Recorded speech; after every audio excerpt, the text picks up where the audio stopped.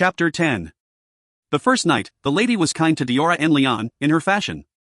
In the two southern Tyrians, it was common to sheath the bride to prove to the clansmen that she had come unsullied to the marriage, but in the northern Tyrians, and in the heartlands, such custom did not prevail. For one, there were too many clans who had been embarrassed by it in the past, almost always for political reasons, because there were ways to blood a sheet when the bride had proved somewhat flawed, and it was further considered coarse, an invasion of a man's harem, and a man's privacy. In the three northern Tyrians, the only blood a clansman's Sarah was expected to shed was the blood of the afterbirth, and that was not the affair of a single night, or rather, not the affair of this single night. Therefore, Diora and Leon had little to prove to the clansmen who grew mellow or wild with the free flow of rich wine and thick ale. Her husband had less to prove, and when Diora was at last given leave to retire, he remained with the Tyran, drinking as the night waned. It was the Sarah Amanita who, responding to the unspoken and nearly unseen directive of her eldest, rose to lead the newest member of Clan Leon away, and if she was not gentle, and Diora suspected that years and the wind had long since driven all trace of softness from the Sarah who ruled the most important harem in the Dominion, neither was she cruel or unkind. Her eyes had the redness of tears held back, her breath the scent of plum wine, the gentlest of the wines, and the thinnest. "Follow," she said, and Diora and Leon obeyed. Strictly speaking, of course, there was no edict that commanded obedience from the wife of a clansman to his mother, but laws of the heart were as strong as the codes that controlled the clans, perhaps stronger, and Diora knew better than to offend the Sarah Amanita. Seraphs came to gather her train as she walked away from the lily-strewn waters of the Tor Leon. They trailed her steps like perfect, silent shadows, remarkable for the absence of noise their movements made. In spite of herself, Diora was impressed, even pleased. These seraphs, Teresa herself would be proud to have trained. They accompanied her to the palace that stood taller than any other edifice upon the plateau, and as they approached, Diora saw that the palace, fine and grand, was built in such a way that the apartments faced the lake, the seraph quarters and the Surdan quarters looked away. She entered into a courtyard, passing beneath a gabled roof, and between two standing statues who bore, across their hearts, the emblem of the Tiregar's personal guards, the Oath Guards. The Tyran. They were forbidding, she thought, fierce of feature, larger than life. A warning that those who intended harm to the clan made themselves formidable enemies when they crossed this threshold. She, who should have found it comforting, found it oddly unsettling. A girl's fears. Unworthy of a Sarah of her husband's rank. Sarah Lara Kaidelion had been granted quarters near the heart of power. His rooms were only slightly smaller than the rooms his father occupied and no less grandly appointed. The screens here were traced with ebony and jade, and gold was everywhere to be found in the detailing on the wooden beams, metallic imitations of the rays of the light that the Lord cast. Everywhere, they numbered 10. And 10, of course, meant only one thing: Radin, Kai, or Parelsol, or Tiregar. The men favored of, and by, the Lord. She held her breath as the last screen slid open, although until she saw it, she didn't know that it was the last one. It opened into a hallway, not a room, and the hall was long and wide. Paper lanterns hung from beams in the ceiling, and to either side of the hall were small doors, each closed to create the illusion of privacy. "The harem," Sarah Amanita said quietly. "Cross this threshold, Diora and Leon, and you have entered the heart of your responsibility. You are young, but you have handled these past 3 days with grace and diligence, and you are, as promised, comely. The clan Leon will rest, in time, upon the shoulders of your husband. If he falls, you will fall; if he rises, you will rise. I apologize," she continued, without any trace of regret, "for choosing some of the Sarah Lara's wives for you. You were not in residence at that time, and Mara is a man, not a boy. He has a man's needs, and better those needs be tended by wives than used against him by outsiders. Do you understand?" Diora nodded. She knew that, married to the Tyr's son, she would come to a harem half-built, and not by her choosing. But her throat was dry. I, too, stood upon this threshold. I, too, faced a harem that was not mine. She turned then, catching Diora's glance with the unblinking darkness of her gaze. It is mine now. Understand, Diora and Leon, that you serve your husband, and after him, my husband, but the women within these walls serve your husband, and after him, you. If they do not please you, and it pleases your husband, have them replaced. You will be given the necessary resources." She paused. "I chose them," she said, her gaze distant, "but they are not mine. I will take no offense at any decision you make. You are the Sarah here." She bowed her head then, and Diora returned the gesture with a full kneel, dropping her forehead to the mats. "These seraphs are my gift to you, child. Use them as you will." When Diora rose, the Sarah Amanita was gone. She knew that the Tiregar's wife was not her friend, but in some things, she had just declared herself an ally. In the Dominion, one did not confuse the two, if one truly found friends at all. She looked at the 3 seraphs. They were women, not girls, but they were perfect. "Come," she said, taking a deep breath. Seraphs at her back, catching the train that she would never wear again, she entered her new home. To traverse the hall took time, and before she had reached the great room at the end of the hall, she could hear the muted sounds of hurried movement, feet that fell a little too heavily, words that were loud enough just to be considered shouts. And then the screens were beneath the hands of her seraphs, and with a nod, they rolled noiselessly open. In the dress that was a gift from the second most powerful man in the Dominion, the Sarah Diora Enleon first looked upon the women who would be her sister wives, should she choose to keep them. There were 5, a small number for a man of Sarah Lara's rank, and a large number for a man of her father's. The first, and the loveliest, was tall and slender. She wore almost as much gold as Diora herself did, and her eyes were as cool as the desert night. She held, in her left hand, the shoulder of a small child. In the harem, it was difficult to tell when young children were boys or girls if one did not know them. They were dressed in a similar fashion. The child was no exception. Although the child's hair had been cut to just above the shoulder, the face was pretty enough that Diora did not choose to hazard a guess. She thought the child perhaps 4 years of age and was surprised. No one had warned her that the Sarah Lara already had one child. "I am Samantha Enleon," the woman said. Diora listened to her voice, to what lay beneath the words, as closely as she had ever listened. And she was born to listen. She could hear all the nuance that even Samantha was unaware of. Fear. Anger. The loss of fleeting hope. Envy. "This child is my seraph. He was purchased for me by my husband at my request." Diora smiled, but the smile had none of the natural grace or warmth it should have. The child, she thought, was definitely Samantha's. His look was too much akin to hers for there to be no blood between them. Not Hilara's? How unusual. A man did not often like to be reminded of the past, or pasts, of his wives. "Samantha finds favor in the eyes of Sarah Lara," another woman said softly as if in warning. Turning, Diora met the gray eyes of the oldest woman in the harem. There was truth in her eyes and her voice, and clarity. This woman, Diora was certain, would make a fine singer, one whose voice would be strong enough to carry almost any legend's full dramatic weight. Her hair was silvered and fine. It fell in long strands down the gentle curve of her back, held by simple combs and pins. She knelt to Diora, where the first wife still stood in stiff defiance. "I am Serena Enleon," she said. "I am the elder here. Mara was my keep when he was young, and the Sarah Amanita feels that it is always wise to have, at the heart of a harem, women who know all of their husbands' faces. We do not share the nights, he and I, we share his childhood. Truth. All of it. Affection, and beneath it, certainty in that affection." She did not, seeing the woman who would be this harem's Sarah, see a threat, either to her own position or to her place in her husband's heart. Much like Alana, really. "But he listens to her," the first wife said, half grudging. "And Samantha does not." Another woman stepped forward. She was, Diora thought, a year older than Diora herself, if that. Her body was slender and supple, and her face quite lovely, but these traits, Diora expected in the younger wives of the Kailian. What was remarkable about her face was its lack of harshness. She seemed, as she bowed very prettily, to be too gentle, too happy. Wives were seldom either, but there was something about this one that reminded her of her youth. "I was worried," she told Diora gravely, "when we learned that Ilara had finally found his Sarah. And now?" Her own voice was far less calm, far less pleasant. "And now, seeing you, I cannot believe you could mean us harm. I'm Fida Enleon. I come from the Terrian of Mancorvo, a gift from the Tier Agnate Mario di Lamberto." It astonished her, to hear the words leave Fida Enleon's mouth. Because Fida believed them. Meant them. She exposed herself with such ease and so little knowledge it almost took Diora's breath away. "How can you trust me?" she thought, perversely pleased by this woman's naivete. "You are." "I am the daughter of one of his son's wives."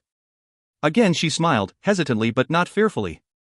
And Diora knew who she reminded her of, although it had been many, many years since she had last seen her, Lissa and Murano.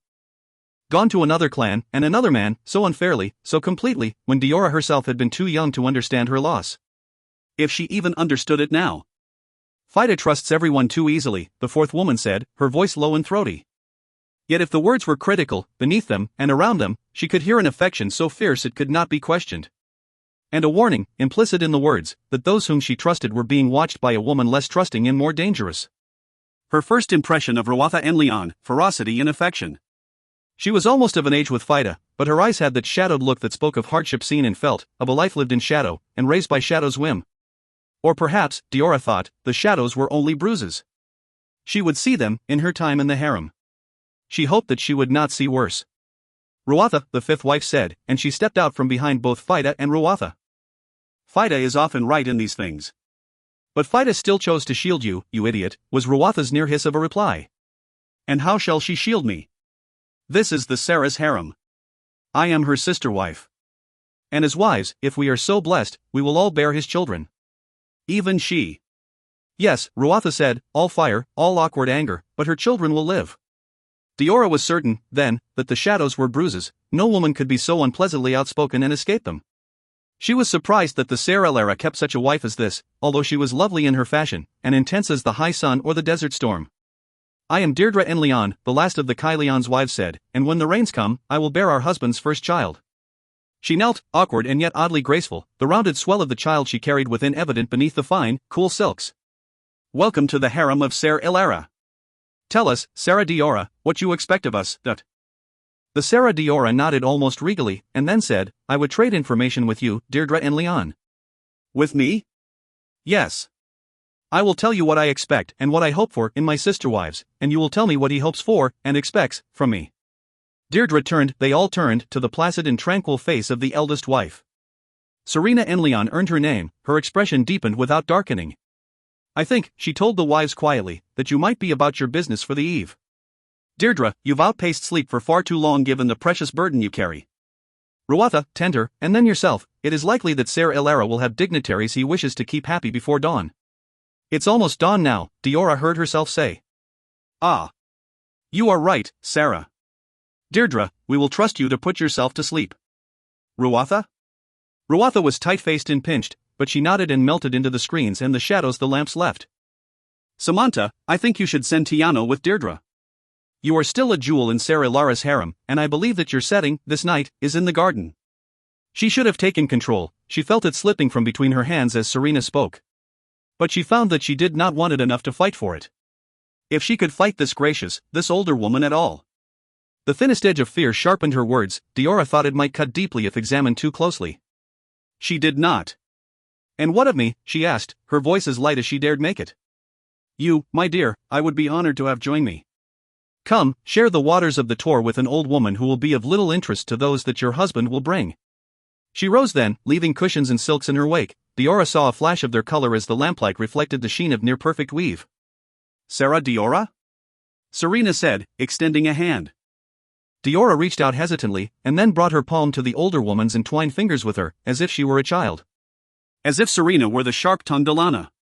Don't compare, she told herself sharply, as she allowed herself to be led toward a low table in the corner of this grand, domed room. These women are themselves, they cannot be the harem of Sendari di Murano. If you're to be happy at all, you'll judge them by their own standards. But she longed for the familiar. The Sarah Diora di Murano felt something that she rarely felt. Fear. She knew her hand trembled as it rested within the protective custody of Serena en Leon's, and she hated it, but she could not make it stop. You are safe enough from his guests, Sarah. And you are so well presented, so well garbed, that I cannot give you advice or help there. I have truly never seen a bride so perfect grace the Tor, and I have seen many. Thank you, Sarah, Serena. But there are very few such weddings in the Tor Leon. Tyrian weddings? No, you are right. There are few. I make my comparison rather with the Lord's consort. And there is a Lord's consort yearly, at each festival of the sun. She smiled, and the lines at the corners of her eyes became evident. The Lord's consort is gifted with a sari nearly as fine as this, and she sits upon the platform of the sun, tended to and protected by no lesser guards than the rat and themselves. She is said to be the lady's substitute, for the lady is ultimately too wise to forsake her dominion to be honored in such a fashion at the height of the Lord's power. He is compelling, and he is attractive, and he is necessary, but he is in all aspects a man, and she knows that she alone, of all of us, is given the choice. She will not put herself into a man's power, no matter the honor offered. But that is what is said. What is done is simply this: a woman is chosen, for her beauty and her grace, and given the seat of honor in the Lord's name for the festival's duration. You will see this yourself, if you've not seen it yet, for you've joined the clan Leon, and the festival of the sun is the Leon festival. But you have been chosen as the bride of the Kai Leon, you will never be chosen as the Lord's consort. Ilara would never allow it. And tonight, Serena, I will be Sarah Ilara's Sarah. Yes, I think so. Gray eyes were steady and unblinking a moment as the older woman met the younger woman's eyes and held them for the second time that eve. You are younger than I thought you would be, she finally said. But one is young at one time in a life or another. Come. Take the waters with me, Sarah Diora. Tomorrow, or perhaps the day after, we might speak at leisure about your husband. Was there disapproval in her words? It was hard to tell, and Diora knew how to listen. Quiet, she took the cup that Serena and Leon offered, thinking that it was very hard not to call this woman Sarah. Knowing what Ona Teresa would say of that. He came to the harem after dawn's first light. Serena wisely refused to let the wives sleep until their husband returned to the fold, for only when he finally returned would they know what their duties were to be. Wine, she said, in a tone that implied that this was a well-traveled discourse, flowed freely on occasions of this magnitude, and the clansmen were affected by it according to the lady's whim. The lady's whim in the Lord's time could be dangerous. Diora was reminded of this when the screens ground open and Ser Ilara strode in. He brought with him 4 men. She did not recognize their faces immediately, although one of the 4 men wore the sun rising with 8 distinct rays, the emblem of the Tiragnati or their Kai. "Ah, my lovely new wife," Ser Ilara said, the words running together almost indistinctly. She should have tensed, but tension seemed beyond her, and instead, she bowed gracefully, perfectly, groundward. "The jewel of my harem. The Sarah of the Kai Lian." He stepped forward, casting a long shadow in the light of fixed lamps on the wall. The seraphs, unbidden, opened the eastern doors, and the light of the growing day entered the room, a more welcome stranger than these. Diora looked carefully to Serena. Serena was likewise bowed to the ground, her hair carefully arranged in a spill over concealed shoulders. "Well, wife, have you nothing at all to say to your husband?" She rose, but not quickly enough for his liking. His hand caught her hair, fingers burrowing into combed and pinned strands as if they were dirt and rock, and she a scalable edifice. She offered no resistance, indeed, she felt no desire to resist. It frightened her, or it started to. She could not hold on to the fear itself, it was elusive. But she thought, and oddly, it is good that Deirdre has left us. "Samantha."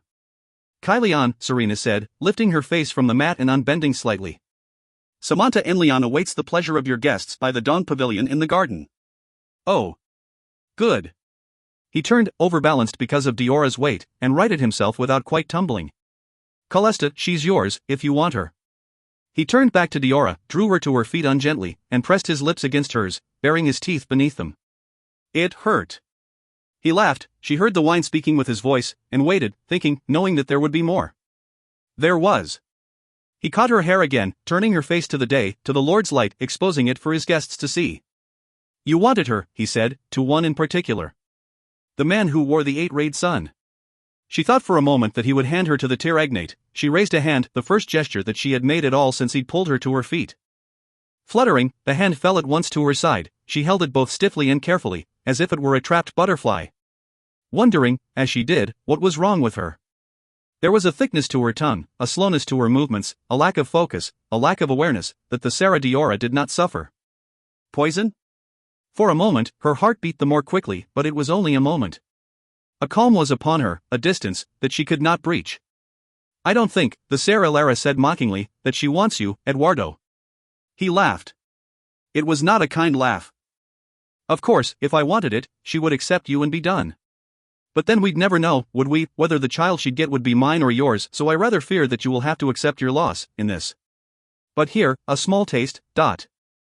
Before she could move, before she could even begin to realize what he was about to do, he caught the wound cloth of her silk sari and pulled it, hard, burning the side of her neck and her shoulder with its speed as he tore it from her and held her by the hair. As if she were a horse, and he wanted to show a man her teeth. She flushed, she could not help it. But more than that she would not do. Humiliation, after all, was a thing done by two.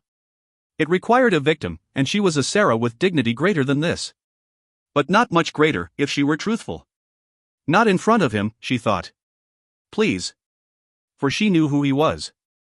Eduardo. Eduardo di Garatti, the Tiragnate of Urta. Her husband pulled her head back, forcing her to arch her back to retain her footing. She knew what young girl did not, what this would do to the shape of her breasts, what it would reveal to the witnesses. His hand ran across her nipples, a deliberate provocation of a man that Diora could no longer see, and a proof of ownership. It would not shame her, to accept my attention, the Tiragnate said coldly. Diora could hear the heated anger in his voice, the danger, the threat, and yes, the desire. I am Tiragnate, and you are Kai, a man who, in theory, will rule. Silence, then. A long stretch, a bitter one. I am the Kai Lian, Ser Ilara said at last. Heir to the dominion, not the least of its Tyrians. No Kai Lian since the founding has not taken the Tor, although the ruling clans of the Tyrians have come and gone like a weak political ally. It would shame her and it would shame me. His tone made clear which of the two was the greater crime, and this is all of her that you will have. I see that it's not enough, but perhaps you'd like to spend time with a concubine as you will never have the Sarah. Close your eyes, Tiragnate, and pretend, that. He pulled her up, by the hair, pins finally tumbled and darkness fell around her shoulders and her exposed flesh, lending her modesty that he did not wish. And then he kissed her again and pulled her away to his personal chambers, the sun shortening the shadows cast against the finely brushed cloth of the mats, his gait making of him a graceless, lumbering creature. Asterisk asterisk asterisk. You handled that well, Serena said, as she rubbed oils and salves into the reddened skin of the Sarah Diora's throat and shoulder. The night of such an event is often difficult. Sarah Lara is not a bad husband, she continued, as she paused to moisten her hands, but when he drinks, he is greatly diminished. Do not judge him harshly. I am his wife, Diora said, into the cushion that separated her upper body from the mats below it. I will not judge. She started to roll over, but Serena held her firmly in place. Not yet, Diora. I am not yet done. I don't remember, the younger woman said softly, as if Serena had not spoken. This bruise, and that I don't remember the getting of either. And you wish to? You are brave, Diora, or foolish. Treat it as the lady's mercy. But this was done in daylight. Yes, during the Lord's time. It is not always so. The festival of the sun will have this effect upon your husband as well, although as he grows older, he may gentle. Her tone made it clear that she thought it unlikely. Did you do this, Serena? Did you cause this? Cause? I felt heavy. Unable to move. I didn't even want to avoid him. He is not a husband who likes struggle, although there are those who do. Serena rose. Serena? The question? There, young Sarah. The Radas will vanish in a day or two. I suggest that you remain within the harem until it does. They paid a high price for you, the Sarah Amanita and the Tiragar, and although Sarah Lara can, of course, do with you as he wishes, they will not be pleased at any obvious abuse. At the mention of the Tiragar, Diora stiffened. But she did not ask Serena the question that hovered just behind her lips. Could not ask it. Where are you going? I. The oldest woman in the harem paled. I am going to see Ruatha and Leon. She entertained the Tiragnate, and I fear that he was less considerate than your husband in his use. Can I help? An odd question, but a well-meant one. Ruatha is the most difficult of Sarah Lara's wives. I believe that the Sarah Amanita would be happy to see her removed. But if she is not a good wife, she is a good sister wife. She is not like you or I, Sarah Diora. She hopes, she dreams, of one day being treated as if she were once again a much-loved daughter, and not the property of a clansman. I am not certain that she will be happy to see you, but she won't be. She might. Come, if you still desire it, and tend Ruatha and Leon with me. To her surprise, she did desire it, and not until they stood outside the small chamber that Ruatha now occupied did she realize that Serena had not answered her question. General Alesso de Marin sat beneath the shadowed eaves of a sun shelter built by the Wyden for the Wyden. It was made of stone, but curiously smooth and cool, even at the height of day. There were 4 posts that supported the peaked roof, and upon each post, in relief, were symbols that he did not recognize, although he was learned enough to think them elemental in nature. He was not a patient man. By dint of will, he had learned to wait, and if he was not gracious, there were few enough to witness the lack. It was not, after all, for the tear that he waited. He did not need that level of composure. No, it was for a man who had made an offer a few short days past that would, if accepted, decide his fate. Would, if successful, mean that he would never have to wait, in the sight of the Lord, for another living man should he so choose. And for freedom of that nature, he was willing to suborn his impatience. The shadows lengthened, the sun had reached its zenith and now sought the comfort of the western plateau. Still, he waited. The Tiragar and the clan Leon had retired into the inner sanctum to recover from the previous day's ceremony, a gaudy, drunken affair with, in Alesso's opinion, just enough excess to please the boys who had yet to take their ranks, but not so much that those selfsame boys would have to be censured for the damage they caused. A delicate balance, and one of the few that Marqueso de Leon was good at striking. One of the very few. A seraph came to offer him water or wine. He accepted, politely, setting the goblet to one side while the heat of the day caused beads of water to gather on the face of the polished silver. Something bothered him, and when the seraph returned carrying fruits and moist breads, he realized what it was. For a seraph, the man's movements were ungainly, even awkward. The deference was there, but it was there in all the wrong ways. You, he said, the amiability of a long wait gathering around his words before he spoke, who is your master? The man frowned, a quick expression that fell away from his face so smoothly it was clear that he was used to dealing with ill-tempered men. My master, the man said, is Cordano. And you are a seraph? No. Bending, the man placed the tray he carried beneath the sun shelter's proffered shade. No more than you. Are you Wyden? Wyden designate, he replied, speaking cleanly and clearly and without resentment. And in 4 years, should my master so choose, I will have learned enough to be offered a place upon the path that leads to the test of the sword. I see. He must trust you. Must he? The man bowed. I defer to your superior understanding of politics, General Alesso. For myself, I assume that he understands that my fate is tied to his success, and that I, as Wyden designate, will respond accordingly. If you have any further needs, I will tend them as I am able.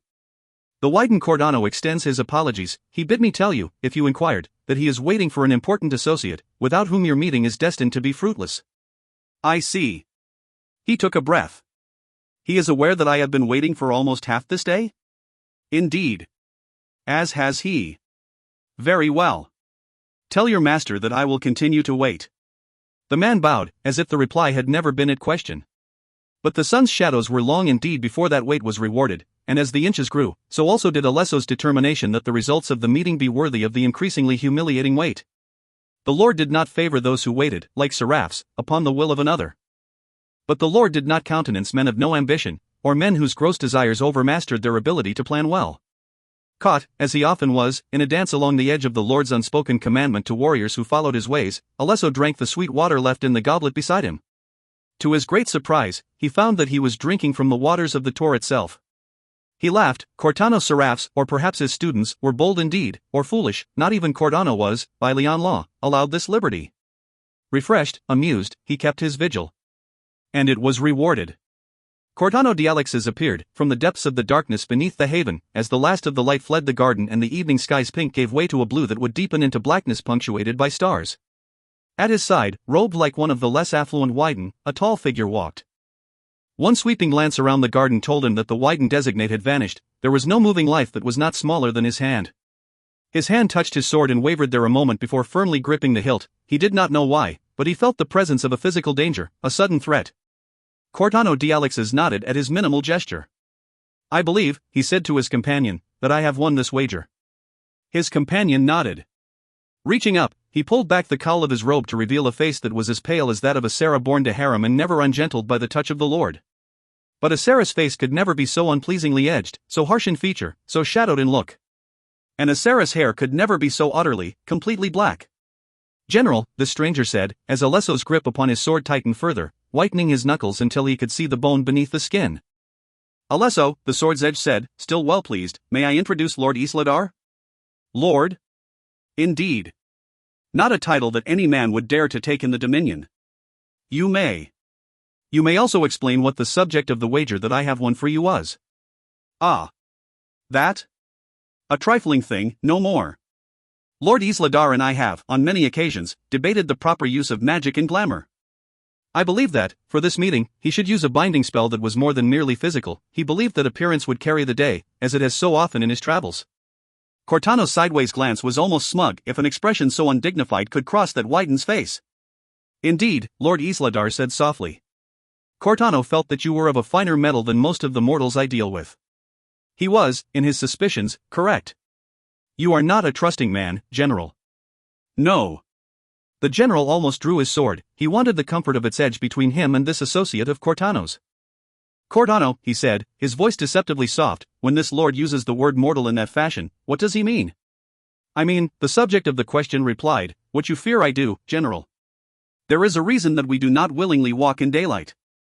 With a gesture that was sharp and final and curiously like the downward slash of long blade, Lord Isladar let fall the deception of which Cordano spoke. Bathed in early moonlight, he grew an inch or two, his shoulders were less broad, his hands longer and finer. But it was his eyes that were striking, his eyes that were dangerous, they were a black without end. He smiled faintly, as Alesso de Morent did draw his sword, and the smile was edged with the glimmering of sharp teeth. Unnatural teeth. Alesso was a man of action. A man. The years when he had been locked within his father's protective harem and coddled with children's tales had long since passed, but having been lived they left traces that time alone could not erase. He was not a religious man by the lights of the Radan, but he was a man who was entirely immersed in the culture of the Lord. He knew what he faced.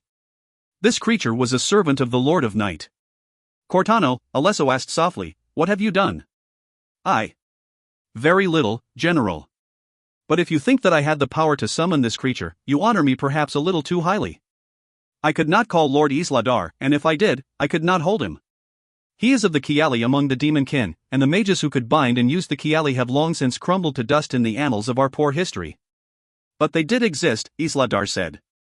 It surprised Alesso to hear him say it. He was not a creature that the general would have thought willing to speak of a weakness or a loss, however far in the past it might be. Almost as if the words were spoken, the creature smiled thinly. I am not like the kin in many things, General Alesso Demerant, and it would do you well to remember this. If mortals live brief lives, if their lives are tainted by the concerns of the merely mortal, they are not less dangerous for their lack of years. He is trying to tell you, in his oblique way, that the kin are both ruthless and arrogant, and that he feels their arrogance toward mortals is unwarranted in many cases. Thank you, Cordano, Isladar said dryly. But I believe that you requested my presence for a reason. Indeed. And that reason? Cordano did not choose to answer the question. He turned his appraising glance upon Alesso, and Alesso felt as if he stood unshaded beneath the glare of the high sun. Alesso, this creature is not the only one of his kin to walk our lands in recent years. He is not the only one who will walk our lands in the future, and he is not the most powerful, although I would say he is the most dangerous. Thank you, Cortano. Certainly the most easily flattered. Cortano. Very well. I told you that I had allies. These allies wish the Dominion to be a force and a power in the New World. But force and power or no, either you will rule it, or they will. Their time is coming, not even the foreign demons, and he lingered over the word, as if appreciating an irony that was not immediately clear to the general, will be able to defeat the army they have begun to build. If they are destined to rule, what purpose will I serve? Alesso's blade was steady.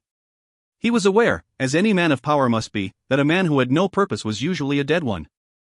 We are, Isladar said softly, unprepared to deal with the Empire of Esselian in a suitable fashion at this point. We do not wish to alert our enemies to our presence until such a time as that alarm would do them no good. We are not yet at that stage. He paused, weighing his words, or so Alesso thought. General, the man who rules this dominion now is a man who has once declared war upon the Empire, no more and no less. He failed because he did not have the necessary tools, or the will, to carry a war to successful completion. We wish to see war carried to the Empire again, within the course of this year. Impossible. Is it? Impossible in your current state? Yes, I agree. The Tiragar could not lead an army to victory if it was handed to him. The clansmen are not loyal to him, his loss hurt him much in that regard. But we are prepared to offer you our dedicated, and our hidden, support. I am aware of what the words Lord of Night have come to mean in the Dominion, he added quietly. And you would do this just for the war? No. In time, the worship of the Lord of Night must return to these lands. This will occur in any case, your choice this night does not affect that fact. But I assure you that the will of the priests will be suborned to the will of the Tiragar, if that man is a man of our choosing. Alesso was silent for a long time. At last, he said, and am I that man? And he sheathed his sword. If you make wise choices, yes, you will be that and more. The Empire of Esselian is a land that is vast and more appropriate for the ministrations of the kin than the Dominion. We can make our treaties, General, that the Dominion will be free from the predation of the kin for so long as your blood rules, but... There was a glittering in the eye of the demon that matched the glittering in the eye of the general. For a moment, only the two existed, and in the falling night, they did not look so distinct, so different. Alesso thought, you are lying to me about everything but your need for this war. He smiled. Cautiously, he said, tell me, Lord Isladar. You speak of we and our. Who is this we? The Shining Court, General. Newly risen, and destined to be the council from which all power in this world is granted. Cortano de Alexis is one of its founding members. The Sword's Edge smiled.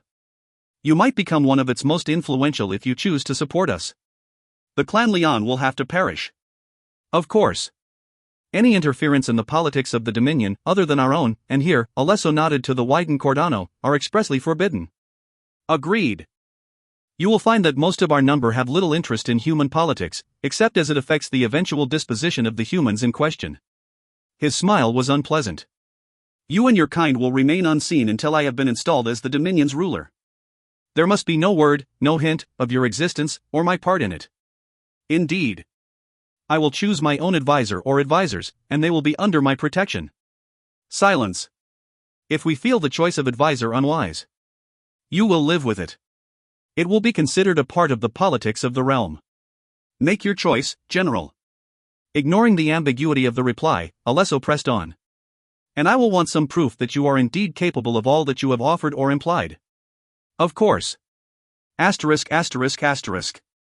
Chapter 11. Witan, 426 AA. The Tor Leon. It should not have surprised the widened Sendari di Murano, but it did. Alesso was a man who lived to surprise. Whether or not the beneficiaries of such pleasantries, Sendari thought, survived his little surprises was another matter entirely, and one not open to debate at this moment. I intend to assassinate the clan Leon and become Tiragar, but I would be happier to know that you stood at my side. The words still hung in the air between them, chased weakly by those that had followed, details, plans, logistics. He should have known, though, Alesso rarely asked for the use of magery as a protective measure against unwanted eavesdroppers. He could be relatively certain that the Widen would not detect this use of magic. Sendari was, after all, one of the sword set to watch for all signs of magic's use within the Tor Leon, and was hardly likely to report himself. Marqueso de Leon, the Tiragar, very wisely chose not to trust the sword's edge. They were, he and Cordano, in almost every aspect, womb-alike, save in that they ruled their chosen domains. Because he did not trust the sword's edge, he ill-trusted the sword of knowledge, but no Tyr ruled who did not, at one time or another, employ the services of a mage. He used three, informing each of them in a slightly different fashion of the events they were to oversee and forbidding each from consulting with the others. Thus he attempted to trap those who might work against him in some fashion, however small. The Widen, for their part, did their work without speaking to each other. It was wisest. The Widen were known across the Dominion for their unusual obsessions, their fixations on areas of knowledge that no true clansman would consider noteworthy. They were not always known for their ability to maintain the complexity of a lie, and Sendari, as his two compatriots, had decided it was wisest not to put oneself in a position where one would have to. If one had the choice. He turned to stare out at the lake, for it was by the lake that they now stood, the waters rippling in the fading wash of sinking sun and dusk breeze. They had climbed to this spot, or one much like it, when they had been younger men. This time, as advisor to the Tyr, the climb was not so dangerous for the Widen, as general under the Tyr, even less so. But the lake held some of that moment's forbidden exhilaration and fear. Just as, no doubt, Alesso had intended. He did very little without some forethought. Do you remember the Festival of the Moon? Alesso spoke softly, his gaze intent, his arms crossed and propped over a bent knee. The winds had added creases to his forehead and the corners of his eyes, and darkened his skin enough that the rainy season could not pale it. War had done the rest. Sendari nodded, almost solemn in reply. Then you have been answered, as I have. Come, Sendari. You have a Dano, and I, my own brother. But I want more for my sons, for my blood, than the name Marent, and the service to an increasingly distant Kai. Why do you hesitate? You cannot love the clan Leon. No more than you, the Widen replied, bristling slightly. But you are talking about an act that has been attempted, several times, in the history of the Dominion, without success. We have allies that the nameless clans did not. Your Shining Court. The Shining Court. And you trust them? Not at all. But I trust that they need me, and for the moment, that is enough. Let us take from them what we need. If we give them the Dominion, they will have no need of us. Indeed. The general smiled. So we will not give them the Dominion.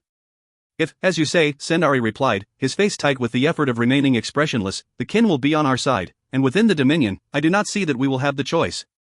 Think, Sendari. Let us wage war with the Empire. It will be a war that we can win, a war that we must win if I am to consolidate my rule. It will be a weak thing, at best. Esselian won the war that the Tyr brought against it, no? And we are still the Dominion, if diminished. Let us win, and not win, in the same fashion. There is a reason that the Shining Court fears the Demon Kings and their followers. When we have won the lands that we need to win, and we have fulfilled our necessary function, might we not go to the Demon Kings with a tale of how our own ranks were infiltrated by the kin? By the men and women who call themselves Alasakari? I assure you, the Imperial Court will listen. Do not forget the events of 16 years past. We do not, now, have a good report of those events. Sendari, enough. Either you will support me, or you will not. And if not? Then not, Alesso replied, his brows creasing into a single line. Or would you like me to offer you threats that our friendship renders meaningless? Silence, then. It was Sendari who turned away, as always, to stare out upon the waters of the Tor Leon. No, if we argue, we will argue in earnest, as we always do. Do not make mock threats. I do not want to do this without you, Alesso said quietly. We have been through much together. Come. Be my Widen. Be my eyes and ears within the sword of knowledge, be my conduit into the Shining Court. I do not have your skill or your ability, no one who has not passed the sword's test does. But I need both. And unlike most men, I have access to a Wyden I can trust. Sendari, would you not be the Sendari, the man who founds his line? Yes, the Wyden said, but distantly, indistinctly. Then what is wrong? The Wyden's silence was long and painful, but it was unexpected. Therefore it took Alesso a moment to recognize it for what it was. His face darkened, he rose, taking his foot from its perch on the smooth rock. I offer you an opportunity that most of the men situated within the Tour Leon would kill for, and you think not of the offer itself, but of her. He turned, folding his hands behind his back. Sendari knew that he was on the verge of walking away. But they were like brothers in their anger, bound by things invisible that were also strong. She's dead, Alesso. Her daughter still rules your life. Still. She is married to the Kai Leon. Part of the clan Leon. What you speak of, it would be her death. You would no more consign your own to death than I. I would consign a married daughter to the fate of her clan, the general replied heatedly. I would not throw away the opportunity to rule the Tour for the sake of a mere girl. And that is why you are general, and I am merely Wyden. Alesso, I will not speak against you, and you know this. But to act against her, to be the hand that kills her, I cannot do it. Without another word, General Alesso de Morent walked away, his steps a little too loud to be as measured and as cold as he would have liked. Sendari turned back to the lake. They had been friends many, many years, they knew each other well. The argument was not yet over. She wanted to be liked. It surprised Diora, just how much of a hunger it was, how much of a need. Made her acutely aware of the fact that she had never felt the need before. Even when the Serafiona had come into her father's harem, she had not been displaced, what she needed, she received. Behind the screens of the Kai Leon's harem, her world became 5 women, and then, quickly, 4, Samantha and Leon alone rejected what she attempted, time and again, to offer, choosing instead to focus the force of her attention upon their mutual husband. She heard the fear and the dislike in Samantha's voice, and she accepted both as the truth that they were. But in Serena, she found the voice of an august authority, a woman whose knowledge of Sarah Lara's likes and dislikes, and the roots of either, was invaluable. In Fida's voice, she found happiness and acceptance, in Deirdre's a cautious optimism, and in Ruatha's, anger, more anger, and fear not for herself, but for those whom she made her world. She had given up on Samantha quickly, but she could not give up on Ruatha, although time and again she was ungently rebuffed for her attempts at building some bridge between them. Nadiayo, Serena said one day, almost 2 weeks after Diora had been introduced to both harem and husband. Ruatha is a wild child, a girl who was too hurt by her previous owners to be wisely brought here. Bluntly, my dear, she was a mistake. I've noticed that you've decided to let Samantha be, might you not also leave Ruatha to her own devices? I can't, Diora said quietly, responding to the familiar diminutive that Serena alone seemed comfortable using. Why, Nadiayo? I don't really know. The younger woman turned restlessly from the small table upon which Sweetwater sat. I think it is because Samantha loves Ilara in her fashion. She is like, very like, Seraphs I have observed, she thinks of him as a partner, as a husband. She is not friendly either to you, or to me, because she feels she does not need to be, she came here by his favor, and she retains it, she is beautiful, Serena. Yes. She is. But I was taught differently, I think. Diora rose, restive, she found her northern harp and began to play it almost absently, a balm for restless fingers, restless spirit. I was taught that a husband's interest is transient, that if his interest is in beauty alone, then his interest will wane, like the moon, but it will never return. To be a partner, one must be an equal to the politics that a husband will face, equal to the enemies, subtle and obvious, greater and lesser. If you are unfortunate and you have a husband who desires the advice of no such wife, it is still unwise to place one's faith in favoritism, unless that is all one has. That is all, Serena, that Samantha has, and I see the time coming, I hear it in Ilara's voice, when she will not even have that. Which tells me much about you, Diora. But it does not answer my question. In Ruatha, I hear a different disdain, a different resentment, a different anger. You're right, she was not the ideal wife for a harem, any harem, but certainly not so important a one as this will be. I can dismiss her from my husband's harem. The Sarah Amanita has said, clearly, that she will take no offense, and will further give me the resources by which I might replace her with someone more suitable. By her stillness, she knew that Serena listened. And, I don't want to do that. Motion breath returned to the eldest wife in the harem. Diora smiled, albeit slightly bitterly. You see? You care about Ruatha, you do not want her sent away. You are perceptive, Sarah Diora. I have to be. I will be honest, Serena, as honest as I know how to be. I look at Ruatha, and I see her, hovering over Deirdre as if she were Deirdre's oath guard. She would lay down her life for Deirdre and the unborn child she carries. I have seen such ferocity before, I think, or perhaps I've seen the effects of it, enough so that it compels me. I don't know. But I want to reach her. You care about her. Phaida does. Deirdre does. I think I might, if I were allowed. And is that all? Yes. But as she began to sing, she knew that she was never, entirely truthful. What she wanted was to have, measure for measure, that ferocity of affection. For herself. She envied Phaida and Deirdre Ruatha's love. It took Alesso 3 days to distance himself enough from his anger that he might again seek Sendari out. The longest it had ever taken was 4 months. But a friendship that has never been tested in the fires of anger has never been tempered. Sendari waited in the 3 days of silence with the patience that Alesso had never mastered. And when Alesso finally came to the modest quarters that the Tir had granted one of his 3 personal advisors, he greeted the general personally, ordered the seraphs to make the room ready in his absence for entertaining a guest of import. Teresa had trained these seraphs, he did not trouble himself to make his desire explicit. They brought sweet water and wine and midday food, and they left, melting behind the screens that granted the general and the widened the privacy their conversation demanded. Alesso did not choose to avail himself of the cushions that lay upon the mat before the low table. For that reason, Sendari also chose to stand, although he preferred the comfort of the bright, soft accoutrements. I have given you reasonable time to consider my offer, Alesso began, without preamble, his hands clenched behind his back. And I appreciate the time you've given me, Sendari replied, cooling. They glared at each other for a moment, for long enough, in fact, that Sendari fully expected Alesso to storm out of his presence a second time. But Alesso turned away and began to speak again. If she is without child, if she is kept without child, then she will be returned to your harem. Sendari was silent for a long time. Alesso, he said quietly, I have never tried to force you to make a choice you cannot make. Your boundaries are your boundaries, mine are mine. She is what she is to me. You gave her to Leon. Yes. But to imply that giving her to Leon was giving her to death is foolish. Leon has reigned for longer than almost any of the clans in the Dominion, its line is unbroken. If any clan could provide a promise of safety, it was Leon. If she were dead, Sendari, you'd be free. Free to follow you? It was the general's turn to offer silence as a response. At last he said, yes, but softly. You have a keen eye, a keen ear, and some personal ambition, but that ambition would never extend to me, to mine. You are Wyden, I am general, but we are alike, in our fashion. I will do this without you if I must. You don't need my protection, clansman. No. If it were protection I wanted, I would never have made this alliance. But we can do this, Sendari. Take the Tor and slide out from under the grip of our allies. He held out his sword hand. Tonight, I tender my final reply to Cortano de Alex's. I have no doubt that I'm being observed. No. Nor I. Sendari stared at the proffered hand, and then met the gaze of the man he called friend. I accept your challenge, he said softly.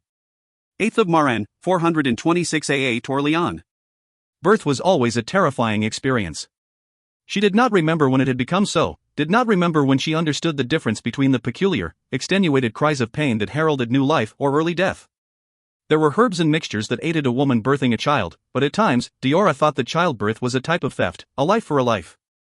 And no guarantee that the new life, fragile and bereft of mother, would survive either. In the harem, the wives learned many things. Serena, the eldest, had seen many births, had seen the deaths that followed, or the lives. She had held many a child when she had been a wife in the harem of the Tiregar, and she had attended the morning ceremonies in the twilight between night and dawn for those that had simply not been large enough or strong enough to survive that painful entry into the world. Diora had seen births, but always at a distance, a huddle of wives around their sister wife, saris stained with sweat and heat and a tense excitement, an unspoken anxiety. It was obvious to Alana when the birth went well and when it threatened to go poorly, and it was Alana's voice that often prevailed above the happy or agonized cries of the women whose bodies were undergoing these final, fateful contortions. Alana was not here. And Serena was not Alana, but she was wise in the way that older wives are, and far more gently spoken. She was not so fascinated by the pregnancy as the younger wives were, in particular, Phaida, Ruatha, and yes, Diora herself. As she had not done since she was a small child, she would often stop and shyly ask Deirdre if she might gently touch the swell of growing stomach. Deirdre was not so shy or modest, not when her husband was not present, she would just as shyly consent, and they would stand a moment, joined by the life that both women could feel moving beneath their hands. She was no seraph, but she felt compelled to help, to aid Deirdre when she rose, to offer her food when she would take it, to pour her water from the lake that was Clan Leon's by birthright. They all did, fluttering like so many hungry butterflies around the blossom of a single flower. And perhaps because she was compelled to offer this aid to Deirdre, Ruatha accepted it, if grudgingly, for what it was. They spoke for hours at a time about names.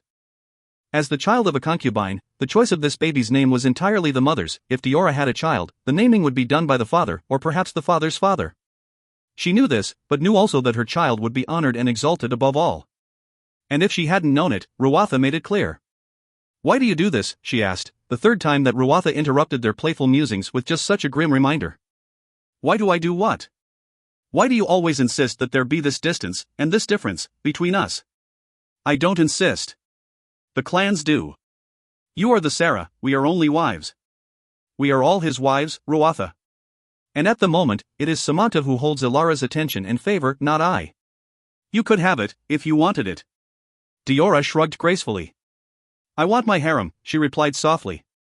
"I do not play Sarah behind these screens. I do not tell you what to wear, or how to dress, or what to say or do. I do not plan your lives and your days, I do not lecture you or admonish you. And I do not attempt to take from you the things that bring you joy. If I am Sarah, and I cannot change that, do you think I had more choice in it than you? We are all what we are by the Lord's decree, and if I have higher rank, it is because of who our husband is, not who I am." Ruatha started to speak, and Fida pressed a gentle hand to her lips, silencing her. "Diora," she said, "forgive her. She is protective, and she is afraid." "Of what?" Diora asked, although she already knew the answer. She wanted it to be spoken. She wanted it said, things said had substance enough to be faced if one knew how. Fida had the grace to flinch and look away. Diora thought that she would let Ruatha speak after all. But her hand did not fall from Ruatha's lips, and after a deep breath, she spoke, bringing her dark, unblinking gaze to the fore, as if it were a shield. Odd, that vulnerability could be such a shield. It was not the way of the clansmen. But, of course, they were not men. Deirdre and Ruatha are close. The child that Deirdre carries could belong to any of us except you. We were happy when we found that her waning had stopped, until we spoke to our husband. He was not happy, Diora. He was, I think, even angry, although he did not speak of it. She drew breath, closing her eyes a moment. When she opened them, they seemed even larger. The Tiragar killed his brothers when he took the crown and the sword upon his father's death. They were cleanly killed, but they were killed. Fida had not been alive when the Tiragar took the Tor. Yes, Diora said, knowing it for truth, although she, too, had not been born at that time. We believe that Ser Ilara will also kill his brothers when the time comes. Already, 2 have died by accident, writing accidents, both. Serena says nothing when we ask her, and when she says nothing it means a great deal. I am not certain, myself, Diora whispered. If Deirdre's child is a girl, then she will stay in the harem, and be a part of it, and no brother will displace her and be her death. But if she is cursed and her child is a boy, his life depends on your inability to bear our husband's sons. It is hard for Ruatha to hear you speak of naming, of birthing, of caring for a child that your own children may well be the death of. And for you, Fida? Fida said, if Deirdre does not mind it, I do not mind. This child is her child, and her joy, and if you can add to her joy, that is enough for me. She let her fingers brush the lips of the angriest of Ilara's few wives as her hand fell away. What do you have to say to that, Sarah? Ruatha said, trying, for Fida's sake, not to bristle so obviously. She failed, of course, but Diora expected no less. I hope, for all of our happiness, that Deirdre's child is a girl. Let us make our offerings tonight at the shrine of the lady. We must take new incense and braziers there anyway. When Deirdre slipped and fell, no one was in attendance. Her seraphs found her, although how much time had passed, they could not say. What they could say, what they did say, was this: she was alive, but not conscious, and her left leg was broken. They found Serena first, of course, but Diora was with the elder, and when she rose, in a silver-haired flash of pale worry, Diora followed, hesitating only long enough to tell the seraphs to bring Ruatha to the site. The site was the garden half-wall. Diora was uncertain as to how a woman might slip and fall unless she were foolish enough to climb or balance upon that wall. And Deirdre was many things, but that foolish? Serena's lips took on a grey cast, and then a white one as she pressed them firmly shut. And Serena's silences were loud indeed. She is alive, Serena said, but I fear that the child's safe delivery may be costly, if it's possible at all. Diora, Marjora, help me move her, do not touch the brake. Put your hands beneath her shoulders and here, beneath her back, slide her onto the carrier. Should I bring the men? The young seraph asked nervously. No. We will have to take her to the birthing rooms and hope that she wakes. Diora touched her sister-wife's brow. It felt oddly clammy. The glow beneath the skin had been replaced by a distant gray. She did not like it. Serena, she said, as she struggled gracelessly to put her weight into the lifting, is the baby going to come? I believe so, yes. If her leg is broken. Diora, enough. No, someone said, answer the question. Ruatha stepped up to the carrier, coming over the half wall as if it were a pasture fence and she's still a simple seraph girl. Her chest was heaving. Diora had heard that expression a dozen times, but had never really appreciated it until that moment. I will answer the question, Serena said quietly and without rancor, when we have the leisure. We do not have it now, Ruatha, do not hinder me. If you care for Deirdre at all, take hold of one of the poles and keep it as steady as your strength allows. Ruatha swallowed the words, her cheeks were red with the effort of running and of silence both. She turned to Diora, saw that Diora struggled with both of the poles that supported the stretched cloth upon which Deirdre lay so silently, and stepped in to take the leftmost one. Then, the four women bore Deirdre back into the screened world of Sarilara's harem. Phaida met them. The oldest of the seraphs had taken the time to find her and to call her to the birthing room. She had time to gather the waters of the Tor, and she readied them carefully, not knowing how they would be used. It gave her, and the seraphs who hovered anxiously in the birthing room that had never been used by any of Sarilara's wives, something to do. Oh, Diora thought, Ilara would be angry to see them all like this. Her own brow was beaded with sweat, her hair matted to her forehead, her sari crumpled and, she thought, stained. Serena and Ruatha fared as poorly for their effort, and Phaida looked no better. For all that she had not been called to carry Deirdre, she looked worse. Her hair was long and unbound, like a child's hair, and her eyes were reddened and swollen. She went at once to Ruatha and then hovered. She wanted comfort, but dared not to ask for it until their precious and heavy burden was placed very, very carefully upon the mats. Serena would not let them use the cushions for fear of the leg itself. Come, Ruatha, if you care for her. Help me. Her leg must be repositioned, or it will heal poorly and she will limp. Phaida blanched, and Ruatha bit her lip. It was the first time that Diora had ever seen her hesitate in quite that way, and it came to the Sarah that her sister-wife, her angry, hardened, defiant Ruatha, was afraid. Ruatha, she said quietly, if you cannot help, I can. I've done it before, for my father's son. It is not a dangerous task, and if Deirdre is unconscious, and we move quickly, she won't feel it at all. But how can she birth a child if her leg is, if she must keep the leg still? They all looked to Serena, and Serena said nothing. She knelt by Deirdre's side. The seraphs brought her the splinting she required, and the cottons and the silks with which to bind them in place. They left them on the floor and moved a discreet distance away. Why doesn't she wake up? Phaida, Diora said softly, not yet. I promise, I will wake her when this is done. Serena's glance wavered a moment. She lifted a hand to wipe her brow and a seraph stepped forward at once with a cloth. Nadi-io, the older woman whispered, help me, if you've done this before. It has been long enough, and I am greatly wearied. The sari, Diora said quietly. Yes, Serena replied, hesitating. It was costly. I will see to its replacement. It must be cut away. We cannot move her to unwind the silk. Serena nodded, looking faintly relieved. They cut, carefully and precisely, so that both leg and the round curve of Deirdre's belly were revealed to the light of the waning day. Very carefully and very quietly Diora examined the leg, seeing it as if it existed in isolation. It was oddly angled, but no bone jutted through skin, or just beneath it, as it had done with her brother. She was afraid for just a moment, and suppressed it as she could, but the fear of failure lingered. If she failed, and Deirdre limped, she would be ruined as a wife for a man of the Kyleon's importance. The flaw would be too obvious to hide beneath the folds of perfect silk. Grace and beauty were everything in the harem of an important man, and if beauty could be judiciously added by paints and jewels and combs and cloth, grace could not so easily be faked. But to do nothing was to guarantee failure. It was the weaker course. Clenching her jaw, she nodded to herself, and then, carefully, she set the bone, straightening the leg, pressing her hands firmly into skin and muscle in a search for the awkward hump of misaligned bone. It was hard. The flesh there was swollen and dark with bruising, and unlikely to get better before it got worse.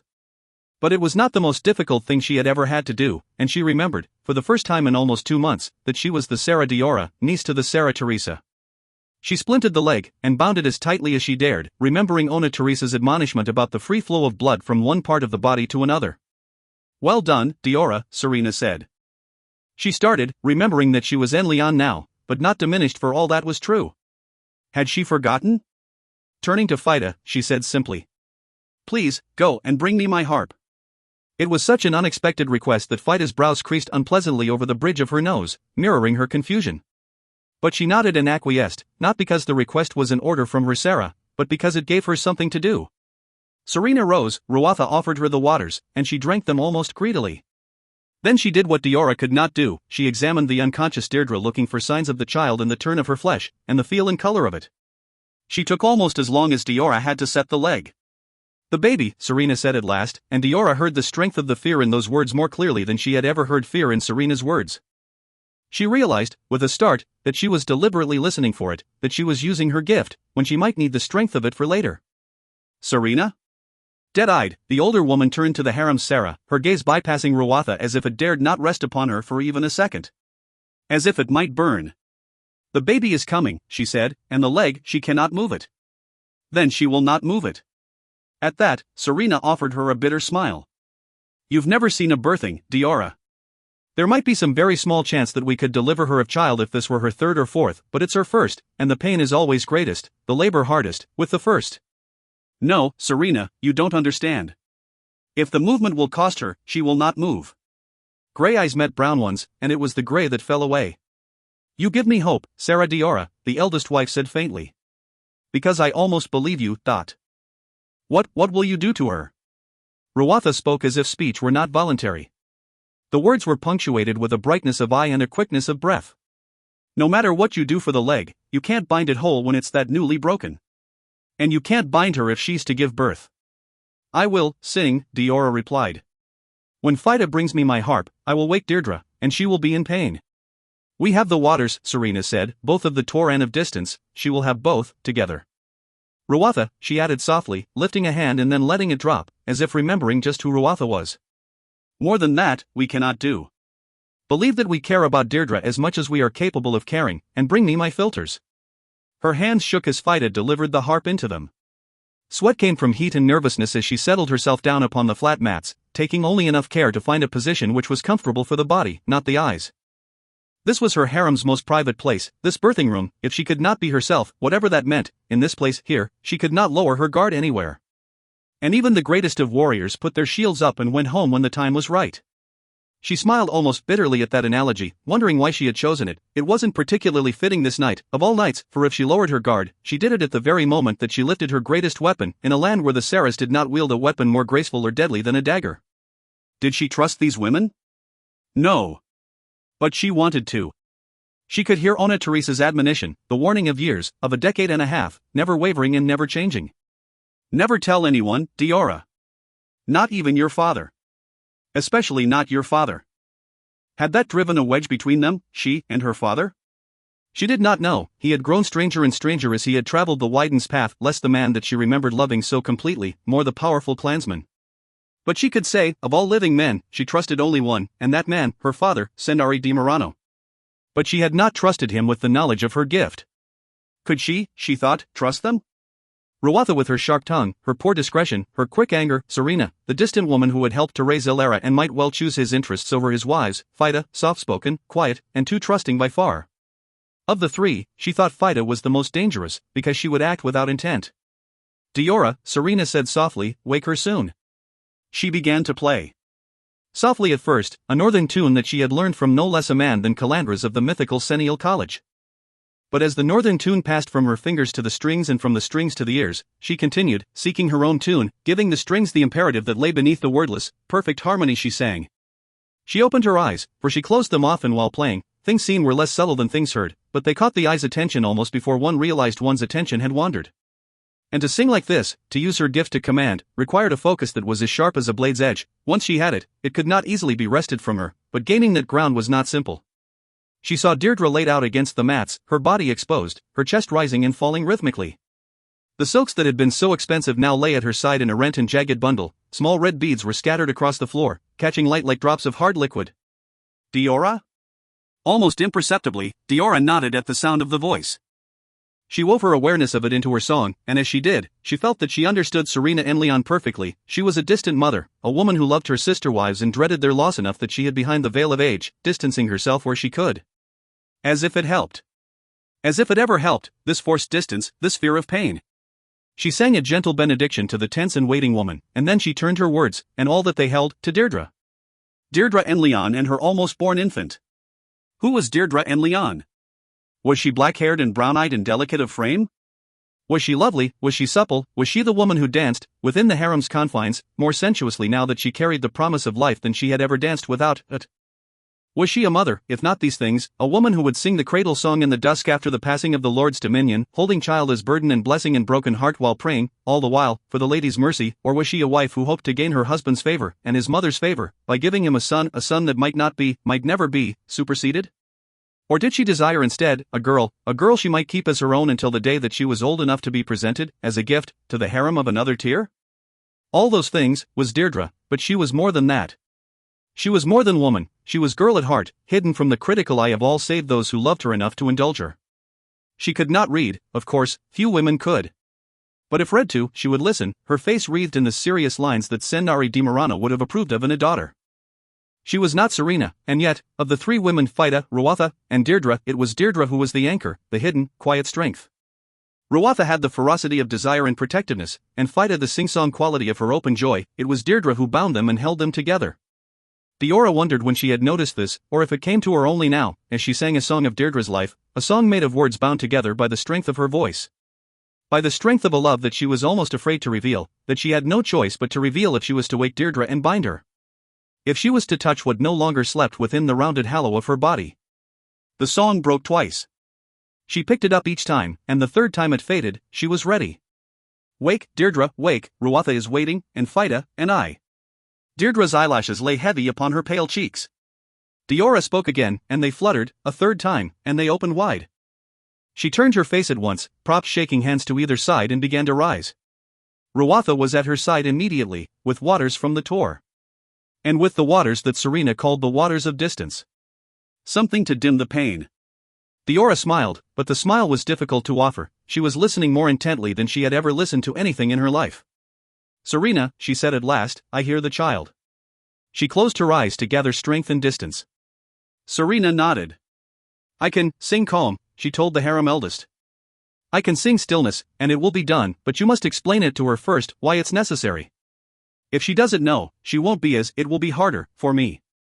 Serena nodded, the lines around her thin lips white with pressure. But she spoke gently to Deirdre and Leon. She touched the leg, the curve of the stomach, the matted stickiness of her sister-wife's brow. Her voice, low and inseparable from the tone of the music Diora played, seemed to calm the young woman. And in calmness, her best chance lay. How long? Serena asked the woman who played the northern harp. As long as it takes, Diora replied, almost as fierce in her answer as Ruatha might have been. But her answer was followed by a momentary silence, and then a forced and quiet question. How long will it take? I don't know. Hours, Nadio. At least, I think, the full half-day. This child will be born under the moon's face, in the lady's time. Can you sing for that long? She will need our help in all things, she cannot put weight on that leg, and she will not be able to curl or crouch as she should. 12 hours. Yes, Diora replied, although she had never done it before. And longer. Phaida came to offer her water, and she stopped only long enough to drink it. She found the waters of the Tor Leon to be the only balm for her aching throat, her tired hands. She cursed silently. Had she been Ona Teresa, she would have been able to dispense with the harp, but when she did not have the focus of the strings and their beautiful song, she did not know how to offer a gentle command. She could speak, but the power in her voice was almost binding. Even Calandra said that hers was a voice to rival his own had she but been given the opportunity to hone it. She vowed she would learn. She was learning, in bits and pieces, all the time. Lady's whim. But she could not learn quickly enough for this. Like all else in life, the lesson would come too late for Deirdre. The sands ran. She could see their even trickle as the glasses were turned and turned again. The lamps were lit, that Serena might see better. Deirdre herself seemed preternaturally calm. She answered every question that Serena asked. But it was not until the moon was high that Serena rose and buried her face in her hands. Diora was tired. She thought, at any moment, her voice might crack. Serena? Phaida said, making of the name a question. The baby is turned, Serena said. It lies feet first, and I fear, she fell silent. Are they out? Diora asked, although the speaking of the words was costly. She stumbled, her fingers seemed to collide with each other as her hands gave in to cramping. Are they out? What do you mean, Nadio? The feet. Not yet. Very soon. Feet are bad? Now. Yes. She was so tired. She had never been tired in her adult life, the weariness was like a drug or a poison. It made her hands heavy. As they fell against the strings, she thought she had dropped them, that they were no longer a part of her body. She thought she could not keep playing, her hands were numb and prickly. She could not command with any subtlety at all unless she did. Rising, stumbling as if the weight of her own body was completely unfamiliar, she spoke 2 words. "Turn over, Dot."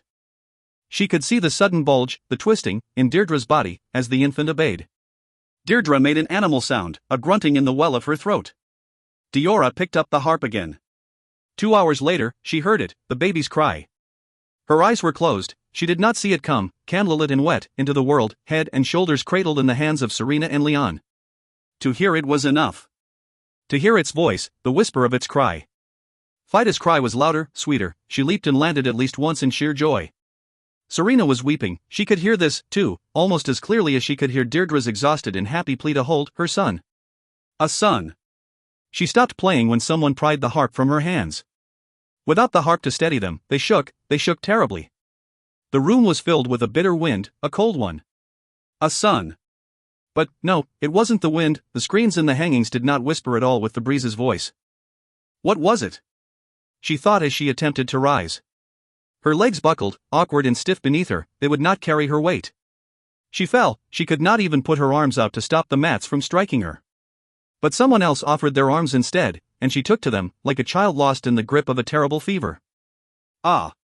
A fever. Something about the word was familiar. A warning, perhaps, about fevers. Something Calandras had said.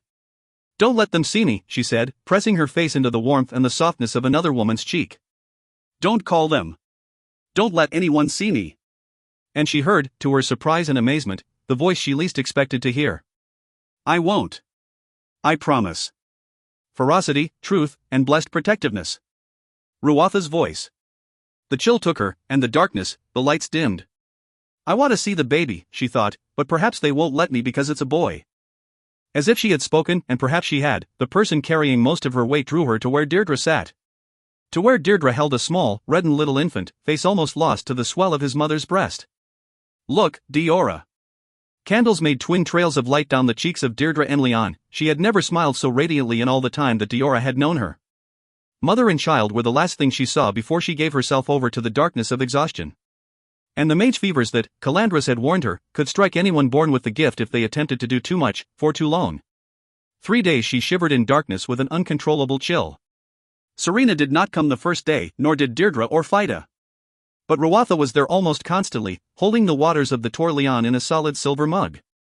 It was a common thing, and Diora knew it, but she had broken 2 glasses of northern crystal because her spasms came and went in a completely wild and unpredictable way, and she did not wish to break another of any sort. Besides, crushing silver was almost impossible, and if she pressed the vessel as tightly as she could between clenched palms, she could hold it. She found Ruatha a comfort and hated to see her leave, be it only to personally fetch more of the waters of the Tor, yet she also felt perversely guilty because if Ruatha was with her, she was not with Deirdre, and she remembered enough of her days in her father's harem to know that after the first euphoria had faded into pleasant glow, the mother was often tired and in need of aid. But when she mentioned it, Ruatha shook her dark head. She doesn't need me, she told Diora gravely. She has her son, and she has Fida with whom to share joy, and Serena from whom to take advice. I am not a mother, Ruatha added, staring a moment at hands that seemed, for all her strength, curiously unblemished and unhardened. I don't know how to share what she has to offer. I'm happy that she's happy. I would kill to protect her baby. She raised her head, met Diora's eyes with eyes that were just as dark. But you need me. So I'm here. Awkward silence filled a room that would have been still if Ruatha had not picked up the large fan and begun to use it to send a gust of warm air across Diora's fevered face. Diora broke it because she was the better taught of the two. You wouldn't have done this before. No. Why then? Why now? Hair fell down her shoulder and silk-clothed back as Ruatha and Leon shrugged tightly. I don't know. What you did, we all saw it. We haven't spoken about it. Serena won't let us. But even if she didn't forbid it, I don't know that we would. You seemed like the lady's hand, Diora. Fida says you were sent to us by the lady as an act of mercy. She smiled awkwardly, looking at the fan and not at the woman to whom she spoke. In anger, she was direct and forceful. But here, it was almost as if she dared not meet Diora's eyes, not because of what she might see in the harem Sarah, but rather, because of what Diora would see in her. I told her we deserve you. Or maybe she does. I haven't been kind. To you. I didn't know what you'd do. Ser Ilara? He's been occupied. Samantha is desperate because Deirdre's given him his first son, she has something to prove, and we've let her. We Serena, that is, told him that you were unwell because of the heat, and that you did not wish to disgrace yourself by being less than the Sarah that he had the right to expect. Or something like that. He seemed to accept it, so we've all been left alone. Especially Deirdre. But the baby, Diora said softly. The baby is a boy. Ruatha met her eyes again. Yes, she said, oddly gentle. She reached for Diora's cup, filled it, and then moved closer, placing the back of her hand across Diora's forehead. Diora, you're too hot. Are you certain? Yes. If they come, Diora replied, feeling lucid but oddly detached, they'll call the healers. If the healers come, they'll know what it is that I suffer. They'll know what the fever means. Ah, no, Ruatha was right. She could feel the cold building within as her hands started to shake and droplets of precious water flitted across the sleeping silks like wasted tears. That I'm gifted, somehow. The lady's gift or the Lord's, it makes no difference. If they know, they'll take me away, or they'll give me to the Radin for cleansing, or worse, they'll make a weapon of me, and nothing more than a weapon. The words stopped as her teeth began to chatter. Ruatha brought blankets and pried the cup from between her hands before the water was completely spilled by her short, jittery movements. Sleep, Ruatha said. There will be no healers here. Diora believed her. And because she did, she slept peacefully. 2 days after that, Diora rose for the first time. She was exhausted by the fevers but hungry. Her search for food brought her into the largest of the rooms, the harem center, where Serena and Leon usually held court. But it was not Serena who occupied the place of honor beneath the artist-rendered golden sun on the high ceilings above, it was Deirdre, and in Deirdre's arms, wrapped tight and bound into stillness, which looked uncomfortable at best, was the babe. Na-dio. Serena rose at once. Where is Ruatha? Diora smiled. Asleep. And she should be. I don't think she slept for close to 6 days. She'll be angry if you left while she was sleeping, Deirdre offered, a tired smile tugging at the corner of her lips. Oh. But she was exhausted. Well, yes. Deirdre looked down at the bundle in her arms that were, now, a mother's arms, and strong enough to carry the weight for as long as the lady allowed. Diora, Serena said, beckoning quietly. Diora smiled wanly, but she did not look away, not yet. She had eyes for the mother and the child, as if they were not quite real, as if they could be taken from her in a moment because they had crossed a threshold that she herself had never even approached. Deirdre made this life. Would you like to hold him? She said yes before she spoke. Her arms made an awkward cradle as she approached Deirdre and Leon, she who seldom made any movement awkwardly. Deirdre smiled, but Diora heard, clearly, the catch of her breath as she placed her newborn son into another woman's arms. Any other woman. Hold his head, she said, although she knew that Diora had grown up within the confines of a clan's harem, and had seen infants before. Does he have a name? Danilo. Nadani, Diora said quietly.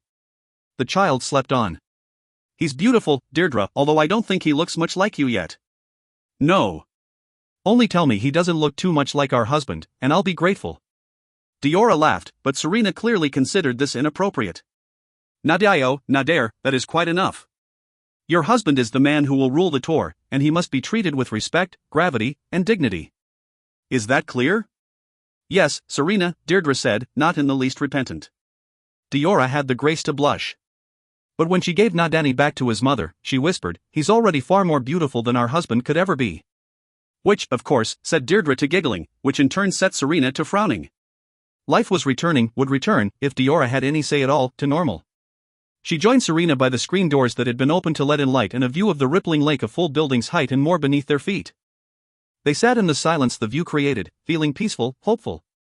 Diora spoke first, but that was often the case when these two sat alone. I need your aid, she told the older woman quietly. Serena waited, listening to the muted whisper of the waters as they moved between rushes and lilies, over rocks and plants and a bank of sand. This was the voice of the Tor Leon, because it was a symbol of life in a land that seemed to care so little for it. The lady's gift to men bred by the desert winds. If I have no child this year, no one will notice, Diora continued, speaking so that only Serena might hear. True. But next? I think next year, it would be remarked on, and not in our husband's favor. Then I would have that child next year, not this one. Why, Diora? The younger wife glanced over her shoulder at Deirdre and Leon and the babe she held so close. Because I believe that my child will be the death of that one. Not now, not for many years, but it is coming. It always comes when the Tyr feels his hold on his clan is weak. She spoke now with the Murano voice, her father's crisp and dry precision informing every word. And what will waiting a year or two do? In a year or two, many things can change, Serena. Before the lady came to these lands, the Lord's lands, it is said by many that there was only the desert and the desert winds. Nothing stands against those winds when they howl across the open plain. Yet the lady stood. And if not for the lady, there would be no life in Anagar. So it is said, yes. And you see yourself as the lady come to the Lord's dominion? To bring life, yes. Or to preserve it. I believe that I can change our husband, Serena. I believe that I can help him rule, that I can, in a year, maybe only a little longer, make him confident enough that he need not raise my son to be quite so cautious. Delicately put, Nadio. You could offer to have no children at all, Adat. But, as you say, that would hurt our husband's reputation, and I have no desire to do that.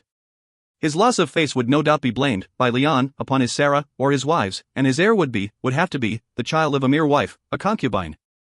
And even if I decided to have no children, and he was forced to choose among his wife's children for one son to elevate, do you not think that single son would have to be far more ruthless to survive?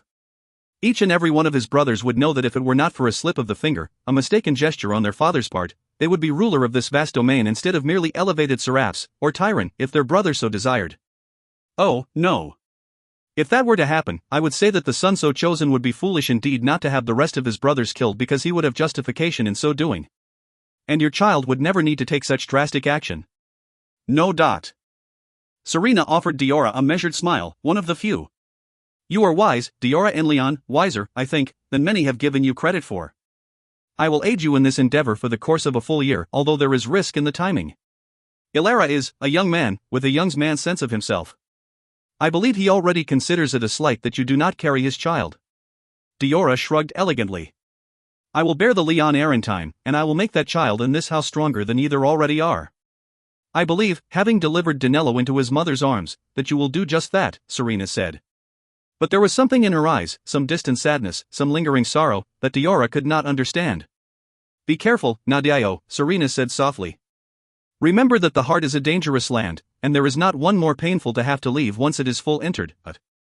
But Diora did not hear her elder, she had already turned toward Deirdre, her ear caught by the slightly off-tune hum of a cradle song.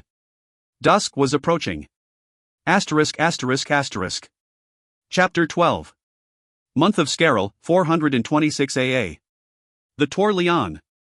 The preparations for the Festival of the Moon once again changed the face of the Tor Leon. Where the Festival of the Sun was powerful, political, the Festival of the Moon held a hint of the lady in everything, in the flowers planted in beds by the palace and the pavilions, in the blossoms, that came as if by unspoken decree to pin-can the skirts of the red-leaved foreign trees, and in the loons that stopped to water in the lake itself. Masks were made and masks sold, and in the streets of the lower city, a city that the wives and the Sarah of the Kylion were never privileged to see, wines were being pressed in preparation for the festival of the following year, and the previous year's vintage, for the less discerning of the revelers, being carted through the streets. No Tyr missed the Festival of the Sun, for it was by its nature a gathering of men who claimed power. But Moon Night was different, a door into the hidden world, a place where the power they spent their lives, and their families' blood, building afforded them no purchase. The Tyrs who chose to make this trek, and this year there were only two, the Tyragnate of Erda and the Tyragnate of Sargassa, had begun to arrive with their retinue. Diora saw their approach clearly because she recognized the banner of Clan Lorenza, with the rising sun and its clearly marked distinct rays bordering its lowest edge, and the horse of the Tyragnate Eduardo Kai di Gherardi. She prayed, although it was full noon, that she would not have to look upon his face at any closer proximity than this, but it was festival time, and much about the festival was unpredictable. The Tyragnate was the only unpleasant ripple in the tide of the day. Her husband, Sarah Lara, had come and gone several times, sneaking past his wives when he thought they might otherwise be occupied to gaze upon the face of his infant son. The child was young and had only very recently started to smile, and the father, the angry and sullen father, had become captivated in some small way by that display of unaffected joy. If joy it was. No one could quite say what would make Nadani smile, and many things had been tried, most with so little dignity it might seem the Festival of the Moon had already arrived within the harem's heart and merely waited the chance to spread its wings wide over the rest of the tour. Deirdre was happy, if nervous still, and Ruatha took great pains to absent herself from her husband's side when he chose to visit this previously unwanted child. They held their breath, Deirdre, Phaida, Ruatha, and Diora, as if it were drawn by a single person, waiting. Hoping.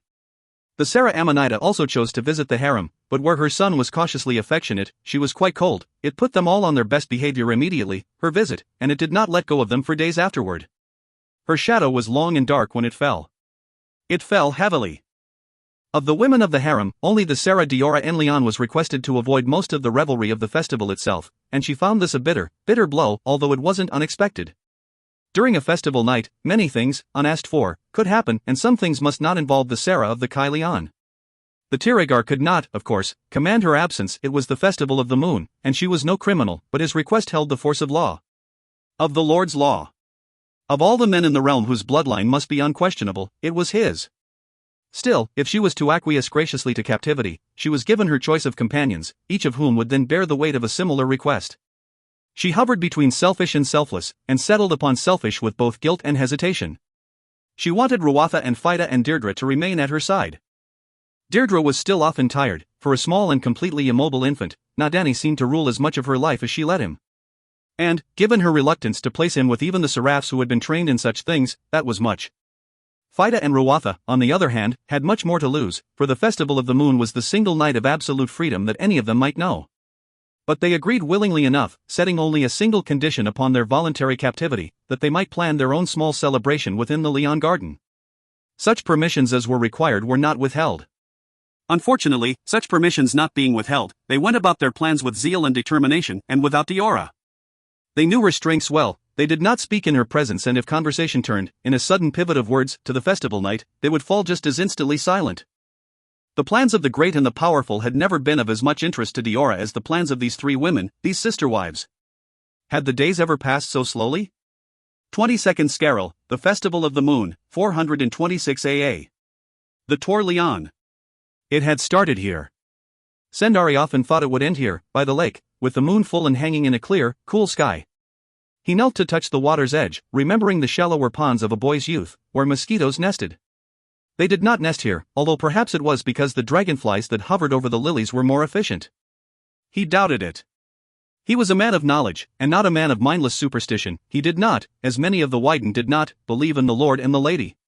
But this lake tested his lack of faith, and in the darkness of night, much to his great bemusement, it often won. He stood alone this eve. Last year, just 1 year past, he and Nadiayo had skirted the edge of the lake together. In the moonlight, the waters were shimmering, pale light into which one might descend forever, a door into the lady's realm, a place of peace. Her hand was on his arm, he could feel it still, resting delicately against the raw silk robes he wore. She bowed her forehead into his shoulder and spoke a moment of childhood. Her childhood. His own was far enough behind him that hers did not evoke it, but the days of her childhood woke in him memories that only the moon stirred now. He let her speak, interrupting seldom, before time's passage called them to descend into the city. But even then they had been forced to part ways, she to go to the demi-wall to join the gathered spectators, and he to join the Wyden in their display of finery, the fireworks by which the festival was celebrated, the single gift which the Sword of Knowledge offered to anyone, be they Tiragar or common clansmen. He had thought, then, that this year he would escape that duty, although his fires were the brightest and his dragons the most fearsome, so that he might have some time with his daughter on the one night when it was not a weakness to do so. But that was before the Clan Leon had made an offer which he had been either too wise, or too cowardly, to refuse. It was done. Even if Alesso's plans prevailed, it would not be undone. He wondered how much of a wedge it would drive between them, and if that wedge might be removed over time. Or if she would continue to be a part and parcel of offers that he, as father, could not easily refuse. There were hints of that now. He faced them squarely, hearing the barely veiled desire in Eduardo di Gherardi's voice. Hearing the anger at being first refused so that the flower of the dominion might be passed, untouched, to the Kai Leon. You have already given her in marriage to one man, Alesso said. And she is known throughout the dominion for both her beauty and her song. If she is desired, and she will be, might she not be given to wife again? Yes. It was too dark for Alesso to cast a shadow, but a shadow was cast across the lake's surface, and the waters, where the shadow touched them, seemed to bubble as if at sudden, scouring heat. He turned, angered, knowing who he would see. Isla Dar, self-styled lord. Well met, Wyden. What are you doing here? I have been summoned for the revelry, I believe. I do not profess to have much of a sense of humor. Very well. This is the night of the festival moon, but it is not coincidence that our Lord sought this night for his own purpose and his own worship. More than that, O scholar of the antiquities, I shall leave to you to better understand. The Kiali Lord was dressed like a man, albeit a tall and slender one. Sendari found him profoundly beautiful for moments at a time when he could see with human eyes, and not with eyes trained to magic's use. You are not so respectful as your sword's edge. You have nothing I desire, Isladar. The Kin Lord smiled. Nothing at all? Ah, I fear at the moment that there is truth in what you say. A pity. Of the two, desire and fear, I have found in my experiments and studies that desire is the stronger leash. Fear is unreliable. I do not fear you. You do. But you do not let the fear control you. You are wise, Wyden, but that is to be expected. You came for a reason? Ah. Yes. It appears that, this eve, we are to meet with the general, and 3 guests. I was sent to accompany you. You were sent to find me. Yes. Very well. Sendari turned, grudging the demon his company on this night of freedom. Do you know who these companions are? Ah, yes. The Tiragnate Girani Kai di Lorenza, the Tiragnate Eduardo Kai di Gherardi, and the second captain of the Tyran. Sendari's feet failed him, he stumbled in the darkness, sliding against grass and the occasional rock as he attempted to right himself. A captain of the Oath Guards? Has Alesso lost all sense? No. You forget, Wyden, that my vision is clearer than either yours or the general's in at least one regard. That man, be he one of your ever so honorable Oath Guards or no, has almost chosen his final home. He is ours. By ours, Sendari knew that the Kin Lord did not refer to the conspirators. You don't seem pleased. Of course I'm pleased, Sendari said, lying and hating the fact that this creature was well aware of it. The Tyran were the only men who swore to serve another man loyally, placing their honor above the value of their lives. They were chosen because they were trusted. Odd, that. The Tiragar trusted his generals to a point, and the Sword of Knowledge not at all, therefore Sendari did not consider the planned betrayal by Alesso of the Tyr he served to be an evil act. But the captain of the Oath Guards? He wondered if Alesso felt the same shock and the same almost naive sense of disappointment. Naive? Yes. He took a breath, freeing himself from the voice of a child, of a simpleton. It will make the task simpler. Yes. He will be your most effective weapon. I do not believe that the Kiali will be necessary at all. A pity. The Kiali will be necessary indeed. We've discussed this, Isladar. The last of the line Leon is not an Anagar, he's a hostage in the keep of the Imperial Kings. His death is in your hands. Isladar nodded gravely. Come, Wyden. The night will wane soon enough, and we have need of it. The Sarah Diora Enleon stared at the face of a dozen masks, thinking, as she caressed the feathers of an eagle, that she had worn masks all her life, some lovelier and more complex than this, some gaudy, and some so austere even Ona Teresa could find no fault. And yet tonight she wanted no mask, felt she needed none. This was her harem, and these were her wives. Oh, they were Ilaris as well, but Mara was there, by the lake, beginning an evening of pleasant drinking that might or might not turn ugly by dawn's light. She thought it might not, although she could not be completely certain. The seraphs waited for her to make her choice. She touched the feathered mask again and then lifted it quickly, knowing that, if she did not choose, they could not leave. Their evening was already passing. The rest, she told them, are yours, take the ones that you most like and keep them. This is my first festival as a Leon, I want you to remember it kindly. These were fine masks, expensive, jeweled here and there to catch the light, furred, rendered in exquisitely rich paints. As gifts, they were not grand unless one gave them to seraphs. Speechless, the younger girls gaped, their first display of poor training, but forgiven because it was the night of the festival moon, while the older women quickly and practically set about the task of choosing among the masks. They knew that Diora spoke honestly, and waiting would only mean that the masks they most liked might be worn or chosen by another. In ones and twos the seraphs who served the Sarah Diora's harem vanished through the open screen doors that cut her off, this night, from the world that lay hidden for every other day of the year. She began to walk toward the garden and Serena appeared, as if by Wyden conjuring, at just that moment. Will you not join me a moment, Nadio? Diora laughed. You were sent to make certain that I do not arrive before they wish me to, but... You won't me, Serena replied, but her smile and her tone revealed a heart momentarily at peace. But I am not quite so calculating.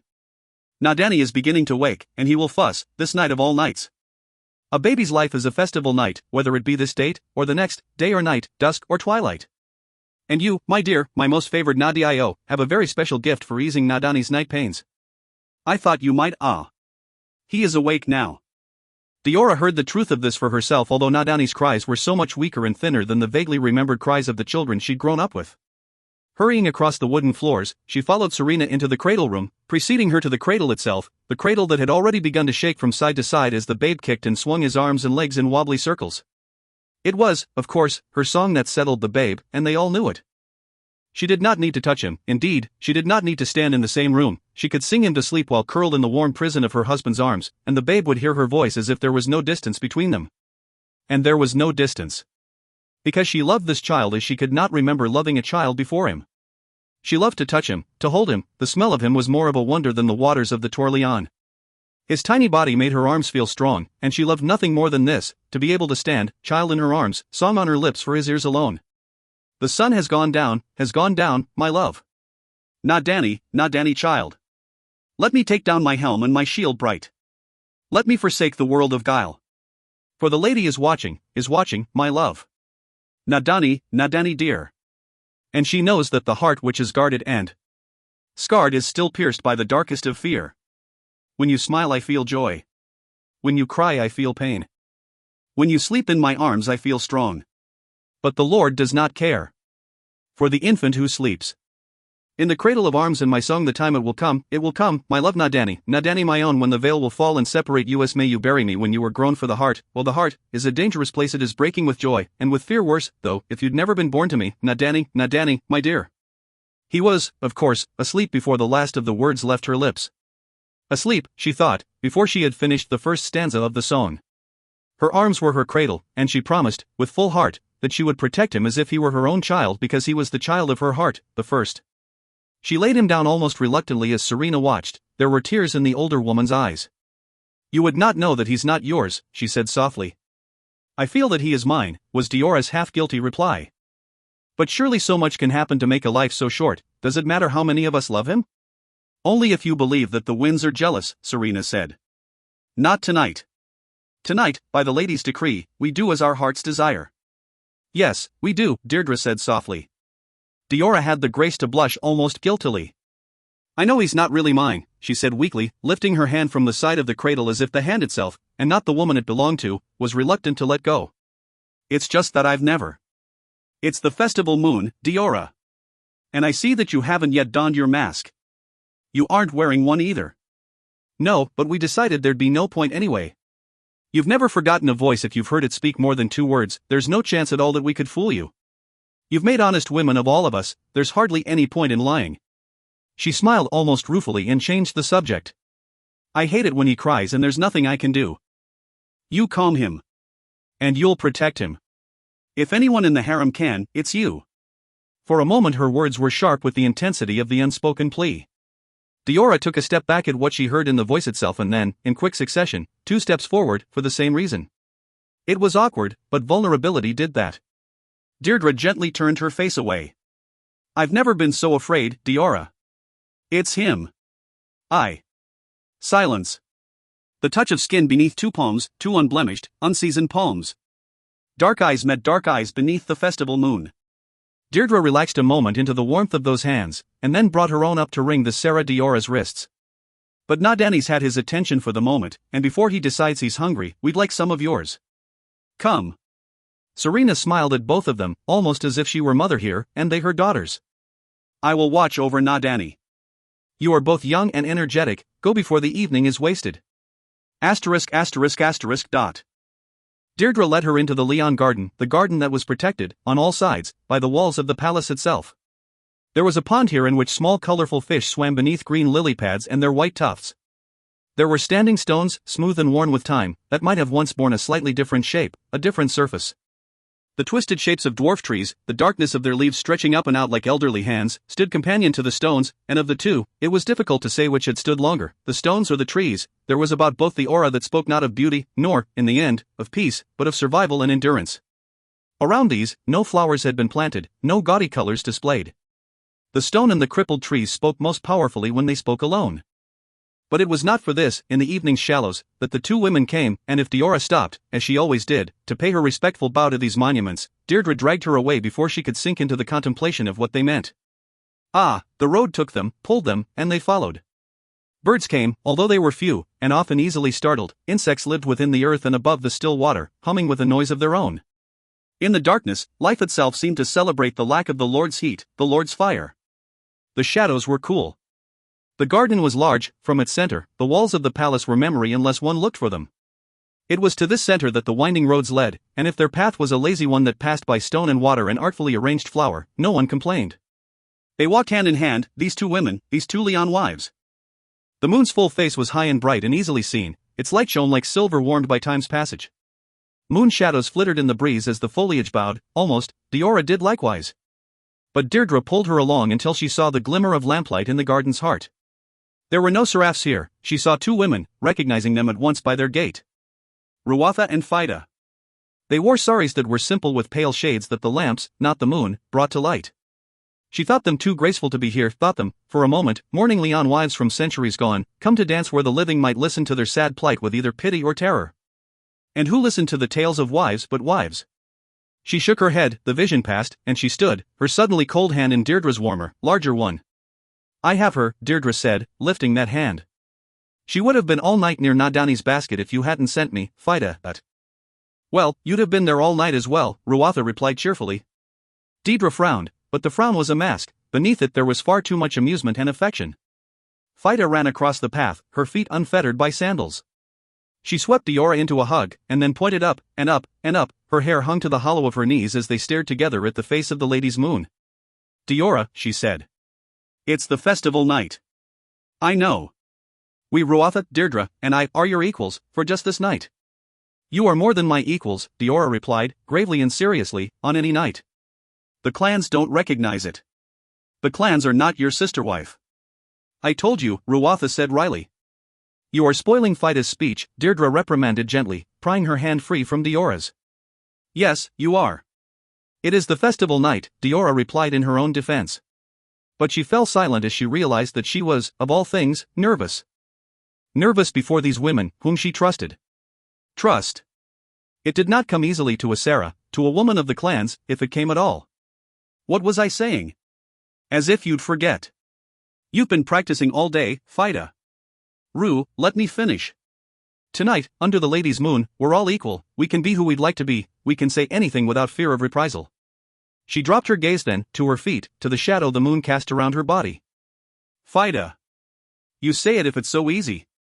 Ruatha laughed then, and Deirdre laughed, and Diora knew by this that Phaida had probably insisted, in her undeniably sweet way, that the gift of first speech be hers. What she's trying to say, Ruatha and Leon said, coming forward at last to join her three sister wives where they stood under the lambent light of the moon, with the moon as witness, is that we each have gifts for you, but if you accept them, they demand as much back in return. And as she spoke, she drew from her neck one of the many golden chains clasped there, and on the end of that chain were 3 rings. They were jade, Diora thought, although in the darkness it was hard to tell. Phaida and Deirdre won't say no to me, they wouldn't dare. It would break her heart, Deirdre added, and there's nothing quite so unhappy as Ruatha's tears. She lifted her ringless hand, the lady's hand, as Ruatha slid the first of the rings from the chain with remarkably steady hands. She put it on Deirdre's finger, and Deirdre let the hand drop. Phaida raised a hand, and in her turn, bore the ring that had been such a slight weight around Ruatha's neck. Then the 3 of them turned, as nervous, Diora thought, as she. She knew oath rings when she saw them, even if the darkness obscured them. And she knew that an oath ring was a binding made of love and determination and loyalty, it was blessed by and of the lady, and one did not accept or wear one lightly. But she had never heard of oath rings given in this fashion, as one woman to 3. To swear an oath of the heart to one woman, one accepted a daunting responsibility. To 3, she was silent. No one thought to raise the lamp to better examine Ruatha's rings, it was what they signified that mattered here, and if one needed lamplight to see it, they would never mean enough. Diora and Leon, the Sarah of the second most important man in the realm, found that she could not speak. There were words trembling on her lips, but her breath could not be moved to utter them. For a long moment, they stared at her, and then, shaking far more than Ruatha or Deirdre or Phaida, Diora and Leon lifted her hand. Phaida and Deirdre cheered, a loud sound, even a childish one, and certainly not a noise that wives of important clansmen were supposed to be familiar with, but Ruatha only smiled. At least Diora thought it a smile, the shadows made it hard to tell. Here, one had to see with the heart. They aren't very fine, Ruatha said. We didn't want to ask our husband for help. We wanted them to be ours. Deirdre lifted a necklace that was also strung with rings, they were different, cooler to the touch, but they numbered 3 as well. To each of her sister wives, she gave one, placing them in line with Ruatha's upon a single finger. Fida, the first to speak, offered a ring to each as well, her hands the steadiest of the three. Diora, she asked quietly. Are you crying? Diora shook her head, yes. And then, while they watched in shock and before Fida joined her in tears, she, too, reached into the folds of her sari and drew from it a single, slender chain. It had belonged to her mother, or so Ona Teresa had claimed. And she had made fitting use of it. Around the flat gold links hung 3 rings. Each of the 3 caught the lamplight in the garden and played with it, scattering light across the plants and the path and the small stone table upon which was placed food, water, and a screen to protect both. You knew. Fida's voice was heavy with disappointment and accusation. Diora found her voice although she let the tears continue to fall. No. I didn't. I called the lady herself to bear witness I did not know. But it is the night of the festival moon, and I thought that maybe, that this one night I could dare to ask, of you. The rings were very fine. They were jeweled, and the gold was Lord's gold, heavy and pale. Each ring was identical, at its heart, emerald, and to either side, pearl. These were cut from the same stone, she told them. I want. But Ruatha shook her head and lifted her hand, signaling for Diora to place this ring, this accepted gift and requested faith, above the 2 she already bore. And Deirdre followed, and Fida. And then they embraced, an awkward press of arms and legs and bodies pressed into too small a space, and no one cried more than Diora. No one laughed louder either, when they heard the wailing cry of Nadani approaching them in the gilded darkness of this festival night, as he was carried to his mother by a slightly weary Serena. Dawn came, a fringe of welcome light on the horizon. Diora woke with it, apprehensive. But the rings on her finger were real. Waking at this edge of the Lord's dominion did not take them from her.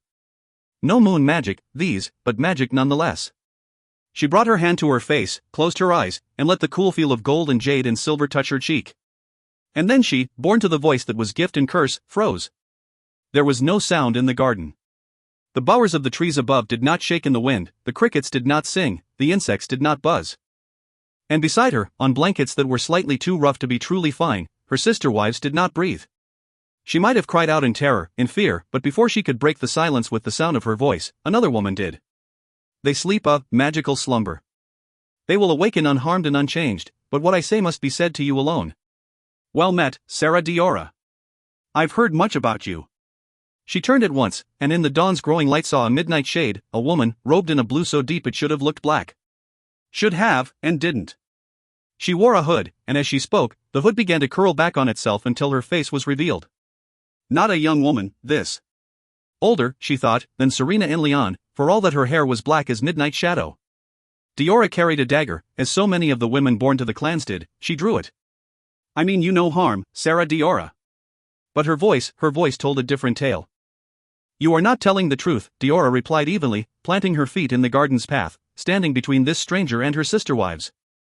Living her vow, so soon after it had been made. I am telling the truth, was the heavy reply. The woman's eyes were unblinking. I am Avene Nolan, and I come to offer the only warning I am able to offer you, here, so close to the heart of their power. That was true. Diora let the blades flat reflect the rising sun as she met this woman's odd, pale eyes. They were not gray, nor blue, nor green, nor brown, they were the color of purple lilacs. Caution decreed that she maintain her guard, but some instinct caused the dagger to waver. I believe that you mean me no harm, she said at last.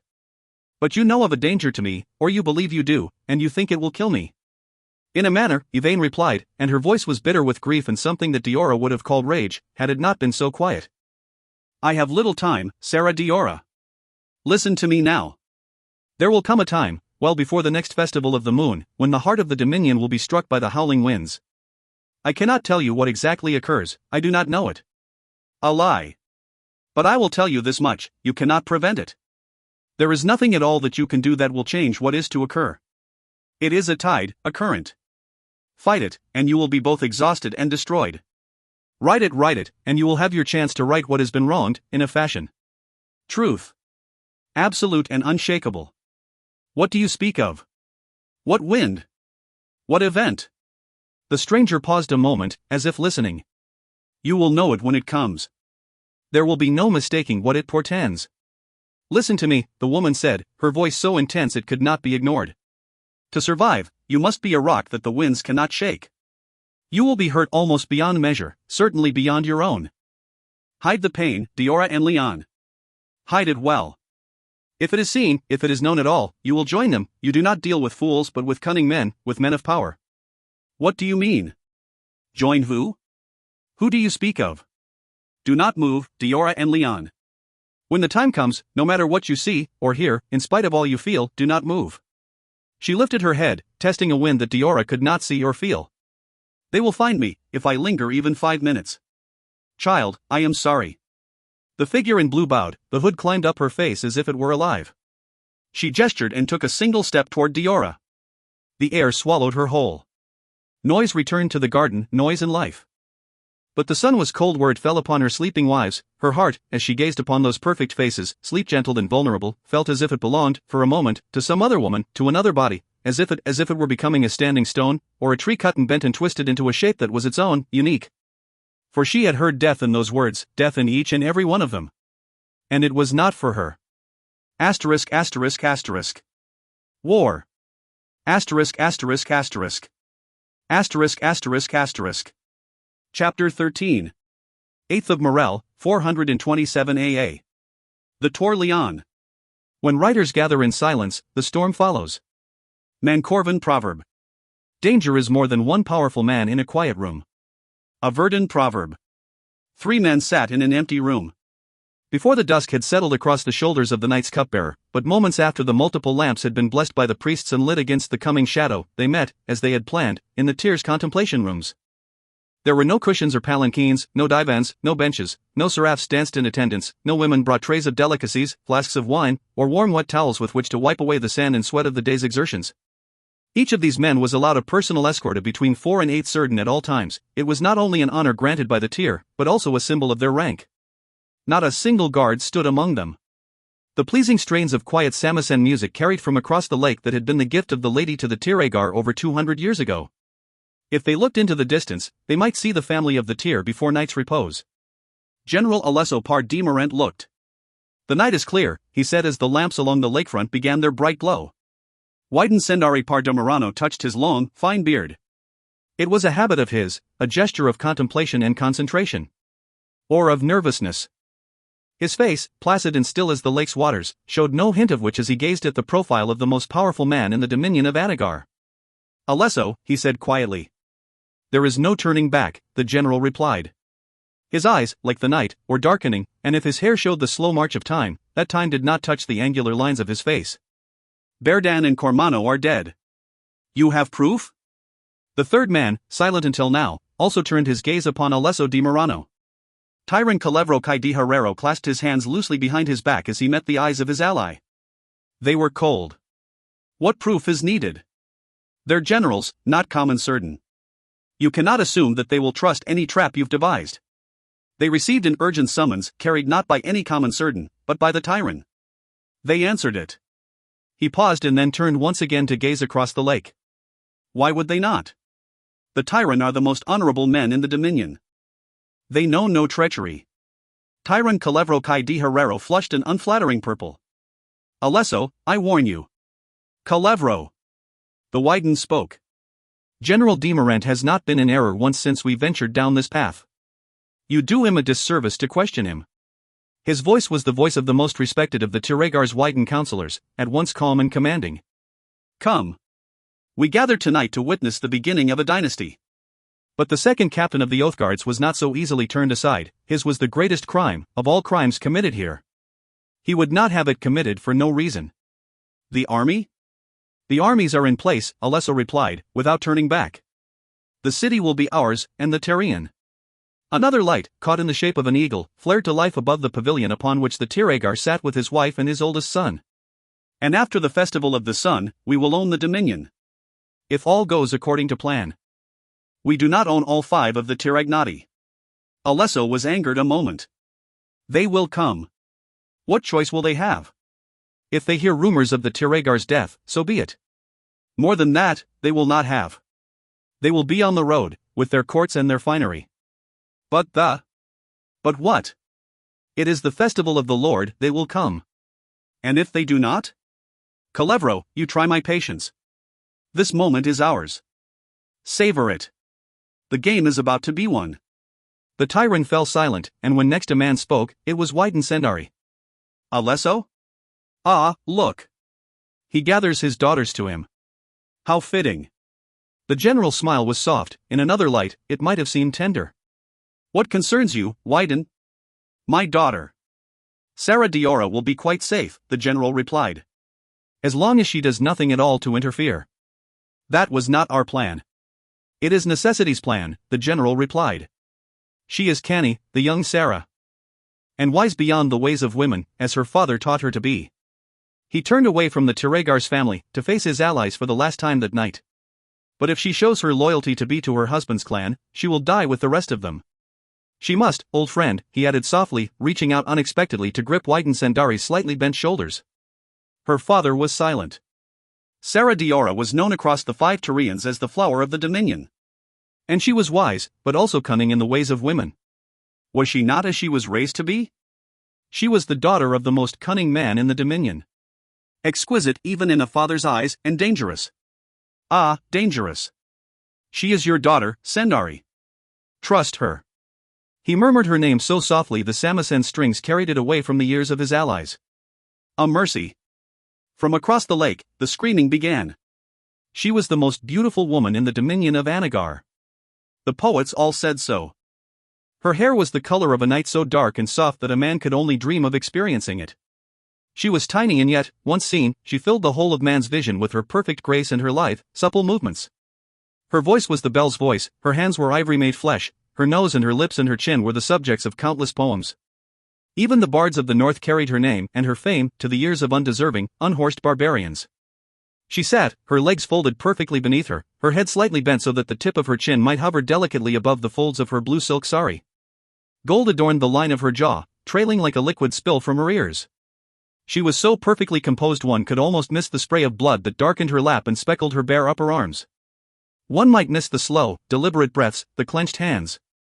8 men, wearing the uniform of the Tyrant, held their swords a moment, staring openly upon a face that very few had seen. They were tense, the kill had not yet settled and they glanced from corner to corner, waiting for their companions to join them. They made no move toward her, and she, no move to rise. No move at all, save breath, and breathing, by their orders, she was allowed. It was difficult, to kill her, one risked the wrath of the Wyden Sendari, but to disobey the general was likewise unthinkable. A poor choice for simple oathguards. The harem of Ser Ilara Valens Kaidelion was a wing unto itself, with rooms and fountains and courtyards to better display the women that the heir to the Dominion had chosen for his own use. There were places to hide here, places behind which a mother desperate to protect the life of her young child might find a moment's respite. There were guards in the harem, but not any lowly surgeon, with eyes too round, or a mouth too apt to spill the secrets of the beauty of the women therein. No, the Tiregar had decreed, and who would have thought to argue, that the harem, with its women and its valuable children, was far too important to be trusted to common men. The guards he had offered his oldest son, the guards that had been accepted, had been oath guards. They held the title of Tyrant, the only men whom the Tyr trusted. Their life's work had been the safety of the women and children of Ser Ilara. Their night's work was almost done. How long could the slaughter of unarmed women take? Screams and cries echoed throughout the rounded, acoustically exquisite harem.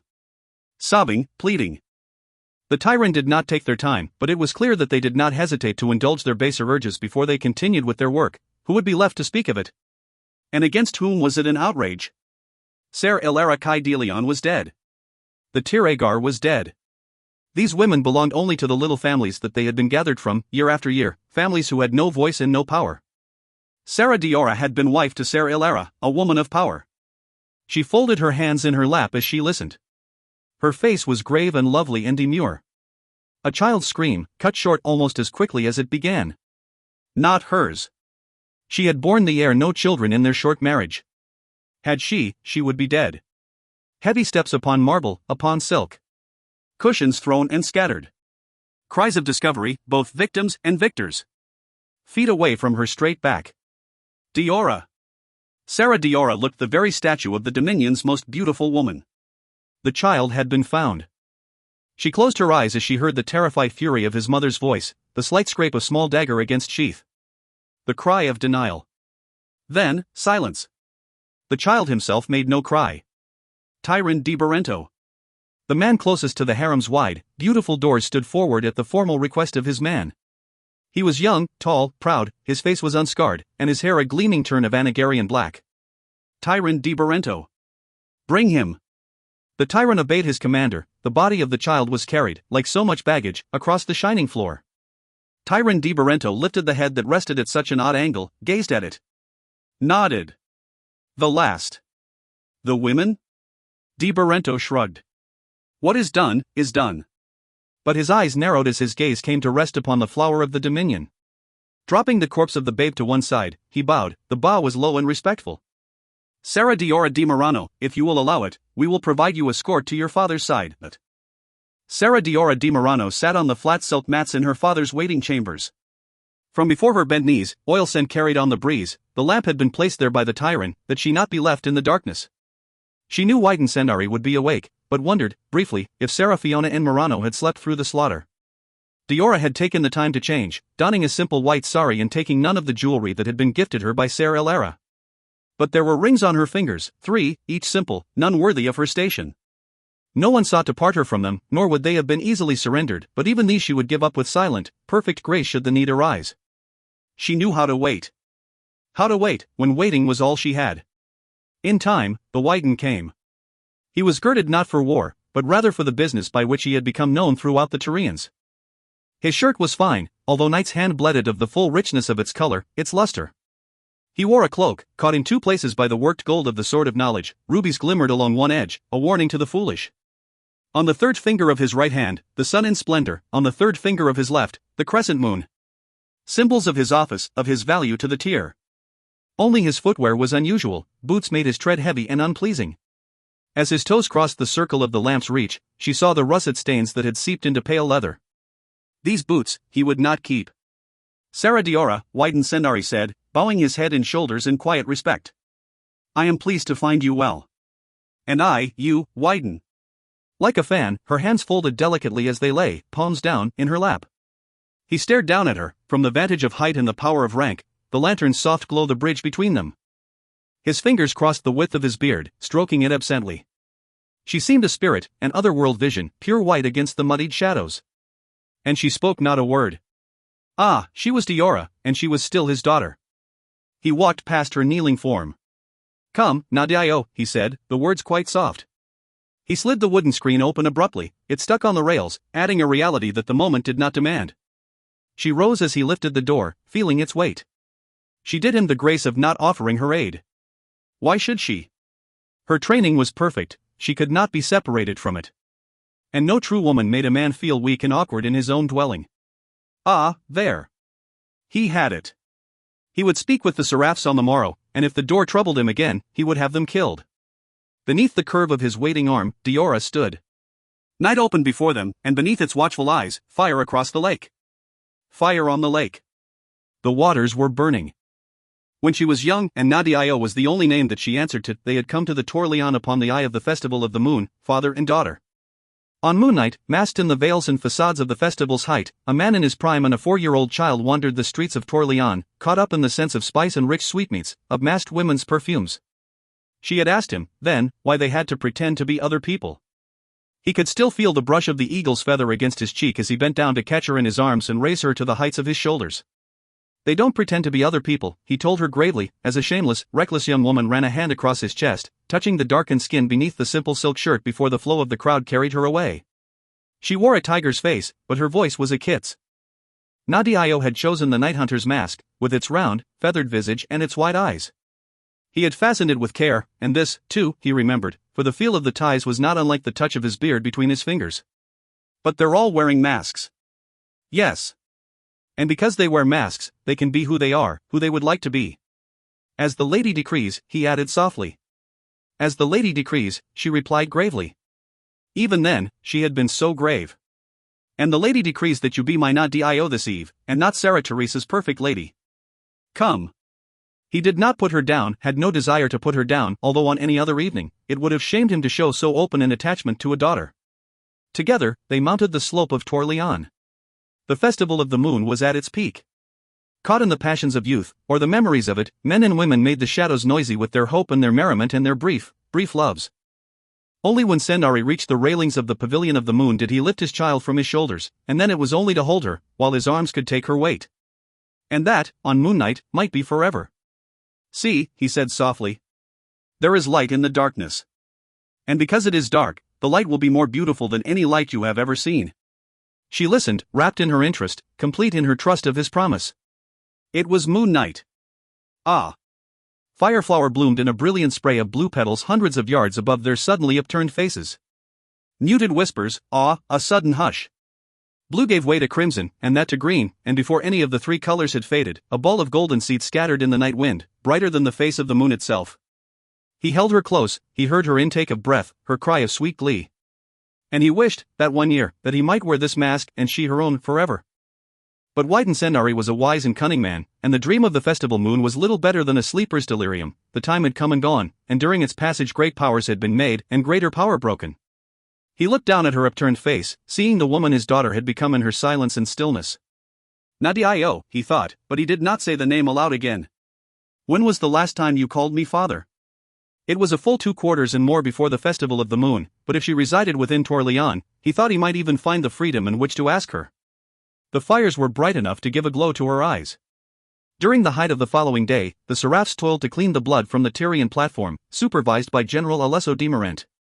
He was grim and silent, a man preparing for war now that the first battle had been won. Or so he seemed to Rat and Fredero Kai El Sol. The day was cold. The evening's work had been done quickly, too quickly and efficiently. The dead lay in neat rows, their heads set close to the bodies they had fallen from, if they had submitted to the tyrant. This was foul work, the general said, his expression smooth and diffident and utterly chilling. Would you not agree, Kai El Sol? He could not speak. He gazed upon the Leon dead as if sight alone might wake them. But I am certain that our investigations will lead us to the assassins. Obviously, in our endeavors to apprehend the killers of the clan Leon, I have been forced to close the Tor until further notice. No one, be it Seraph Maid or Rat in El Sol, is to leave these grounds without my permission. The certain have been given orders to shoot to kill, and the mages are keeping the periphery patrolled. Sound precautions. Fredero heard his voice as if it were a stranger's, and at that, a stranger that he took an instant dislike to, but could not, for shock, dismiss. Thus ends a proud line. It doesn't appear that the Tiragar offered resistance at all. But Leon was beloved of the Lord, and it is right that the Lord's rights be offered to the clan. I trust you to see to this, as the Kai El Soi. Fredero nodded, refusing to allow the stranger to speak with his voice again. Oh, and, Kai El Sol? There will, of course, be a new Tiragar crowned by the Radan at the Festival of the Sun. He offered a boon, this general, this killer. He turned and walked away, sparing Fredero the effort, the terrible, treacherous effort, of having to speak his compliance. And then he was alone with seraphs who still scrubbed and oiled and cleaned. Alone with the spirit-emptied bodies of the dead. The light in the open eyes had been guttered by the wind. But something reflected the sunlight unevenly, and as he approached it, searching for some sign, some meaning by which to decide a course, he saw it clearly. Kneeling, gently rolling the headless body of Marqueso de Leon to one side, Fredero Kai El Sol reached out to lift the sword's crown from its place beneath the large man. The crown has fallen. He rose, carrying the burden of the truth in the object itself. The dead were dead. But this? They had passed it to him to decide. And this day, this first of days, no decision came to him. He had not pulled his sword and attacked the general openly, warrior to warrior, the wrath of God against the desires of a traitor. I am only a man, he thought. But the Lord is impartial. Power is the law in the Lord's land. The crown was heavy in his hands as he walked, slowly and proudly, to the temple. But the seraphs at his back began to speak, and he knew what they said, for he had seen it himself in the silvered glass. His hair had gone gray between dusk and dawn, age had fallen upon him like the decisive blow of a sword. Like the judgment of an angry lord. There will be a new Tiragar crowned by the Radan at the Festival of the Sun. Sarah Fiona N. Morano sat with her forehead to the sleeping mats in the bedchambers of Wyden Sendari. Her hair was a spill of dark brown, artfully interspersed with strands of pearls and a touch of magenta silk that incidentally matched the throws and cushions beside which she waited. She was many years her husband's junior, and as such was considered to be a fine prize. Sarah Alora N. Morano had died in childbirth many years before. Sarah Fiona only wished that her cursed daughter had died with her. The Wyden had few concubines, and most of these were gifts. He treated them well, as befit a man of his import and station, and in return, he expected them to serve his interests when visitors came, and to follow the dictates of his wife. In the harem, Sarah Fiona ruled both wives and their children with a quiet that was usually reserved for the grave. Unfortunately, with the return of Sarah Diora, her position within the harem had been subtly changed, and she did not like it one bit. Her son, Ardano, was Kai, but Sendari had not seen fit to bring him on the road from Mancorvo. He remained with his father's brother, Torregar Adano Kai di Morano. And had he been present, Fiona knew, Artano would have been ignored in all the real ways in favor of Sarah Diora, a daughter returned to her clan. A daughter. Her son was a fine youth, almost 11, and already riding like a clansman. And Sendari showed pride in Artano when Diora was elsewhere. Sarah Fiona, the Wyden's voice, rising on her name, was her signal. She rose with grace, sitting back on her knees while she continued to wait, her face schooled enough to keep what she felt from tainting its lines. He knew it, of course, he knew far too much about her for her moods, whether masked or no, to be truly hidden. But he was proud of her ability to keep her face smooth and free from the sullen moods that many another less well-trained wife was prone to. He sat in repose, the trays of the morning meal half empty around him. His beard was a peppered spill across a chest that had softened only slightly with age. Lifting his arm, he signaled to the waiting seraph. The man bowed quickly and silently. Such a quiet surety of motion was what the Wyden most prized in his servants, before leaving his Ser's presence. He bowed once at the screen door, stepped across its threshold, knelt, and then slid it quietly shut. "You found him," Sendari said, as he met the blue eyes of his young wife. It was a compliment. She was not to be put off so easily, however. "Wyden Sendari," she began, stopping as he lifted a hand. "Come, Fiona. Join me. It has been many days since I have had the pleasure of your company." "As you wish, Wyden," she replied. Her movement was a study in stilted grace, but her face was lovely. She crossed the silk mats like an angry cat, stopping at last to kneel in the cushions by his feet, her back quite stiff. He laughed, his eyes shining with genuine pleasure. Touching her bare shoulders with the flat of palms, he stroked her skin before unwinding the silk sari she wore in one quick and easy motion. She did not respond at all. "You are enough to quell a man's ardor, Fiona," he said. "Not," she replied coolly, "the Wyden Sendari's." She had to lift her chin ever so slightly as his nose and lips traced the underside of her ivory jaw. Again he laughed, and this she found most infuriating, before he caught her tightly in his arms. Another man might strike her, dismiss her, force her, but not Sendari. No. His answer to her subtle defiance, her cool anger, was always this slightly indulgent amusement, the same, kind for kind, as he tendered his concubine's children. One day, she thought, she would like to see him angered. She was younger than he, and not terribly wise. And if she chose to withhold the delights of a lady's pleasure, he chose to evoke them. It was an uneven battle from start to finish, for Wyden Sendari did not enter into any game that he felt he might lose. Later, tangled in his arms, pearls from a broken strand rolling into the silken folds beneath her back, she was allowed to speak her mind. It was always this way with Sendari. The act of loving gentled him for moments at a time, and if one knew how, one could work around him then.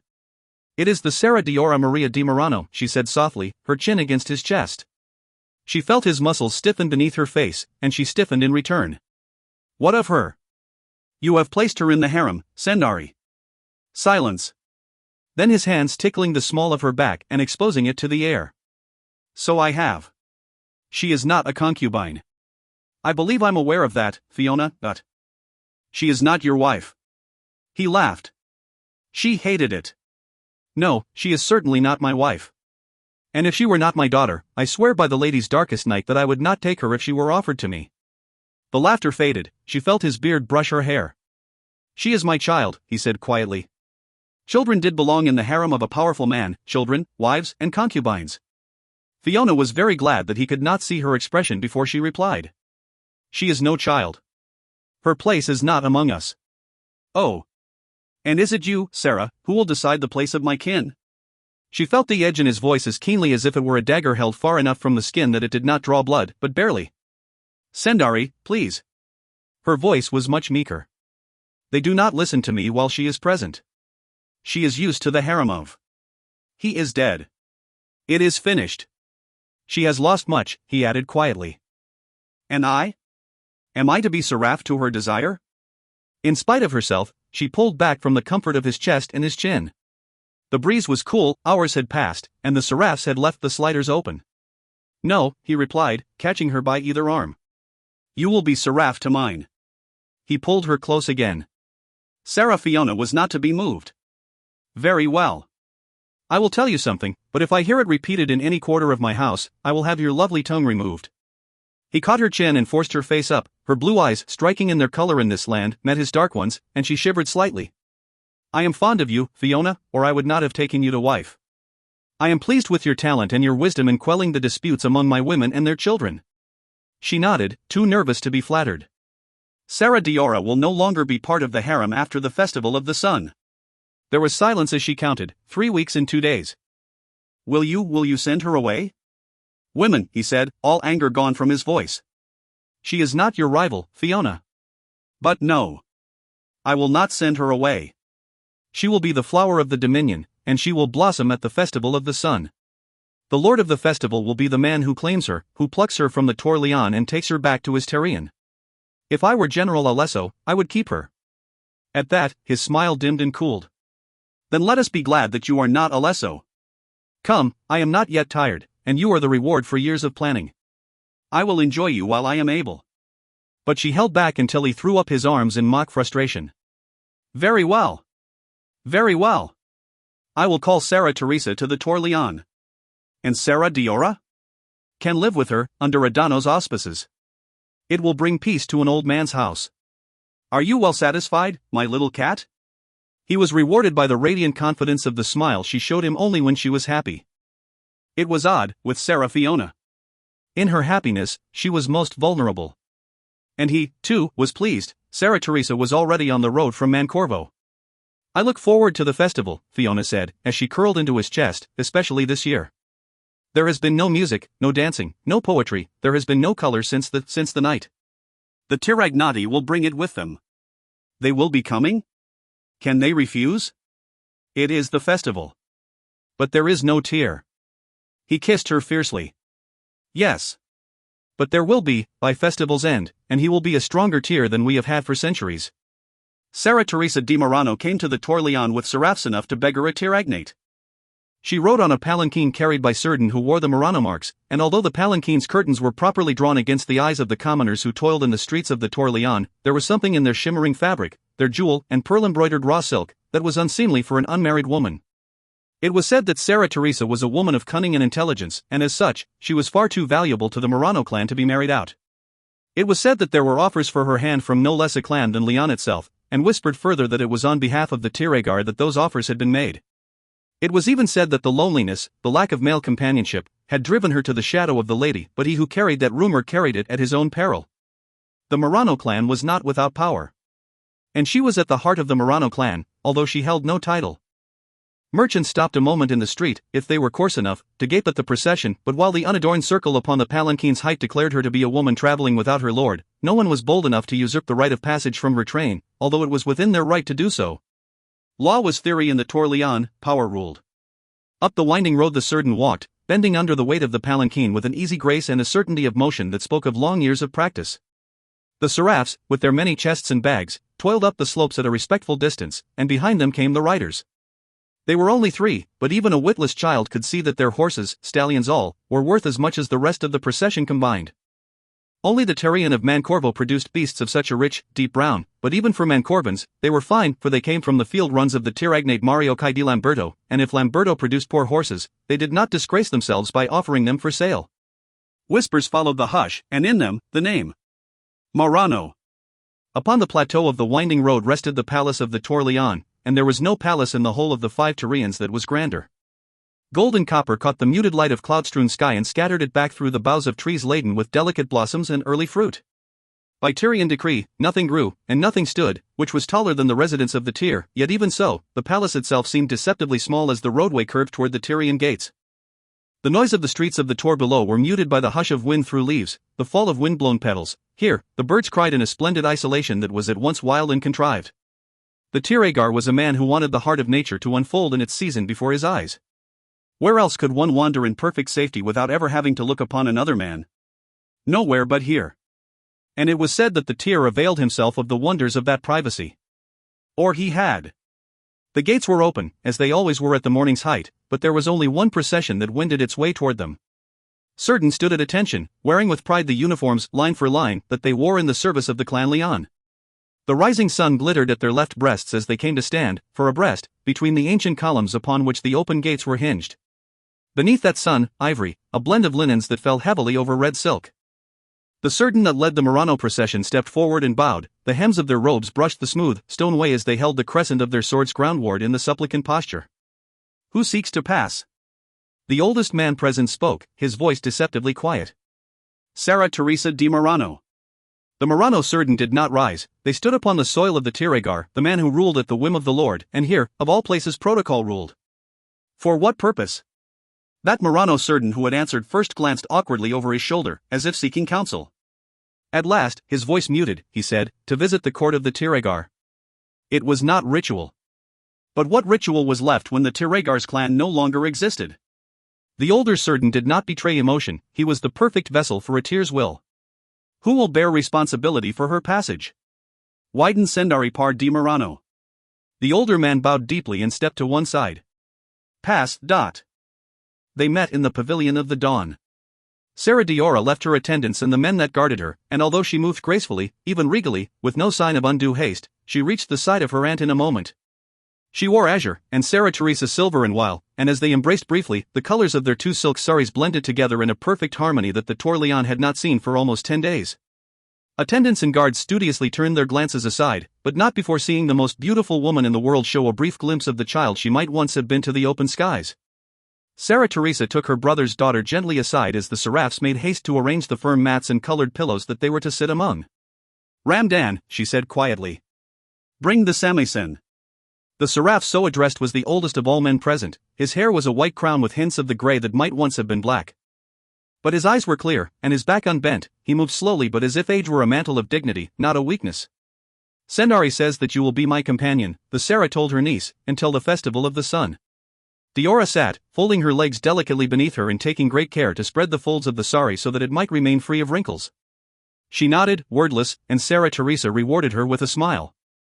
Ramdan placed the long, slender samisen into Sarah's hands and stepped aside, falling away like a shadow from the brilliance of the two women who sat in perfect repose on this warm summer day. Sarah Teresa gazed a moment at the strings and then touched them gently, pulling a quiver, but not a full note, from the movement. Do you still play? She asked her niece. They both knew the answer, but Diora smiled. Yes, Ona Teresa. And would you play for me? The day has been quite long, and the week harsh, and I do not recall another's touch as sure as yours, or another's voice as pleasing.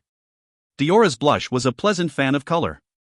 She was, in all things, Sarah Teresa's most apt pupil. Ser Artanis sends his regards to his sister. And his sister, Diora replied quite coolly, returns his regards. Her fingers brushed the strings beneath her hands. Nadio, Sarah Teresa said, using a voice that only her niece might hear, you think that things will never change between you. But he is your family, and you are both young. Yes, Ona Teresa, Diora replied dutifully. But there was an edge to the words, fine and sharp, that only those with great familiarity might note. As if to acknowledge this, Diora spoke again. He did not come to the Tour Leon with my father. No. I should have known, then. Her voice was soft and pleasant, her face, quiet and placid. How could the Widen Sendari travel to the Tour Leon for the festival of the sun without his kai unless he thought the risk to the family too great? Diora. Silence. The samisen answered for her. But Sarah Teresa frowned as she watched her niece's fingers in their play across the strings. Diora, what do you wear? Music. The refrain to a hymn of a clan long dead in the Tiragnate Wars. Diora. The word, sharper now, where Sarah Teresa was never publicly sharp. The Tiragnate Wars replied, the clouds parted, the breeze carried the warmth of the summer day, the smell of lilac. Diora. Rings, the younger woman whispered, fighting the compulsion without any sign of the struggle. 3. Sarah Teresa stared at her brother's daughter for a long moment, and then she smiled, but the smile was laden with sorrow. You are your mother's daughter, she said softly. Those rings, they are oath rings. The strings stilled as Diora laid shaking hands against them. She turned to her aunt, her eyes unblinking, her face still delicately smooth in its lack of anger, its lack of sorrow. Training, Sarah Teresa thought, ward often with youth. They are oath rings, the younger woman said, straightening her shoulders and lifting her chin before she gave with dignity the information she knew Sarah Teresa could compel. She touched the first ring, a plain band with intricate knotwork etched across its length. This is Fida's. The next, silver, where the first had been gold, caught light as she lifted it. It was free of design, but set into the band, where they might not catch at cloth and hair, were two small stones, one sapphire and one nightheart. This is Deirdre's. And the last, jade, a tiny ring with no marking and no stone. This is Ruatha's. And the matching rings? They lie buried beneath the dirt in a mound outside the Tour Leon where any seraph can walk with impunity. She paused. I heard rumors that seraphs had, indeed, begun digging. On another day, Sarah Teresa would give a lecture on a true Sarah's ability to rise above common rumor and gossip. What oaths, Diora? Sarah Teresa whispered. What oaths did you swear? Diora lifted a hand, 3 rings caught the light and sent it scattering as if it were dangerous. They were private oaths, Sarah, I took a vow upon it. I will not allow you to force me to break that vow. She turned her unblinking, defiant gaze upon the most dangerous woman in Anagar, and she waited.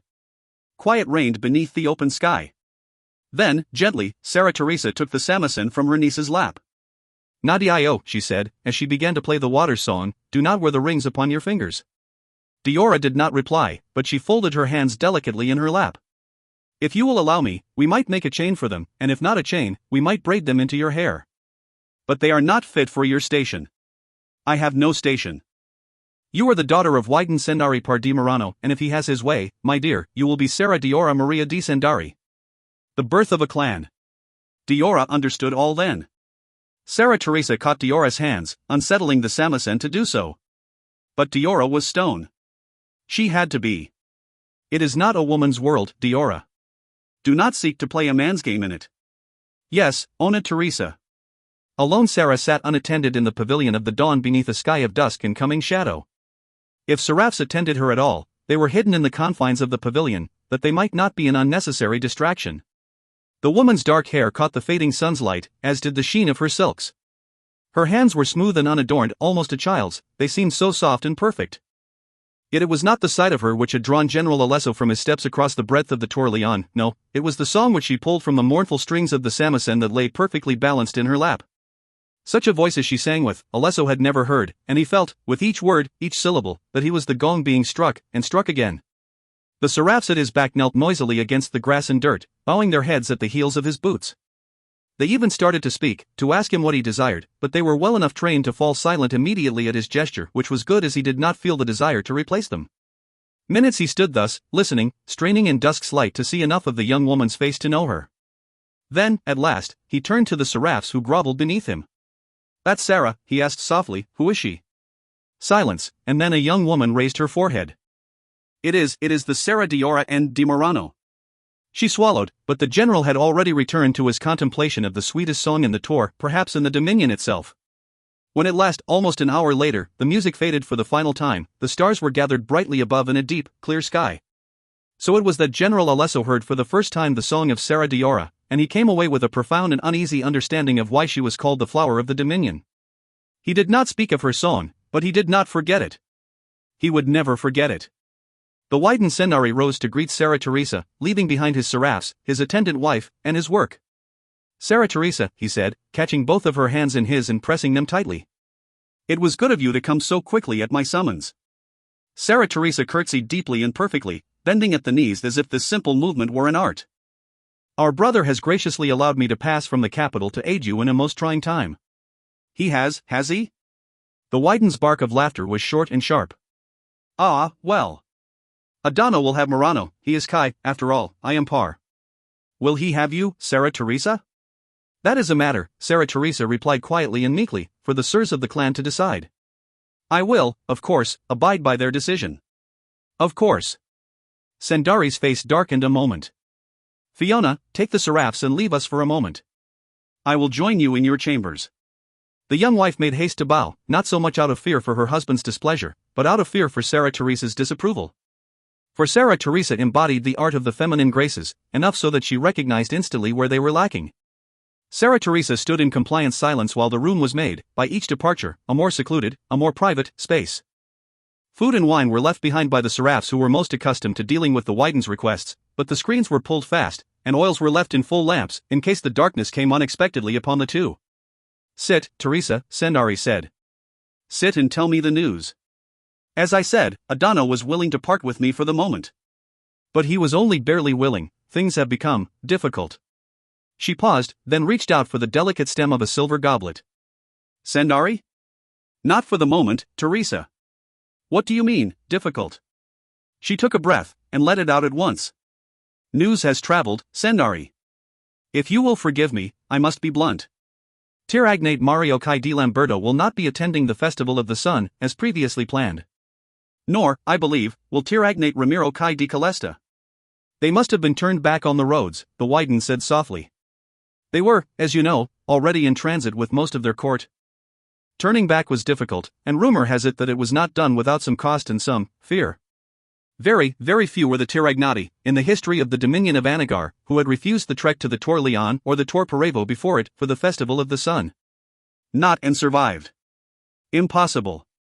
Sarah Teresa nodded her head in acquiescence to the wisdom of the Wyden. As you say, Wyden Sendari.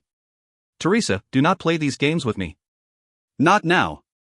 Very well, Sendari, but remember, it is at your command. His smile was bitter indeed.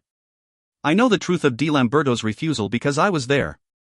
Both I and Adano had gratefully accepted the request to accompany Mario Di Lamberto as part of his court at the Festival of the Sun. We were on the road. We turned back. She paused. Ramiro di Calesta is far more cunning, and it may be that he will absorb this news and seek power in the Tor Leon, but I fear that he may well feel that power, if it is here, will be his to lose, not to gain. He was not, after all, offered prior warning. Sendari's face went completely slack as he stared into the surface of the sweet, dark wine, seeing perhaps a reflection, perhaps a crimson spill. We expected some news to escape, he said at last. The slaughter of a clan, even one so small and self-contained as Leon, does not pass without comment. It is not just news of the Tyr's death, nor even the death of his Kai. It is not of the slaughter of his children, nor even the slaughter of their wives, and their children. Wyden Sendari said nothing, but when Sarah Teresa wordlessly offered him the goblet again, he accepted it. More than that, he said softly. No one has left the grounds. No Seraph, no Certain, and no member of any of the clans. No message was delivered by magic. The Sword's Edge himself made it impossible with the aid of his allies. His eyes became cold points, and his voice was sharp but completely even. Thus did a Wyden gird for battle. What news was carried? The news that the Tyrant betrayed their Tyr at the behest of General Alesso. That news. To Di Lamberto, a clan known for its love of, its loyalty to, honor. Mario Di Lamberto was not a political creature. In fact, if he'd been a man with lesser territory and a smaller army, he might have been called a fool. He would, without thought, turn back in disgust, festival or no. Consequences or no. No more? It was enough. She paused. And Adano is still alive. If Adano was alive, no mention of the treachery of Clan Di Murano had passed through the Tor. Sendari rose, the lines of his face hardening further into anger. Berdan, he said icily. General Berdan di Navarre.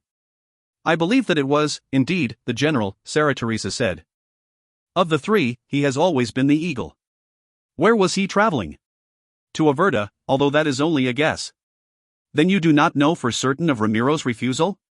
She did not dignify the question with a response. The moment stretched, and when it was broken by the Wyden. Thank you, Sarah, he told her quietly. It was a dismissal, but it did not anger her. She knew where he was going and why. But she was Sarah Teresa. Wyden, she said, as he reached the screen. He paused, and used to interruption of any sort, from anyone, be they man, woman, or seraph. Yes, Sarah Teresa? She is Alora's daughter. In every respect. His brows gathered a moment before it became clear to him who she spoke of. Diora. *****. Chapter 14. 21st of Morel, 427 AA. Esselian, Avantari, the Palace of the Twin Kings. Midnight.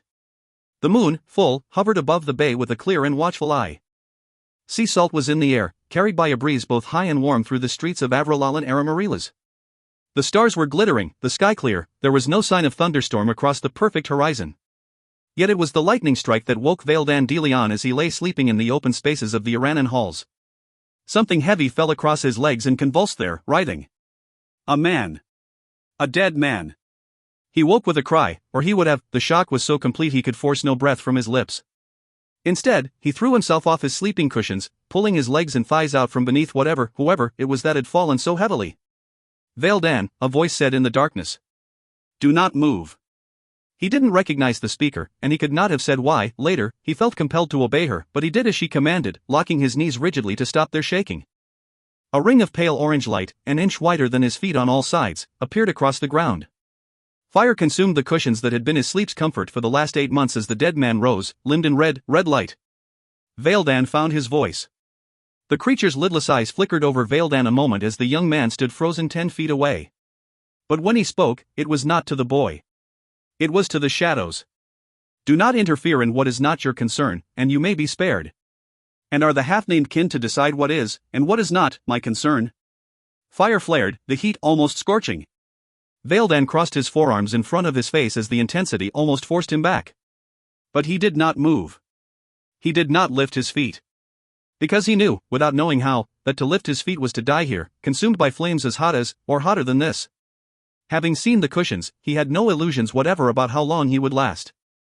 You know the kin, the creature said, as the last of its human seeming melted away. Great wings unfurled, uncomfortable beneath the 10-foot ceilings, long, obsidian arms glittered in the unnatural light of fire. Horns, black as pitch, and pale, long teeth filled out the contours of its face. The creature gestured for light, and it came. The room was harshly illuminated. Yes. Bereft of shadows, a small figure in robes the color of midnight nodded her hooded head. Then know this. You will not be killed by half-named kin. Be honored. The woman lifted her hands to her face and pulled the folds of her hood down. Her hair was dark, and her skin very pale. Her eyes were an unnatural shade that glittered no less dangerously than the demon's teeth. I will not, she said gravely, do you the honor of dying? Please forgive my manners. Almost casually, the creature bent down and lifted a slab of rock with one crooked talon. Shattered bits of stone scattered across the floor as he gingerly balanced it a moment in the flat of his hand. It was half a good man's height in width. Lightning struck again, and this time Veildan could see the source of it clearly, the hands of the robed woman. He began to murmur a prayer to the lady. It was the Lord's time soon, but it did no harm to whisper her name in the darkness. Veildan had no more time to react. The stone shattered, as if it were glass or crystal. Sharp shards of rock flew in all directions. Not a single one of them hit. Very good, the creature said, its voice growing deeper and heavier by the word. If I had the time to play, little human, I would take it. But duty calls. He turned, pivoting neatly on feet that should have been far too large for such a delicate maneuver, and sent a stream of liquid fire from his fingertips. To Veildan.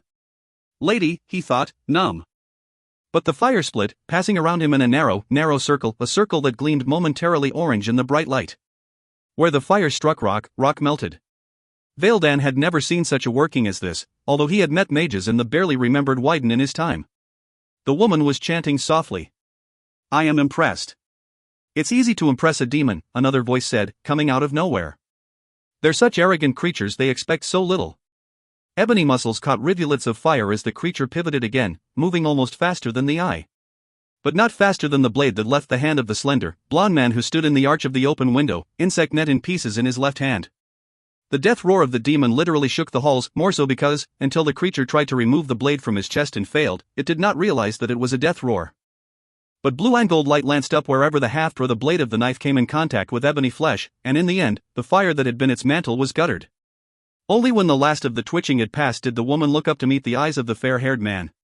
You took your time. It is not so easy as all that to steal weapons from the Astari on a moment's notice, the man replied coolly. You might have come to me sooner. If I had the choice, she said pertly, turning to face Veildan, I'm not certain I would ever come to you at all. Then she gave a low bow. I don't believe you've met me before, Veildan de Leon. But I know of you. I am Yvain A. Nolan, and in return for this eve's work, I ask a favor. He owed her his life. And because he was young, he said, anything. But the man in darker clothing removed the ties that bound his hair so tightly, freeing coiling strands of gold and silver. Only then did Veildan recognize him, Calandras of Seniel, the favored bard in Queen Siodane's court. Be careful what you promise her, he told Veildan softly. She will collect without mercy. 21st of Morale, 427 AA. Anagar, the Tor Leon. Wyden Sendari di Marana was not pleased, that much was clear by the tight set of his lips. If one was not familiar with him, one might be able to lose sight of it in the length of dark beard, the dignity of the Sword of Knowledge. General Alesso Demarant had known the Wyden for almost 20 years, he could not ignore the slight furrows in brow and the corners of dark eyes. Wyden Sendari? General Demarant. The Wyden bowed formally, too formally. I request a private audience. I see. Turning, the general spoke 2 words. Seraph and Certain alike vanished behind the screens as if they were mice. This is important. It was not a question. Yes. And private, Sendari, the word, terse, was cut off by a tightening of lips identical to the Wyden's. Very well. With a curt wave, the 4 Tyran who stood at the corners of the room were also dismissed. They sheathed their weapons in perfect unison, and bowed to the man at the room's center. Silence held a moment as Alesso Demarant rose to greet his ally. Speak, he said, his voice low with warning. It might interest you to know that Lamberto and possibly Calesta will not be attending the Festival of the Sun at the Torleon this year. The expression upon the general's face became guarded. What do you mean? I mean, the Wyden replied, measuring his words, that Mario di Lamberto and Ramiro di Calesta have heard word of the events that passed here. They will not trust you, and it is likely that even Ramiro, canny as he is, will refuse the pilgrimage. He paused. Nor, General, do you have the authority to command them? No, Alesso replied, almost genially. It is the festival itself that will give me that right, as you well know. How did you come by this information? Sara Teresa di Marano. Sara Teresa? I see. And she? At this, Sandari's brows drew down, his fingers stroked the length of his beard as if it was a cat's tail. Berdan di Navarre. The general's eyes narrowed at the name. Impossible, he said flatly. Is it? I saw the body myself. Berdan di Navarre is dead. You will have that body exhumed, the Wyden said. I would see it myself. They stared at each other a moment, two men of power with anger between them. It was Wyden Sendari who spoke first. My pardon, Alesso, he said, and if his voice was cool, it was sincere. They were not friends because they knew no conflict, but rather because they knew how to gracefully survive it. Sara Teresa is not known for fallibility, Alesso replied, relenting as well. It is foolish to waste our strengths against each other. If Lamberto and Calesta will not come to the Torleon, we will carry the war to them. The armies stand ready, he added softly. As do our allies. We hope to take the Tyrians without the cost of war, but no true power comes peacefully. He smiled, and the smile was the coldest expression that had yet crossed his face. Mancorvo and Averta will not stand together, they will fall, and easily, upon our field. Sendari closed his eyes and took a deep breath. Yes, he said quietly. It is so. But still, I would see the body. Very well, if it is not Berdan's, there is more at work here than we would like. I will call the Seraphs. I counsel against their use in this, I would summon the tyrant instead. But Alesso grimaced. They report to Di Herrero, and we will hear Culevro's opinion soon enough. It is late, old friend, and I would see to this in peace. Sendari did not demur again. Wyden Sendari was dressed for the darkness. If not for the gleaming length of his beard and the glint of the sword of knowledge at his breast, he might have been mistaken for a simple seraph. Alesso came in court garb accompanied by the silent seraphs that had been a part of his personal service for many years. They were few indeed. They brought shovels and spades and worked to the steady flicker of lamps until their skin glowed in the dim light, and they did not speak a word. Sendari wondered if they still had their tongues, but chose not to ask. It was unseasonably chill and damp, the breeze was biting. I am old for this, he thought, and that chilled him further. He seldom felt his age. But perhaps it was not age. Indeed, if he were honest, it was not age. Deora did not speak to him at all. Oh, the words were there, and the tone of voice, for her voice was always perfect, but beneath the words was a distance so vast he thought. A cold, red glitter caught his eye, and he turned his attention to the sword of knowledge. Blood. Night was the time of omens. There, Alesso said, his voice a night whisper. The ground was shallow, the bodies interred here were not meant to remain. In less than 2 hours the grass had been carefully rolled back, and the dirt beneath removed. It was a testament to their fear of Alesso that the seraphs immediately jumped to pull the corpse from its shallow earthen creche. It was night, and one did not disturb the dead beneath the eyes of the lady without invoking her displeasure. Even Sendari raised a palm in warding before he realized what he had done. The Wyden were not superstitious. They were men of knowledge. But a man's heart and child's heart had something in common, and knowledge alone did not save one from that commonality. Alesso noticed everything, but chose to raise a brow and offer a sardonic smile. I believe, he said softly, that your skills are now required. The Wyden nodded, gesturing for the seraphs to lift the lamps that stood upon the ground. The lamps were dim for precise work. He looked at their slender cases and grimaced. Hold them well, he told the seraphs, and do not be surprised by anything that occurs. They could see the glint of the golden sword at his chest, and they nodded quietly, knuckles whitening as they obeyed his command. He smiled and then raised both hands, palm up, in a sudden flicker of motion. The oil in the lamps began to burn unnaturally bright, the flames leaped, tongues touching open air. There. Good enough. The body. He recognized the slack face at once, although death lent it a certain grisly complexion. The lady's ceremonies were performed? By whom? Alesso replied sharply. Of course not. But his eyes narrowed as the Wyden's question took root. Sendari asked nothing without purpose, not even trivial questions about the weather. Observe, the Wyden said, walking over to a corpse that was, in the right glare of the Lord's light, only that. There was no blessing, no supplication, no protection. Kneeling, he gently touched the contours of the body's cheek and jaw. But the worms have not begun to feed, there are no marks. His grip tightened suddenly, like a vice. The seraphs jumped back as if they expected movement, causing the light to waver. General Alesso's face was completely neutral, a bad sign. He crossed the grass and came to stand beside the kneeling Wyden. Then what, he said, gazing down at the corpse, is this? But the man kneeling on the grass had become the sword of knowledge. Power was a game to be played, but this was life's blood. Alesso grimaced, but subsided. He had seen this fevered concentration before, and doubted very much that Sendari di Murano heard anything but the questions that were running through his Wyden's mind. A spectator, the general watched as the Wyden passed a hand over the corpse's face. The lids, close to that point, rolled open over sightless eyes. Here, he said softly. Before Alesso could speak another word, the Wyden carefully, and expertly, pulled the eyes out of sockets that no longer had use for them. The seraphs made sounds akin to wind through hanging leaves, and the lamps dipped again in their hands as they freed a palm momentarily to ward against the lady's displeasure. Only the general remained unmoved. No. Watch. But the Wyden's words were unnecessary. Blinded in such a visceral fashion, the whole corpse seemed to lose the patina, not of life, but of having lived at all. Skin turned slowly to wax, and at that not a smooth coat, but the drippings of a hastily melting candle. Berdan was of a class in which tallow saw little use. Beneath this blotched and blobby layer was a mask of wood with hollows for eyes and a cut-hole for a mouth. In fact, the body was entirely of wood. It, like the skin, had the look of something constructed in haste, for the arms and legs were not of equal lengths, and they were rough-hewn, not sanded and ground to a finer finish. The Wyden's hands curled around the eyes, knuckles white. His expression fluctuated between triumph and anger. Tell me, the general said, his voice the essence of command. It is Voyani magic. Voyani? The first surprise that Alesso had openly showed in the long evening. But they barely have competent herb lore. The Wyden approached the wooden dummy.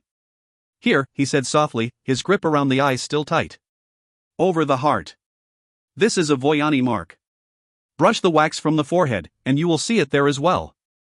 It appears that one at least of the Voyani is trained in the old ways, but... Alesso drew a dagger and dulled its edge against wax and wood grain. When he had finished, he bent down to inspect the crookedly carved emblem of the quartered moon. He must have done them a service, the Wyden said thoughtfully. For I have only read of rumors of this magic, and it is from a time when the Voyani were not known as the Wanderers. Can we use them? At that, Sendari laughed. It is my intent to begin studies into that very question. Then allow me to save you from wasting your time.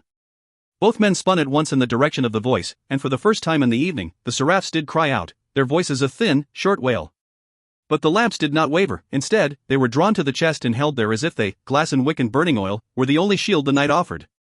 The Voyani magics are tied to the Voyani themselves. Those eyes were imbued with a life gift. You will not be able to duplicate it, even if you happen upon a willing victim. The creature that stood before them was neither man nor woman. It was tall and slim and black as pitch. But its eyes were red, and its teeth white, and they glimmered in reflected lamplight as it spoke. Forgive me for this intrusion. My lord sends his greetings from the Shining Court. Alesso said nothing, but he wished that he had taken Wyden Sendari's advice and called for Tyron instead of his seraphs. Silence extended a moment around them like a heavy fog. When Alesso spoke, his anger burned it away as if it were Lord's light itself. Yet he did not raise his voice.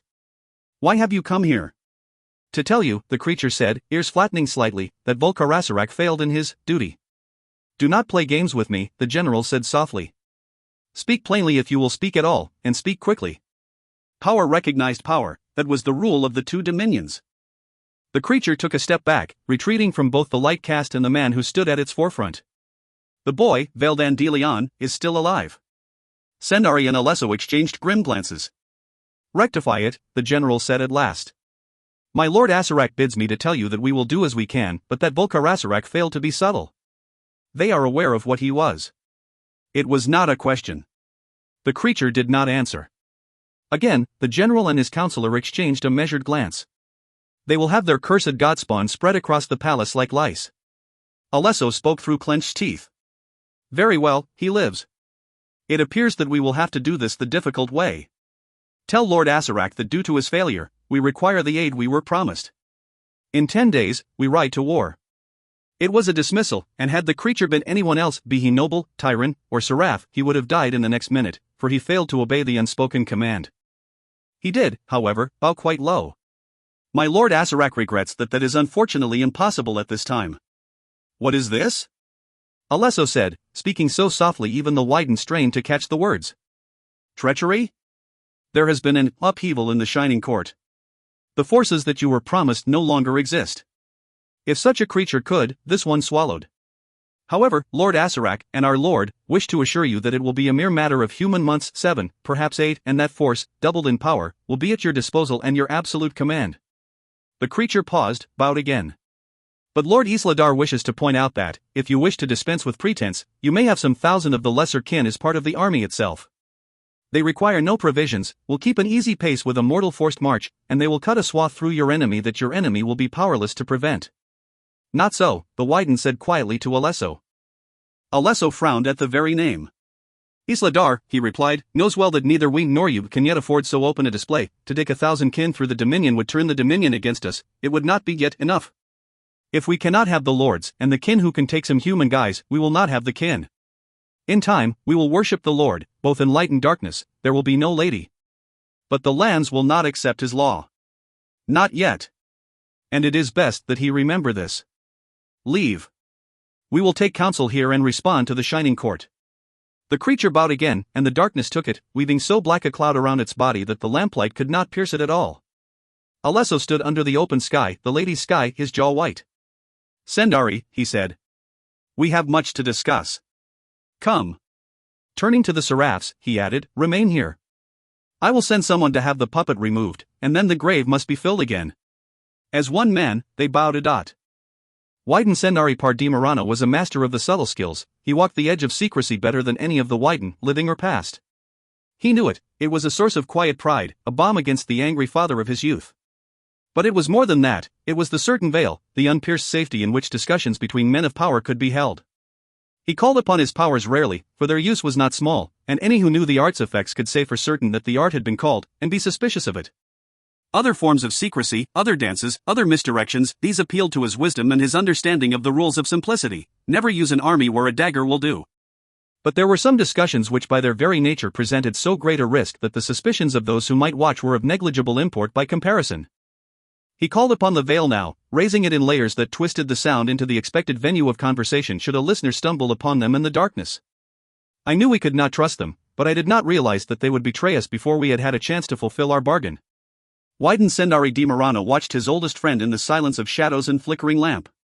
He was not at home in this darkness, and his mind turned, again and again, to the Voyani artifacts, those two eyes, which rested in the confines of his Wyden's robes. Sendari. It was a command.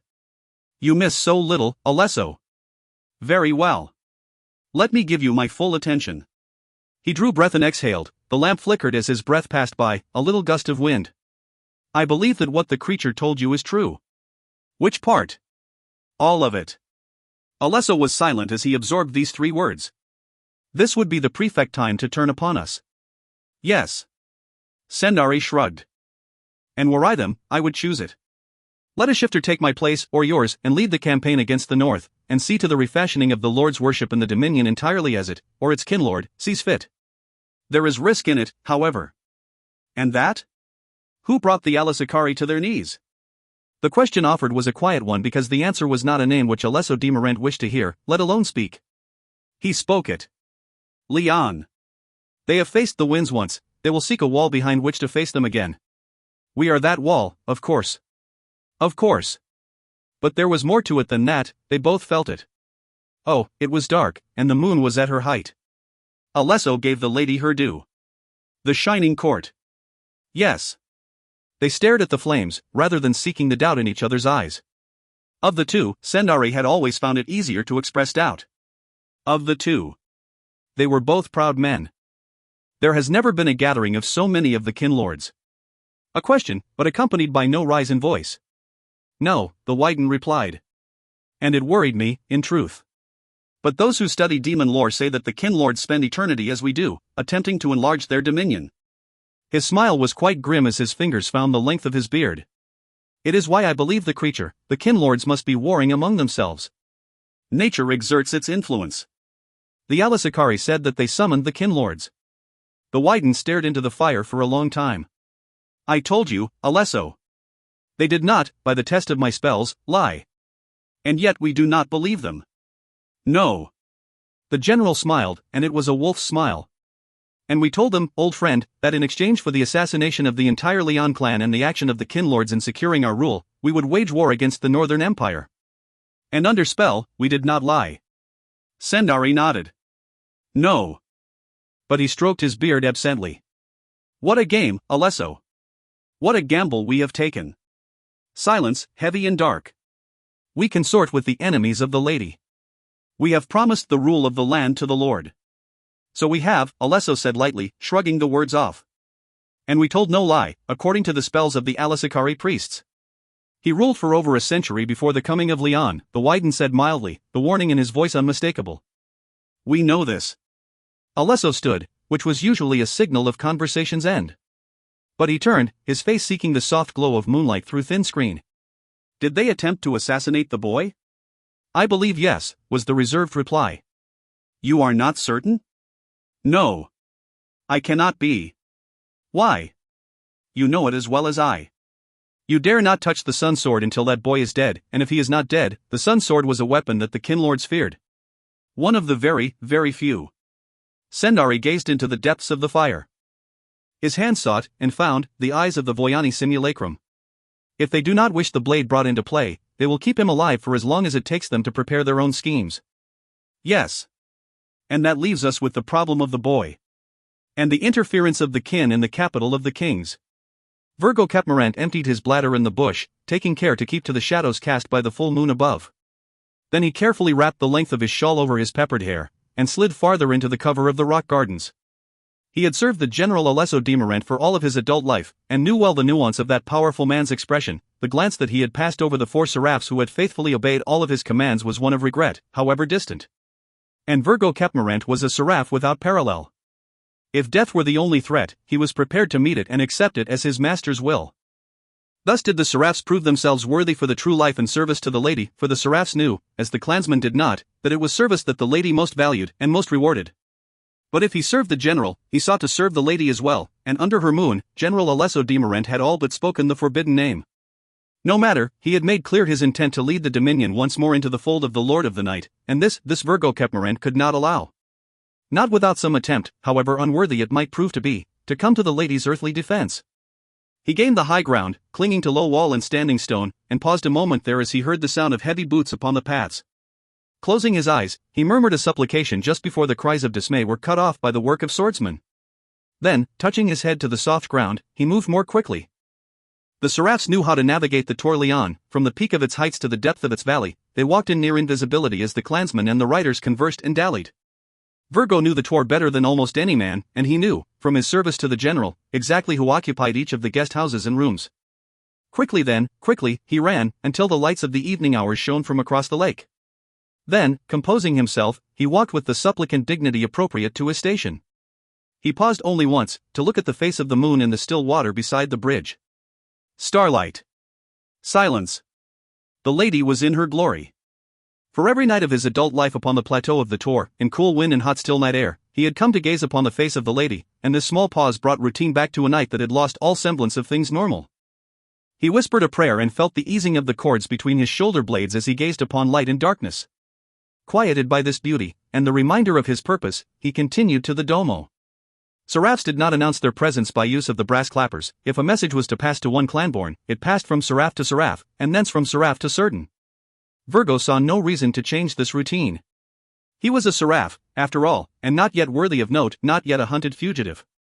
Not yet. And perhaps not ever. If the general was not careful, he would not question the tyrant. They would come, with drawn and blooded blades as evidence of their obedience. He would inspect the crescent swords, ask if the seraphs were properly buried, and then thank the tyrant for their service and their loyalty. But the Wyden was different, and if the Wyden were there, he might think to ask, how many? Virgo's time was the lady's time now. His life had ended at the command of his master, and only the grace of the moonlight and its shadows had preserved him. But the lady's grace was her own to bestow, and no man, no wise one, could demand that it last beyond her whim. Let him only speak, let him only deliver his message. Then fate might take its course. He knelt upon the coarse mats outside of the closed sliding doors, blowing on the lamps so that their flicker might be seen through the textured screens. Then, in a silence of breath and heartbeat, he waited. The doors slid open a crack, and the face of a young seraph, a girl on the verge of womanhood, peered out from around the door's frame. Virgo privately thought this girl had been brought from the training halls too early. This was not the appropriate posture for a seraph to a woman of Sarah Teresa's consequence. Or Sarah Teresa's exacting standards. But he was seraph, not Sarah, and it was not his position to criticize or advise. The girl stepped out into the night, slid the door shut behind her, and then knelt upon the mats in front of the door. Her hair was dark and fell in a single braid across her shoulder. He touched his forehead to the wooden slats and then raised his head. "I bear a message from Ser Alesso di Morant for Sarah Teresa di Murano, if she would hear it." The young girl bowed her head to ground in return and then rose. "It is late," she said quietly. "Indeed. And my master apologized for the disturbance, but the message is most urgent." "Wait, then." As she slid the doors open again, he caught the scent of something sweet and light wafting across the breeze. He had had daughters, of course, some had even been accepted as concubines to the clansmen, both of Morant and farther afield. To his great surprise, Virgo felt a bitter pang as the young seraph disappeared, for it was at this age, with one foot firmly planted in childhood, and one in womanhood, that most of his daughters had been taken from him. Ah, but that was a graceless thought. A useless one. And only beneath the gaze of the pale moon, from which such things could not be hidden, would a man think it. Lady's grace, he thought, bowing his head, he must be close, indeed, to the end of his life. At least none of his daughters had been given to Gherardi. The young seraph returned, accompanied by no other seraph. She knelt upon the slats, but this time her bow was very correct. "If you will follow me, the Sarah will hear the message you bear." Sarah Teresa di Murano was not a young woman, and because she did not have youth to hide behind, the night made her powerful. Or at least so it seemed to Virgo Morant as he knelt at her feet in the orange flicker of lamplight that somehow felt strange. She sat upon a divan, cushions to either side, her hands resting against raw silk as if it were the arms of a throne. Jewels glittered upon her fingers, multiple rings in silver and gold against which the light played. The young seraph knelt immediately to the left of, and behind, the Sarah. Virgo noted the complete absence of Cerdan in the Sarah's quarters. The lack did not comfort him. "You are Virgo Morant," the Sarah said softly. Virgo was well trained, he knew how to school his face in the presence of a woman of quality, and he did so now, although surprise made his heart dance. "I am, Sarah." "And you bear a message from Ser Alesso?" "I do." "Then speak it freely." He hesitated a moment. "Sarah," he said, his voice a shaky whisper. She raised a dark brow. Do you shaking himself?" He straightened his shoulders. "It is said that you are a follower of the lady's mysteries." "And this, Alesso sent you to ask?" "I think not, seraph." Her expression was odd, she stared at him long in the dim silence before speaking again. "Ser Alesso did not send you." It was almost a relief, to hear the words from her lips. "No, Sarah. The Lady of Night did." "I see. Personally?" He had the grace to blush, although the shadows hid it. "No, Sarah. But I live at her whim. And, at this moment, at mine. I grow impatient, seraph." "Why have you come?" "To tell you that Ser Alesso and Wyden Sendari serve the Lord." "That is hardly news." "And they intend to return the dominion of night to his keeping." Her face, at that moment, became stone, her eyes, a glittering darkness, and ebony.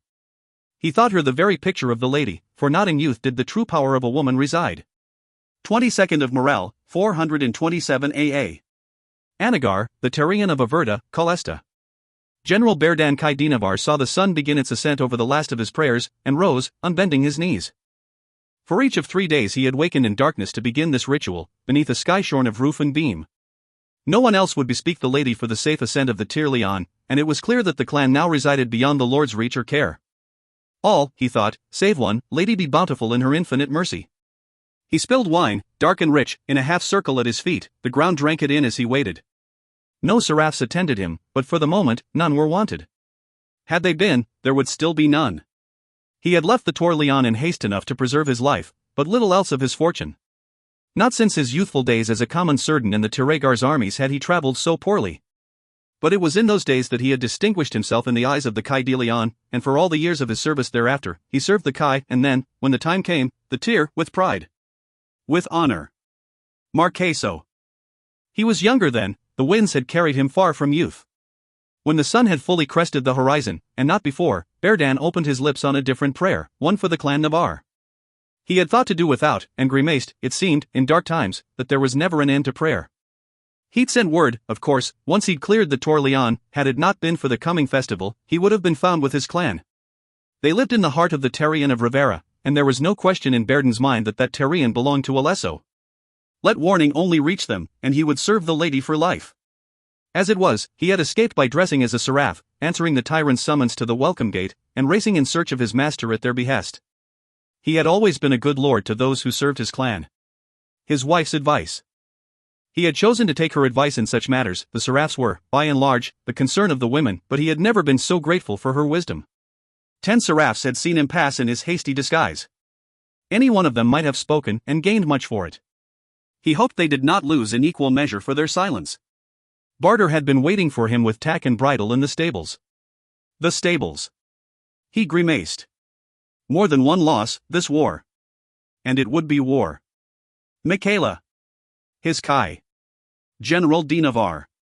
He turned, surprised.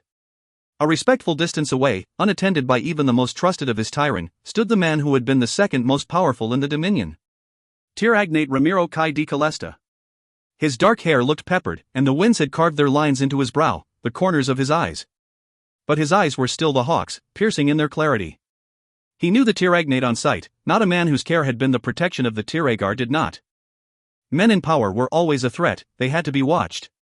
And who watched the watchers? Bitter thought, that. He was sorry that the ceremony of placation required so much wine, he had a sudden thirst for it. Tiragnate Kai de Calesta. Call me Ramiro. I have no doubt that you have called me worse. Not an audience, Berdan replied, smiling. It surprised him, he had not smiled in weeks. This is no audience, the Tiragnate replied. It is a chance meeting of 2 solitary men who seek the blessing of the Lord of the Dawn. Ramiro de Calesta sought no one's blessing. Again, Berdan felt his lips tugged up. Walk with me. A command. Berdan nodded, he felt no need to assert his authority here. He had, after all, very little of it with the passing of the tear. His knees were still damp from the dew, his cloak's edge wet, what further proof of the day's supplication could be asked for? And a man who had been on his knees in such a fashion was not a man to command this Tiragnate. If any man was. The lands of Averda were the richest in the Dominion. Almost anything could be grown here, there was even an abundance of fruit in the wild, untended by anything save the sight of the Lord. A man could grow soft here. Berdan cast a sideways glance at his companion's profile. It gave nothing away. He cursed his luck quietly. Tiragnate Mario di Lamberto was the only man of the 5 he trusted, the only man whose honor was above question. But he was also known for his hatred of the Esselianese, and Berdan de Navarre intended to cross the borders between their countries. To ask, although it galled him, for their aid. He could not do so without the knowledge of the tier whose border he crossed.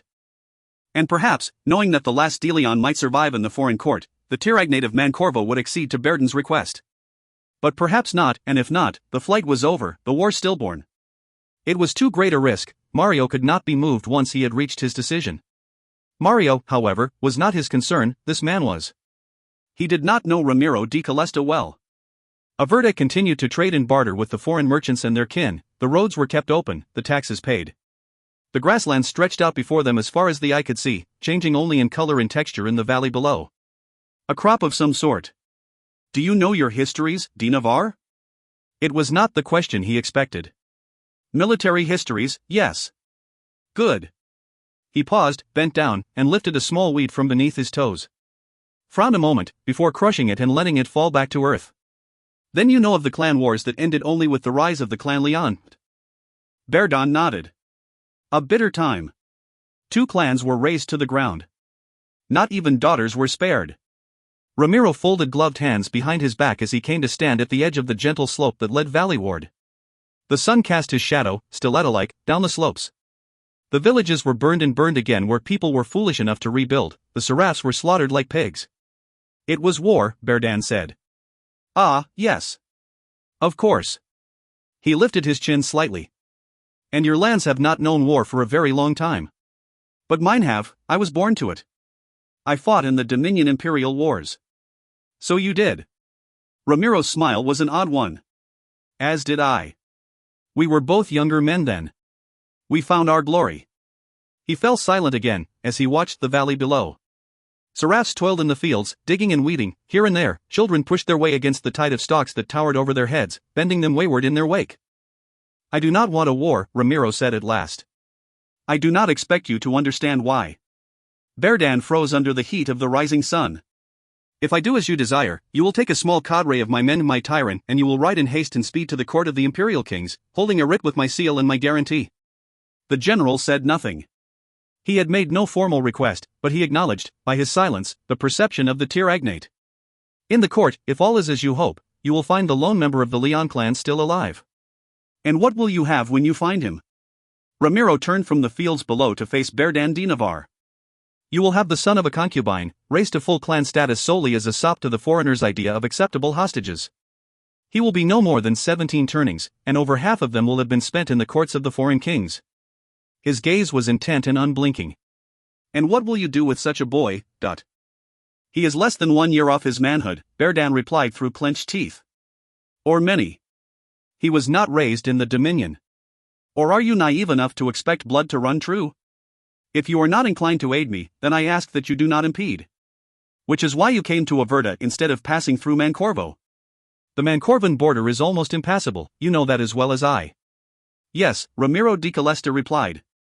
"Or better." There was anger in the two words, but they did not rise to the surface. Old wounds, between these two tiers. "But you have not answered my question, Berdan, and I will not answer all of my questions for myself. If you find the boy, what will you do?" "We don't even know if he's still alive," Berdan said softly. "Not an answer, but I will tell you this, the boy, as of a 3 day of hard riding, is still alive." Ramiro's smile was sharp as a knife's edge. "Although word is slow to escape the Tor Leon, we have managed to ascertain one important fact: Alesso de Morent has not dared to touch the sun sword." The smile was gone as quickly as it had come. "The boy?" But Berdan was silent a moment as the full import of the Tir's words took root. He had not thought to know the full truth one way or the other until he reached the foreign court. Hope caught in his throat a moment, he forced it down. Care was needed here. "I will carry word of the massacre to Ser Valdan Kai de Leon. By the law of the Lord of the Sun, he is the Tir. If he wills it, I will join his cause, and we will return to the Dominion. The army is Alesso's." Berdan grimaced, but shrugged. "He does not control the whole of the army." "The first and the second," Ramiro replied grimly. "The third was scattered across the Dominion on fool's errands. Those that cannot be turned will be easy fodder for the rest. It is not so easy to break an army as that. They were my men, and they will remain so." At that, a brief, sharp smile touched the Tir's lips. "Very well.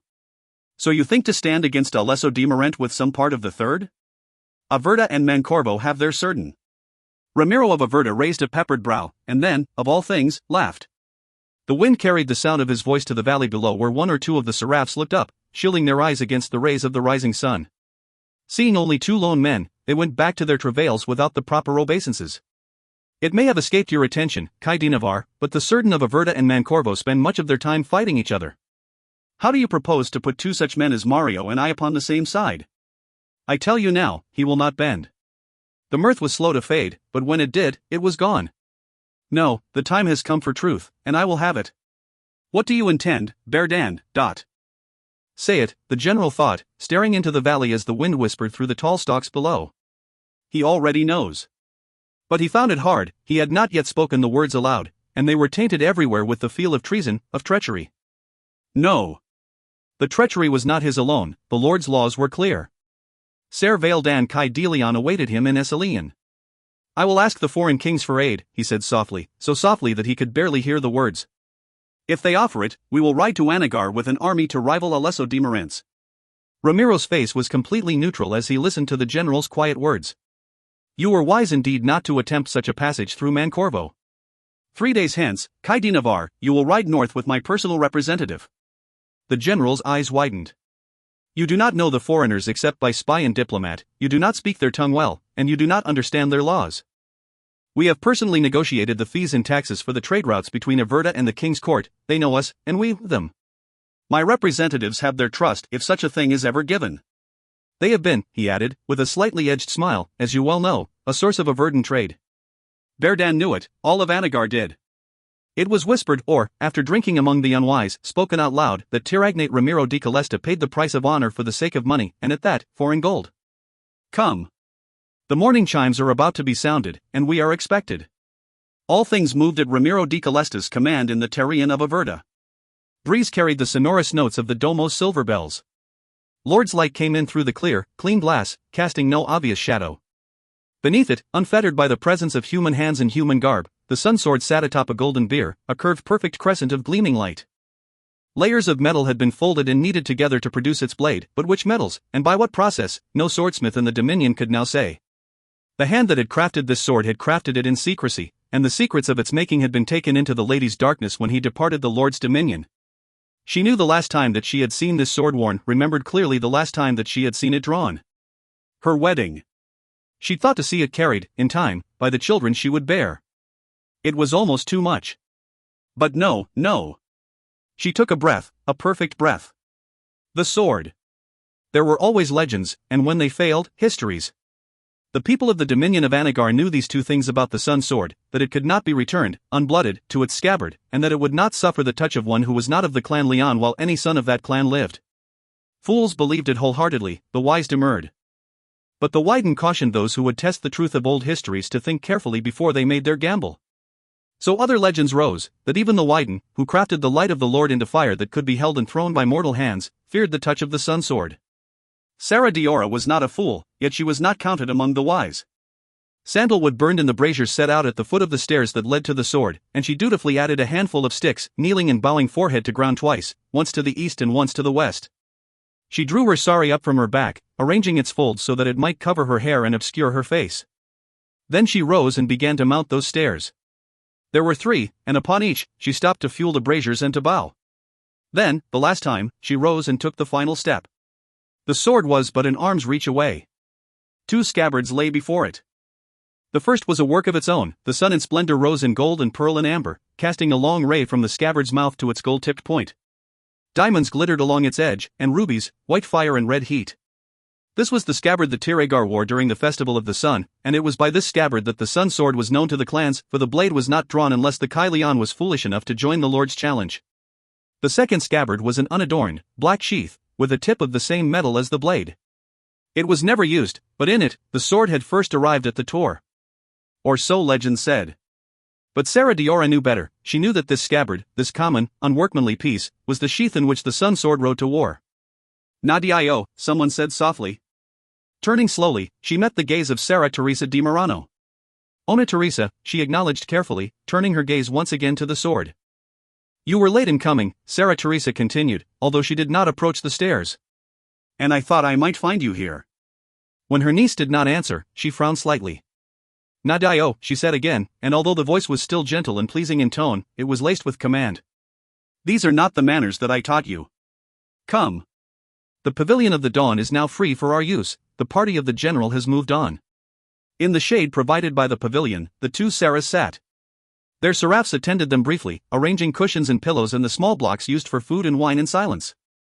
Then, having served, the eldest of Sarah Teresa's seraphs once again placed the samisen by her side. She nodded gracefully, and he responded with a perfect, deferential bow. Then, turning, he mutely ordered the seraphs away. The sun was a little too bright, and a little too high, but such was the price for retreating to the pavilion after the dawn hours. The Sarahs willingly paid it in return for the privacy it granted them. They had met thus for 3 days, but on this 3rd day, Sarah Teresa did not pass the samisen to her niece. Instead, she settled it carefully upon her own lap, gazing down upon its still strings with a distance that music's contemplation seldom invoked. Ona Teresa? Diora said softly, after some minutes had passed in the silence of wind and flowers and rising sun. Hush, child, her aunt replied. Taking the samisen, she began to play. Diora knew the accepted canon. Her aunt played no pleasing melody, no proper lament, no summer meditation. Yet as the younger Sarah listened, she heard the teasing of form and shape in the way Sarah Teresa blended notes, one into the other, as if they were silk, and she a weaver. It had been long since she could sit thus, listening to a musician of such skill perform. It did not last. The music continued, but Sarah Teresa's silent concentration did not. Sarah Diora, she said, the 2 words as distant as her expression. Diora lifted her chin slightly, pulling both shoulders back. It was habit, and she corrected her posture at once, but not before her aunt had raised a dark brow reprimandingly. Sarah Teresa. The words were perfectly pitched, they carried to Sarah Teresa, and no one else. The woman playing the samisen smiled briefly, with perhaps a hint of pride in the younger woman's achievement. But they did not speak of these things, even in the hidden voice. Tell me, she said, of the Tour Lion. They could play games, and sometimes they did, for words were weapons, and the use of them was a skill to be honed in subtle conflict. But they knew each other's measure well. Sarah Diora was silent for a full 4 minutes before she at last chose to speak. General Alesso de Morant returned to the Tour Lion 6 weeks ago. His presence here is not unusual, and preparations for the Festival of the Sun had already begun. He arrived with Cerdan and seraphs in numbers greater than even yours. At this, Sarah Teresa raised a brow. Nadio, she said softly, it is almost vulgar to notice such things. The tone of her words held no sting, in fact, no remonstrative disapproval. Her fingers did not falter, the song filled the air as her niece continued to speak. Diora smiled. Yes, Ona Teresa.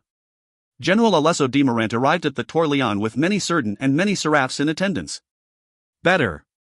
General de Navarre and General de Valente arrived with their usual following. Wyden Sendari arrived with Wyden and Torio, they journeyed in haste.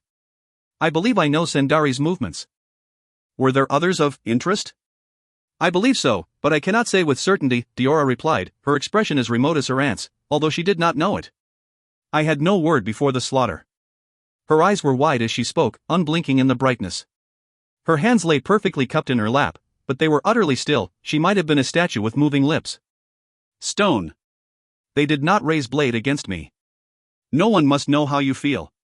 Diora carved the words out of stone with effort, giving them no more power, and no less, than words of minor import held. Music answered where Sarah Teresa would not.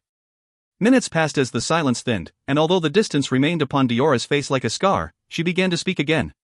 Afterward, there was fire upon the lake. It burned for 3 days. General de Morant called it a sign from the Lord. The Tour Lion was closed at once, only those seraphs and Cerdan personally approved by the general have been allowed to leave or enter.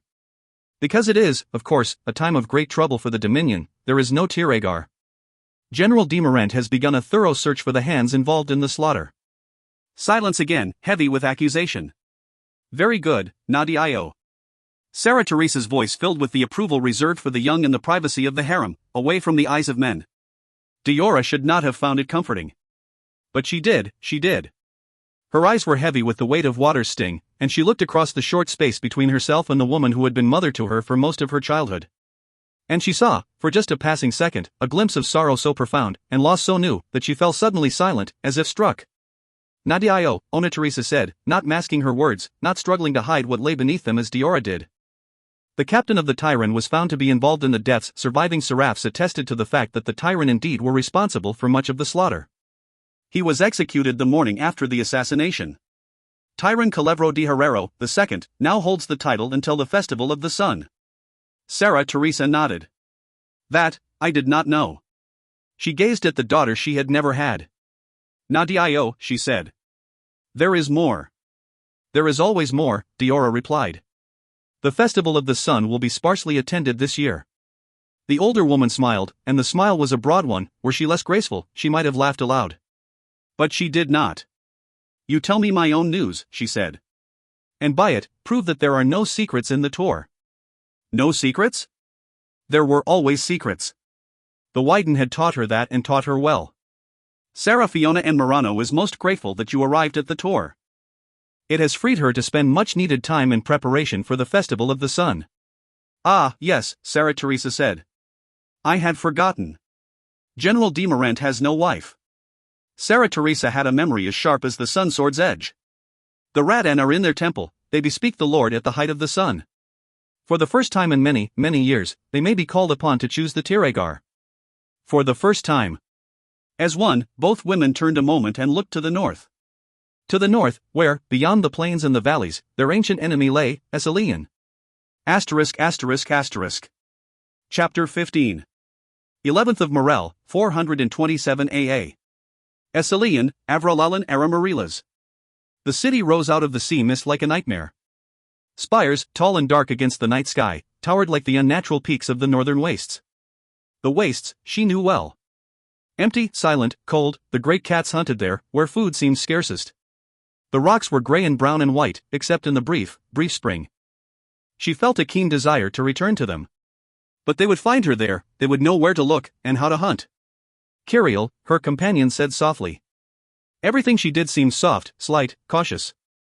This is Avralalan. Kiriel shrugged, her companion frowned. They had played this over and over until it seemed a rote by which they were to learn or teach something. They stood at the height of the sand hills on the bay, and watched as the sun rose slowly, burning away the dawn mist. Yvain looked across the water to the isle, and then back. The young girl at her side, dark-haired and pale-skinned as any night creature, also stared, unblinking, at the length of bright ripples that played across the horizon, as if reaching out to touch them. Kiriel. She felt a pang that she had not thought to feel, of all of her people, and she thought of so many of the path-chosen comrades as hers. Kiriel was the one she pitied least, and therefore felt most comfortable with. But not this Eve.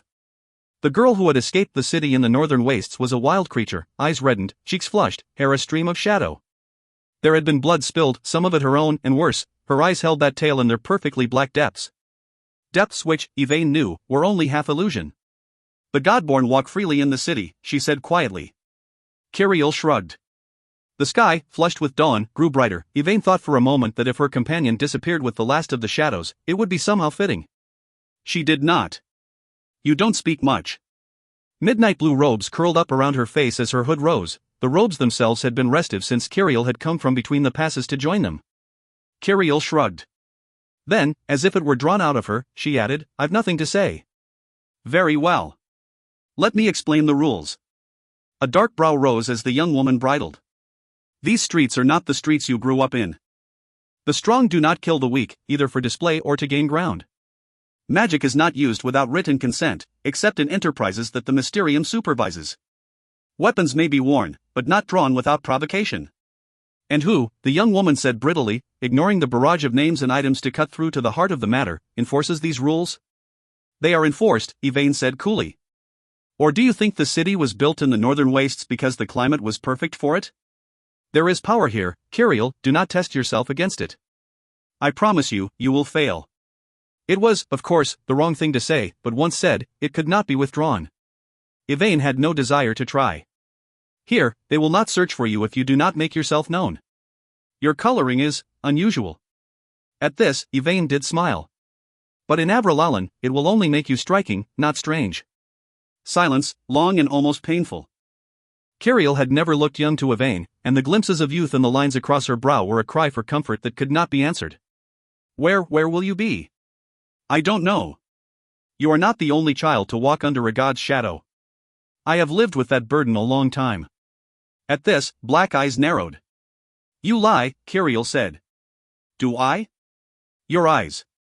Could be as much illusion as your own, she smiled wryly, and added, were you not who you are? Yes. My eyes are not the gold-ringed black of the Godborn. But I do not lie, Kiriel. I do not believe I have ever lied to you. Why do you speak of me as if you know who I am?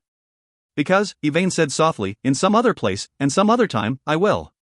Dangerous to say that, but the hayas did not bind her lips. If you wish, I will take you to a place that will offer you safety and food in return for your service. Kiriel shrugged. Yvain sighed and began to walk down the slope toward the demi-wall. There, along with the fishers, they would meet the main road that led into Avralalan. Yvain! The violet-eyed woman stopped and turned. Yes? You dropped something. Light glinted off platinum as Kiriel rose, holding a slender, unadorned band, between her fingers. Although she knew what she would see, Yvain still raised a shaking hand to her face. There, in the morning light, 3 gemstones caught in bound rays of sun. 3, emerald, ruby, and sapphire. Myrdian's rings had a destiny of their own, they chose their bearer. Yvain was their steward, the woman who had freed them to begin their long work. She had no say in where they went, or to whom. Nor did she always understand why. She lowered her hand and then looked up the slope to where Kiriel stood with the 5th of the 5 rings of Myrdian, the 5th, reputed in legend and bard lore to be the most powerful. The shadow that Kiriel cast seemed long indeed. Of the 5, it was Kiriel alone Yvain was not, and had never been, certain of. Even Calandras, bard-born and death-trained, she had trusted from the moment he first made his choice, for no game, no whim, no power struggle, could drive him from his brothers to her side. Why did I not see this? She thought. Although she had seen very, very little of Kiriel in her life thus far, she had seen enough to know that Kiriel's hands were as unfettered as her throat, her ears, or her hair. Yvain? It was not her choice, in the end, it was Myrdian's. And she could question, she could guard, she could watch, but she could not hold a ring from its intended. Keep it, she said, as neutrally as she could, although her left hand curled tightly around the 3 that remained under her stewardship. It is yours. But Curiel heard the fear and the doubt in the older woman's voice, the first fear and first doubt that she had yet heard there. It made her smile softly as she slid the ring effortlessly onto her left hand. Such an expression was not an unfamiliar sight for Yvain, but it chilled her nonetheless. Come, Curiel, she said, her face betraying nothing. We have far to walk. They came at last to the bridge across which lay Avril and Aramarilas, and there Yvain paused to pay the toll. The men who stood guard at the foot of that bridge wore the comforting familiarity of the crown over the cross sword and rod, and she paid their toll cheerfully, which caused a slight raising of eyebrows. Rich or poor, no one liked an obvious form of tax. But the journey had been one of silence, none of it companionable, and Yvain mistrusted the way that Curiel's eyes darted to and fro across the human crowds as if searching for prey. She had seen such expressions before, and it never boded well. If she could reach her destination quickly, so much the better. The younger Yvain would have given Curiel the benefit of the doubt. After all, Curiel had never been in a large city before, not one teeming with human life in such a variety of guises. The dark-eyed gaze might have been a sign of avid curiosity, it might have been a gesture of apprehension, it might have been the reflex of a woman used to defending her life against all manner of attack. But it was none of these things. It was hunger. For what? She gave you her word. And the value of that word? Yvain cast a sidelong glance at Curiel's profile. Were it not for the icy set of her jaw, the narrowing of her eyes, she might have been beautiful, but she was cold for it. She exuded the type of danger that only a fool would be willing to tempt. And in a city this size, Yvain thought ruefully, there were fools aplenty. She just prayed that none of them were thieves, for Curiel's reflexes were easily a match for the most professional of cut purses. And Curiel's temper was not to be trifled with. You're worried, Curiel said. You should be used to it, was the crisp reply. Curiel's smile was as sharp as her sword. But it was not so malicious a smile as that first one by the bay had been. Shrugging, she began to follow Yvain across the bridge. She stopped once, at the peak, to gaze into the moving water below. Have you seen the ocean before? Shrug. And then, so softly that Yvain barely heard it, she said, no. But she told me about it. She? There was no reply, and Yvain, who regretted little at this age, regretted that single spoken word. They came to the manse on foot, but only Yvain knew how unusual it was for visitors to arrive that way. Yvain knew who the 10 were. She glanced across at her dark companion and found that the Isles buildings, vast and beautiful though they were not enough to draw attention away from the sparse and thinning crowds. She knew that this city was not the city that Curiel was used to. The daily affairs of the Esselianese would be almost incomprehensible to her. But she knew well that Curiel would not betray her ignorance of the lives of the passers-by by asking anything so simple and direct as a question. Not yet. We come to the house in which you will find a place. Follow me, she told the younger girl. But do not speak. The guards will lead us into the courtyard while they wait on the Caliker's word. Of all the 10, Caliker was the most straightforward in its handling of security. The men at the gates were soldiers, not houseguards, and although some concession had been made for dress, the colors, silver-edged gray and a brilliant, dark blue, were those of the uniforms of the crown's defenders. It made Yvain smile softly. That concession, no doubt, had been the decision of the House Council, and not the Caliker herself. But perhaps not, the Caliker understood ceremony when ceremony was necessary for the good of the army. The men at the gates raised a hand in both greeting and command. Yvain stopped, and gently placed a hand upon Curiel's shoulder to prevent the younger woman's unfamiliarity with Esselianese gestures from causing a minor incident. But Curiel was still. Of course. The men were armed and armored, this, she understood. State your name and business. I am Yvain Nolan, and I have come, albeit belatedly, at the behest of the Caliker. The man snapped out a curt order to a runner behind the gate. Before he could leave, Yvain raised a hand, the gesture almost an exact duplicate of the gate guards. She will not be completely familiar with my name. But give her this, by it, she will recognize me. Gold glinted in her cupped palm. Seeing its color, the guard stiffened in anger. Then, seeing more, he stilled. His gaze was sharply focused as he met her violet eyes. Carlson. He took what she offered, closing his calloused fingers almost gingerly around it. Sir. Take this to the Caliker at once. You will find her in the drill hall. At that, Yvain did smile. She hasn't changed much, has she? Not for me to say, ma'am. But the guard looked at her long and hard, as if coming to a decision of his own. Primus Graham, he said. I've heard about you. They were led into the courtyard, and from there, onto a wide, flat terrace that was beautifully adorned with trellises and summer blossoms. Leaves and petals provided privacy of a sort from common traffic. Kirill touched them carefully and slowly, as if by doing so she might memorize their texture, their color, their scent. Yvain said nothing at all as the young woman explored. It was the first sign of natural curiosity that she had yet seen. But it did not escape her notice that her charge's right hand was always upon her sword hilt. "A Nolan," someone said, and Yvain turned in time to catch the low bow of the young runner at the gate. "Carlson?" Yes, that was the name Graham had shouted. He was young, this man, but so many of them seemed to be too young these days. "The Caliker will see you. Please follow." "My companion?" "She will see you. Refreshments will be brought for your companion if she wishes to remain upon the terrace." "Very well." She turned to Kirill. "Wait here. Do nothing." There was no request in either statement. If Kirill resented command, there was no sign of that anger across her pale features. When Yvain entered the drill hall, she was amazed at just how much noise a hall could contain. There was blade work being practiced here, and more, she could see the glint of field plate as she cleared the narrow, ancient doors. Sweat hung in air already heavy with midday sun, but the sea breeze was sharp and cool as it passed through the many open windows, blending the scent of salt into the human mix. "Cagliari's curse!" A young man's voice, with enough frustration behind it to force it above the din.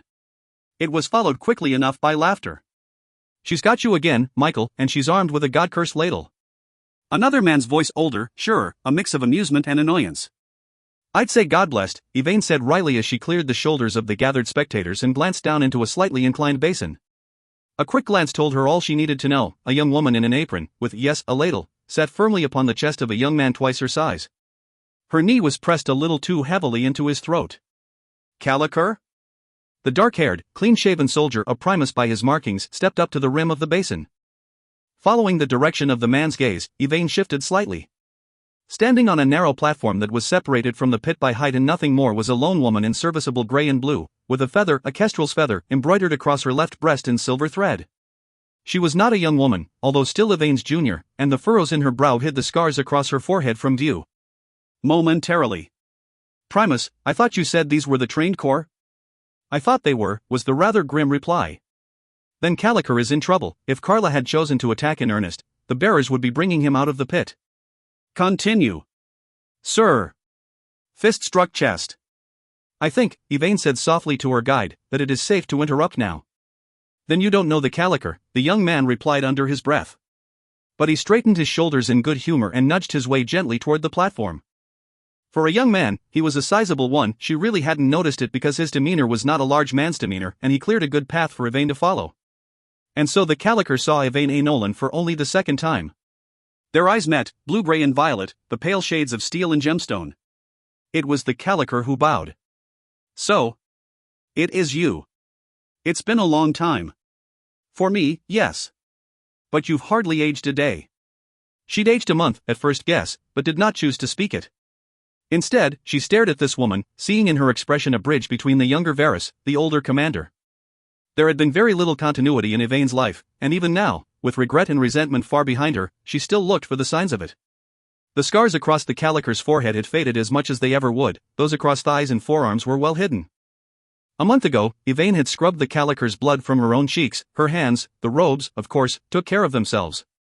"I've missed this," the Caliker said, as she lifted the signet ring that the young runner had brought her as proof of Yvain's identity. "But I'm well enough known that it wasn't necessary to have a new one made. You waited for me to return it. It wasn't a question." "Yes. That, and, as the Caliker, they'd given me a better ring." Grim humor, but humor nonetheless, transformed the Caliker's face, brightening it and sharpening its details. By no stretch of the imagination was the Caliker a classically beautiful woman. She was large-boned and square-jawed, and her hair, what little there was of it, was fine and pale. But there was strength about her, and among the defenders, she was a legend for the loyalty that she expected from and gave to her men. Yvain knew, firsthand, the truth of those stories. Loyalty had not been a luxury to Alora Decrevet A. Caliker upon the Anagarian fields. It was not a luxury now. It was bred into bone and blood. "I owe you my life." Blunt. "You would have been safe if you had abandoned the 3 companies." "I've heard it said," the Caliker replied, grinning ferociously. "But I am safe. And I didn't leave them. They were mine. And still are." If I'm not mistaken, the Primus looks familiar. Just as damned pretty as the day we first signed him on, too. She grinned. But not quite as earnest. They were silent as the young Centress was rescued from the kitchen help, dragged to his feet, and sent into a more traditional combat. Why have you come now? Do you mean, why have I come at all, or is the timing significant? Both. I will answer the second first. Yes. The timing is significant. There will be a call to an execution in the capital of Avrolalan Aramarilas.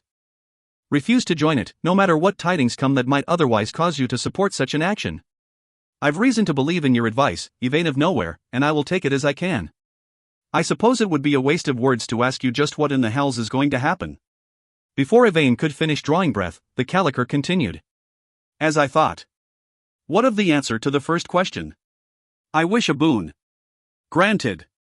And you haven't heard it yet? You are trusting for a woman of your rank and station. I'm a damned good judge of character. What is it, exactly, that you want? A moment of privacy. May I? She lifted her hands. Hold. The Caliker turned and looked up to the near-empty galleries above, lifted her hands in a quick two-cut jab, and then nodded in satisfaction. Yes. Yvain smiled and began to cast the net of silence within which she could speak in peace. Very few were the mages who could breach her spells now, and not one of them was upon Caliker grounds. The Caliker's mages were less subtly trained. In the courtyard, upon the southern terrace, is a young woman. She is my height and my weight, but she wields the blade so well she could take on the king's challenge and win. A pale brow rose slightly.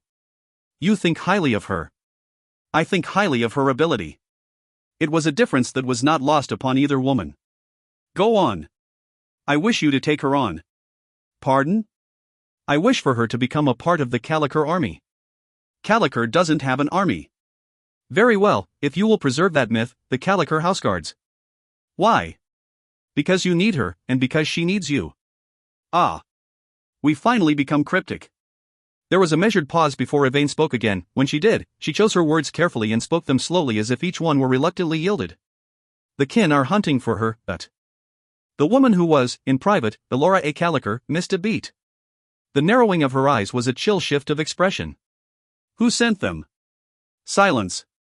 Yvain's lips became a thin line as she turned away momentarily. Why? That I honestly do not know. And I wish I could tell you, it would ease my mind. Where is she from? Yvain met the older woman's eyes, opened her mouth to speak, and then shut it again. In spite of herself, her admiration for a woman who was, perhaps, not the best of rulers, kept meaningless words at bay. I see, the Caliker said softly. Do you trust the girl? Do I? Does it matter? You are the Caliker, and it is under you that she will serve. She will meet your standard, and pass your test, or she will not. Not true, the Caliker replied. You asked it as a boon, and for your aid in the massacre of the Averden Hollows, I have granted it. But you've told me enough, seer. Turning, she called down to the Primus in the pit. He looked up, surprised at the interruption. I've matters to attend to, Gavrin. The mettle of the men of the blue linnet will have to be settled tomorrow. She turned crisply back to the blue-robed woman who waited in amused silence. This girl is on the visitor's terrace? Yvain nodded almost ruefully. And it appears, she said, her voice growing softer, that you must greet her on your own. Because she had seen it once before, and that once at such a dark time that the memory was indelible, the Caliker said nothing as the light of day and the play of shadows beneath the open ceiling seemed to swallow the older woman. Then, gripping the signet ring tightly in the palm of her hand, she smiled. She was not a woman who liked to be in debt, not a woman who balked at the chance to repay old debts and have done. To the air, she brought her forearm across her chest in salute both to the past and the future. And then, that taken care of, she strode quickly out to the courtyard. Curiosity was her worst weakness. If Yvain had been worried that the Caliker might see the unprepossessing size of the girl and dismiss her as unsuitable for the soldier's trade, her fear was unfounded. Although in height and weight the dark-haired young woman seemed slight, she pivoted into a defensive stance that was so sure it spoke of either years of experience or an instinctive natural ability, or both. She wore armor, a fine linked shirt with plated joints at knee, shoulder, and elbow. But the links were of black metal. Not painted, for paint would catch the light and this seemed to drink it in. Something was familiar about the workmanship, and it was something that Elora did not like, although it was not obviously Anagarian or, worse, Alisacarian make, though she knew well enough to spot at 100 yards. Slim, steady fingers rested upon the pommel of a sheathed sword. It was not bonded. The sword itself was both long and wide. It looked, sheathed, to have a southern weight to it, but not a southern curve. Elora wanted to see it, although, Cagliari's willing, not from the wrong end. There was danger here. An old soldier's instinct sent a chill, wordless whisper down the Caliker's left ear. She'd only ignored it once. Learn not to, damned quickly. The girl sized her up as well, returning her measured stare with a tight-lipped defiance. But she didn't speak. After 5 minutes, it became clear that she wasn't going to. You're not from around here. It wasn't a question. No. Good. At that, the young woman raised a dark brow. You've just committed 3 serious protocol errors, and you're only a civilian. She paused. First, I'm the Caliker. There are 10 important houses, and I rule one of them. You bow when you enter my presence, and you wait until I've acknowledged that bow before you rise. Second, I'm your elder by a good number of years, and were I not your superior, manners would still demand that you at least lower your head. Third, you are the supplicant here. I've granted you an audience, which means I'm willing to hear you speak. If you want something from me, you ask me, you don't wait for me to ask you. Is that clear? Am I? Are you what? A supplicant? It was not what Elora expected to hear. Aren't you? It depends. Definitely not what Elora expected. This, she said dryly, should be interesting. There's food here, do you mind if I join you? The irony in her tone, heavy enough to crush a lesser man, didn't seem to bother the younger woman in the slightest. In fact, it didn't seem to be apparent to her. At all. I must be getting subtle in my old age. What exactly does it depend on? It was obvious that Elora was not the only woman to be nonplussed. The girl opened her mouth to speak, but, having nothing to say, clamped her lips into an uncomfortably narrow line. Her eyes, narrowed as well, searched the older woman's, but when she didn't find what she seemed to be searching for, she relaxed. Which is to say, her knuckles, white around the sword's hilt, took on color as her grip loosened. She did not let go. Let's start again, Elora said. Why have you come to my house? She brought me here. I see. Did she say why? She said I would find service and food here. Perhaps she didn't make it clear that the service was to be offered to Caliker by you. In return for which, you receive food and shelter. What, service? Do you know what an army is? The girl nodded, once again oblivious to the heavy sarcasm in the older woman's voice. Good. Service to Caliker, to me, would take that venue. You become a centress in the Caliker House Guards. You follow my commands, you follow my rules, and you defend the interests of my house. In return, you become a part of the best army in the Empire, you become a compatriot to the men and women who define the term loyalty. There is no finer force. The girl was silent for a long time, weighing the words that she'd been offered. Then, quietly, she looked up at the woman who ruled the house. It was, Elora thought, as if a mask had fallen from her face and been replaced in haste. Something looked out of those dark, dark eyes that seemed haunted. And hungry. And Elora very much doubted that this stiff, defiant young girl wanted to reveal either. Yet it was in that brief glimpse, awkward and unspoken, that Elora understood why Yvain had come. Yet again, the Caliker was to be surprised. You don't want me, the young woman said softly. It was not an accusation, it was a confession. Elora had thought to hear neither. Pardon? You don't want me. These house guards, these Caliker guards, they are yours. I think they are important to you. The girl didn't know. Elora looked at the not quite neutral expression on the young woman's face. Yes, she said, leaving sarcasm and irony behind. To me, they are the house. The woman who brought you here didn't tell you about Caliker. There was no question, the answer was obvious. No. Then I will not. Words are easy, they prove nothing. But let me say this, I'll take you on your own merits if I'm convinced you have any. I won't ask about your past, I don't care about what you did under someone else's rule. What I care about is Caliker and the house guards. Give me your word that you will live and die as a house guard, and I will give you my word that you will have the protection that I extend to any of my people. And what of them? Them? The house guards. What do you mean, Dot? It was the younger woman's turn to be frustrated, but the frustration didn't prevent her from speaking. You can give me your word, and I'll trust it, but you can't give me their word. The rest of the house guards. Are they going to want to die because you tell them that I have to be protected? I don't know your name, young lady, was the terse reply, but I do see your ignorance, and I forgive it. Barely. You may insult me as you see fit, but the men and women of the house guards are above your reproach. Wear their colors, wear their name, and you are a houseguard. You will not have brothers or sisters who mean more, or to whom you mean more. They will raise their swords in your defense, and they will lower their shields only when they've fallen. Do you understand? No. To be brought up short so many times in such a brief conversation was refreshing. At least that's what she told herself as she unclenched her teeth and tried to smile. No. I know that you mean what you say. And I know how to fight. She swallowed, and for the first time since the caliker stepped onto the terrace, she lifted a shaking hand from the comfort and security of a sword hilt. Tell me how to wear these colors. Tell me what I must do. You can start, the caliker said, rising, by telling me your name. Kirill, the girl said. Then, hesitantly, Kirill Diashov. The caliker frowned. That's the southern variant, she said stiffly. In Avralalin, we style it Ashov. Pausing, she looked down at the set lines of the younger woman's jaw. Do you speak Anagarese? Some.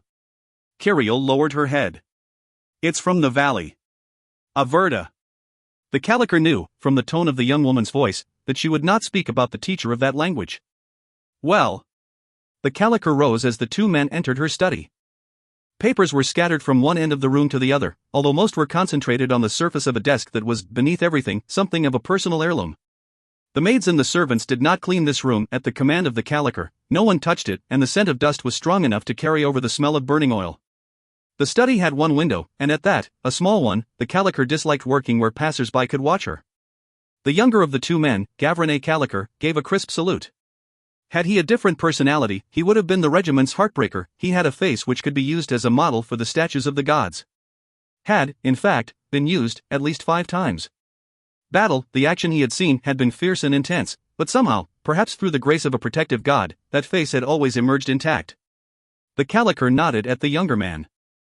He did everything so crisply and cleanly. He had never once been up on drunk and disorderly charges, and rumor had it that more than once it was Gavrin who had had to fend off the unwanted attentions of starry-eyed villagers rather than the other way around, much to the amusement and envy of his cohorts. She believed it and privately wondered if any of those starry-eyed maids had ever gotten what they wanted. Speak. She almost broke Stavros' arm. She did break Corin's ribs. As Primus Gavrane Caliker noted the darkening set of the caliker's face, he raised a hand. I do not believe that she injured either Centris intentionally. She broke Corin's ribs by accident? The Primus nodded quietly. Corin's no Michael. No, he knew she was trouble the moment she set foot in the pit. We all did. She's not a pretty face, well, she is that, but she's too damned cold for it. Doesn't play to her size either. You didn't like her. Primus Gavrin exhaled. It always came down to this, no matter how professional he wanted to be. The caliker was, he thought ruefully, a lot like his mother. Lady, lead her to peace. You couldn't lie to her, in fact, you usually didn't get enough time to try. She laughed before he could answer. I love it when you think, Gavrin, you do it so slowly. Genuine amusement took any sting out of the words as the man who was generally acknowledged to be the regiment's own Caritas reddened. There's nothing about her to dislike, he began, but the caliker waved him to silence and turned quietly to the older man who stood to his left. Well. Vernone Caliker, the Varus known to the Caliker houseguards as the Iron Fist, frowned. As this was his usual expression, neither Gavrin nor Elora was particularly concerned. He was an older man, the only man on the council who had more military experience than Elora herself. It showed, his face was lined with a network of sun-bleached scars, and he was missing the tip of his right ear, but he stood with the quiet confidence of a Varus. I don't know why you accepted her, Commander, but you must have had your reasons. It's clear that she knows how to fight. Clearer still that she knows how to kill. What's not clear to me, and I was there, is that she knows how not to kill. He raised a finger to his chin, he often did while in thought. Corin is still alive, the caliker pointed out dryly. In a test situation, where there is no serious threat. Vernone Caliker was not known for his sense of humor. With, Elora thought wryly, damned good reason. She's trouble. And that means? If you must keep her with the houseguards, you keep her with the Black Ospreys. Gavrin's dark brows disappeared into the line of his hair. You want to put a girl who's not yet adult with them?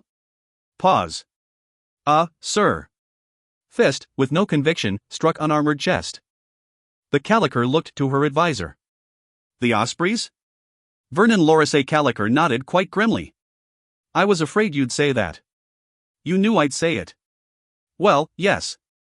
She sighed. But you know what Duarte's going to say. Luckily, I'm the commander and you're the Varus. You tell him. Yes, sir. Respect was in each of the two words, but Elora had no illusions, she would regret this sooner or later. Later, as usual, was preferable. Primus Duarte Samisune Calicar was a man in his prime, which is to say, just shy of 40 and not pleased with the prospect of crossing the decade.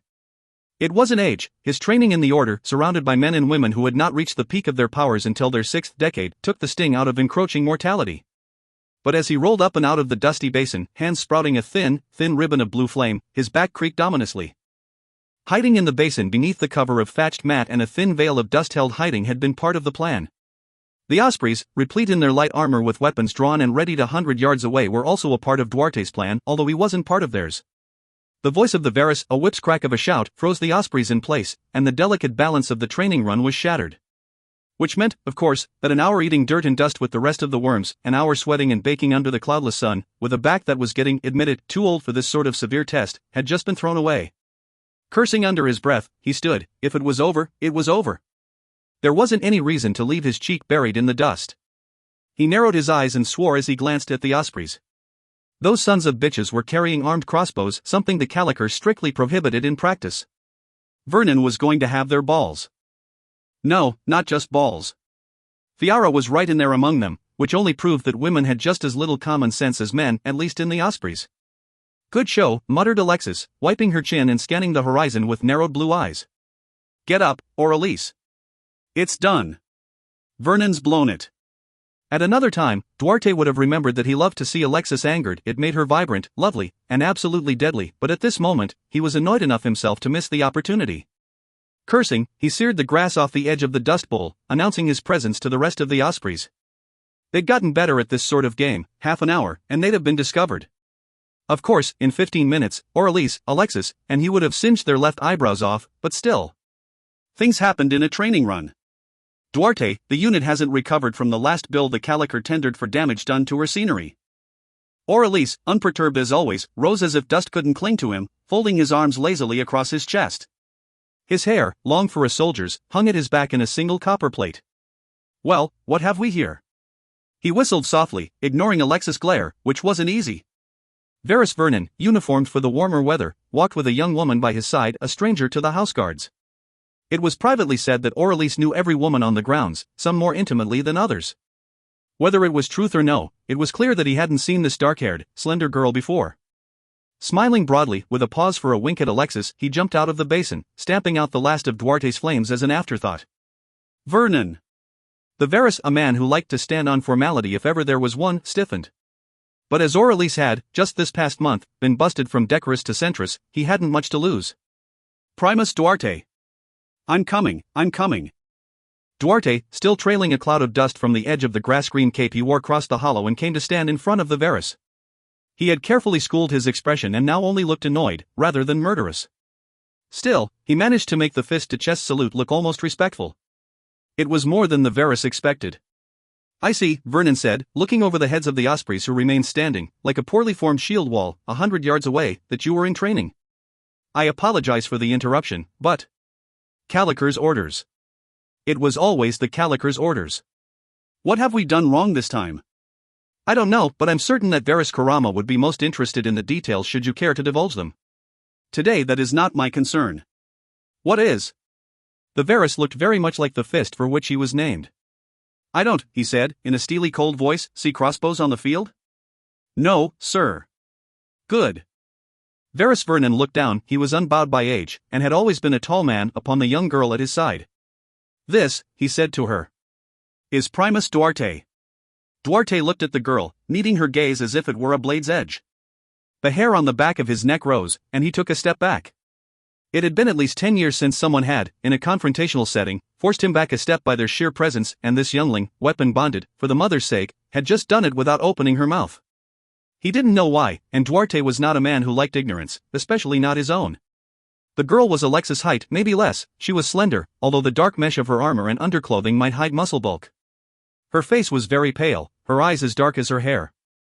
Her chin was neither pointed nor squared, her cheeks high, her forehead perfectly smooth with youth. But her sword was long. Had he been the arms master to equip her, he would have suggested something lighter. Alexis was at his side in a minute, and he caught the glint of steel unsheathed in her hand. "Not now," he told her softly, his words as sharp as her blade. Looking across at Vernon, he caught, of all things, an almost sympathetic grimace. He didn't need sympathy from the Varus. Who is she, and why is she important enough to interrupt our exercise? She is Kirill Diashov, and she is, by the Caliker's command, a member of the unit under your command. What? She is, by the Caliker's command, a member of the 17th. That's not the way the 17th works, Alexis said, her voice cool and clean as she glared at the young woman. If the Caliker. Alexis. Not now. She subsided grimly. A thought came and went as Duarte glanced briefly at her. Although older, she was not so unlike the stranger, except that her anger, and her unsheathed blade, made her somehow seem the less dangerous of the two. Varus, this is unusual. The nature of the 17th is subtle and doesn't adapt easily to any external influences that are not hostile. He kept his tone as neutral as possible, which was tricky. But if the Caliker so commands, you know that we have never been disloyal. Disobedient, maybe, Aurelie said, stepping forward. Disobedient, certainly. It was Duarte who spoke, but Aurelie didn't choose to hear him. He was in mid-southern bow, and as the sun caught the sweat along his back and chest, he looked like a bronze statue, an ideal depiction of a man, not a real one. He offered a hand, and after a moment, the young girl accepted it, nor did she seem surprised when he turned her hand over and carefully lowered his forehead to her inner wrist. Kirill Diashov? There are very few from the south who petition the Caliker, you are the first in many a year. She did not answer him, which brought a smile to Alexis' lips, the first one since the Varus had interrupted their session, but instead gazed out beyond his broad shoulders. Duarte knew that she was staring at the ospreys. Counting them, measuring them by the easy way they stood, weapons half-readied, in the distance. He thought, however, that it should have taken longer for her to gain their full measure, for he had no doubt that in her brief glance, she had. Turning lightly on one foot, she bowed to the Varus. The movement was stiff and unnatural. We don't bow here, Aurelie told her almost gently. We salute. You are no longer considered a civilian, you are a centrus, and when you greet or take your leave of a Varus, you strike the center of your chest with your left fist. Right fist if you're left-handed, Alexis added, grudgingly. Smiling strangely, she did as they told her, humoring them as if at play. The Varus nodded briskly. I wish you luck, young lady. His expression made it clear that he wasn't certain who would need it more, she or the ospreys. Vernon was not usually an expressive man. She remained standing almost motionless until the Varus was out of sight. Then she turned again to look at Duarte. These are yours, she asked, taking in the ospreys with a graceful gesture. They're the Calicers, he replied, eyes narrowed. I see. And you? She smiled at the question, it was clear she'd expected no less. I serve the Caliker, she said, and her dark eyes were bright. Duarte Samisune Caliker felt every hair on the back of his neck rise, and he silently cursed the Caliker in each of the 4 languages he knew. ****. Chapter 16.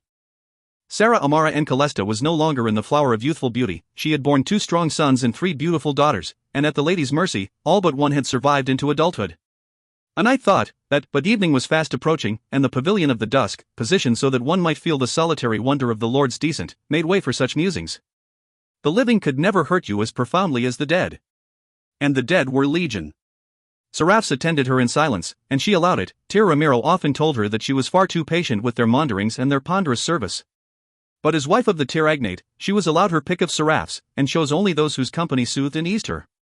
It was said, among the clans, that she had never once suffered a seraph to be put to death, and if that was not precisely true, she did nothing by action to refute it. Thus she held claim to the title Amara the Gentle, and she held it fiercely. Amara? She did not need to turn, the voice, soft and pleasing, could only belong to Eliana Encalesta, the youngest of the concubines in Tir Ramiro's tightly knit harem. Youngest and, without question, most beautiful. Amara appreciated beauty and grace, but more, she had the uncanny knack for seeing its potential. Eliana had been taken from her family, a seraph's family, at the age of 8, with her second teeth barely in. It saved money to be so perceptive, and while Averta was the richest of the 5 Tyrians, prudent management, where it was possible, was to be valued. Prudence. She almost sighed. There were times, although only under the lady's moon could such things even be thought, when she felt closer to Eliana than she did to any of her sons or daughters, for Eliana would be hers to keep. No matter the whim of any other clansman, she was the property of Ramiro's harem, and the harem was Sarah Amara's. Eliana. Have you come to keep an old woman company? The girl's laugh was musical, bewitching. It wove a spell of pleasure by its utterance that evoked a response as genuine as the girl herself. I have come, she said, to keep company with Sarah Amara if she will have me. And the Tiragnate? Eliana's full lips turned down in a slight frown. He is alone again this eve. We thought he might be drawn to the inner chamber, but he will not be moved. We? Sarah, Diana, and I. It is this business with the general, Sarah Amara said. Come, Eliana. Sit by me, it is dark and the lady's fingers are running through my thoughts. It was true, of course, but also untrue. The young girl took her place upon the silks, and rested her head upon the older woman's shoulder. Tell me, the Sarah said.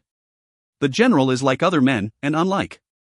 I told him that the Tiragnate and his wife, the Sarah Amara Encolesta, had been called away to attend to their kai, and that I would be pleased of his company.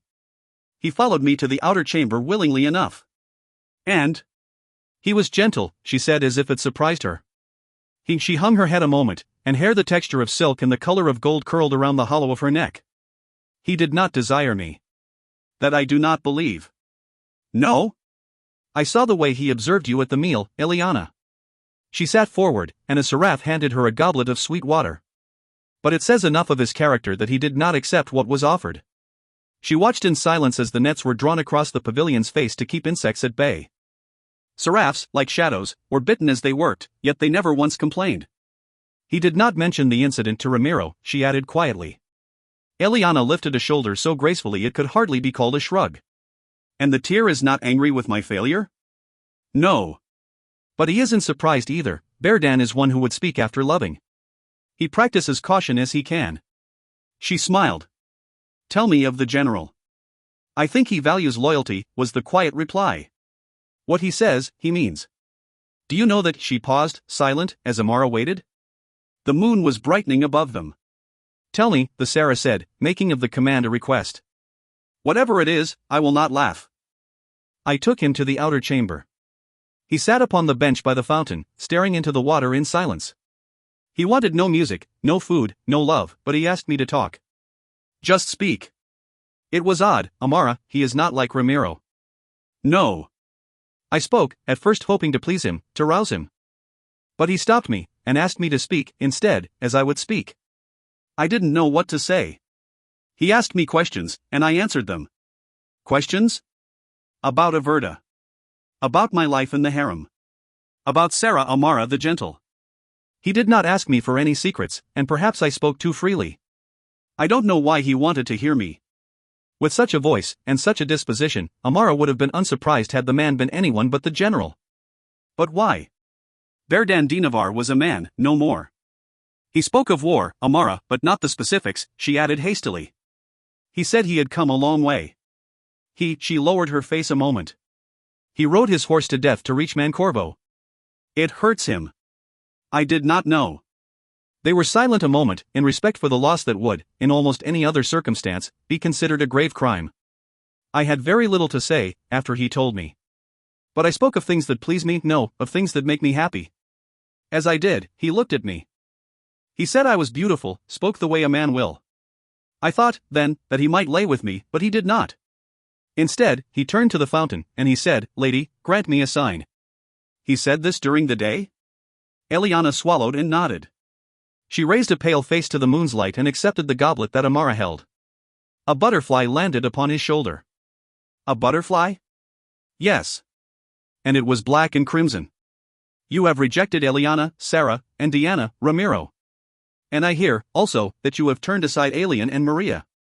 Sarah Amara Encolesta stood in the door of the vast chamber, raising her voice so that it might be heard by the man who sat kneeling in the sparsely furnished room. She wore deep blue, a silk to match the color of her eyes. Her hair, still dark after the passage of so many years, was bound by pearls and sapphires, the handiwork of the women of the harem. Did you also hear, the man kneeling said, without turning to greet his wife, that I sent Corello and Alfredo about their business, with little regard for their advice? Oh, indeed, Tiragnate, I have. And the Kai was most understanding, given what his father was like at that age. Might I enter? And could I stop you if I wished it, gentle Amara? With but a word. That word would not be no. Ramiro, you make me sound like a Voyani shrew. A mistake, my love. He rose swiftly, turning with the speed of a hunting cat upon his waiting wife. And if I am very good, I hope not to suffer its consequences. She laughed as he swept her into his arms. He was the only person who could make her laugh out loud, unmindful of the social grace her station demanded. Why do you send me children at a time like this? Because it is too tiring to come to you myself without exhausting you first. I am not a young woman anymore, Audot. His laughter left a smile upon his lips as he touched his wife's cheek, tracing its line to the tip of her chin. She knew him well enough by now to know that it was the first smile that had rested there since his quiet morning walk with Berdan Dinavar 2 days past. It was vain, and she knew it, but she took her secret pride in the ability to evoke such a response where no one else, be they youthful, powerful, or beautiful, could. But she also knew him well enough to know that the smile would dim, and then vanish as if it had never been. Come, he said quietly. The seraphs have been and gone, and we will have peace within. Peace? This, I will see. Her own smile vanished beneath the weight of recent history. The festival of the sun, she said to her husband. I know. Berdan Dinavar believes that Alessa was no friend to Averta, but he will be an enemy in blood if we refuse the call to the Torleon. And Mario di Lamberto has so refused. Either Amara or Ramiro could have pointed out that, with no Tiregar, there was in truth no call, for only the Tiregar had that right, and there was none. But the Raden were already mediating with the Lord of the Sun in ceremonies that were older than the Torleon itself, for it was the Lord of the Sun, centuries past, who had first declared which clan would rule the Dominion. The Raden were the ears and eyes of the Lord, and it was said that Alesso Demerant was the sword behind their necks. There would be a Tiregar, one way or another, at the end of this festival. And the fact that his power had not been respected beforehand had a cost they both knew well. Which of the clansmen, in matters of power, stood on nicety of form? Sarah Amara knew that if Calesta chose the Tor, and the Festival of the Sun, Mario di Lamberto would be isolated. And most probably destroyed. You do not think that you will travel to the Torleon? No. She exhaled heavily, although it was bad form. Good. If Alesso Demerant had intended to share his power with you, you would have had word or invitation before the fall of Clan Leon. He laughed. You trust no one, do you? I trust you. You trust me, he replied, in affairs that do not interest you. She placed an arm around his waist, and he an arm across her shoulders. They knew each other's bodies well enough to be comfortable walking thus. The large, empty chamber receded, and the small, sparsely decorated room opened up. This was Ramiro's heart, the singularly uncolorful room, with its lacquered chests and reliquaries. Here, scrolls and bonds and papers, old as the clan's founding, were placed, and here as well were the rings and the sigils, the shield and the sword, upon which Calistans swore their adult oaths. Or, in the case of Sarah Amara, their marriage oaths. She smiled, but sadly, as she saw these chests, and then the smile dimmed completely as she noted that the black and gold chest in which the sword rested, lay open, its red silk reflected like too bright blood against the blade's curve. You've decided, she told her husband, as she left him to kneel before the Kayestan sword. Have I? Mancorvo has taken the lives of 100 of our seraphs in the past 4 years. We have ordered our Surden across the border, and we have brought back their seraphs to replace those lost to us. We have killed and been killed, the nightfires have burned throughout all but the harvest season. But not once, Ramiro, except upon the day our Kai proved himself, have you considered such actions so bitter that you opened the sword haven? You think you know me so well, gentle wife? Piqued, she rose and turned, leaving the naked blade at her back. And am I so wrong? I opened the sword haven, he told her softly, because Berdan Dinavar is not a man I would dishonor with a dagger or a common blade. He is a man. She was speechless, and then she turned again to look at the chest, at the sword that waited within, unsheathed. Ungirded. You have not killed him. No. I am slow, Ramiro. This game of war, it is no longer my game. Tell me what you are thinking. She drew close, because he wanted it, and put her arms around him, wrapping herself tightly to the pillar that he had become. That I should kill him. That he will start a war that will destroy Averta, and possibly Anagar, by delivering it into the hands of the Empire, that he will prove to the rest of the clansmen that I am as Mario di Lamberto says, a lackey of the bloodless northerners, with no sense of loyalty or honor. The lady, his wife, said softly. Yes. It is night, and I have never been comfortable with night decisions. This was not a night decision, she said. He smiled into her hair, bending as if from too tall a height to kiss its darkness. No, the decision to kill Berdan Dinavar was made 2 days ago, after dawn, while the sun rose. You admire him. It was not a question. Is it so obvious? Not to Berdan, no. Amara pulled herself gently from her husband's embrace. But to me, now. You could have sent him northward with your tyrant. They could have killed him easily, with no witnesses, and disposed of the problem he poses. Instead, you are here, with the sword of Calesta unblooded. She paused. And you sent Eliana to him, as a final gift, last night. Yes. But he would not take what she offered, because he would not dishonor you. Yes, curse him. He turned from his wife to the sword, and she walked quietly to the hard mats at the farthest edge of the ornate circle in which the clan's history lay protected. There she knelt, with a grace that spoke of experience. You could have offered her openly, Dot. And what test, he replied with grim amusement, would that have been? He reached down and his hand rested, open-palmed, above the haft of the sword. Twice it wavered, and once it touched the twine cotton grip around the hilt, but it did not close there. I told him, he said, whispering because he knew his wife could hear the words, that we would travel together. I have not taken this sword from this room since the end of the Imperial Wars. If I take it, it will become known. Yes, my husband. She placed her hands in her lap, the very picture of demure silence, for she knew, as well as he, that he could not return it to this room unblooded.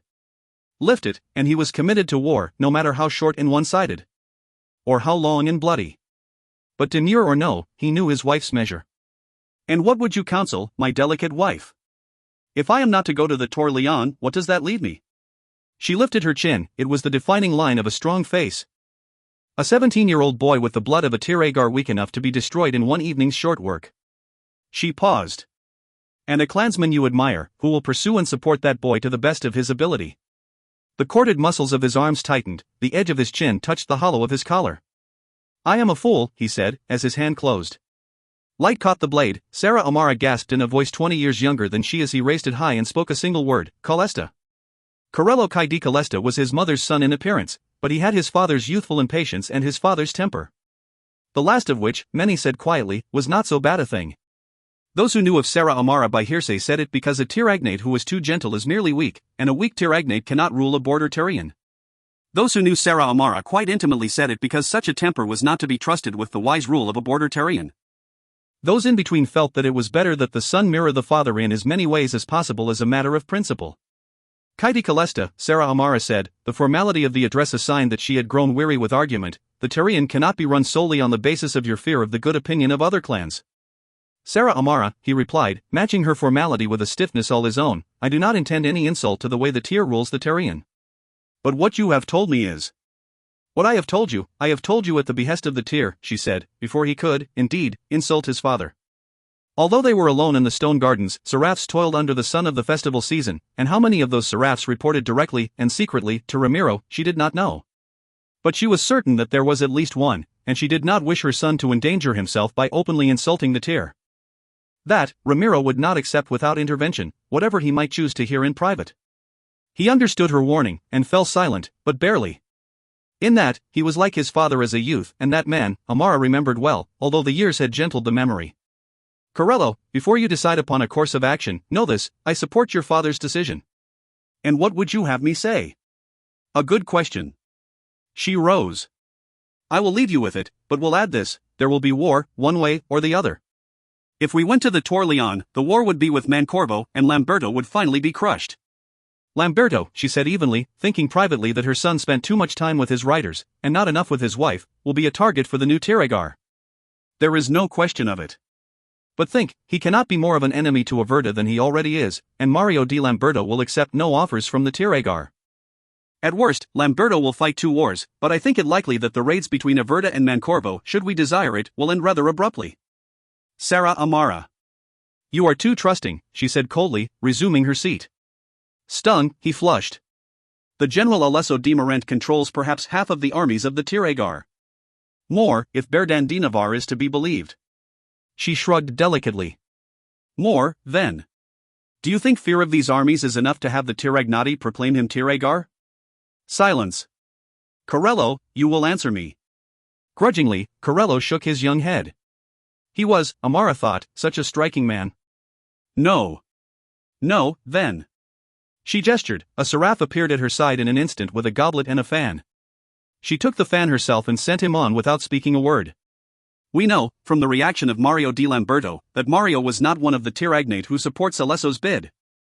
We know, because we are as surprised by Berdandinavar's news as Lamberto was, that we are also not one of the clans upon whom Alesso's success rests. Think, she said, allowing frustration to texture her tone. You think, he said slowly, that Mancorvo and Averta are to be among the spoils of the new Tyr's reign.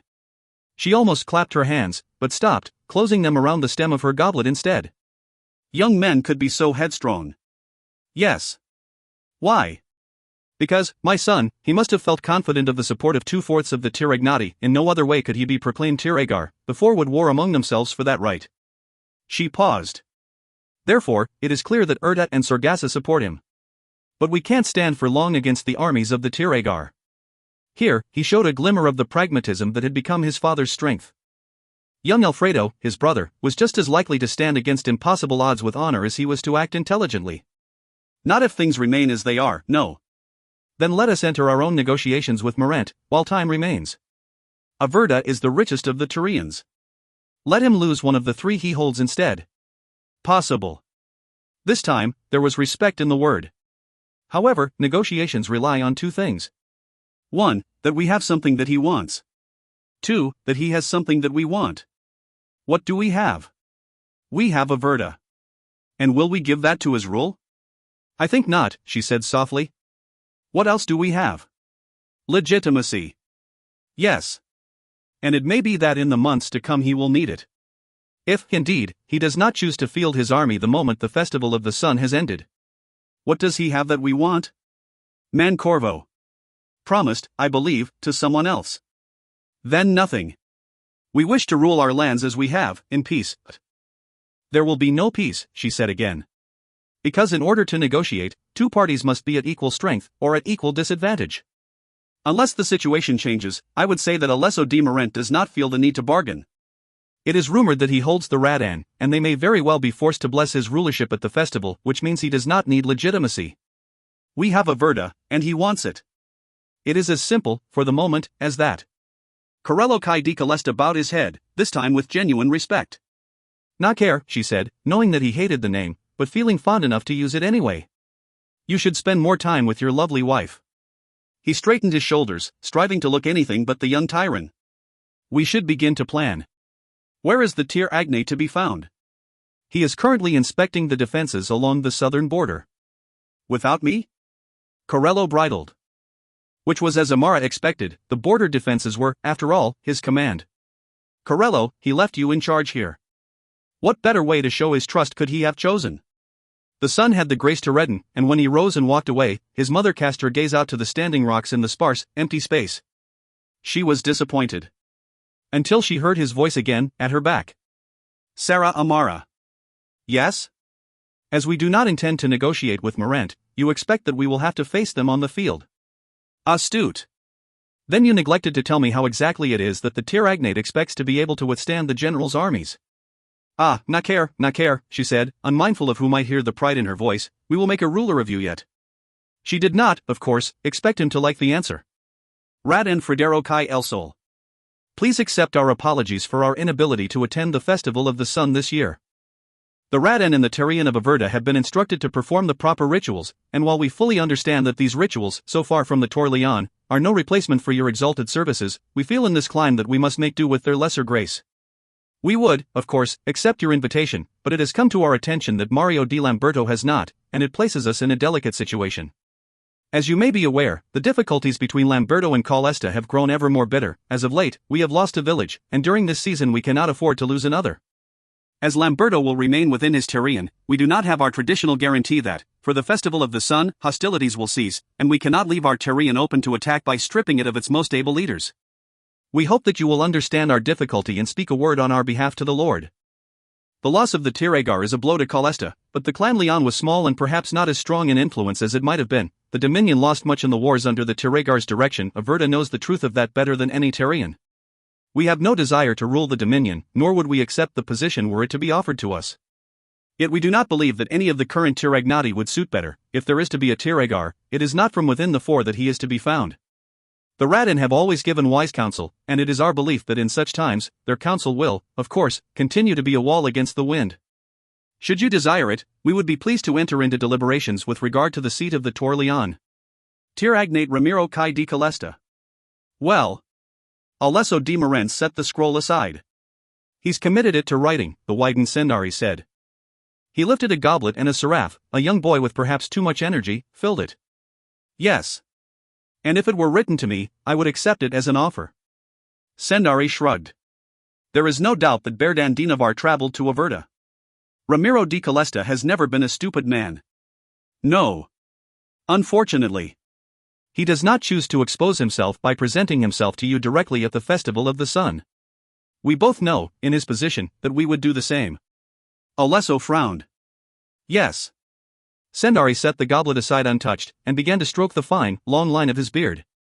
He is no Lamberto, to stand on points of honor. Do you think he would be satisfied to serve me? If his other choice was annihilation, yes. Sendari's smile was dark. Alesso, we gambled, and in this case, it failed. We will still own the tour, even Ramiro di Calesta acknowledges as much in the letter to the Rat-An. Yes, it would have been better to have killed him at the height of the festival. But that was assassination, and this is combat. You made your name in the latter, and not the former. Oh, was the moody reply. Tell that to the Clan Leon. He reached out suddenly and grabbed Sendari's goblet, wine sloshed over the rim, staining the cushions beneath his crossed legs. I am not a patient man, old friend. I see the need to act, I act. But in this, he lifted the cup to his lips and upended it. Enough, Alesso. Enough. Yes, we should have ridden to war. And we can, if you judge the armies enough. They will not be enough. Alesso lifted the goblet with an angry wave. It was filled. Quickly. Oh, we could win a war against two Tyrians that will not stand together. But not without cost. Not against those two. And after the war, what? You know where Berdan has gone, old friend. You know what he was seeing. Fingers were as white as aged silver against the goblet stem. The sun-scorched child of an ugly concubine. Legitimized and sent north to be forgotten. Yes. Ser Vaildan. They were silent a moment. The sun sword, Alesso said grimly. Our cause will be heard if I cannot wield it. Cannot the Wyden? No. And you know it. A blade that can cut through the shadows that surround the kinlords will not be put off by our magics. His brow furrowed, for the problem was an old one, and oft asked. Perhaps if the Wyden worked in concert, but I believe that we could not keep knowledge of that from the clansmen, and that will hurt you more. Then we've no choice. Sendari said nothing. It was the prudent course. But he sat back uneasily against the sky-blue cushions, his throat too dry to drink. Tell Tyron Calevro to make the Tor Leon ready for the public execution of the northern hostages. Tell him to make their deaths quick but bloody, they must be an insult, worse, to the northerners. He rose. Then set a few of the northern merchants free. Let them carry the tale. They will slaughter all of the hostages, Alesso, but... That is the plan, was the cool, dry reply. The Tiragnati will have no choice but to call for blood, and most certainly the northerners. The northerners back away from war like beaten dogs whenever the opportunity presents itself. He paused. But of course, when it is explained that the deaths were caused by a terrible political unrest, when we send the heads and the rings of those involved, they will bluster and ask for concessions. The hostages are not bloodkin, remember. They may back away from war, the Wyden conceded, but it is we, in the end, who ceded the lands in Averta to them. Weigh carefully. We cannot take the Dominion to war while we do not own it. Too much will be too unstable, and if the war is won by a general who is not Alesso di Morant, we have lost the Dominion. Perhaps it might be better to forget about the boy and take the armies you control against Mancorvo and Averta Adat. No, old friend, Alesso said, although he did not turn to face the Wyden, we will order the death of the imperial hostages, and then we will wait. They will kill the boy, and I will wield the sun sword, I will hold the Tor. Only then will we call the war, for then we can take the cursed shining cord out on a very short leash. But they had better, he added, throwing the goblet to the ground where the sweet wine was lapped up by the wooden planks, be all that they say they are. And more. Lady's last shadow. Berdandinovar stood in the darkness, waiting. It was cool in the valley, but not cold, and the sound of the insects sitting atop stalks of corn and wheat began to abate. Sachalin, he thought, and it hurt. The horse that he rode for what was in all probability the most important ride of his life would be a stranger. As if the wind could hear his thoughts, it turned, bringing the scent of horses to him. General Kai Dinavar. He recognized the voice in an instant, and bowed, although the bow was an act of generosity, not a dictate of custom. The young girl, Eliana N. Calesta, returned his bow with an agile grace that made him feel truly old. At her side, with a glass lamp swinging in the brisk breeze, stood an older seraph with a neutral expression. His shadow fell across her feet. Eliana was not a woman who should stand in shadow.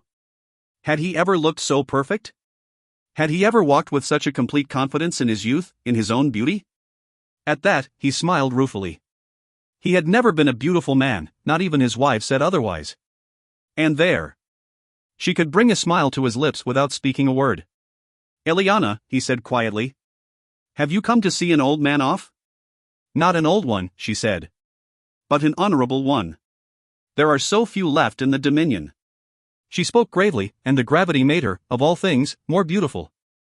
Holding the folds of her sari with her left hand, she reached down with her right and pulled out a long-stemmed flower. It was crimson, and beneath its closed bloom, there were thorns. Sarah Amara sends this to you, she told him softly. And I would not refuse a gift from Sarah Amara the Gentle. He took the rose carefully, but in the dawn's poor light it was not easy to see what was stem and what thorn. The gift drew blood. A wise man indeed.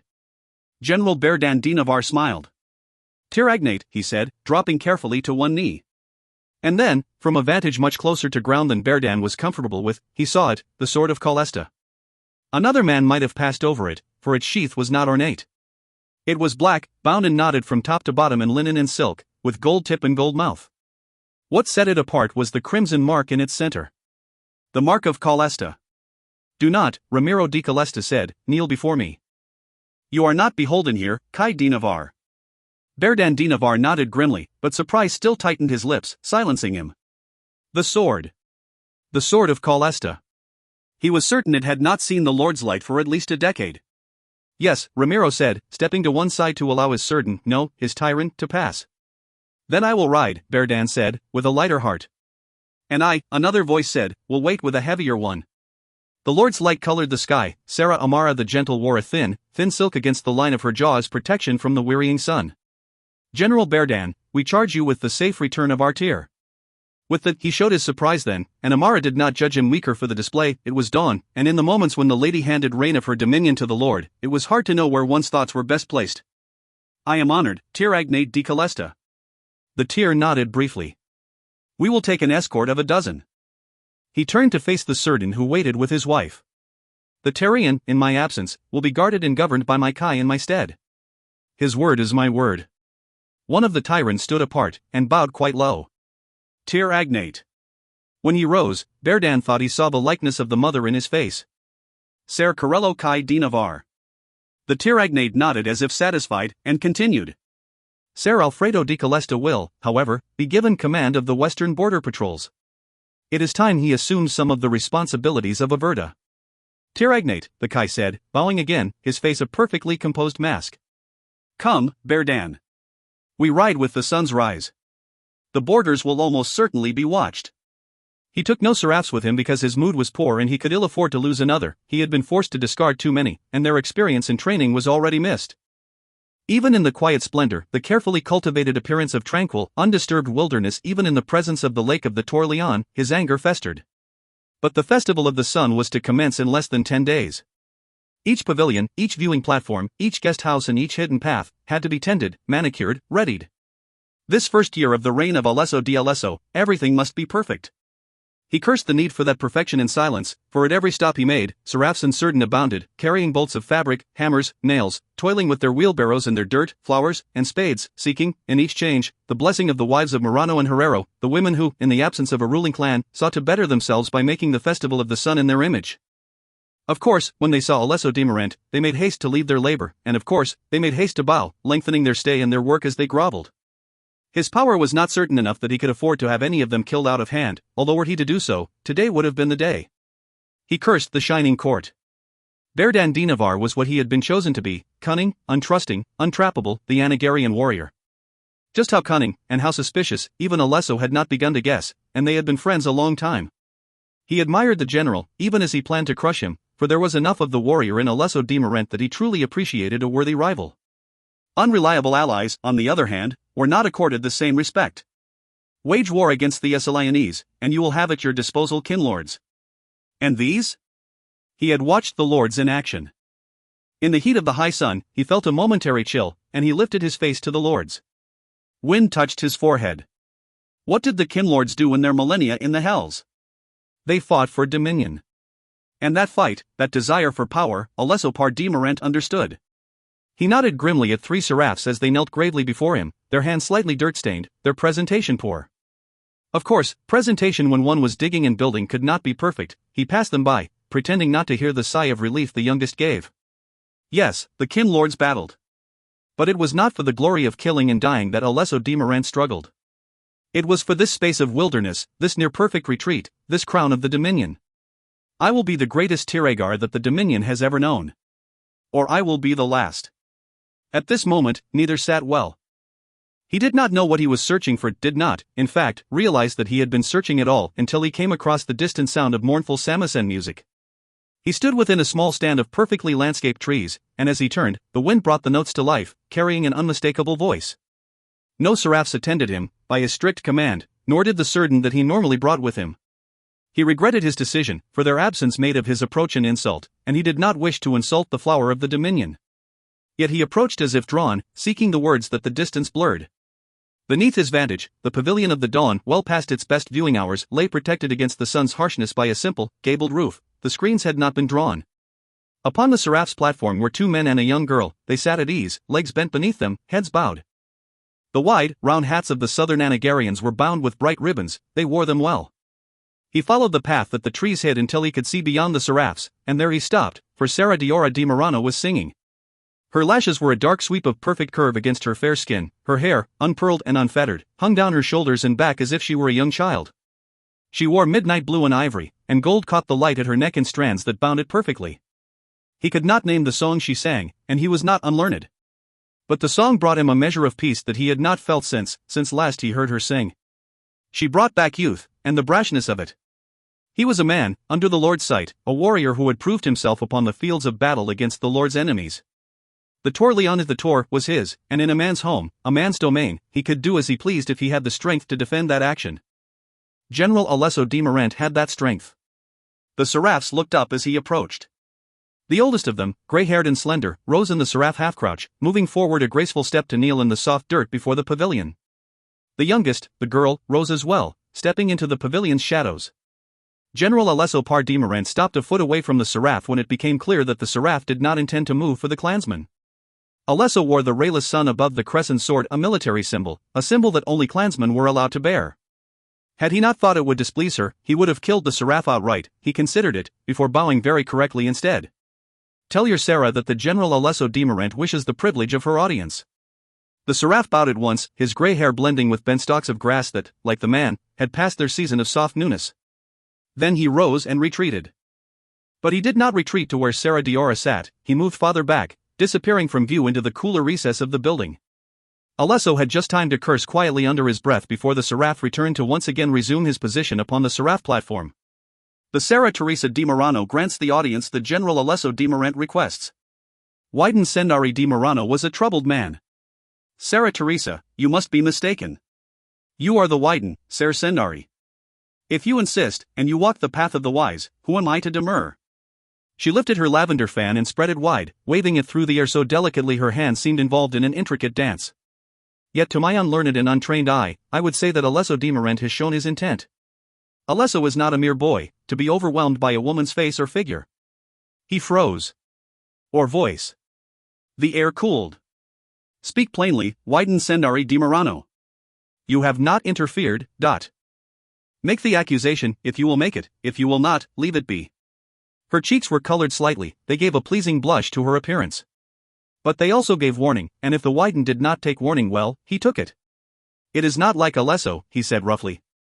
It is exactly like Alesso, she replied. You have interest and affection in the women that she chose for you, and in the woman that Fiona has chosen since. But you are not a poet, Sendari, and you will never be one. You have never had a young warrior's heart. Her eyes narrowed, the fan stilled, and she studied its perfect crescent, its jade ribbing. Or did you have another plan for my niece? For I will concede that it is unlike Alesso to work against a plan he himself has devised. Indeed. He stared at her, she did not meet his gaze. Speak, he said at last. Speak plainly, at my request. She lifted the carafe of sweet water and poured it for him. I do not interfere in your affairs, Wyden. But if I were so inclined, I would not beguile Alesso de Morant or in any way draw him to my Nadio. He has already killed 2 wives. One died in childbirth, Sendari replied, too sharply. Very well, then. What exactly did he say? What did he say? He said very little. But he approached without Seraph or Certain. The Wyden darkened slightly. And? He chose to speak with my Seraphs, and they carried his message. But he meant it, I think, for Diora. He sat with us for 2 hours, and during that time, Diora sang, and he watched her. Just that? Yes. Only that. She paused, setting down the carafe and lifting the fan again, the effect one of grace and muted satisfaction. He did not look at another thing under the Lord's sky. The Wyden rose heavily, as if age were settling more quickly than he had ever expected it would upon his shoulders. He did not know if Teresa knew it, although he suspected that she did. Sara Diora Maria di Murano had already been promised to the Tiragnate Eduardo Cai di Gherardi of the Terrian of Erta in return for his pledged support of Alesso di Morente at the Festival of the Sun.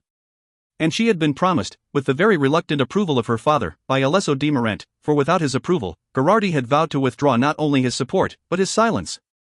A dangerous game, that. But well played. Asterisk. Chapter 17. 28th of Morel, 427 AA.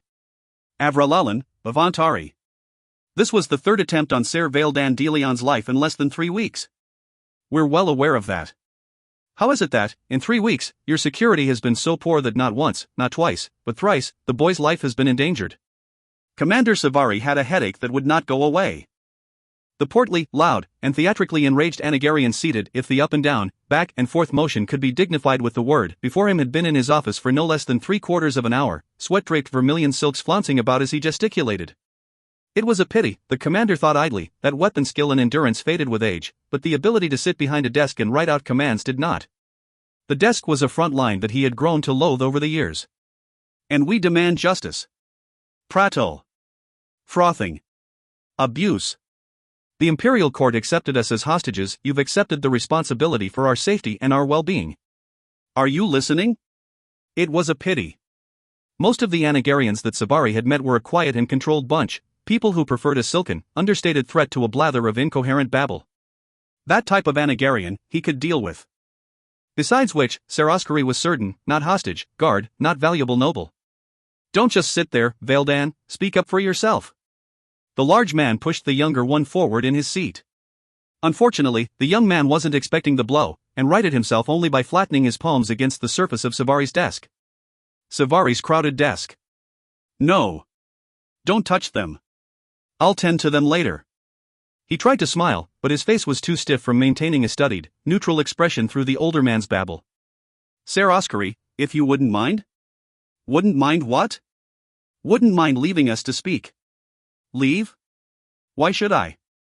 No one's tried to kill the boy when an Anagarian's been around, or hadn't you noticed that? That's not true, Oskari, the boy interjected, his voice a study in quiet deference. Sarah Alina was there the third time. Sarah Alina is a woman. I am a clansman. The older man shook his head and rolled his eyes. You see, he said, jabbing the air in front of the commander.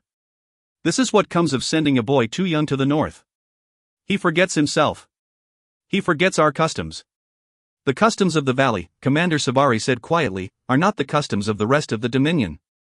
Besides which, he had thrice had occasion to speak with Sarah Alina, and she had a temper which, while cool and polite and perfectly hidden beneath a composed and elegant exterior, exposed Oskari's for the bluster that it was. Ser Oskari di Vanera drew himself up to his full height. And just what, he said, do you mean by that? Or perhaps it was just the merchants.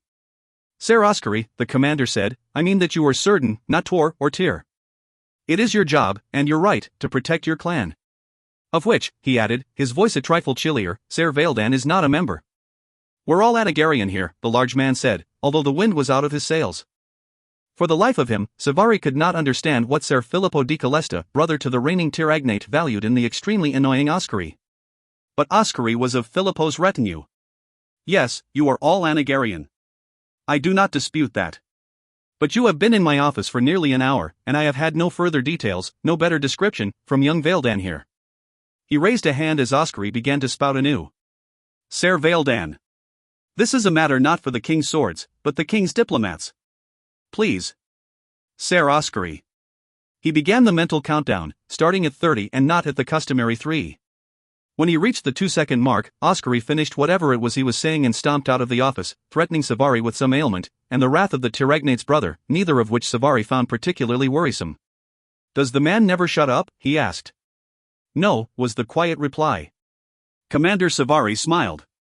Ser Valdan de Leon, you must forgive my poor manners. I am not happy with the breach in our security. The boy nodded seriously. It was hard for Savari to remember that he was 17 years of age. Oh, he was the right size for it, he certainly had the build and the face, but he lacked experience, and it showed. But, Ser Valdan, we find it unusual that in the first two incidents, the assassin was a conjured creature. Do you understand what this is, comma? A demon. We are aware that you are from the clan Leon. At this the boy nodded. Savari was well aware that his mother, what was her name, filled his head with nonsense about the Great Tier, but the boy seemed to have survived such nonsense intact. We do not wish to start an incident with the Dominion. No, sir. Can you think of any clan that would benefit from your death, either directly or indirectly? No, sir. But Alina says that if I die, the Tiragar would have to respond by killing all of you. His expression was quite pained. I mean, all of the hostages in the Tor Leon. Which, if it did not start a war, would certainly damage relations and trade between the Dominion and the Empire. Who would most gain by it? I don't know. Valdan, that isn't a good enough answer. The first time, maybe. The second time, barely. But this is the third attempt. 2 of the king's swords were killed, and 4 injured. Do you understand? The time for ignorance has passed. The Lord of the Compact was writing the king's commander, in language that had grown increasingly chill. Oh, indeed it has, someone said. Commander Savari looked up. Standing with his back against the closed door was Devon A. Terraphin, his dark hair silvered slightly with passing time, his face a set study of utter neutrality. Savari knew better than to ask how he had come. Devon was uncanny in his ability to move, quietly. What is it? You won't like it. When you deliver the news, I never do. What is it, Dot? Devon turned to the young man who was seated in front of Commander Savari's desk. He fell to one knee before him, bowing his head in the southern style. I bring you word, he said, as the dark-haired young man seemed to shrink back slightly, from the Tor Leon. The Tiragar is dead. The members of the clan Leon who resided within the Tor are dead, not even the daughters or the wives were spared. Ser Valdan Kai de Leon, you are the clan now. He paused, and then lifted his head. No Avralalan winter was as cold as the Adarafan's expression. You are a fortunate young man, he said softly, the words more of a threat than a statement. You will stay in the Iranan halls. There is an armed guard, and 2 shadows, who will be at your side constantly from this moment on. You will accept the company of a mage of our choice, and you will accept the company of a bard that Seniel sees fit to appoint. You will follow the orders of those attendants and guards that we assign while you remain in Avralalan Aramarilas in all things. Is that clear? The young man paled. My father is dead? Savari closed his eyes a moment. A Terraphin, he said, lifting a hand. The boy has had his shock. The rest can wait. No, Commander Savari, it can't. He walked over to where Valdan sat.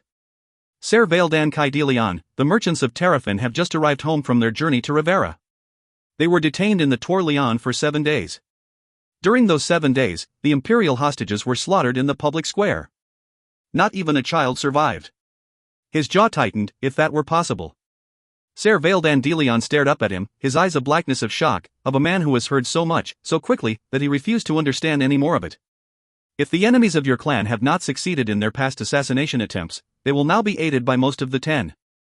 Come. I will escort you back to your quarters. Kalikor.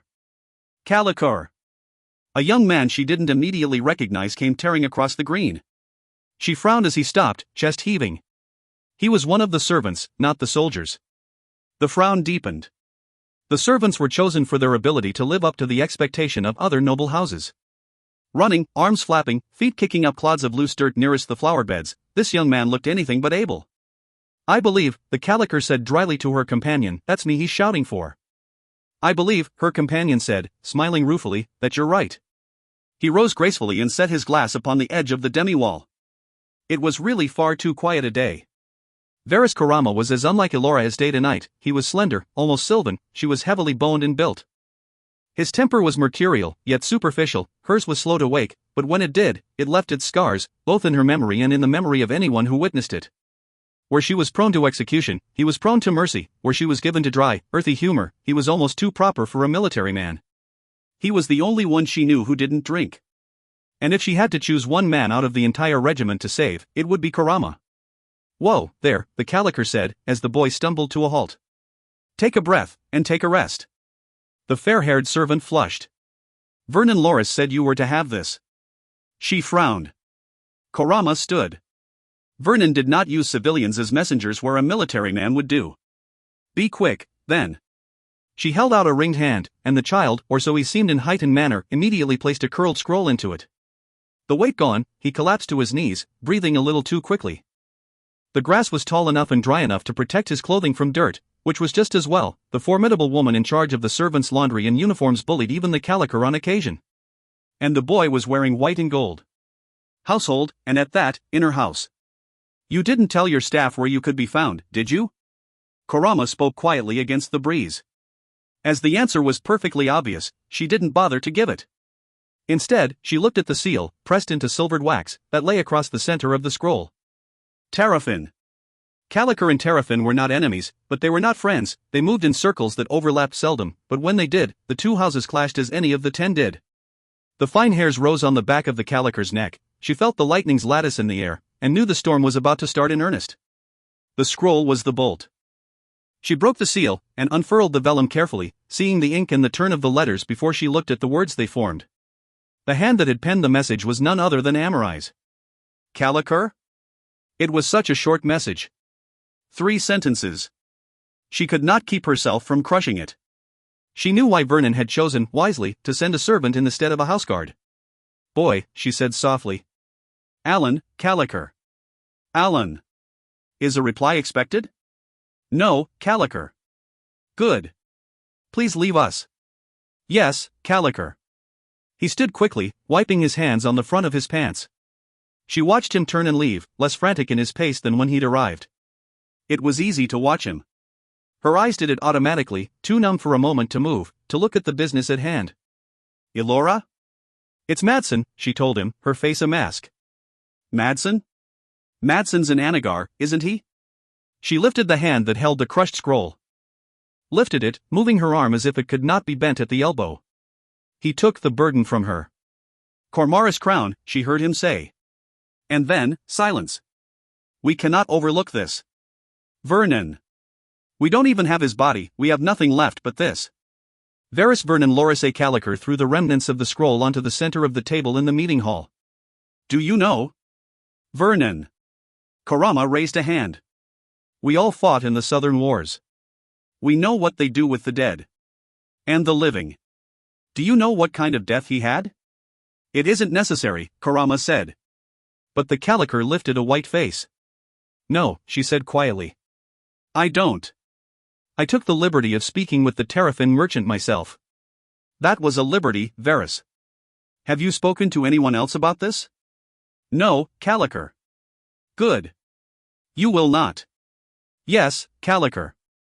Vernon's lips were a single white-gray line. "But you will tell me," she added, so softly her words hardly carried. "They cut off his legs at the knees and made him try to walk." She said nothing. He should have refused and died with dignity, but he couldn't. They told him if he could walk, they would spare his children. Her silence slowed him where her anger could not. "We have to act, Caliker. We have Anagarian nobles littered about the isle as if they own it. Hostages," he added, his voice blurring on the word. "Make them pay." She said nothing again, but she stared at the signet ring upon her hand as if it burned. Sarah Marlena Enleon rent her silk sari, or tried. The fabric was, sadly, stronger than her hands, and wailed like a newborn child. The kohl and powders that adorned the whole of her face caked and gathered in the lines that age and wind had worn there. The veil, she had torn off in shock and anger, that the Lord might see her outraged face and know that wrong had been done. Veildan sat a discreet distance from her heaving shoulders, uncertain of how to offer comfort to a woman whose husband lay dead an empire away. Especially not when he had been, even at that distance, the center of her world. It was treachery, his mother said, the words muffled by the thick palms of her hands. Treachery. Marquesa was a great man, a great man. Only treachery could have felled him. He nodded awkwardly, staring at her back, and the pale roots of her dark hair, too numb to say anything at all. The only thing he felt, besides this unnatural awkwardness, was guilt at the lack of loss he felt for the shadowy figure of his father. The Tiragar had been an older man when last they met. He remembered this well, for they did not meet often, and the blurring of years, the passage of time, was not lessened, as it had been for his mother in his eyes, by their constant companionship. Finely robed in gold and silver, with black and white and blue embroidery, sword-girded and heavily booted, the man who ruled the dominion of Anagar returned from war to his harem. His eyes were dark and narrow, and his beard thin. He was wide, broad-shouldered, tall, but thickening at the middle if truth were to be told. And there was no warmth in him. He greeted his Sarah, and in turn his wives, and then paused a moment to praise Sarah Elara, his Kai. Veldan, and the rest of his half-brothers and sisters, waited quietly, even meekly. To speak out of turn was dangerous, especially for the concubine's children. At 6, he had known it clearly. Yet his father never struck him, never beat him, never hurt him. Because, his mother said, he was a great man. What had he said, the stern and terrible man who ruled the southern dominion? What words had he offered to those who waited in such meek silence? Sarah Marlena and her son. Oh, it stung. Even now. Especially now. He rose, he wanted peace, and this place, this courtyard with its blindfolded stone boy in the center of its lone fountain, had been his one certain retreat. Until now. He and his mother had traveled with too certain to the heart of the enemy's empire. To these very halls, to live and breathe the salty, tangy air of the open sea in a land where horses were beasts of burden and women ruled and bloodkin were less than nothing among the families of the powerful. Because his father, the great and powerful Tyr, needed the aid of those loyal to him, of those he both loved and trusted as his own kin, in a land where treachery abounded. Or so his mother told him. But certainly those second sons and bothers that the Tiragnati had sent were not so valuable to the men who remained in the dominion. He realized it now, at 17, when at 8 things had seemed so much clearer. Marqueso, the woman beside him sobbed, and he saw her a moment, unkindly, as she was, too old, too lacking in the fine self-control of a suitable wife, too unlovely for the man that his father had become. She sent letters, of course, but who answered them, if they were answered at all, he did not know. The hangings to the courtyard were shoved to one side, they flapped heavily against the smooth stone walls as Sarah Alina di Lamberto, the only woman to be sent as hostage to the northern kings, stepped into the room with her servants. Veldan remembered her because so many people had been privately proud of Tiragne di Lamberto for defying the northerners while acceding to their demands for surety. A woman was, in the end, of no value to a Tyr. He would not have released a son or a brother. To get one, the northerners would have had to obliterate the Terrian of Mancorvo. They chose, in the end, to accept. Sarah Alina had been given time to dress, but little time to prepare herself for public appearance. She wore no gold, no jewels, no adornments, and the sari that fell so exquisitely was of a simple, pale blue, with no embroidery, no obvious sign of well-crafted artisanship. She was pale, but composed, and although she was of an age with Sarah Marlena, she was slender and tall and stern. Too stern, his mother told him, which is why she had never been married off. What man would have a woman so hard in his bed? He rose at once and bowed correctly. Ser Veldan, she said, bending at the knee. The king's swords have, graciously offered me escort to these halls. For my own safety. She paused. They are rousing the rest as well, I believe. Will they all be brought to the Iranan halls? I don't know, Sarah Alina. She was so unlike his mother that many found it hard to answer her. To Veldan she was a sword, not to be feared, unless he faced its moving edge. Ser Veldan, I will not stand on ceremony here. She rose from the scant half-bow and her servants hastened to straighten the folds of fabric that fell at her back. What has happened? Why does Sarah Marlena weep so?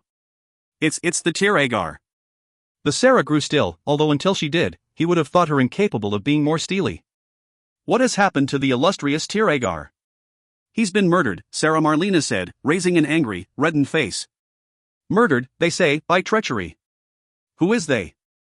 Sarah Alina stepped past Veldan and caught Sarah Marlena by the shoulders. Who is they, Sarah Marlena? The Northerners. The diplomats. Veldan. Tell me.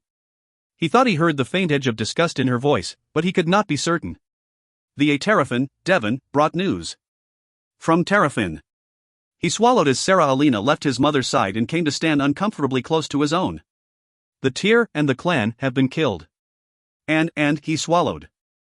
And all of the Esselianese hostages. All of the imperial hostages. Why yes. Lady of Night. The Sarah grew white, whiter than alabaster, whiter than the blindfolded stone face of the thin boy who stood in the center of the courtyard's fountain. He thought she might crumple. Who carried this news? A Terrafin merchant. He witnessed the killings. They were public. Who authorized the deaths? I don't know. Was a northerner responsible for the death of the Tyr? No, a new voice said. They both looked up at once. Standing in the open door, the hanging's heavy cloth bunched up in a mailed fist, stood the imperial princess, Murielin A. Cormaris.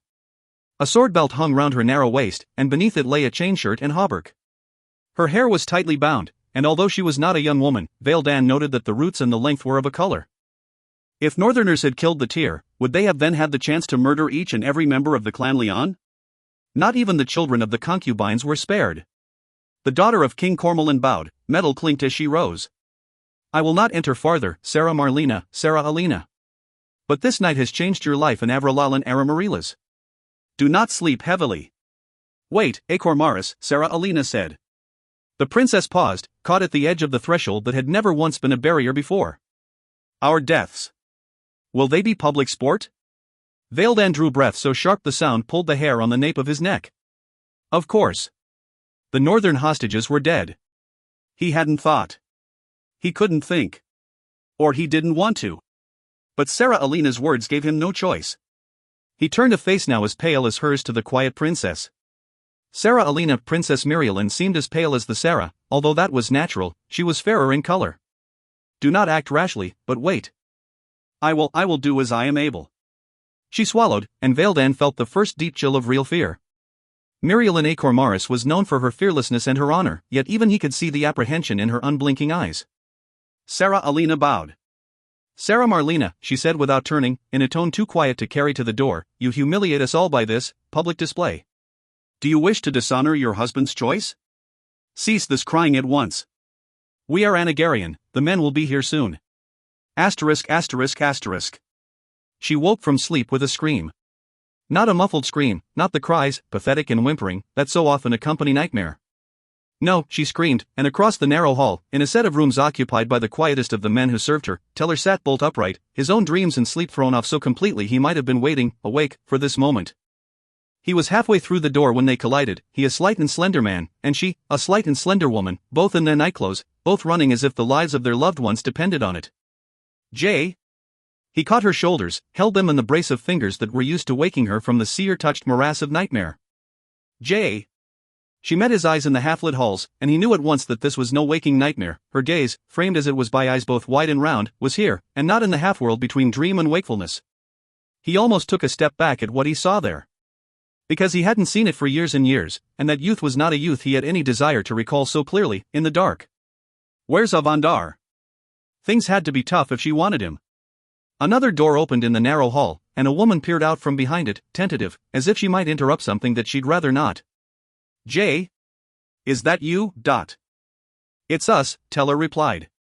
He met Finch's shadowed gaze and shook his head, saw her relax even before he began to speak again. Jay's fine. Jewel Marcus A. Terrafin said. But if Jay doesn't move quickly, a lot of other people aren't going to be. Where in the hells is Avandar? He is, came the dry reply, not in the hells. You summoned me? Summon is about right, Finch murmured, thinking of how well he fit in with the canon of other summoned creatures. Avandar might live with them, he might serve the same woman they all served, but he wasn't one of them. The fact that he was mage-born didn't keep him out, they'd all met one or two that they could tolerate, maybe even like, and it wasn't that he was a Damasus, and used to running the lives of anyone who happened to live under the same roof, or in the same wing of the building, as he did. It was his chilly arrogance, his aloof distance, his almost open contempt for anyone anything that didn't meet the hidden criteria by which he meted out his approval. Stealing a glance at his profile, she was chagrined to meet his piercing gaze. He was a striking man, not the sort of man that she would have ever guessed would be a servant to anyone else's whim or desire, be they king or even god. But he had chosen the life of a Damasus, and he fulfilled it, if not graciously, then well. Jewel, used to this exchange, ignored it. Yes, I did. Wake Moratz. Tell him we need to see the Terrafin at once. I. Very well. Jewel sat in the near darkness of mage light. Amaris Handernus a Terrafin, the Terrafin, sat as well. There was an intimacy in the setting that spoke of the years of trust between them. Moratz, the Damasus of the Terrafin, stood behind her, his brass hair pale in the shadows, his blue eyes untouched by the darkness. Avandar, the Damasus of Jewel, stood beside her, arms folded almost lazily, hair dark, eyes dark, demeanor cool. They were a study in opposites, these two men. The women ignored them. Jewel, the Terrafin said. It is late. Jewel nodded and drew breath. The 10 meet in the morning. Yes. It was, the Terrapin added dryly, to be a secret meeting. They'll vote to kill the hostages. The older woman stiffened. We, she said coldly, will vote. This is not a matter open to House Council discussion, Jewel.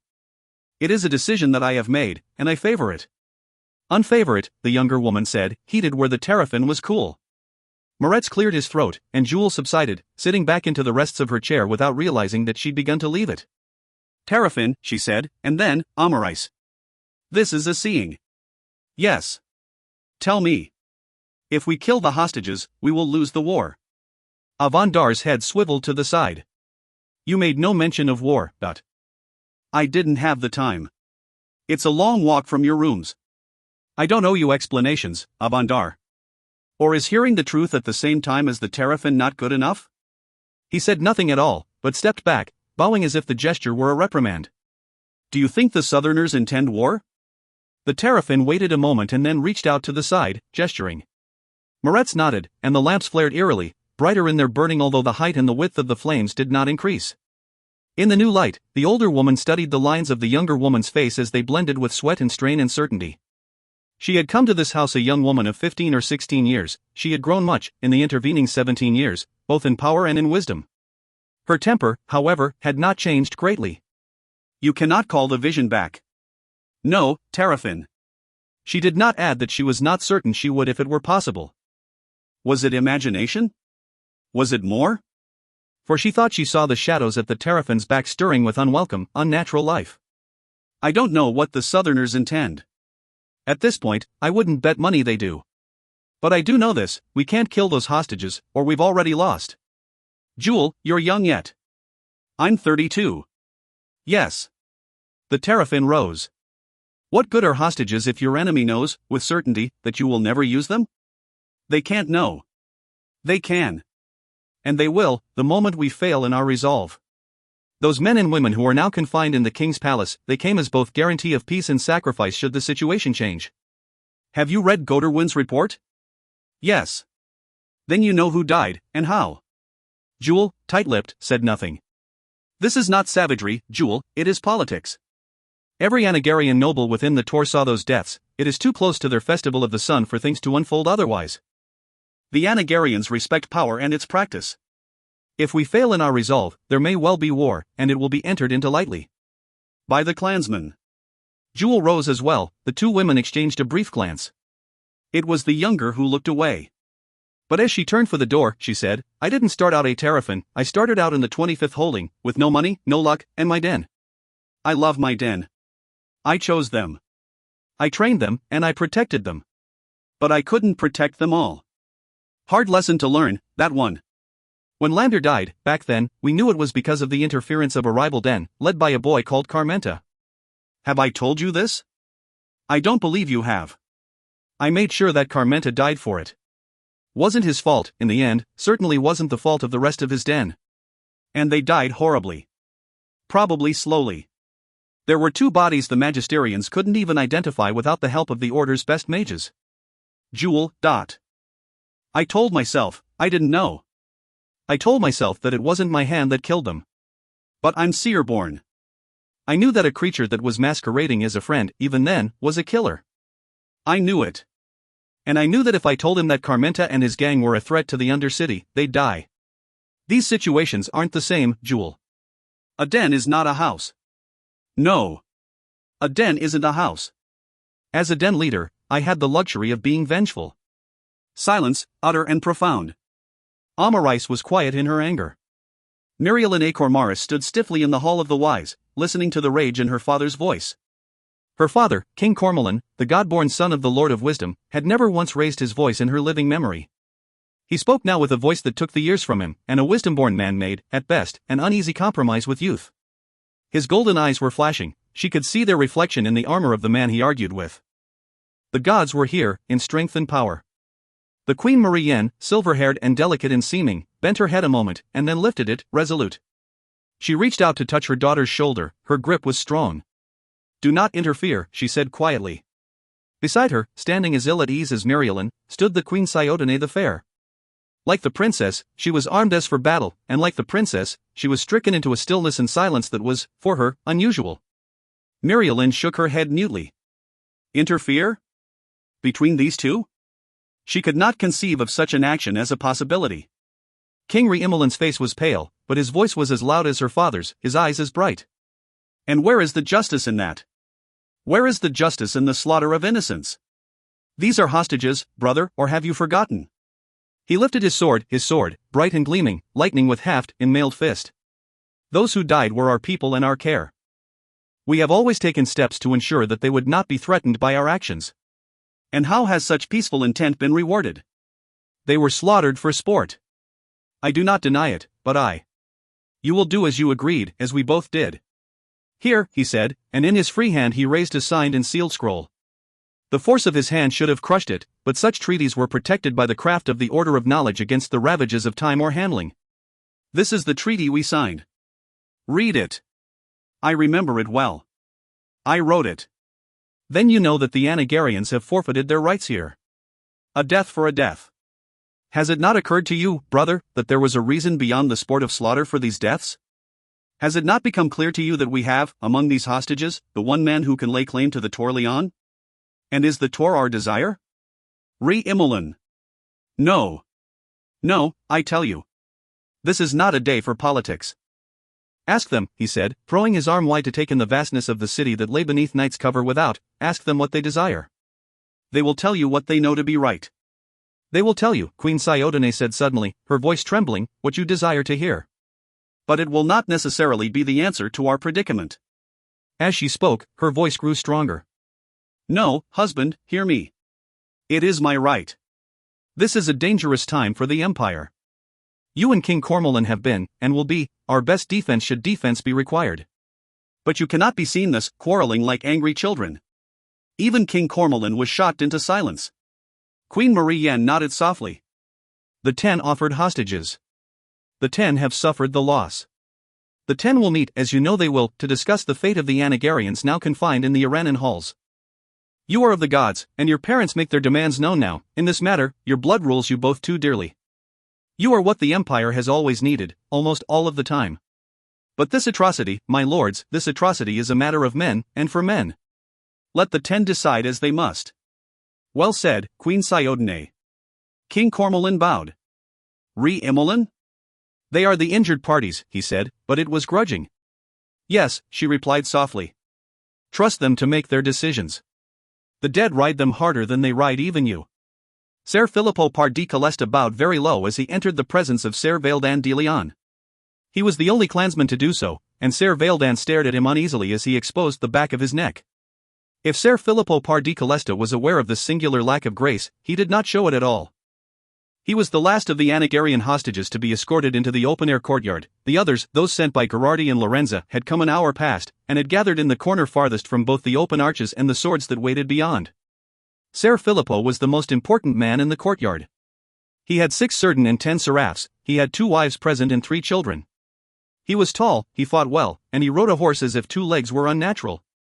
Averta, of all the 5 Tyrians, had taken the treaty between the Dominion and the Empire very seriously.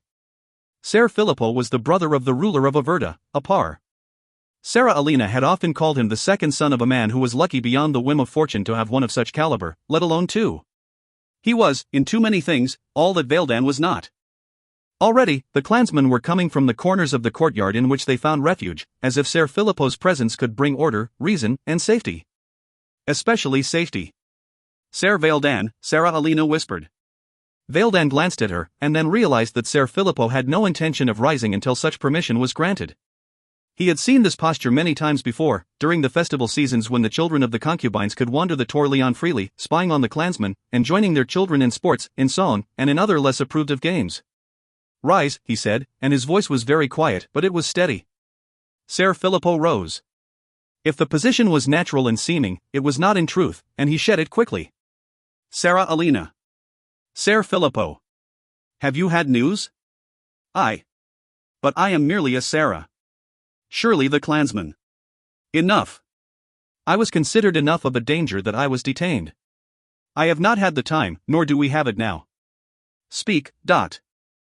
Her smile was edged as his tone, sharp and hard. At your command, Ser Filippo. She bowed, the bow fell short of perfect grace. Mirielin Acor Maris has come twice. She believes, although she will not say for certain, that the 10 meet on the morrow to decide our fate. She paused, as if to gather breath, and the simmering anger left her features, emptying them in a rush. I was able to obtain, from another source, a written copy of the report made to the Terrapin. He held out a hand, and she reached into the folds of her sari. There was no question of etiquette, no subtle struggle, as she handed him the papers. Veildan saw Ser Filippo pale. His mother began to cry. Ser Oscari began to shout. Sarah Helena began to wail. It was too much. This courtyard, with its fountain, its quiet, open space, its familiar stone walls and unadorned floors had oft been his retreat. He drew breath, and even the air that filled his lungs felt stale and dirty. Enough. Silence descended at his word. Sarah Alina was the first to drop, and she dropped into a fully executed crouch, knees against what would, in the south, have been smooth mats, not rough stone, forehead against her knees. Women held no legal title in the Dominion, but they held a subtle power. Sarah Alina was the most notable woman present. As she, the other Sarahs bowed down to the floor, their unadorned hair falling like scattered strands of shadow. Ser Veildan de Leon turned his gaze to the men. Ser Filippo Par di Calesta met the young man's gaze, held it a moment, and then raised a brow. It was a flicker of expression that held, of all things, a certain amusement. And then, he spoke a single word. Tir Agar. The silence became absolute. Tir Agar? Ser Oscari, sputtering as if he'd been caught mid-drink with a joke. Ser Filippo, surely you jest? Why the boys? The overweight, overfamiliar man gaped a moment, and then, as Filippo turned to face him, actually reddened. Ser Filippo, he mumbled. And then, turning, Tir Agar. The 5 Certain who were Filippo's escort found the stones as well, and hugged them almost, but not quite, as closely as the women. Ser Mauro di Gherardi, a young man of Valadin's age, shrugged a light shoulder. His was the acknowledged beauty of the foreign Anagarian court, and he knew it. He did not flaunt, but he did not hide. There was nothing false, in either direction, about Mauro. He was new to the court. A 4th son, to be sure, but cousin to the tiragnate Eduardo Kai di Gherardi. His older brother, the 3rd son, had been recalled 2 years ago to the Dominion. Mauro had been sent in his stead. There were rumors, of course. When a man was as comely as Mauro, there would always be rumors. To his credit, Mauro di Gherardi paid them no heed, either to affirm or deny. Take the title, Ser Mauro said, bending gracefully, but slowly, at the knee. But remember that it is just that. Tir Agar. He had 4 Certain, one of whom accompanied him at all times in the course of a normal day. There were to be no more normal days. He gestured, and they joined him. Ser Cairo di Lorenzo was the oldest man in the group. He brought a hand to a frosted beard and then dropped it again. Looked down at the white silk that pulled slightly across the pale back of his wife, the one woman who had come with him into this foreign exile, this other court. Helena. I do not like it, he said, speaking for the first time. But I will abide my word, Ser Filippo. What word is this? Veildan said, speaking softly where sharpness was called for. Have you read Sarah Alina's report, Ser Veildan? No. Then you will not understand the covenant. But both Ser Filippo and I have agreed to abide by the decision of the foreigners. We live at their whim, instead of dying like men at our own. These knees, he added gruffly, motioning with a frown to his son, his adult son, Ser Gregory, who should have known better, are not what they used to be. They haven't bent much, these past 12 years. Not much at all. And we don't have our swords, Ser Cairo added. This oath, this acknowledgement, it means nothing without swords. No, Ser Filippo said, turning his head to the side, that he might see Ser Cairo. It means more. We are under the open sky, Cairo, and the Lord watches. The Lord watches warriors, was the truculent reply. But the old man nodded to himself, and then, knees against the stone, he smiled grimly and raised his face to look upon a man a third his age, if that. Tir Agar. ****. Chapter 18. Duarte. Duarte A. Calicar was just this side of being able to control the mutinous rage that had spread through the ranks of the Ospreys. The effort cost him, though, it always did. Fiara was calling for blood, and if he hadn't had use of the detention chambers, he was certain that Anagarian blood, even Anagarians gone native, would be thickening the waters of the bay. If only it were just Fiara. What? He looked up, and froze as he met the wide darkness of black eyes. Cariel. He had 2 guards posted outside of his doors, he always did. Only one person got through those doors without being announced, and it certainly wasn't Cariel. He rose, slipping into a defensive posture as he took his place within the flat rings that had been etched by his own power combined with that of Alexis into the stone floor. "What," he asked carefully, "are my guards doing?" "Guarding the door," she replied. "And they saw fit to let you pass?" "They didn't see me." She was always like this, a mixture of the cunning and the blunt that never quite fit. He didn't relax, but only because he found it impossible to relax around her. "You told me that you weren't a mage, Dot." "I'm not a mage." She swallowed. The Caliker said that our pasts were not at issue. She didn't ask me, he thought, but he didn't say it. "Why did you feel it necessary to come to me unannounced?" The circle beneath his feet grew cool to his magical sight.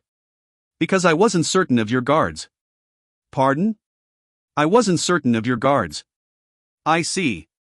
He took a deep breath, waited a moment, realized that she intended to keep him waiting, and frowned. "Continue." "Some of the Ospreys are planning to stage a demonstration in the Merchant Common tonight." She met his eyes, and hers were unblinking, unnerving because they did not swerve or dip or change. "Where did you hear this?" "I can't tell you," she replied softly. In everything, she was infuriating. "Kiriel, you've come here to essentially betray the confidence of the Ospreys who've planned this excursion. You've come in person instead of leaving the traditional note beneath the door. You've interrupted me, by methods which you will not explain, and having done so, have given me news which I needed and did not want to hear. If you're trying to be ingratiating, you're failing miserably, and if you're trying to be helpful, you will give me the names of the ringleaders." "No," Kiriel said quietly, "I won't. They bound me by my word." "They bound you by your word?" "Yes." "Kiriel. I can kill them, if you'd like." She meant it. Even if he hadn't seen her face, he would have known it. He could hear it in her words, in the casual certainty that lay beneath the surface of her youthful voice. Exasperation turned to something else as he met her gaze. "You don't want me to kill them." The Ospreys were a team. A difficult team, yes, too difficult for the regulars to either train or control. They stood apart, keenly aware of the things in their temperaments that made them different. Unique. He'd found them. He'd put them together, giving to the King's justice the one or two that served as example of behavior that even the Ospreys would not tolerate. He beat them into a unit that he could direct, control, manipulate, and care for. Truth be told, although it wasn't what he'd intended so many years ago, standing in front of the Caliker's desk with intensity written all over his face. His first real battle. They had no family, most of these men and women. With Alexis, he had given them a home, and they looked to each other. Half of them were survivors of the Southern Wars, and they knew firsthand, full well, what the Anagarians were capable of.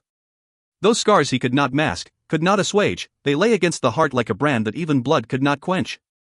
And blood had been spilled in the attempt. Who was it?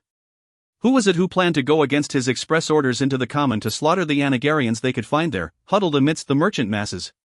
Fiara was safely behind a locked door, but she was not the only one capable of such an act. Hells, she wasn't even close. But she also wasn't the type of person who could welcome Kiriel Diashov. Not because Kiriel came from the south, no one in the company believed that. Oh, her color was right for it, and her height, her face had the right lines. But she was born to the blade, and no women were trained in Anagar. No women, that is, with hands as uncalloused as Kiriel's and a back so unbent by labor.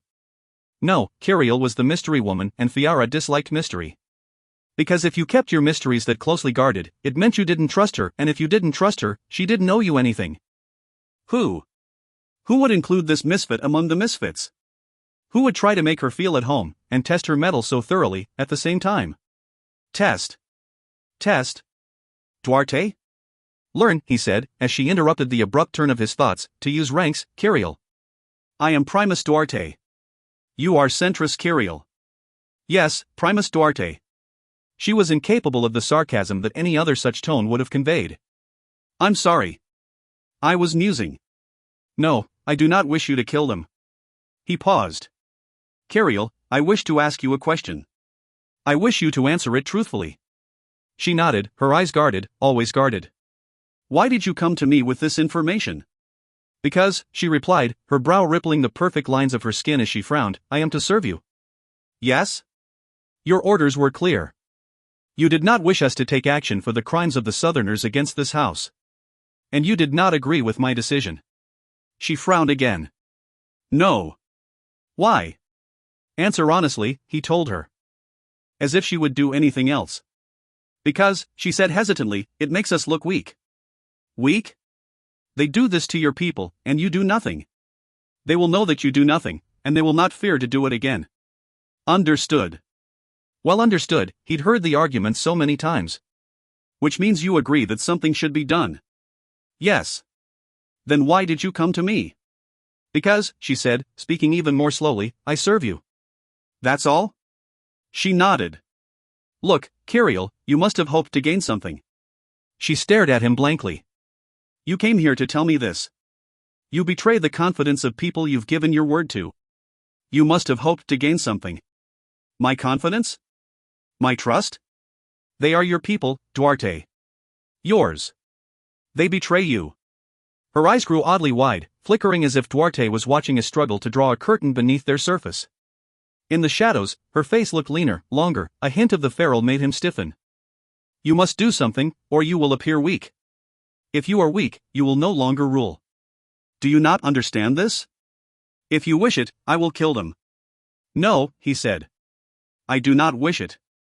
Leave here, and do not speak of this to anyone else. She nodded, and saluted, fist across chest, cool eyes shuddered. He had a momentary vision of chilling clarity. He saw her, this one time, for what she was. And he thought that this slender, naive young woman would coolly and calmly torture a small child to death if he but requested it. Would, and could. And while you're out, find Alexis and tell her I want to speak with her. Now. Cook found her. He wasn't a cook, in fact, he was probably the worst cook in the unit. He was taller than she was, and much whiter, his hair was lighter, although dark enough by northern standards, and he wore a beard that fringed his round jaw. Sun and wind had worn lines into the sides of his face, near his eyes and mouth. He smiled, and as age caught up with him, you could see the smile linger there pleasantly. He even smiled at her. Mind if I sit? She shrugged, moody, he shrugged, good-natured, and sat beside her on the demi-wall, huffing slightly as he pulled his legs up and over the ledge. The garden, what there was of it in an estate as small as this, spread out before them in a carefully manicured sea of colors. Here and there, when the sea breeze was brisk, the whole bent and blended as if it were alive. Which, he thought ruefully, it was. She heard his sigh, and looked up sharply. Just thinking, he said as he stared, that I can even be stupid without speaking. Sullen, she turned her gaze back to the grounds. Kirill. She said nothing, but he knew she was listening. She had ears like no one he'd ever met. You've been here over 2 weeks now. She gave him no help at all. But he didn't mind, he'd seen this many times before. We've all done things we're not proud of. We've all seen things we'd forget in a minute if we could. Never works that way. We aren't the easiest to like, but you aren't either.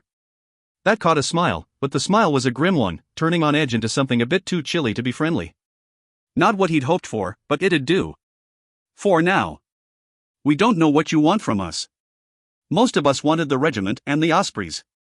Most of us were chosen by Duarte. Primus Duarte. He chuckled. We don't stand on ceremony here.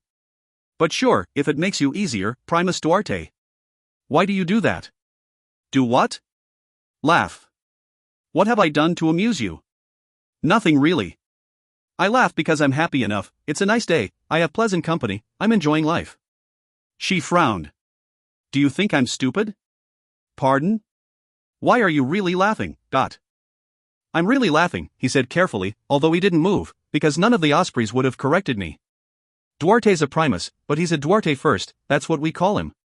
But he told me he wanted to be called Primus Duarte. Sure. And I'd like to be called Your Majesty. He laughed again. Kirill, I don't understand you. I've seen every one of the Ospreys get into the drill ring and work you over with every dirty trick in the book. I know them, they haven't held anything back since you broke Corin's ribs. Not a single trick slips past. You've got a temper that'd usually get you knocked flat at least a couple of times, but you can't be riled to fight. Aurelius hasn't managed you, and he's still up to every other Osprey in the company, Duarte included. Outside of the circle, though outside of the circle it's like you don't know anything. How can you know so much about fighting, about cheating, and so little about everything else, Dot? So little? Her brows were so high they almost disappeared into her hairline. You think I know so little? Well, you aren't exactly the king's own magi.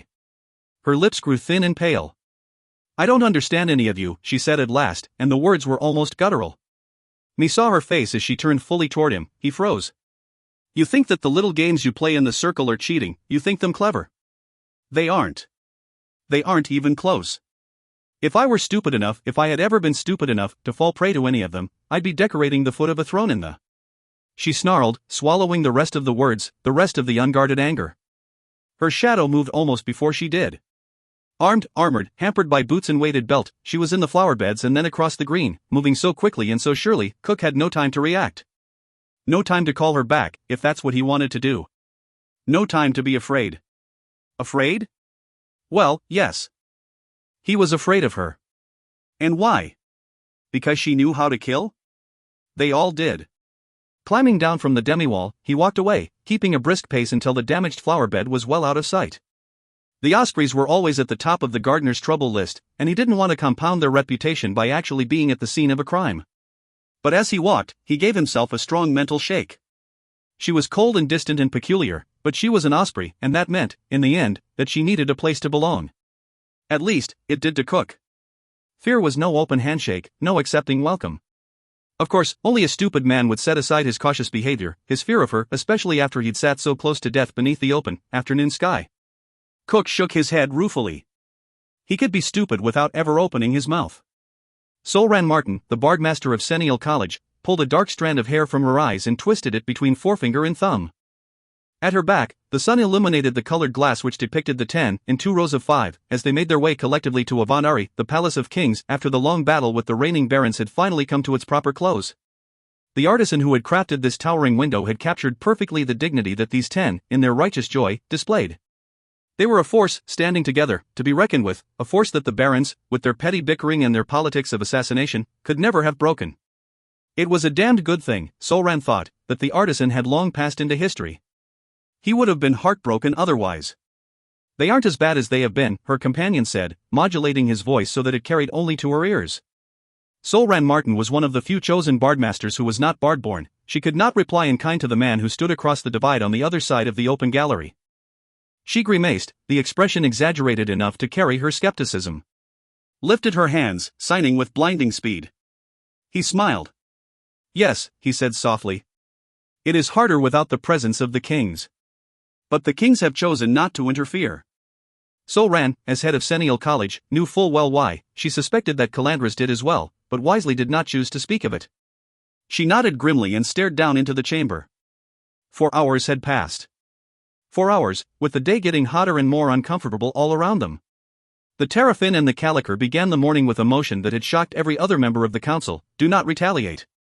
Princess Mirielin Acor Maris immediately joined them. She sat in on the council meeting with the status of advisor.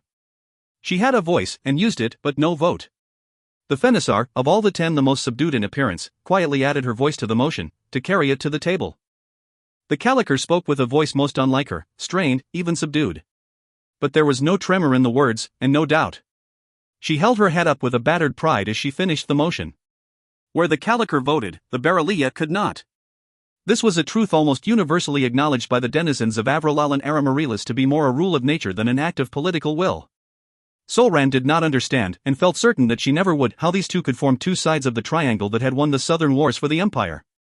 She considered it nothing short of miraculous that they hadn't turned the armies under their command upon each other. She was certain that, had they had them now, they would have. And it was a pity. The Baralia was the only man on the council who was the Caliker's match, in more ways than one. The Darias rose next. She was much like a younger version of the Terrafin, elegant, willowy, very much a classically beautiful woman. It came as a surprise to Solran and, judging by his momentary frown, to Calandras when the Darias spoke against the Anagarians in quiet but certain terms. The Morisset declined to vote, watching the proceedings with the same quiet that marked most of his dealings. He was not a swordsman, not a soldier, and not an athlete. He had rounded with the years, developing a quiet, paternal demeanor, a demeanor which was not greatly changed by the state of emergency. She was grateful for it. The Tamilin also declined, although Solran thought it was more because the Tamilin had no real idea of the significance of the events that were passing around him, than any uncertainty about the right course of action. He was a bookish man, and if not for his house council, the bevy of mothering men and women would no doubt have lost his rulership, or his family prestige, to the study of books and odd bits of fact and lore. But he had a way about him that she loved. Solran, Bardmaster, War Witness and Sentence Speaker, hovered around him when she could, seeking to protect him, just as his council did, from the worst of the ravages of politics. Why, she couldn't say, for she was not his mother, and he was, in any event, no child, but there was something about him, curly-haired and completely honest, that held fast to the essence of childhood long after the fact of it had fled. She shook herself ruefully. The Korasamis, long the voice of quiet and persuasive reason, stood quietly. He was unprepossessing in size or stature, but when he spoke, he was listened to. It was with regret, he said, that he found it necessary to support the motion in favor of execution of the Anagarian hostages. He did not advocate a public execution, or anything as barbarous as the Southerners had inflicted upon their own, but death, yes. Solran had long suspected that he had some bardic talent, hidden away by lack of training and years of disuse, but the bard born among her master bards denied it, and she chose, usually, to trust their opinions, for they recognized their own. Yet his was the very voice of reason in tone and texture. Had she not counted some of the Anagarian nobles among her friends, she might have been swayed. The Wayland spoke last, as he was from the least of the 10 houses. And perhaps because his was least, the hostage the house had offered as a means of binding the southern dominion had been closer, personally, to the Wayland than any other hostage had been to their leader. She was pained, but not surprised, to hear him call for the Anagarian's death, eye for eye. He was the only one there close to tears. And there it was. Mirielin with no voice made it 3 against 5, with 2 abstentions. 4 hours. Solran raised her ivory face, met Calandra's eyes squarely, and exhaled. 4 hours to decide the fate of over 20 people. The Terrapin rose, her face pale, her hands as steady as the scepter of office in King Cormoran's hands. By the will of the council, she said, each word sharp and clear. The message will be sent to the dominion of Anagar. She turned to the princess who waited, her face a white cloud. Tell the kings Cormoran and Riemelin of the decision of the council. And when would you have this act carried out? It would be fitting, the Baralia said, rising, if the hostages could be executed upon the 8th of Latan. Solran closed her eyes. Of course. The festival of the sun. He would know what it would mean to the Anagarians. It was the height of the Lord's rule, the day in which the warriors reigned. A slap, worse, in their faces. It did not surprise her at all. When she opened her eyes to gaze across at her distant companion, she saw that the gallery was empty. Calandra's had already gone. And it was time, now, that she leave as well. The meeting was over. Or was it? The doors to the hall opened, the sun from the ceiling and the magnificent window shone down as if it had only been waiting for his presence. His hair was shining, ringlets of gold, for all that the years had paled them, and he walked with the sure confidence of a man in his youth. He wore workaday clothing, linen and cotton in cream white and watery blue, and his boots were the standard issue of bardic colleges throughout the empire. Only Calandra's would have walked, so attired, into a gathering of the 10 most powerful people in the realm next to the crowns. Across his hip, Sala lay unstrummed, she was his sword, his armor, his badge. This is a private meeting, the Baralia said coolly. He recognized the master bard, they all did. Indeed. And I would not have interrupted, Baralia, but I have word from the hostages that will not wait, but they are not in a position to demand that any word be carried to this council. They are not in a position to demand anything, was the quiet reply. And they know it. Or at least, most of them do. What is this? The Korasamis rose also. He was dwarfed by the Baralia, but where the Baralia was the obvious danger, the Korasamis demanded his due in more subtle fashion. Speak plainly, Master Calandras of Senial. We have been here 4 hours, and will not look kindly upon a longer stay. Understood, Korasamis, the bard said, and he bowed quite low. I will be brief. The Tiragar Marqueso de Leon and his clan were assassinated almost 3 weeks ago. We're aware of this. No man has taken up the sun's sword, no man has claimed the Tor and its waters. We have been told that there will be no Tiragar until the 8th day of Latan. But in the eyes of the Lord of the Sun, there is a Tiragar, the blood-anointed ruler of the dominion of Anagar. He has sent me to you to speak on his behalf, for he claims the right of rulership. Mirielin turned sharply to stare at Calandras, but Calandras was calm, even quiet. As the Tiragar was not responsible in any way for the deaths of the imperial hostages, he asks that you consider the act a criminal act, and not a political one, and in defense of this argument, points out the provisions for accidental death, death by force of nature, and death by criminal element among the hostages of either signatory power. Accidental death? It was the Wayland. Tread carefully, Calandras, Solran thought. Your pardon, Wayland, the master bard said, bowing very low. I did not mean to imply that these deaths were anything other than an act of brutality. His expression was somber, his voice neutral. No bard practiced the use of his talent in a situation of this nature. That's it, then. The Caliker rose, a grim smile hardening her features. She turned to the princess. Acor Maris, she said, as much respect as she ever showed adorning the word, this is not a matter for the Council of the Ten. It is a request from the head of one state to the heads of another. I beg to differ, the Barolia said, to no one's surprise. You must forgive me for speaking out of turn, Barolia, but I must ask, how so? The Barolia favored Calandras with a grim glare. The boys no tear. I must, again, disagree. The rule of the Lord's grant of dominion is quite clear, and if you are interested, I will quote at length. I'm not interested in the babblings of moronic religious fanatics. But I, Barolia, find it of some interest indeed. The Korasamis nodded politely, but not distantly, to the master bard. And if it will not discomfort the other members of this council, I would hear what you have to say. He glanced around the too quiet table, looking for resistance and finding its lack in all but two faces. Neither man, Barolia or Wayland, spoke. Very well, Calandra said, and he shifted Sala's position slightly, playing the strings in a long, downward sweep as if she were a foreign instrument and not his beloved lute. We can do without the accompaniment, Bard.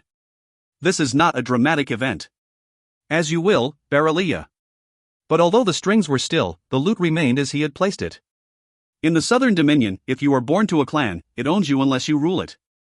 A slight to the clan's honor is a call to battle that ends with the destruction of one clan or the other. When the Lord of the Sun offered the dominion of the plains to his people, he placed them above the land by giving them the use of his most treasured beast, the horse. Calandras, you try our patience. And you, Barolia, the Caliker snapped, try mine no less, but. The men of the clans understood this gift, and they accepted it, and they rode, under the banner of the Lord, to his glory, freeing the lands from those who did not believe, and would not believe, in the light of the sun. There came a time when the lands were cleansed, and the clans gathered together for the first time, and their great skills turned inward, for they were warriors, with no war. Each of the clansmen felt that it was his place to rule the others, and each boasted of his skill in battle, of his victories, of his allegiance to the ways of the Lord. But there was one who swayed the others, for he promised the Lord dominion over the night itself. Calandra's fingers had found the strings once again, and played them now, gently and quietly. The Radin spoke against this, for they understood that there is balance between light and dark, life and death, that the lady's face is necessary, if less desirable. They were driven underground or put to death publicly. For decades the clan that cannot be named ruled, but they ruled falsely, bringing not light into the darkness as they had promised their people, but darkness into the light. And the Lord of the Sun saw, understood, and was not pleased. The clansmen vied now for the approbation of the Lord of the Night, thinking him fair, thinking him bright. But one man followed the old ways, and such was his strength that he could not be put down by mere clansmen. The Lord of the Sun came to him in a vision, and gave into his keeping the sun sword. Take this, you who of all my people have remained true. When you wield it, those who have the spark of my fire within them will come to your call, and you will lead them to victory against the darkness. Ser Valens de Leon lifted the sword, and it seared the darkness with its fire. My lord, he said, I have fought in your name since I could wield blade. I will honor you, and in your name, I will take the dominion. But after, will we not again stand upon the same plateau? And the Lord said, No. The clan Leon has always proved true. The sun's sword will be the scepter of your office. No man but the heir to Leon will dare to lift this sword while the blood runs true. Leon is my choice, and my choice will stand until no member of Leon who is worthy does. Let the sun's sword be the test and the proof that you require. Let any man who dares to question my will take up the sword that will lead you to victory. It passed as the Lord decreed. And when Valens de Leon at last found peace in the lady's dominion, 3 men sought the Tor. The first of these was not of the clan Leon. He dared to lift the sword under the Lord's sight, and he burned. His screams were the wind in the valleys, the howl upon the mountain's peak. The second man, of the clan Leon, held the sword, it did not burn him.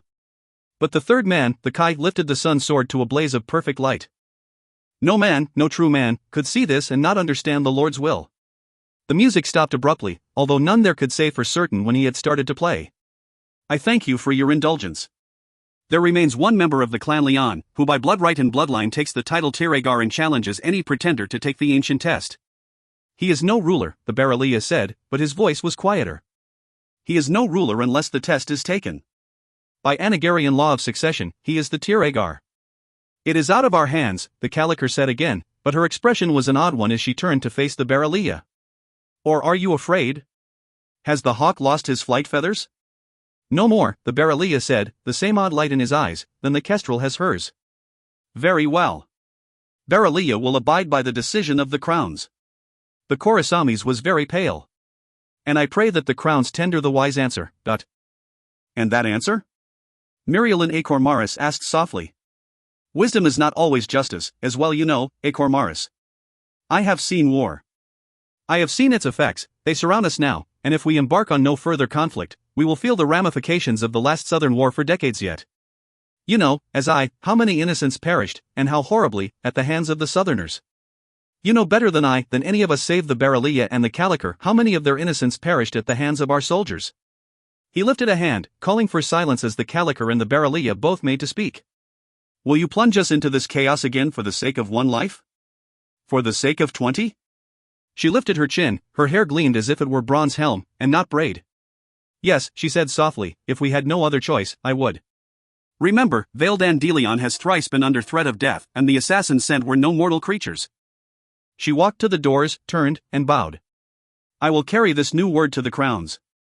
Jewel Marcus A. Terrapin had only twice been called to the Hall of the Ten in her 15 years of service to the Terrapin. And at neither time was it for a full council meeting, in which the kings, the queens, the lord of the compact, the bardmaster of Senial, the representative of the council of the Magi, and the holy triumvirate were also to be present. She remembered, quite clearly, the last time that she had seen most of these people assembled in one place, and she had no desire to ever be in such a position again. Avandar had fussed, and he was not a man so inclined to ensure that her appearance at least was excruciatingly correct. That she allowed him to do so spoke volumes to anyone who knew her. She was nervous. The Terrapin sat beside her in the horse-drawn carriage, gazing out at the waters that surrounded the isle. The road to Avrolal and Aramarilas was busy, and the carriage traffic quite slow, given the early hour of the day. Both women were tired, but wore the lack of sleep as artfully as they wore the clothing that had been chosen for them by men. To either side of the carriage were 3 of the Terrapins chosen, an escort of 6. The Terrapin was allowed 6 guards and 2 advisors when a full meeting of the King's Council was called. Gabriel A. Terrapin was the second of the 2 advisors that she was allowed. The circles under his eyes were dark, long, and far too obvious. Although he normally carried himself like the A. Terrapin that he was, his hair had grayed in the last few days, and his face had taken on the gauntness of age. Jewel knew that he wanted the kings to refuse the young boy's transparent attempt to save his own life, although she didn't know why. All of the chosen did. No one spoke the words aloud after the Terrapin made her well known. Why take me? Jewel had asked. Because, the Terrapin replied, I want you to look at Vale Dandelion. I want you to listen to him. I want you watch as carefully as a seer has ever watched anything in her life. You know that I can't just. I know that answers come to you at the strangest times, without rhyme or reason. If you have an answer there, I want to know it. Her face was pale. You mentioned war, Jewel. And I think I feel its rumble. Duarte A. Caliker rode in the procession of wagons, armed and armored, although no sane man would have been either in sun as scathing as this. At his back rode Aurelise, and behind Aurelise, Alexis. She was in a foul mood, as was he. It was just as well that something, even someone as annoying as Aurelise could be, separated them. He wasn't certain why the Caliker had chosen Ospreys, any of them, as part of her escort. The Ospreys, sadly, were not noted for their ability to drill and present well. What made things worse was that the mysterious Kyriel was in the carriage with the Caliker and Varys Korama. Varys Vernon had been relegated to horseback. And he knew well why. Have you ridden before? The Caliker had asked. Yes. Good. You will ride on the left of the carriage with Cook and Sanderson. She'd opened her mouth to speak, and then closed it. He should have known then. But no. Preoccupied with his ongoing argument with Alexis, he ordered a horse for her. It was a big, dress warhorse, something that looked like it could carry an armored man into battle without working up a sweat. Admit it, he thought sourly. You chose Nightwind because the damned horse looks like it should have fangs. You knew she was uncomfortable. You wanted to drive it home. Teos, she makes you act like an overweening centress. It wasn't Kyriel who showed fear first. And the fear that Nightwing showed the moment she touched his flank wasn't the hesitance or even the friskiness that horses are wont to show. It was primal, and worse, it was savage. Hooves with that much weight behind them weren't meant to strike ground that hard, that fast. Neither were slender, underweight girls in too much armor. What was the thing that he remembered most clearly from the entire incident? She didn't kill the horse. Just that, she hadn't killed the horse. Kyriel, the Caliker said, did you know that this would happen? The girl was silent, although for the first time ever, Duarte saw her sweat.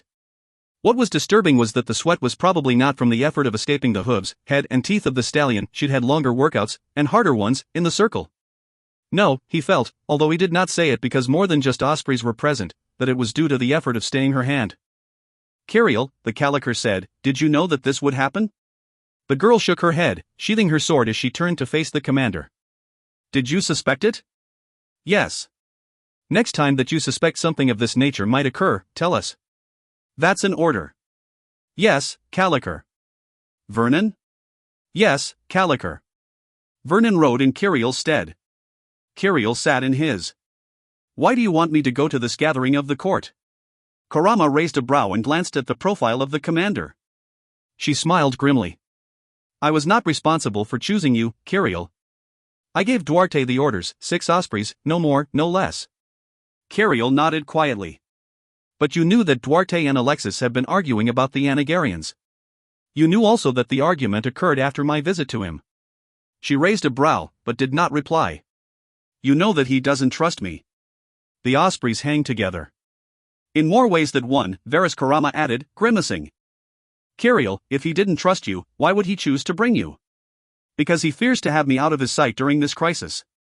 She glanced out of the window, her eyes flickering over the crowds that lined the streets as if it were Ascension. The ospreys are known for their lack of the diplomacy so many of you seem to value. They aren't political. They aren't well-dressed compared to the rest of the houseguards. But you asked for the ospreys. Duarte feels that this is very, very important. You know him well. You know that he would choose to come himself. And if he came himself, he would choose the people he least trusts to accompany him. And not those that he most trusts? No. Because he wants to see for himself that we do not go against his orders, and he is afraid that if we do, we will kill each other. I think, Karama said coolly, that she has you there, Commander. He turned to face the young woman, his expression so neutral it felt inhuman. Centrus Kiriel, the Caliker said, you are very observant for someone who seems to understand so little of our ways. I understand politics. Very well. She looked at Kiriel as if seeing her for the first time, and then smiled, as if what she saw there had never really been in question. You are correct in all of your assumptions. But I am your commander. I want you present for my own reasons. Kiriel nodded. Asterisk asterisk asterisk. The Caliker looked out the window of the carriage, watching the streets as those idle and those dragged from their tasks by the idle stopped to gawk at the growing procession. It was not, yet, the time for the crown's challenge, so the streets, clear of the continuous run of farmers' wagons and portable stalls that the challenge brought, should have been no hardship to travel. But there, the ospreys' horses were already becoming skittish, hemmed in on all sides by this press of people. Vernon himself was having difficulty controlling Nightwind. She frowned. She would have words with Duarte about his choice of horse, but she would have them later. Ah, there. She was mistaken. A flag was set up on the roadside. She recognized it as a banner of the Northern Watch. A tall, sun-bronzed giant of a man carried its pole with a good deal of pride, lifting it aloft that the horsemen might see it that much more closely. Obviously the Northern Watch had their champion for the crown's challenge.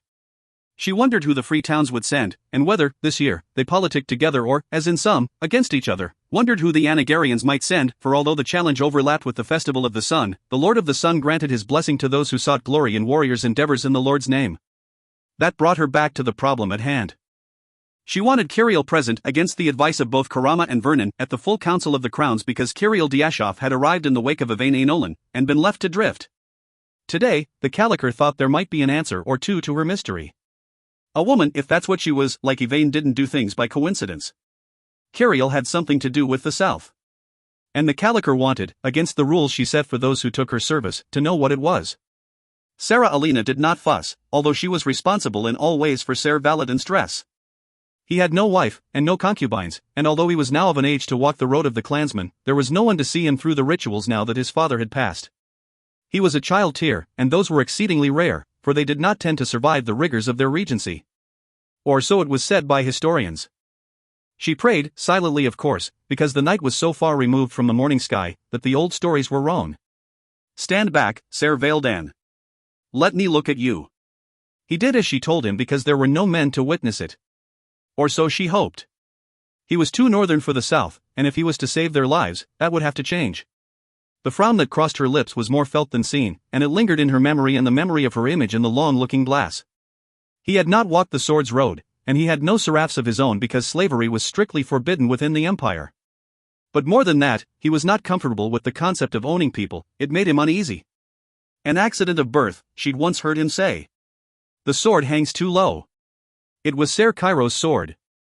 Calandras had quietly come into the courtyard the evening just past, carrying it, although the weapons and armor of the hostages had been confiscated by the Imperials when word of the acts in the Tor Leon had reached their ears. "Come here." He came, and she tightened the belt a notch, and then a notch again. He was taller than Ser Cairo by an inch or two, but not nearly as wide around. And, if she were honest, not nearly so hawkish, so wolfish. But he was very handsome, and if judged by looks alone, the picture of an Anagarian Kai in exile. Exile. The service of a woman meant very little in the Dominion, unless you were the right woman. Sarah Alina had never been so graced. The Empire was the home of her spirit, but there were shadows that the heart, no matter how long in the bright sun, did not forget. The bells chimed, and she stepped back, turning and bowing in a single, polite motion as the representative of Clan Colesta stepped into the room. "Are you ready, Tiragar?" Ser Filippo bowed low, and then rose, searching every inch of the young man standing before him as if his life depended on it. Because, of course, it did. And not his life alone, but the lives of his wife, his children. That could make a man desperate. A different man. No. Good. Ser Filippo nodded a dark head. Bluster and bravado will avail us nothing. In this northern court, they want truth and honesty, as if either could be given simply and easily, with no ties, no hint of deception. Will you speak to the kings? I have no other choice. Death. The young man stared at the older man, and then nodded grimly. Do I look the part? You look the part of the clansman to perfection. It's a pity that there will be no one who can truly appreciate what this means in attendance. He knelt low. The hostages were to remain behind, not even a surgeon was to accompany him. Ah, here comes the Sarah Marlena. His face was smooth and his tone betrayed nothing, but Veildan thought that Ser Filippo would rather face the crowns himself than spend another moment with his mother. She proved herself well capable of taking Sarah Alina's none too gentle advice. However, she greeted her son with the respect that she would have once shown his father, in fact, with the same respect, and the same fear, that she had given his father when his father rode to join the clansmen in their last charge along the Averdan borders so very long ago. Mother, he started to say, but Sarah Alina's lips compressed into a tight line. Sarah Marlena. Veildan, she replied, as was her right. I wish you strength. He held out a hand, and she took it, her own was shaking. But she did not weep. When will they come for you? I don't know. Today, sometime. He took a deep breath and began to speak as formally as he could. The situation merited it. Calandras said that there will be a meeting of the important members of the King's Council, and not just the 10. They will speak. They will most probably argue. They will summon me, and I will speak, and then they will have me escorted out. And then? We will wait. He smiled gently. If you fear for my safety, don't. I'll be under heavier guard today than I've been in my entire life. Nothing's going to get through the king's swords. Tir Ramiro Kai di Calesta was tired and dust-stained and back-weary with hard riding. His horses were fine and endured much, but they had been driven to the edge of their limits by a man who had always known how far to push just.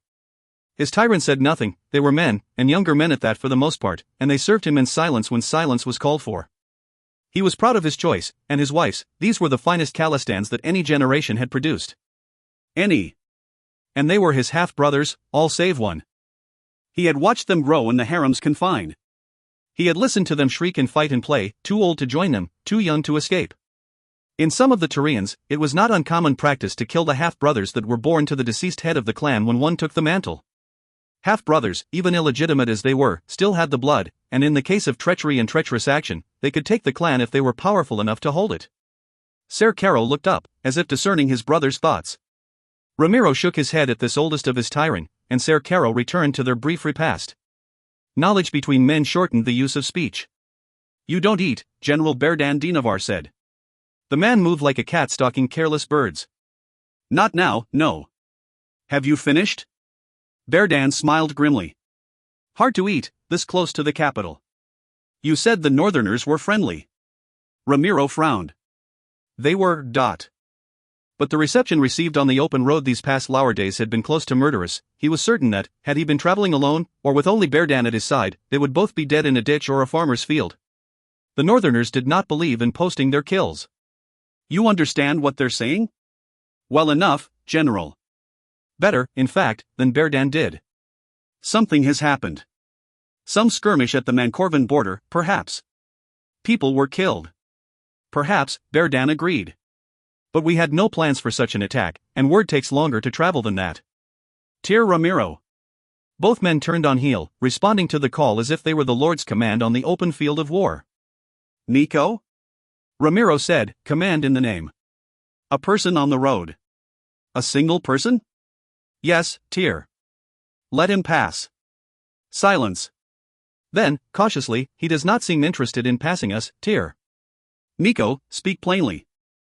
I assure you, Berdan Dinavar will not approach Sarah Amara the Gentle with word of your breach of correct etiquette. The tyrant had the grace to blush. Of the Oathguards, he was youngest, and still wore his honor like a too bright, too shiny metal. The person is standing in the middle of the road 10 yards from our camp, watching us. Berdan and Ramiro exchanged a single glance, and then moved forward, passing the young Oathguard as if his sword, his armor, and his station afforded no better protection than the weapons which they drew as one. They found the stranger on the road, just as Nico said, and when Ramiro saw this grey-robed, solitary figure, he forgave Nico much. For the hood of the robes hung low under the open sky. Only those with the wasting disease wore such a guise in Anagar, where they survived the purifying fires.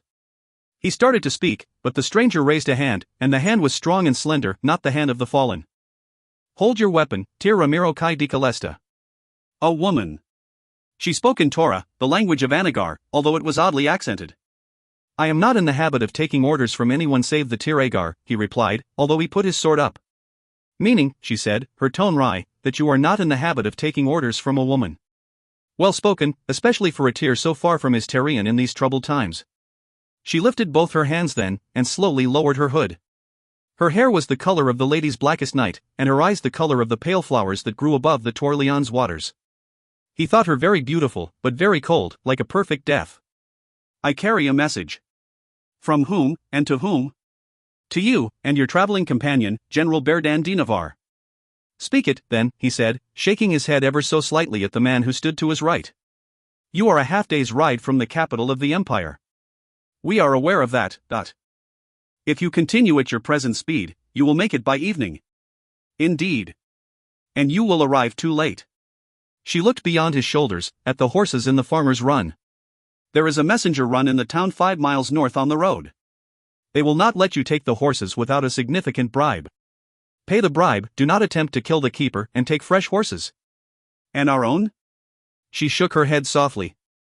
I know what they mean to you, she said softly, and if you will, you may risk one of your own as a guard, although I would not, if I were you.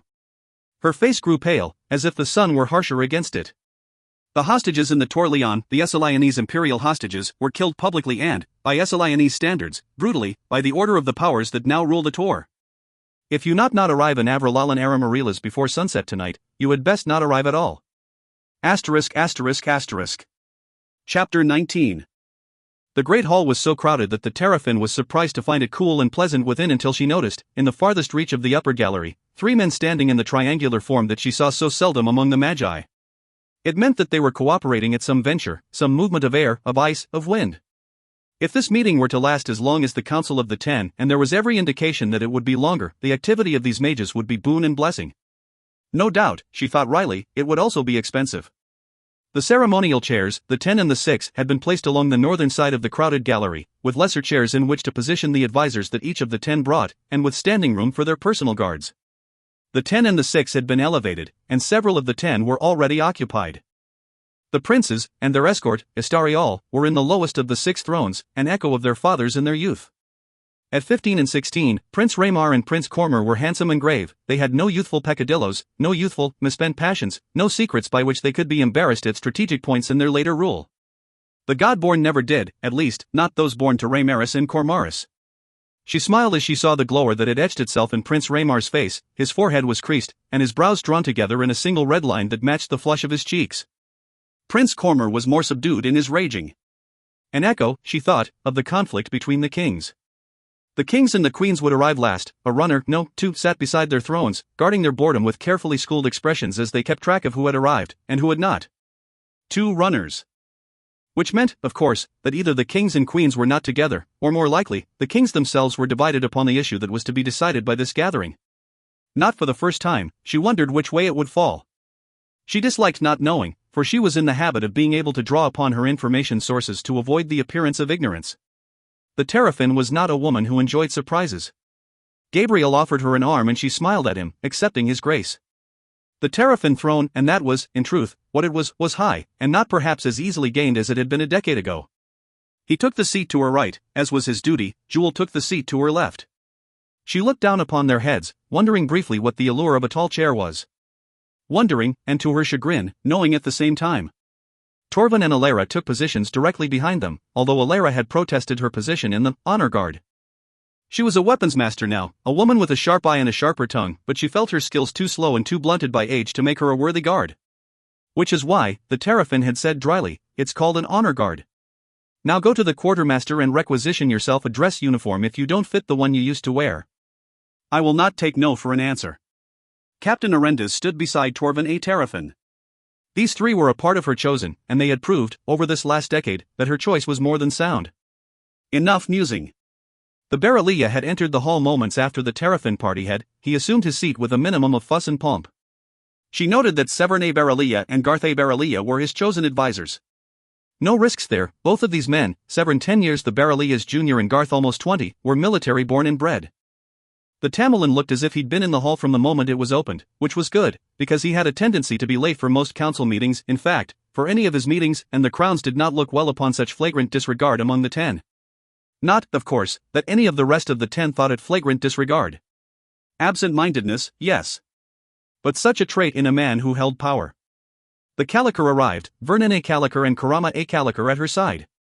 Where most of the 10 chose ceremonial garb, or at the very least a somber, courtly gown which would serve the throne well, the Caliker wore a variant on a dress military uniform. She also carried a sword, and the terrapin knew it was not merely for display. Elora had only one other advisor, Turlin a Caliker, but it came as no surprise to the terrapin that Turlin had not been chosen as part of this group. Turlin was both young and as devoted to the mother as she was to the Caliker, an uneasy alliance, that. Such split loyalties were usually not tolerated within Caliker. Or, if she were honest, in any house. Terrapin. She turned, and Gabriel whispered quietly. The Exalted had arrived. Soon, she told him softly, lowering her head deferentially as the three made their way to the southern chairs which were theirs by right. The golden eyes of the god-born daughter of the mother were fragments of sunlight seen through thin glass, warm, but not hot, and very lovely. They swept the gathering, and the terrapin knew, from past experience, that each and every person in the room who could see her face felt, for a moment, that she met and held their gaze with an equal measure of affection and sternness. Likewise with the other Exalted, the son of Raymaris and the son of Cormaris, the lords of justice and wisdom.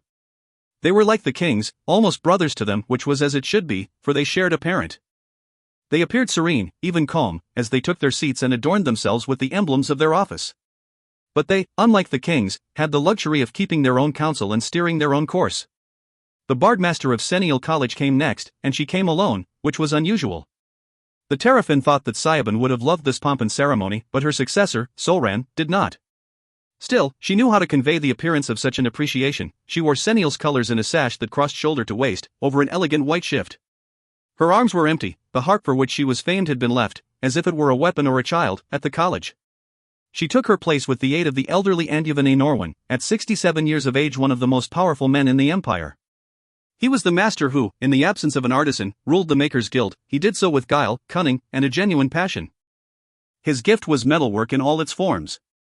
The years had been as kind to him as one might expect of a man who was, in his own words, fond of his food and his drink. And there, Marilan a Faniel. Platinum-haired, slender mage, the man who by his own choice represented the often fractious Magi. 17 years had done very little to change him, although the signs were there in his step and the line of his shoulders. Jewel straightened her back and sat up very correctly in her chair. The terrapin smiled softly and did the same a moment or two before the doors rolled open for the final time that day. Seeing the terrapin's expression, Jewel smiled in return. I didn't see it, she said softly, I was paying attention to the runners. The kings, and their queens, entered the great hall. The sands began to run in earnest. Vaildan expected the king's swords to come for him, and he was not disappointed. As they entered the enclosure, moving in a grim silence, made shiny by unsheathed swords and gleaming helms, he bowed to the Sarah Marlena, and then in turn to the Sarah Alina. But he did not linger long. He feared his mother would embarrass both herself and him by crying or weeping in front of the imperial guards. Guards who, until these last few days, he had never feared or thought of as truly foreign. As he stepped out into the long passage that led to the footpath, he lifted his chin, knowing who he had to be, and feeling it settle upon him like a thin, weak silk. The king's swords closed ranks around him. He could feel their hostility, and while it frightened him, he knew that in their position, he would feel no less angry. He wished for finer robes, for the crown, for the very sun sword, they would bolster him on his long walk, where no certain, and no other compatriot, would be allowed to. But he had none of these things, and when you had nothing, you did without as gracefully, gravely, and strongly as you did if you had them. Who had said that? Not his mother. He thought a moment as his steps reverberated in the silence of stone and breath and anger. Saratonia. Not the Tyr's wife, but the woman who coordinated the concubinage in which his mother lived, the second harem. He remembered her. Her hair was pale white, gossamer and thin like a spider's web. Her skin was lined by sun and wind. The wind, his mother told him, had been so unkind to her, and her eyes were like the blue of the cloudless sky, when the Lord's face was clearest, but not harsh. She was not the Tiragar's concubine, but rather the concubine of his father, yet the Tiragar respected her, and his whim granted her power, where her husband's passing granted nothing at all. They said, in whispers, at moon's height, that it was she who had raised and coddled Marqueso de Leon as a small boy. Veldan somehow doubted it. He could not imagine the grim, cold man his father was as anything but Tyr. What is a Tiragar? He'd asked it once, and only once, perched upon the august throne of Saratonia's lap. You must never ask that question, Veldan. You must never be ignorant of so important a fact. He had nodded. He could feel the reluctant motion in the tension of his neck, as if movement had echoes. But how can you not be ignorant if you do not ask the question? She relented, as she often did, when there were no witnesses. The Tiragar is the man chosen by the Lord of the Sun. He must be as harsh as the desert sun, for his enemies will be harsher still. He must know when to let the rains come, or the valleys will die. He must grant the lady passage, although he is the Lord's man, when it is wise and right to do so, for there is no day without night. He said nothing, and she must have known what it meant, for he felt the whiffle of a sigh across the top of his head before she rested her fragile chin there a moment. The Tiragar is the clansman most beloved of God. That he understood. Or he thought he had. He stumbled, because he could almost smell the sweet and delicate perfume that Saratonia wore that day, and every day, even though time and wind had long since carried it away. She had hugged him. Not even his mother had made him feel so safe. And she was dead. Killed by treacherous hands just as surely as he and his compatriots would be if he failed. If the Tiragar was the clansman most beloved of God, then Veldan was no Tyr. He felt small, beneath the Lord's notice, as the sound of his steps grew heavier and heavier, as if he were walking, not to an audience of kings, but to a harsher and older northern judgment, the embrace of the turbulent waters which surrounded the Holy Isle. The music buoyed him. Oh, there were no words, no song, and the notes were faint, faint tendrils of sound that should never have carried over the step of so many armed and armored men, but they did. As he came into the open light, the king's sword stopped, but the music did not. He heard the Primus step forward, and heard, of all things, a familiar female voice. Primus Gaitan. Acor Maris. He could not see her, the backs of too many men blocked his gaze, and he did not wish to crane to and fro like a spectator too young to understand the importance of decorum. We have come to join your escort, if you will permit it. We? Primus Savari sent word, Acor Maris. We would be honored. Will you take the front? No, she said softly. We will stand beside. Mailed gloves made such a full clangor when they struck breastplate. The swords moved to either side as one man, or one living tunnel. At their end, he saw Mirielin Acor Maris and her companion. Her companion played the lute quietly. Calandras of Senial. Why, he thought, although his courage failed him and he did not dare to ask, are you helping me? You saved my life when the demon first attacked. You saved it today, when you came with Ser Cairo's sword. If you walk beside me, everyone in the council will know that you support me? Why? The bard's music answered, faintly, softly. The moon's song. The lullaby. He spoke Weston as if he were a native, spoke it without accent, without inflection, without blemish. He wrote it with a perfect, steady hand, and understood its nuances, or was beginning to better than he understood the tongue he was born to. There were fewer words for death, fewer words for battlefield, fewer words for weaponry and war. No, that wasn't true. Old Weston had easily as many words, maybe more, but it was called Old Weston for a reason. People didn't use the words that much anymore. To most of the Esselionese, war was distant, a southern blight. Or so he had been taught. But when the doors to the council halls rolled open, when he stood beneath their height, dwarfed, as even a god might have been, by their vast recessed arches, he felt the anger in the silence as if it were the call of the ancient horn, the whistle of the crescent sword descending too quickly against the wind. Had he thought the king's swords angry? He forgot it. The king's swords were weapons, no more, no less. Gathered here were the hands that held them. These men and women were finely attired, and they sat in rows of softly cushioned chairs that rose steeply toward the heights, that no one might miss what took place upon the floor. They were his judge and his jury, not his peers. And they had to be his peers, or he had already failed. Tir Agar, Princess Mirielin Akormaris said. She bowed, low, the gesture imperial. The crowns and the 10 await your petition. She stepped back and then said softly, stand on 2 feet. Something about the words felt strange. It was a moment before he realized what. The princess was speaking in Torah, the tongue of the Anagarians. He wanted to thank her, but knew it would have to wait. She stepped away, falling to the side as if he, and not she, were the one who was moving. The king's swords did the same, as did Calandra's. He stood alone. And on 2 feet. The whispers started, he heard them as if they were the gale itself. Anger, sibilance, reflective debate. He recognized many of the men and women who sat here, waiting. To the triumvirate, he bowed. It was not his plan, or even his intent, but as they, golden-eyed, met his gaze and held it, measuring him, he felt compelled to bend. In the Dominion, he knew that each of these 3 would have died before they drew a second breath. And he knew, as they watched, that they knew, and they judged. The golden-eyed were demons yet, or so his mother oft whispered, but Veildan was no child to be scared by the tales of the harem. 8 years, almost 9, he had lived here. Surely, if these were demons, then in the afterlife, hell was no punishment. Or was it? In their stern faces, he saw no pity. But he remembered, because he was not so very far from the time when he could listen to the tales of the valor of Leon the Founder, that the Lord himself had said that the northern kings, and the kings alone, were not of tainted blood, their eyes were the color of the sun's light and the sun's justice. And those kings had proved true to the Lord of the Sun. They had ridden, at the behest of Leon the Founder. They had fought, and many, many of their people had died. How, he thought, could one tell when the blood was tainted or the blood was blessed? The Lord's words, his mother would say, and she would be stern. Courage, Veildan, someone said. The voice carried from the heart of the gathered crowd, but although he searched, he could not see the person who uttered those 2 words. Courage. He took a breath. Another, deeper. He was here. If he failed, he and his compatriots would die, but that sentence hung above them regardless. At worst, his actions here would change nothing. Almost too numb to think of anything but that sentence, those failures, he stepped forward into the circle that lay against the dark wood floor as if held there by golden, moving light. King Cormoran, dark-haired and golden-eyed, sat in robes of a midnight blue such as the ladies' servants might wear, at evening's fall. In the Tor Leon, King Re-Immelin wore white and gold, with a cape the color of the sea at dawn thrown back over broad shoulders. He was fire-haired and fire-jawed, although his beard was silvered with time, and his eyes were so cold they seemed black for all of the gold about their center. To either side, in thrones less high but no less regal, sat the queens Marie-Yen and Siodine. He met the eyes of the eldest queen, the Queen Marie-Yen, and almost faltered at what he saw in them. Compassion, regret, and steel. She looked to him to be the age that Seratonia had been so many years ago.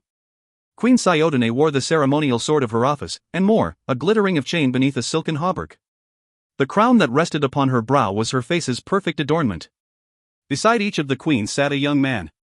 One was red-haired and clean-shaven, the other dark-haired. They seemed to be, both in mood and demeanor, the youthful image of the men who ruled the empire. Even their eyes were the same liquid gold. The princes Raymar and Cormor. At 15 and 16 they were barely his junior, and in bearing, they had always seemed adult by comparison. He felt that comparison keenly now. But he did not bow to the 2 kings who sat in judgment. Silence reigned beneath their watchful eyes. At last, King Re-Immelin turned to King Cormoran. You see? But the wisdom-born king did not meet his brother's gaze. Stand forward, he said, using no title, granting no authority. Stand forward, and speak. This is the audience that you have requested, and it will only be granted once. Veildan raised his eyes from the circle of light, uncertain as to when his gaze had fallen there. I am Veildan Kai Delion, the Tiragar of the Dominion of Anagar. They cannot hear you, Veildan, a soft voice whispered in his ear. Speak loudly, and speak without fear. King Re-Immelin is justice-born, and if you address him well, you will be heard. That voice again, quiet and feminine and sure. He knew, as it passed, that no one else in the room could hear it.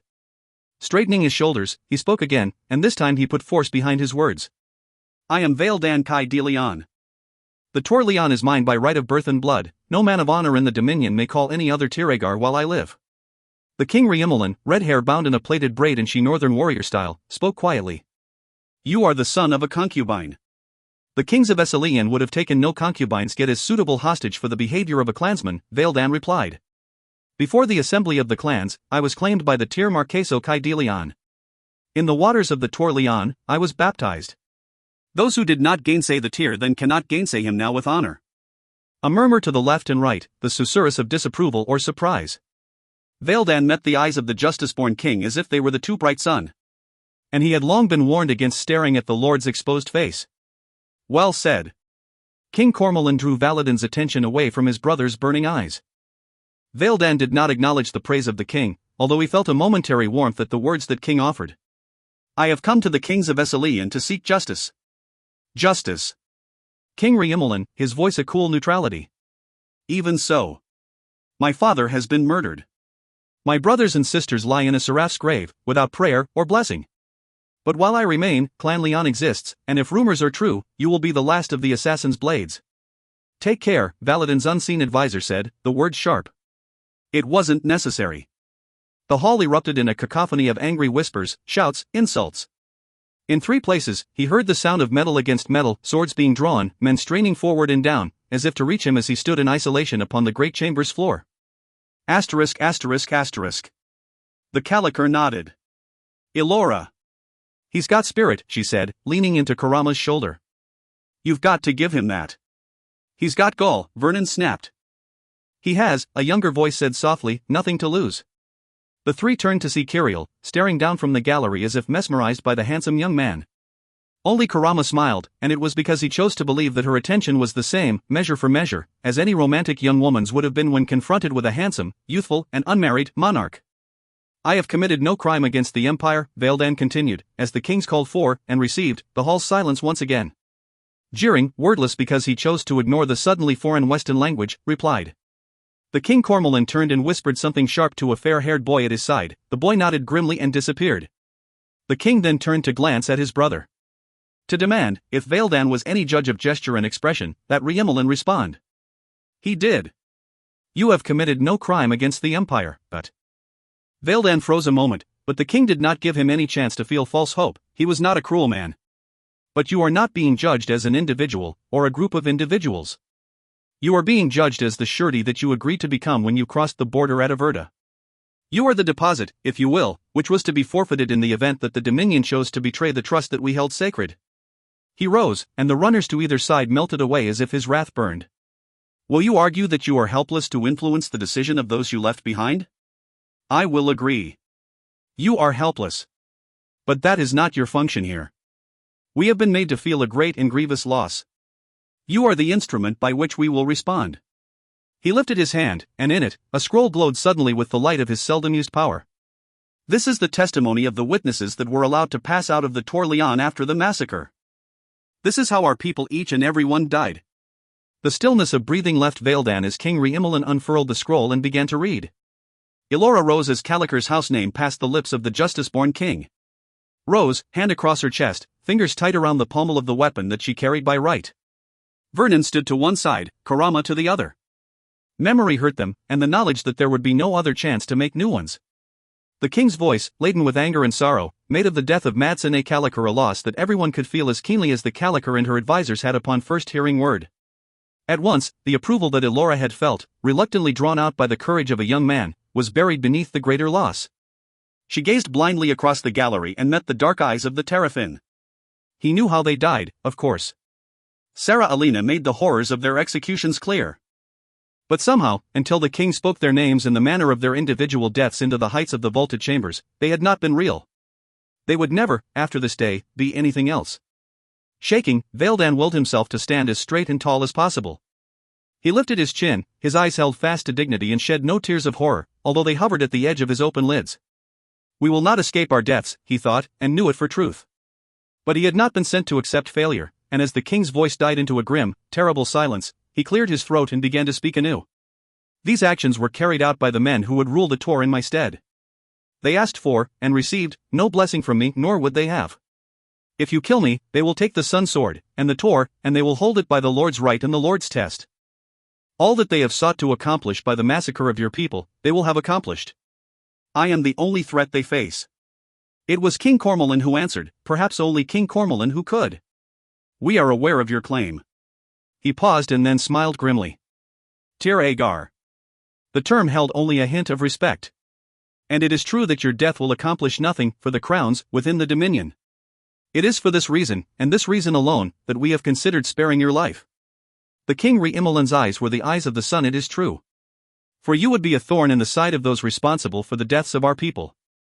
But you will stand alone if you stand after this day, your people will meet the fate that is their due. For we have had no word that the tears of the other Fortarians have been assassinated, their clans destroyed, indeed, we hear that they flourish. Such a hand as was behind this strike is a hand that would not have been raised without the approval of the tears. You have been abandoned. There is no clan that will follow you, and if your claim is one of blood right, it is not the first in history to have been cast back, like shadow, by the harsh light of the Lord of the Sun. He rose. The assembly has reached a decision, Vaildan de Leon. You are the wronged party, singularly, and you are the claimant to the Tor Leon. Should you choose it, we will grant you our amnesty. But you will accept it in isolation. The others will be executed before the sun's rise. I have taken the responsibility for their safety upon my house, Vaildan said, his voice steady. That is your choice. Then you do not understand the rules of the Dominion, and the rules of honor. I will not flee to the skirts of your wives to plead like a coward for my life while your executioners do their work. We will share a single fate, my people and I. So be it, King Re-Imolan said grimly. He lifted the staff of his office, and the light once again limned his hands. But the light was shed by the staff. I pronounce judgment, in the name of Raymaris, Lord of Justice. The doors at the far side of the hall were thrown wide, letting light and noise into the stillness of a vast audience that was hushed with the waiting of several hundreds of people. Hold! Striding into the chamber, followed by guards who wore the dust and sweat of the open road as heavily as their armor, came two men, and one was Tir Ramiro Kai de Calesta, and the other, General Berdan Kai de Navarre. Tir Ramiro Kai de Calesta was known to the Ten, he was known to the crowns. Even dust-stained and worn from travel, his bearing was unmistakably that of a man of power. And that power had no place in this chamber, at this time. At his back, his certain faced not the thrones, but the doors, and following a discreet distance behind them came the king's swords in great numbers. He ignored their progress across the chamber floors, ignored the swords that they had drawn by right of liege defense. He walked, looking neither left nor right, up nor down, until he stopped 5 feet away from the only other man in the chambers to stand directly upon the audience floor. There, in the sight of the greater assembly of Esselian, he dropped to one knee and drew his sword.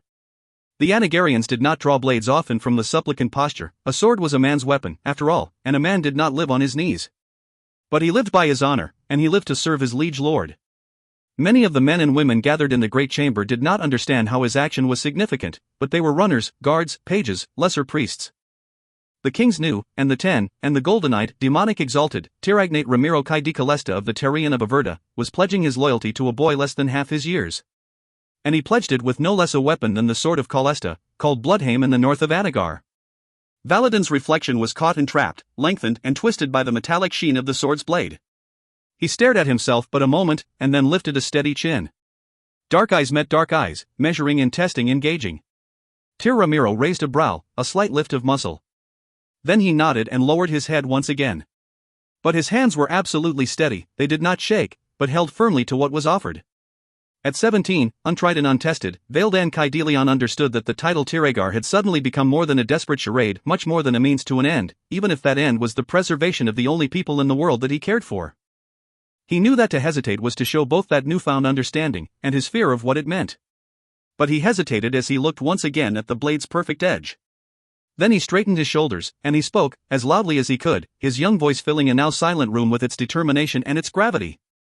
Tiragnate Ramiro Kai de Calesta, why have you come? The older man raised his face to meet the younger man's pale visage.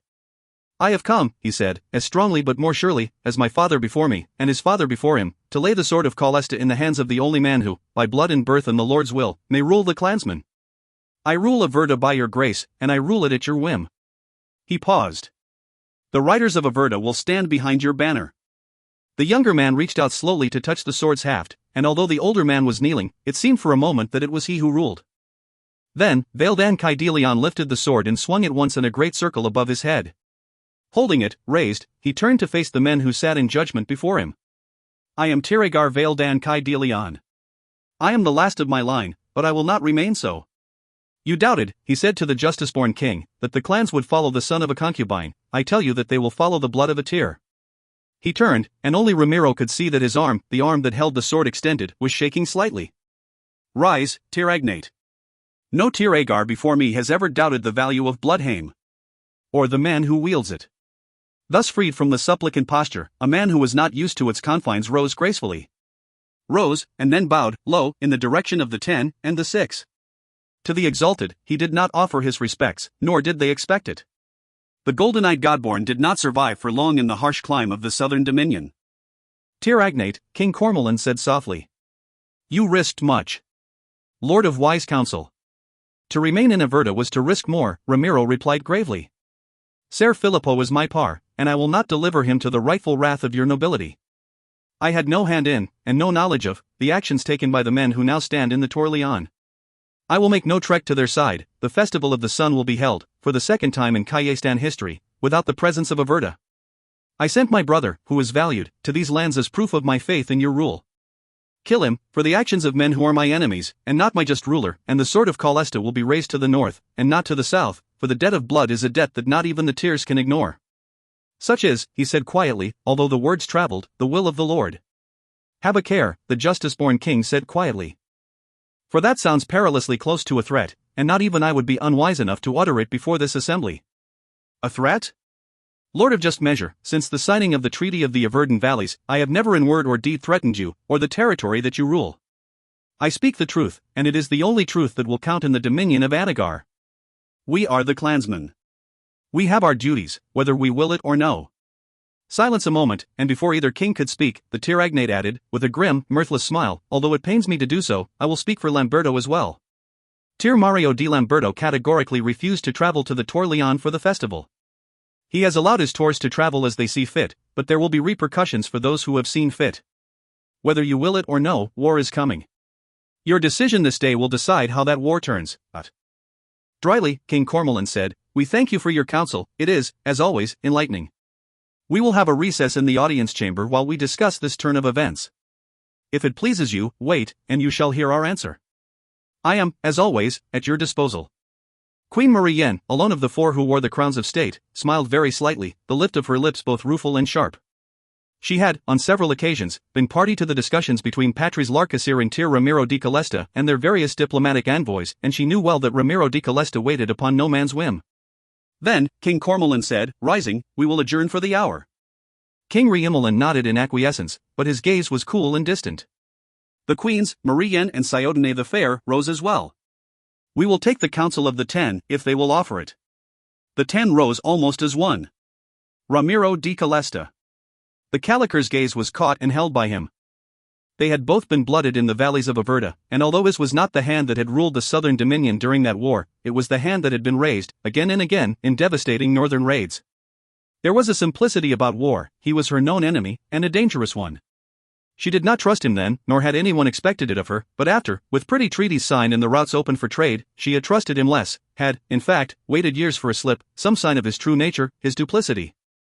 It galled her to see him, dust-stained and obviously just come from the road, command so much respect in this room, from this assembly. The dead had not been so loud for a decade, she had forgotten just how bitter the sound of their voices could be.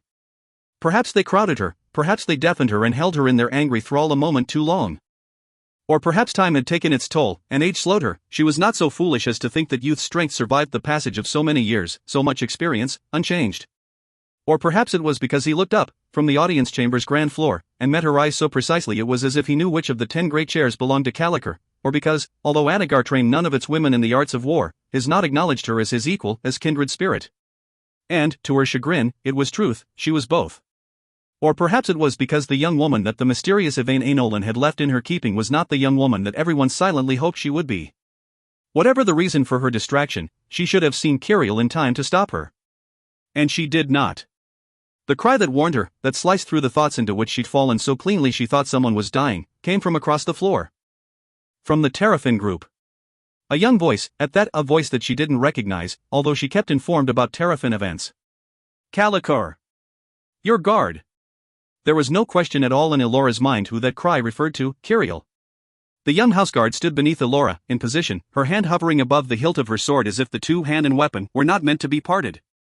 Her face, pale, was impassive. She watched the men below Tir Ramiro di Calesta, General Berdan Dinavar, and the young man carrying a sword whose full history he probably did not know, lips parted, youth absent from her young face. When had the shadows gathered, seeping from her eyes, her lips, the tips of her fingers, leaving the mask that the Calicor and her advisors had shied away from inspecting? One moment her face was the shuttered face of a foreigner, and the next, it was a thing stripped of humanity. Of mortality. She did not speak, but the sword was in her hand as if it had no sheath, no bonds to hold it. Elora had not drawn breath before Kiriel gripped the rail and vaulted herself over it in a type of graceful, deadly flight. Beneath her, 3 rows of spectators felt her shadow passing. They had no time to glance up before she was beyond them, and into the arena itself. Kiriel! Duarte shouted, finding the voice that had deserted his commander. Kiriel, stop! Men of Anagar did not often think women a threat, but there was about this one a shade and a grimness that spoke of death, and only death. To call her girl or woman was unthinkable. Unthought. Shadow wreathed and darkened her face, but it was no lady's shade, no lady's veil. This darkness, he knew at once, for he saw in it the hand of the Lord of Night, whom no Anagarian named. Leon. Ramiro de Calesta reached for his sword and froze, mid-motion, as he saw the gleaming light in Valadin's hand. Berdan Dinavar began to draw blade. Neither man moved as quickly as she. Shock held them that necessary moment. But as she bore down upon them, past them in utter silence, the Caliker noted grimly that Ramiro de Calesta hit the floor and rolled away from the reach of her blade, but General Berdan Dinavar threw himself toward it, in front of the man that he had come, from the heart of the Torleon, to retrieve. Kiriel snarled. There were no other words to describe the sound that filled the vaulted chamber, unless it be roar. And then she leaped, up and over, landing a foot beyond Berdan's stiffening back, well clear of the reach of his weapon. The older general had time to lose all color, but not hope. He began to turn as her feet touched ground. Not the boy, Elora thought, with horror. Kiriel, not the boy. But Kiriel could not hear what she could not even say. Turning to Duarte, Elora shouted, "Stop her." Too late. Duarte cried, although his hands were in motion. She's too damned fast. Helpless, they watched her blade rise. He heard the roar, a single sound as vast as movements of earth in the audience chamber. He, who had come seeking the lives of his compatriots and himself, forgot politics. No fear that came out of the machination of human treacheries could be so visceral, so immediate. Wheeling, moving faster than he had ever moved in his life, he saw death wrapped around a slender, sharp face and a long, clean blade. Tir Ramiro had placed Bloodhaim in his hands as a gesture of his fealty. He held her, still, both hands wrapped tight around her grip, as if she were the sun sword herself. As if he were her master. The edge beneath his feet was an edge made of, and sharpened by, fear, to one side, flight, the other defense. It would not bear his weight for long. Decide. His own voice.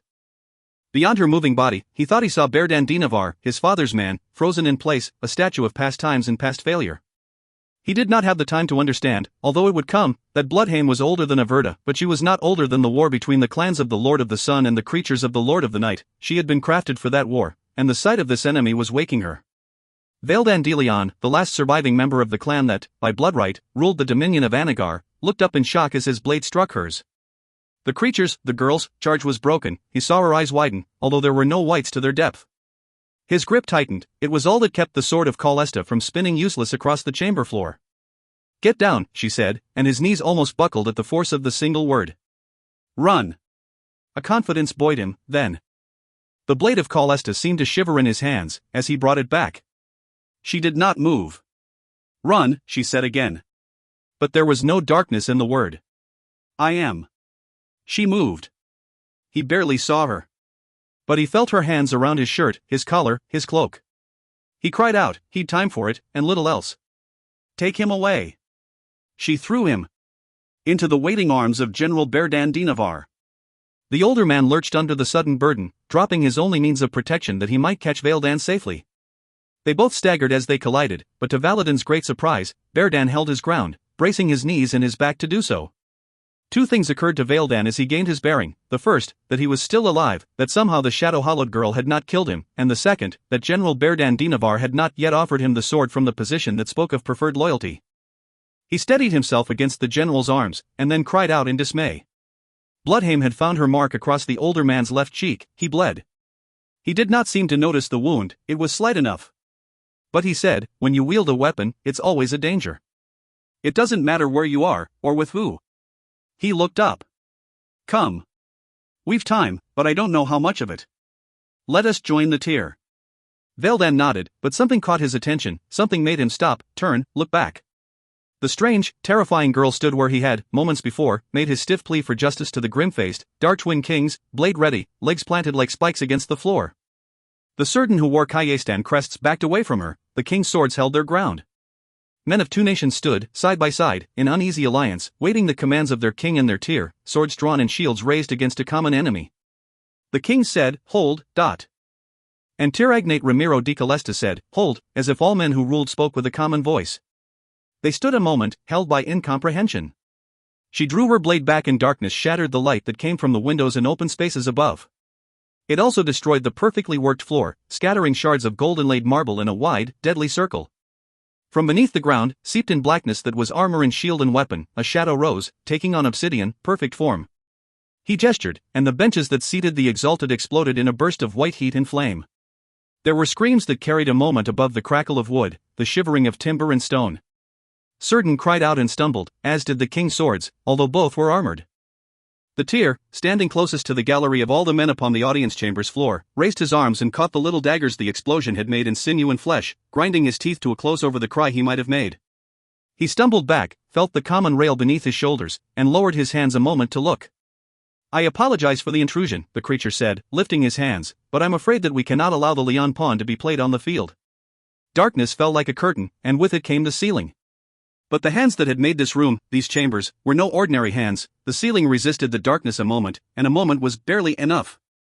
Only the center dropped, like stone into water, at the creature's command. And in the center of the audience chamber, faces upturned in silence, stood Veldan de Leon and Berdan de Navarre, the Tiragar and his general. The rock buried them, splintering the floor yet again with its terrible weight. Tir Ramiro de Calesta pulled himself over the stone walls that separated the thrones from the floor, blooding them as the cuts and ruptures of open skin and cloth rubbed against their surfaces. He sought the floor, the thin safety of chairs and rails and quarter walls. Alice Acritridian, Kiriel said, standing her ground upon the broken floor as if terrain were illusion. He spit, showing teeth that were almost human. Too slow, half-breed. Of all things to offer a creature twice her height and 3 times her weight, she gave laughter, and the laughter was grim and chill. Failure. Threw an arm, not her sword arm, behind her in a wide arc. There, as dusk cleared, stood Veldan de Leon and General Berdan de Navarre in a grim, shocked silence beside blocks of fallen stone that had been sheared smooth in a circle that encompassed them both. The obsidian creature snarled in rage, and hesitated a fraction of a second. His gaze went to the mages in the gallery, and to the exalted, who rose, bloodied but unbowed, from the pyre he had made of their thrones. The desire for battle warred with the desire for survival. Survival won. Only the young woman who faced him knew how close the contest was. "Take this back," she said, "and tell them that Kiriel sent it." Before the magefires descended into the broken pit that the chamber floor had become, before the exalted could recover and put to use those magics which were their blood heritage, before the bards could speak their words of angry command, she gestured, her arm moving so quickly it could not be seen in the shadows. The creature cried out in fury and pain. But his spell was cast, and the shadows took him, injured and insulted, to a safety that his enemies could not prevent him from attaining. Chapter 20. Ser Veldan de Leon slowly lowered the sword that he had clung to so fiercely. Lowered it, seeing beyond the circle in which he and General Berdan de Navarre stood, as if he were waking from a nightmare and discovering that reality was far worse. Before him, between the cracks of stone and timbers that should have been his death, he could see the black back of the person who had, somehow, saved his life. He saw her sword rise and fall, as if the motion were linked to her breath, heard that breath, loud and heavy, as she brought the blade down, as she struggled to sheath it. And he knew, as he watched, that it was a struggle. General Berdan de Navarre stared down at the floor, at what remained of the floor beneath the huge stone blocks and joists and beams. He cursed, and the sound was so welcome, so human, it drew Valadan's almost grateful attention, breaking her spell. "What is it? What's wrong?" As if, surrounded by the ruins of a ceiling that had stood for 4 centuries, fires being banked by magical means to one side, something else needed to be wrong. "My sun-scorched sword," Berdan replied. He added a few words, a few colorful words, and then a few more for good measure. Sarah Alina would doubtless let him understand, by the ice of her perfectly proper stare, how grave a crime he had just committed in the presence of the Tiragar, were she here. She was not. "Tiragar," the general said, recovering with a humor that only those who walked close to death could know. He bowed. "It appears that I must forego the usual ceremonies in favor of practicality." Bemused, Veldan nodded, and then he frowned slightly. But only slightly. Sarah Alina had been, in most things, his teacher. He understood form well. And he understood, as he met Berdan's grim smile, that the general had lost his sword. He could not imagine that his own father, his own dead, distant father, would ever have smiled, grimly or no, at such a loss, regardless of circumstance. He started to speak, but Berdan lifted a hand, as if he did not know what the young man was about to say. You must forgive me, Tiragar. We are on foreign soil, and I would say, although it is less clear now, that we are not among friends. We will guard our words and our clans. But as he stopped speaking, he looked at Vale Dandelion as if seeing him for the first time. His blood had dried along the edge of Bloodhaven because the boy had refused to let go of his weapon in what was, undoubtedly, the first real combat of any sort that he'd faced. Verdan smiled. And his smile was as sharp as the Kayestan blade. The Greater Assembly was not recalled that day. The Exalted survived the flames, but their priests did not, and the death that should have been quick was both slow and terrible for each and every one of their attendants. The kings called for and received order in the hall, and then quickly disbanded the gathering. Their swords came, and those mages who served the crowns within the order. The 10 chose to accept the dismissal as a request, and they left the hall with their chosen guards, on the understanding that they would reconvene on the morrow. All, of course, except for the Caliker. What exactly did you think you were doing? Kiriel, looking very much like the girl that they could never again believe she was, met Duarte's angry words with a slightly crimson face. She said nothing. Behind the leader of the Ospreys stood the Caliker, with Varys Vernon and Varys Karama to the right and left. Beside Duarte stood Alexis, her lovely hair twisted into a knot that the most nimble-fingered of the Ospreys could not have untied. She was angry. They all were. Centrus Kiriel, the Caliker said, I'd advise you to answer the question. We are about to be called into private session with the Crowns and the Exalted. I wish to have something to say to them. It is a matter of no little import. The swords that lined the walls of the largest of the chambers reserved for dignitaries who waited entry to the Hall of Wise Counsel were proof enough, if it were needed, of the truth of those words. But the Caliker was certain that Kiriel did not know the Astari were present, if the girl even knew who the Astari were. She didn't know it herself for fact, but she'd known the kings for years, and she was a good judge of their mood. Kiriel. I was saving his life, Kiriel said, each word cool and civil. And you didn't think to warn anyone else? 27 men and women died in that attack. Varys Karama took a breath, held it, and then expelled it. Karama, please. He had the grace to look embarrassed, and the presence of mind to bring his fist sharply to his chest. Caliker. As a military man, he had seen death before, he would, no doubt, see it again. But not here, now, and not in this manner. The screams of the priests echoed, a building and an hour away. The fire that the creature had thrown upon them had been in some way alive. It hollowed them, slowly. Thank you. Kiriel, the Caliker continued as if there had been no interruption. When did you know that the danger existed? When the boy walked into the room. It was not as difficult as it should have been to hear her call the heir presumptive to the Anagarian crown a boy. Duarte turned purple, Cook turned white. And it didn't occur to you to warn any of the rest of us? Duarte. The Caliker again, sounding less and less pleased by the interruptions, which was no easy task. But Duarte was an Osprey. The Osprey. Primus Duarte, Kiriel said very formally, if I had uttered any warning at all, the boy would be dead. I thought, and I apologize for the thinking, that the Caliker wished him to live. And the other 27?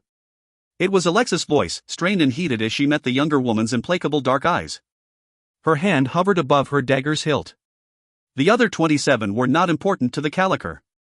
The dark-haired, pale girl turned to face the Caliker, in whose name she had just dismissed 24 lives. The kings were not in danger, their thrones, as the thrones of the Exalted, have been magicked in a way that I do not understand. They might have been injured, but I do not believe that Atridian could have killed them without risking his own existence. He chose not to try. Have I done wrong? The Caliker met Kiriel's 2 dark eyes. Then she turned her head slightly, and found Karama's gaze upon her. Am I that obvious? She thought, and was surprised at the discomfort that she felt. But she was an honest woman, at least with herself. She did not refute Kiriel's claim. It's war, she thought, and knew it for truth. Knew it, intellectually, far later than she had on some more visceral level. Old instincts. A lot more than 27 people are going to be dead. Some of them in worse ways. Although that, bless the mother, was hard to imagine. No, she heard herself say. But in the future, you're going to have to learn some of the Caliker signals. Not only does your commanding officer, Primus Duarte, in this case, have the right to know of present danger, he has the obligation. She raised a hand to her temple and massaged her forehead. Kiriel, you know the Caliker rules, and you are a part of the House Guards. I have not asked you the questions that you will be asked when we approach the crowns. The young girl shrugged a slender shoulder. Who are you, Kiriel? Kiriel Diashov, the girl replied grimly, the set of her lips white. Ser Filippo Par di Calesta expected many things from this grim, cloudless day. He felt the heat on the back of his neck and raised his head, a man's gesture of defiance under the eyes of the Lord. He was almost done with praying. The hours had dragged. And dragged. Sarah Tara, his dutiful wife, had come and gone in the cool air, offering him water and sweet breads. He took some of each, enjoying neither. It took a certain strength to face death, to face a man's death, and he intended to have it. Where was Veildan? The Imperials were hard to understand. They did not value family, they did not cleave to blood, they did not spend their hours in the practice of war, preferring dance and letters and unfathomable art. Yet they knew how to fight. Some even understood death as well as a clansman. His shadow, turning slowly, marked the passage of time. His hands itched. It had been many years since, in a time of danger, he had had to forego weaponry. Were Ser Cairo di Lorenza not at his side, he would have borne it less graciously, less gracefully. But he knew that it was his lead these men followed, with or without the presence of the boy. And he intended to lead them into whatever glory the Lord allowed unarmed prisoners in a foreign land. His gaze crossed the fountain, and came to rest upon the stone boy, whose pathetic blindfold and spindly body told the tale of Anagarian justice. Justice. The only sure justice was the rule of a man of power and honor, and it lasted as long, and traveled as far, as his reach. No more. No less. The Tiragar had not been a particularly just or honorable man. Where was Veildan? Ser Filippo was on his feet before the peal of the gong had died into stillness. Ser Cairo and Ser Maro joined him, as did Sarah Alina. Sarah Marlena was with Sarah Helena, and his own wife, Sarah Tara. In her quiet, sweet way, she was the same anchor for the women and children that he was for the men. Alina was too understandably dangerous, and she lacked, of all traits most endearing, that lovely sentimentality which made of a woman's arms and thoughts a man's haven. He cast a sidelong glance at the dark-haired, hawk-like profile. I would arm you, he thought. If such a thing were possible. And in this empire, it was. He smiled, and the smile was a grimmer one. And if I thought you would follow my lead. He wished, not for the first time, that he had been a braver man. But he was who he was, and he had not taken such a Sarah to wife, and the wife that he did have, he valued. Another walk beneath the open sky, another life. And he might be meeting it sooner than he would like. The hangings were pushed aside, and Veildan de Leon entered the courtyard. These four hostages, Filippo, Cairo, Maro, and Alina, turned hard and cold as they took in his appearance. Where he had gone dressed finely, if not well, he returned in disheveled, rent clothing. Blood from multiple scrapes and light cuts showed dark against his unusually fair complexion. To his surprise, Ser Filippo was surprised. Too many years living in the deceptive tolerance of the Esalianese court. He realized that, had he been in the Torleon in a similar position, he would also have felt surprise, but for a different reason. Veildan walked, he lived. If he had been roughly handled, it was clear that he had not yet been humiliated. Ser Filippo fell at once to his knee, his companions did likewise, carrying the charade through to the end. And because they knelt, heads bowed, eyes to the warm stones beneath their feet, they did not see the men who entered the enclosure at his back. Rise, Veildan said, in a completely smooth voice. Ser Filippo lifted his head and froze in mid-motion. And then he smiled, although the smile was a very, very strange one. Triagnate, he said, meeting the eyes of his brother. Tyron, Ramiro di Calesta replied. Did you think I would leave you to the northern wolves? Davari had hardly aged in 16 years, he had softened less. It was said, among the Astari, that time itself feared even the attempt to mark the Lord of the Compact, and if it was said with grim humor, it was at least humor. Devonay Terrafin, who felt the years more keenly, wondered where the kings had found such a defender, and just what they had had to sell to gain his loyalty. He hoped it wasn't going to be too costly in the Hall of Mandaros. The Aterafin was not a vain man, his hair was no longer the blue-black that had been the envy and desire of many a courtier.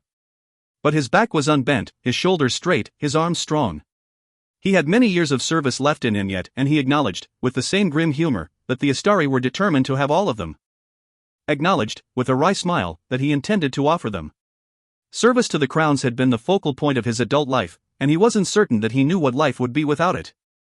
Very few of the Astari retired in so undramatic a fashion. Marilyn Athaniel stood by the side of Sigurn Meliphas. The former was tall and straight, with white hair that fell past his shoulders and down the emerald back of his cloak.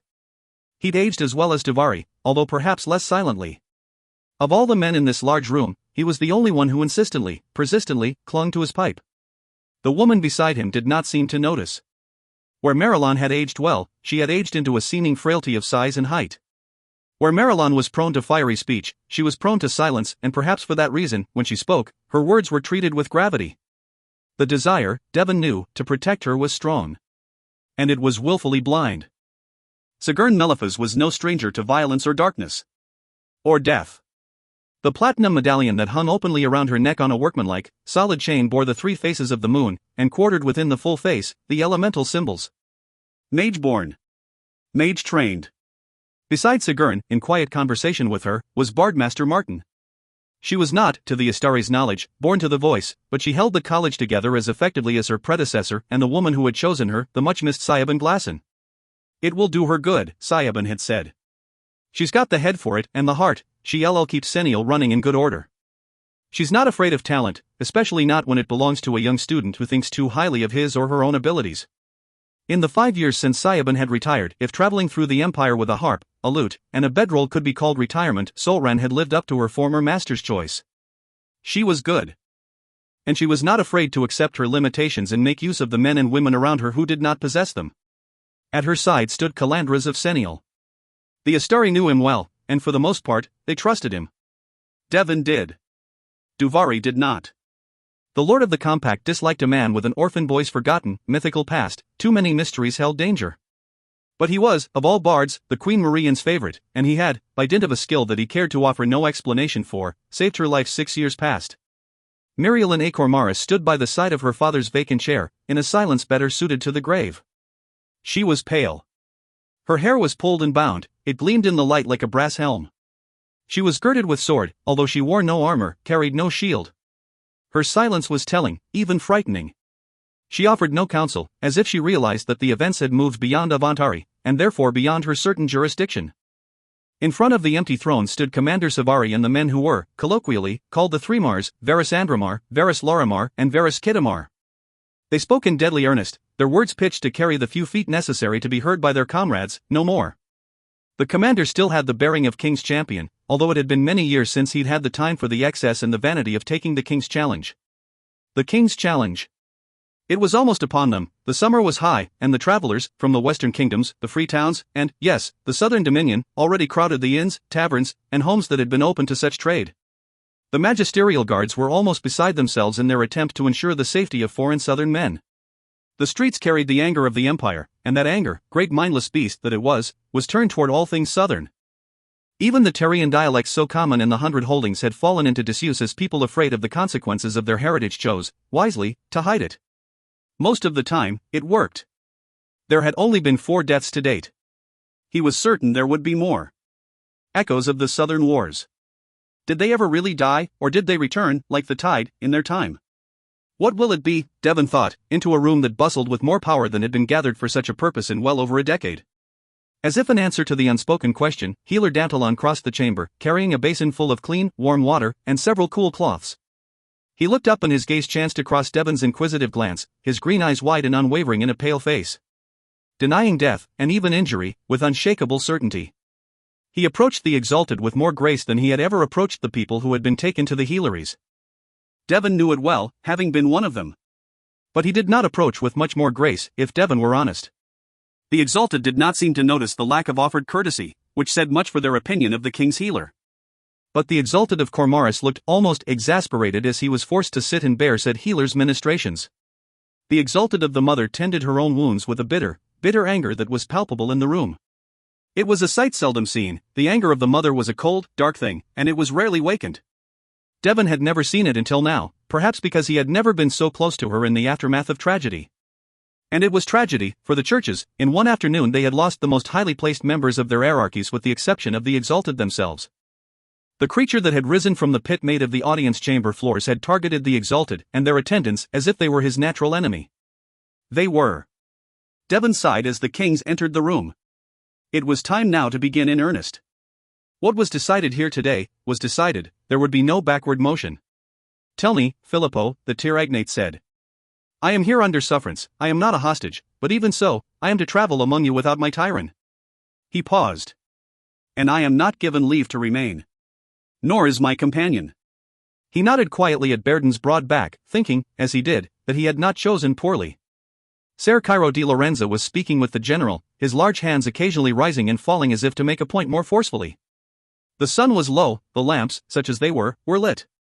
It was hot here, and the slow ebb of day allowed the heat to linger, burning what it touched. Still, these two men found a place in the shade in which they might speak a moment in privacy.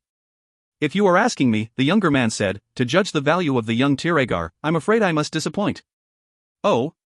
He surprises me, Ser Filippo replied, as if that were explanation enough. To Ramiro di Calesta, it was. They were cut from the same cloth, these two, they understood each other well. Very little surprised them. How do you think it will go? The Cayestan clan leader shrugged grimly. For now? I think the Lord will smile. I am certain that Clan Calesta and Clan Lamberto will not lose their kin to the king's chosen executioners. Nor will the boy. But beyond that? The sun is in my eyes. Why did you come? For the boy, Ramiro replied flatly, all pretense gone. We did not know of the events that occurred in the tour, we left before word arrived. But we came on a hard ride when news reached us. He turned then, seeking the sky a moment before he glanced away. Filippo looked at his brother's profile, his brother watched the burble of fountain water at the feet of the stone child. What do you intend, Ramiro? I will follow you, he added softly, as if it were a question of choice. I intended to preserve the people of Averda and the clan that rules the Terrian. He turned his hands over and stared at the new lines that scrapes and splintered marble had drawn there. The General Alesso di Morente will rule the tour by the end of the festival, if I am not mistaken. But he will rule it, the Tiragnate added, with a grim smile, without benefit of the sun sword in the bloodlines. You said, intended. Yes. Now. For now it is enough to preserve the life of a par who does not know when silence serves best. Ser Filippo smiled, it was the first expression he had used, in his captivity, that made him look younger. She wasn't a demon. Jewel Terrafin massaged her forehead, her eyes throbbed, her head ached, and her throat was still raw from the force of the few words that she shouted across the floor of the great assembly chamber. Across the coming chasm that she, and only one other, had seen. I've seen the kin before. I know what they look like. Pausing, she lifted her face and met the Terrafin's open gaze. I've seen, she said softly, kin who were in always human, and I knew what they were. Then what was she? You saw her as well as any of the rest of us. She certainly wasn't human. I don't know. Alera's brow was a single line, which happened seldom. Each of the times she'd witnessed the expression, Jewel had wished she were somewhere else. Today was not to be the exception. Turning, she met the Terrafin's cool eyes and realized that there would be no rescue from that quarter. Or, she realized, as she took in Moret's expression, Avandar's grim stare, and Torvin's quiet sympathy, from any quarter. There were days when being Seerborn was a blessing. And there were days like these. You were surprised by her. The Terrafin. Yes. But she wasn't a threat to you, or to me, or to anyone in that hall, I'd guess, except for the creature that rose out of the pit of the floor. She closed her eyes, she couldn't help it. Her lids were almost aching with a tingle that sometimes presaged illness. And sometimes, vision. You had time to shout a warning to the Caliker. Captain Alera. She could not see the old soldier's face, but her voice sounded mere inches away. Yes. Terrafin, wake up. Alera made commands, not requests. Over the years, Jewel had grown accustomed to this fact. Her body obeyed, where her mind could not, her eyes, no, her lids, seemed to snap up. But she could not see them, although the voices were clear enough. She saw what she had seen during the day. In the hall. And she understood, then. She could hear Avandar, cursing. Seizure. Get out of the way. She did not answer, wouldn't have, could she? She felt his fingers, his hands, the roughness of his skin against her cheeks. Then, something rigid pressed between her lips. It's not the seizures, you fool, it's the sight, but her lips took the rod, willing, as if her body was, for the moment, an empty vessel that barely managed to hold her. Learn how to control your power, someone had said, but the closer she got to it, the more it controlled her. As it did now. It was the vision. The same vision that had given her the impetus to cry out across the chamber to the Caliker. Cariel was leaping from the heights, and Jewel watched her fall as if she were the edge of a blade. The ground beneath her feet shuddered as if her slight weight would sunder it. Shadow trailed from her eyes, her lips, the wildly dancing tips of her ebony hair. Her hands were gloved in darkness, and her chest, she was armed and armored and weaponed. And behind her or beside her, armored and armed and shedding blood, not shadow, stood the young princeling, Veldan Kai de Leon. He cried out, she did not understand the words he spoke. No wait, but the words would not escape the rod that Avandar had placed between her lips. She felt her eyes stop their tingling, the shadows left them, returning the normalcy of the Terrafin's rooms. Spitting, and glaring at the Damasus who served her, she lowered her face into her hands. What was that? She thought. Vision? Sight? Some disjointed memory of the morning? Jewel? I am well. The Terrapin nodded coolly. And your vision? I would almost have said, that I was seeing this morning's event. Jewel, the Terrapin's Damasus said quietly, presuming to enter a conversation into which he had not, theoretically, been invited, there is something about this young woman that speaks to you. To your sense of the future. Yes. Avandar was not pleased. She knew it at once because his jaw took on that muscular, clenched look. There was, between these two men, a competition that had never died. She had asked them both about it, and neither man chose to elaborate. Is she a danger to us? The Terrapin again. Yes. Succinctly put, her own Damasus, Avandar, said. How? But to that, Jewel a Terrapin had no answer. Kiriel approached the throne room for the first time. She looked through the two-story open doors to the heights formed by an arched ceiling that had been built to catch, and hold, the sound of a king's judgment. The wisdom-born king. There were windows here that caught light just as surely as the ceiling caught sound, transforming and coloring it before it descended to ground. There were benches carved out of the stone sill of each window. They were empty now, although she had no doubt that they were often filled. It was a grand hall, and although she had seen grandeur in her life, the sight of it filled her with the blackness of certain familiarity. Power. Kiriel. The word, a nudge of sorts from Cook, brought her back to herself. She stood 2 feet from the frame of the door. There were armed men to either side of the entrance. She waited for them to move, knowing the game. She had seen a foolish man expose his back to her lord's guards once before.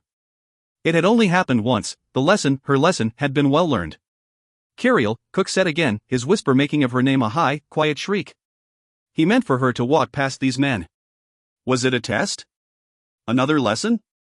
But she glanced back at Cook, who, of the Ospreys, she understood least, and saw at once the shifting and the shimmering about him that spoke of no such cruelty. Oh, there was a thread of it, a hint of darkness and shadow that lay about him like a fine mesh net, but it did not pull. Not now. He smiled, but the smile was weak. She did not understand it. There was no amusement in the gesture. He was not laughing at her discomfiture. No, she thought he smiled because he was nervous. Frustrated, she turned back to the men who barred her way. They were an easier task. The lords, no, the kings, and this she must not forget, lest she give herself away. Guards were lightly armored and armed. They met her gaze impassively, but they met it, taking her measure as she took theirs. These men were dangerous. She could smell it. Her hand fell to her sword's black hilt and rested there, her stance changing subtly as she shifted her weight on her legs. Kiriel, please, Cook said, for the 3rd time. Then he did something remarkably foolish. He grabbed her arm. Kiriel Diashov announced her presence by throwing him past the 2 guards who waited in the open doors. They had time to react before her arm had finished its carry-through. The tips of 2 blades were beneath her chin and chest. They were narrow blades, not swords, but they did not shake at all, not even minutely, although human hands often trembled in time of danger. She knew at once that she had done the wrong thing, at a time when the wrong thing could be fatal. For she knew with certainty that Atridian fled the chamber because he could not survive the combined might of the humans and the godborn who presided within. What was certain to destroy Atridian was almost certain to destroy Kiriel. She heard Primus Duarte's angry intake of breath, heard Alexis stop breathing, and heard Aurelie's chuckle grimly. Varys Karama a Caliker moved in the quiet of the hall at her back. She could hear his distinctive step and whispered, I told you. The Caliker said nothing at all. I see, came a voice from within the great room, that this is going to be a most unusual interview. It was King Cormoran.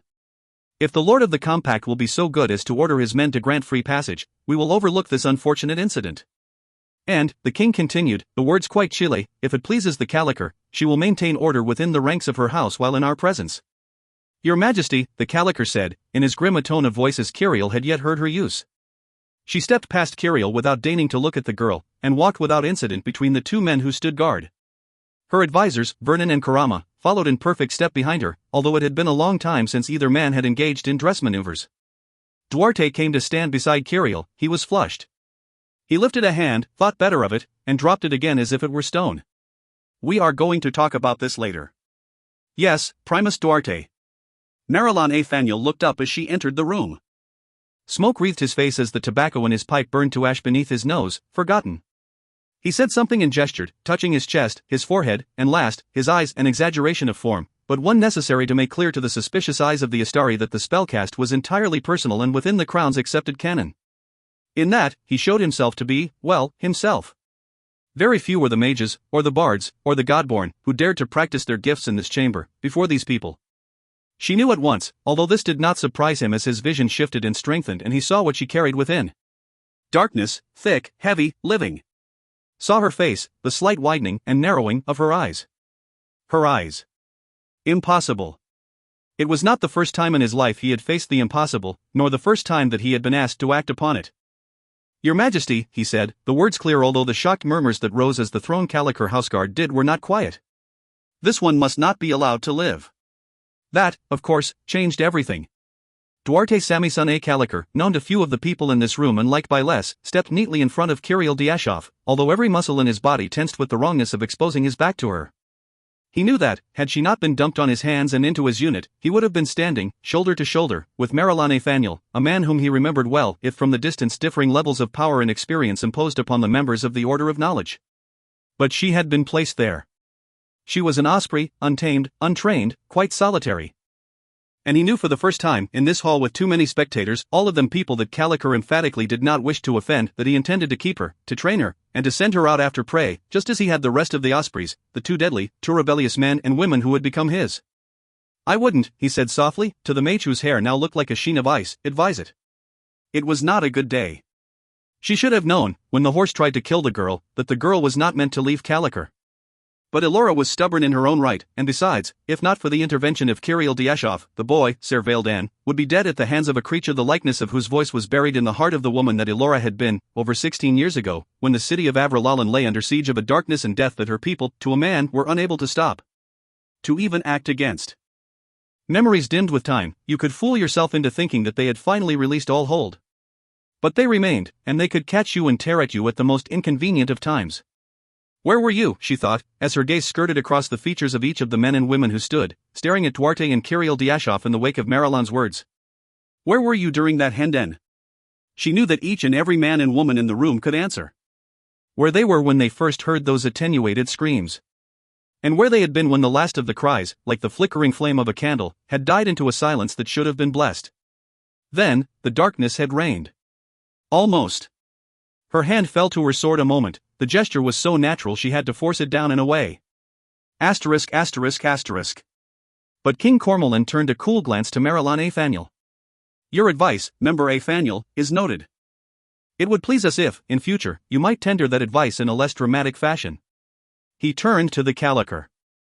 There will be no incident, Caliker, but there will be explanation. Last, he looked upon the man who wore Primus marks. Primus, he said distantly. Because of the respect we bear the commander, we will not have your marks for the audacity you have shown in this room. Duarte looked momentarily nonplussed, and then he had the grace to flush. Very awkwardly, he sheathed his weapons, trying to remember exactly when he'd drawn them. I warned her, he thought. The ospreys are not dress guards. Of course, he'd thought himself to be above their usual displays of inappropriate temper and awkwardness. He lowered his hands, and then, under the royal glare, stepped out of the way, falling into the proper posture and exposing Kirill fully to the golden-eyed regard of King Cormoran the Wise. You are not, King Cormoran said after a moment had passed in stiff silence, a Vesalian. Kirill nodded warily. She had been told how to behave in the presence of the kings, the exalted, the queens, the heirs, and the 10, but although she remembered the words, the actions did not come to her at all. Her legs stiffened, as the silence did, she bent slightly at the knees. No one, not even Dantalon, could have mistaken that posture for Beau. She was almost in a defensive crouch. Duarte was at her side, and she could see him wince. He knew her well enough, had observed her in the Caliker training circles, to know that she was on the edge of a fight. He didn't know her well enough to know how close she was to falling off. Because Kirill knew better, that there was only one safe way to show it. She struggled against the fabric of her life, and won, but it was close. She knelt. Kirill Diashov, the king said quietly, as if aware of the struggle and its result.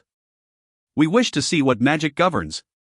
Duarte said something, and the Caliker, it was clear immediately that many of the people in this too crowded, too large room did not understand what the king meant. But she did. And she met his golden eyes, seeing a truth in them that Ashov would have wept to know. Ashov. Almost, she pulled her sword. It was there, beneath all her resolve, the memory surfacing like a corpse too hastily thrown into deep water to properly sink. She had learned all of Ashov's lessons, and all of Isladar's. She had taken her father's mantle. Power? She understood power. Understood its use, its allure, its imperative. And what good had it done her? She had survived. If that meant anything. She felt the thrum in her throat before she heard it, but she knew that she was growling. Why did it return to her this way? Ashoff. Memory. She could not afford to be caught by it now, not when the eyes of this king were upon her, this king, and all of the men and women who served him. Because he knew, of course, just as she had known it of him. She was God-born. Turning her face slightly, she could see that glimmer of recognition in the eyes of the exalted as well. Yet she knew that they were not peers, they were not kin. In this empire, they held power, they defined it. Ashoff returned, Ashoff's admonition, her fear. In this south, Nakiri, they will kill you if they can see the color of your eyes. But they are the color of the sun. No, Ashoff had said, that same sun coloring her pale hair and adding minute lines to the skin around her eyes, her lips, her cheeks. They are not the color of the sun. What color could be so harsh and so important? They are, Ashoff added, with a slight pursing of lips, the mark of demons, of tainted birth. Remember, she said, quartering herself with the moon sign, that the sun makes deserts. Tainted birth. Kiriel could not remember how old she had been when she had first been told this, could not remember how old she had been when she had last heard it. But she remembered sitting at the grey cupboard, bent, chubby knees of Ashoff, the smooth stone beneath her, and above it, a rug, a thing that Ashoff had made of rags and cloth and twine, with no sense of color or texture to mar it. She felt the warm touch of hands across her hair and the line of her cheek. She closed her eyes and she could smell dough, butter, sugar, sweat, and even dust, the things that made Ashoff unusual among the humans at court. And she said, yes, Ashoff, and the old woman clucked and murmured as if the thing in her lap were a child and not Kiriel. There should have been anger. Or pain. She felt it building, like a wildling, inside of her throat. But before she could give it voice, give it vent, she felt something else. Looking down at her left hand, she saw the ring that she had picked up from the earthen path that Yvain trod. It was glowing softly, so softly that she might have thought it a trick of the light, if not for the fact that it warmed her hand. As if someone were holding it. She tried to pull free, and it followed her, and the reaction, brought back other memories.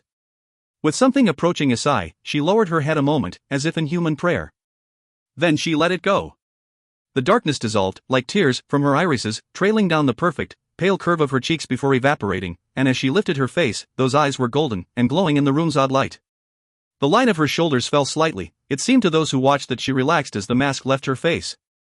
Dark-haired and golden-eyed, Kiriel looked up into the face of King Cormoran, as if his gaze were the only thing in the room. Who is your parent? The king asked softly. And does the Caliker know that you are God-born? No, Kiriel said quietly. She took a breath. I was told to hide my birth because golden eyes are the mark of demon blood. You are from the south. It was not a question. And because it was not a question, she did not need to offer a lie in return. And the answer to the first question, another voice said. Both King and Kiriel turned. The slender, pale-haired mage had moved quietly, and now stood, arms at his sides, eyes a silver, unblinking gray, not 20 feet away. I do not know. Kiriel Ashoff, King Cormoran said, it is unnecessary to hide your past, or the truth of it, here. I am wisdom-born, and my brother, justice-born. But we have seen the luck-born, and the mother-born, and in our time, we have even seen Mayara's brood, although they survive only a short time before the mother claims them. You are born of a god, but you are not a god, and you will not be held accountable for the actions of your parent, unless you have chosen to follow in their footsteps. Majesty, with all due respect, I must tell you that you are being unwise. Oh? Kiriel had heard that word before, said in exactly that tone. She smiled at the familiarity of the anger in the king's tone. What counsel does a member of the order offer the son of the Lord of Wise counsel? Just this, there are gods whose children we should not suffer. I have said, Member Athaniel, was the king's steely, patient reply, that this is not the case. How will you gainsay me? I will tell you, if you will hear it, whose daughter she is. And then, Majesty, you will judge for yourself. Very well, King Cormoran said. Tell me, if you deem it necessary. No. If that information is to be revealed, it will be because she chooses to divulge it. King, mage, and godborn girl turned in the direction of a voice that was familiar to each of them for different reasons. Standing in the room's center, already surrounded by men and women who had walked, like shadows, between the standing members of this powerful, exclusive court, was a hooded figure who wore robes of midnight blue. Lifting her hands, she pulled the cowl of those robes away from the gaunt lines of her face. Her cheek was awash in blood, her eyes dark with exhaustion. And her hair was a peppered darkness, pulled tight and held by a knot that could not, quite, be seen. I know you, King Cormoran said, the first to recover his voice. You have aged, well. And you, was her quiet reply.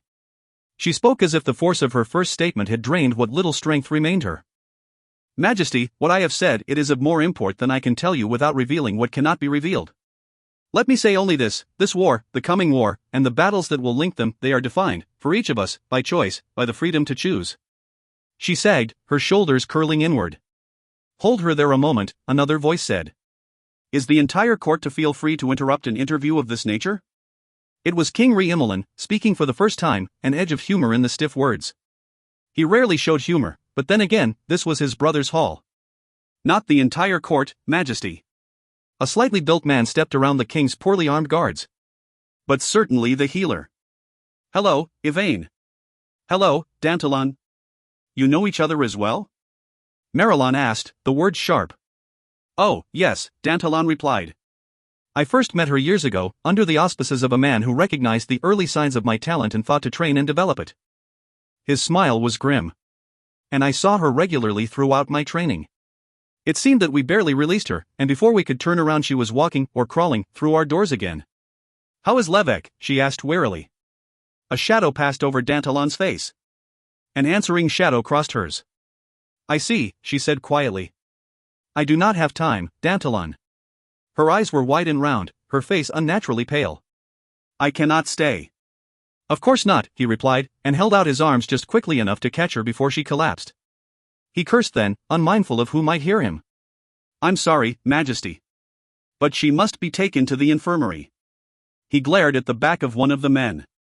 Devon, he said, between clenched teeth, I mean now. I see, Member Athaniel said softly, as the doors closed upon the two men and their ungainly burden. Majesty, let me withdraw my qualified advice.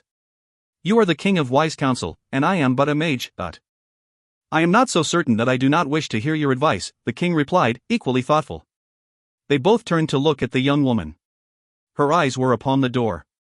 You know her, Marilyn said. Kirill Diashov nodded without turning. She brought me here. To Kalikar. Bitterly, she added, I owe her my life. You don't sound as if you think much of the debt. It was Marilyn. She shouldn't have interfered. No, he replied, as he stared at her. But she always does. And although I do not claim to understand all of her motivation, she chose her risk when she chose you. We have all been, the beneficiary of many of her risks. Keep your counsel, Kirill. For my part, I apologize. He paused, and then his voice grew quite cool. But I would give much to know how your human parent and your immortal parent met. And where? Kirill did not reply. Which leaves us, King Cormoran said, with a problem of a different nature. Kirill Diashov, you wear the colors of the Kalikar houseguard. You drew weapon, without our permission, in the great chamber, and your house will be measured and fined accordingly. If we accept this as a given, he added, glancing at the Kalikar and waiting just long enough to see her quiet nod, and we dismiss, for the moment, the question of your birth, we are left with a few facts. You were aware of the creature before it made its attack. You faced it, upon the chamber floor, and you recognized it. I believe that it recognized you. Kirill did not reply. You were able to stand against its attack, and you injured it before it left. She nodded. Are you aware of what the creature is? He is one of the kinlords, she said softly, her golden eyes narrowing. He is the weakest. Why did you recognize him? We've fought before. Why did you call him Alisok Retridian? At that, she smiled, and the smile was cold. To insult him, she said softly. He is called Lord Itridian. To call him Alisok Retridian is completely correct, but it stresses his weakness and his subservience. I see. Her mouth fell open, she paled. Does he, indeed, choose to serve the god we do not name? Why yes. He's kin lord. But the kin serve the king, serve their lord. They don't have a choice. The lord of the hells bears the mantle. What did you say? It was Sigurn who spoke. She stepped into the conversation like a frail, kindly old woman. But her eyes were clear, and her voice was strong. Kirill's shoulders tensed. The mantle, she replied. And this mantle is? It is the crown of the Lord of the Hells. It is the godright by which he rules. She braced herself. And how do you know of this, Kirill? Kirill did not answer. And how do you know of the conventions by which these creatures are called and named? Marilyn turned a moment, as if to speak in her defense, but he fell silent as he met her eyes. Please answer her question. A new voice. A voice that Kiriel did not recognize. But she knew the man. He had stood between the kings in a rigid silence, and his eyes had never left her face. Danger. Oh, it was clear that she had said too much. You will answer, please. I can't. You're lying. She lifted her chin, straightened her shoulders, her hand fell to the hilt of the sword that she had been allowed to keep. Very well. I won't. She planted her legs firmly against ground. It was clear, to Kiriel, that the time to make that stand had come. Clear to Alexis, Duarte, or Elise. And clear to Cook. But only Cook was stupid enough to interfere a second time when she had already made it obvious what she thought of such interference. He did not make the mistake of touching her, and he did not make the mistake of drawing a weapon. But he moved to stand beside her, his arms crossed tight against his chest, as if he needed to hold his hands idle. She glanced up at him. The difference in their heights would always be there, and her brow creased, as if the effort of speech was wearying. Frustrating. What do you want? She demanded, breath passing between her clenched teeth as she glared at him. To face, he replied calmly, as if speaking to a cornered wild creature, any danger you do. You're an osprey, Kiriel. That means something in my books. In your books, Alexis said mockingly, as she came to join him. You don't even read, let alone do numbers. Primus, the caliker said icily. Duarte shrugged. I did warn you, he said, saluting half-heartedly. They're ospreys for a reason, caliker. If they continue to embarrass my house with their display, they will be corpses for a reason. Well, if that's the case, Aurelie said, his smile a lazy accompaniment to his long drawl, I'd hate to be excluded. Sanderson? Sanderson glanced at Duarte for permission. He was young, and he had been admitted into the company after the Southern Wars had ended. Duarte liked him enough that he failed to give that permission. Kiriel, the caliker said. This is not the time or the place for such a display. If the ospreys will not stand down, they will be disciplined. But they are not under the king's eye here. You are. This is Esselian. You are in the heart of Avralalan Aramarilas. Not even the kings have the right to execute by fiat those they deem dangerous. They do have the right to defend themselves. Do you understand? No. She wanted to shout now.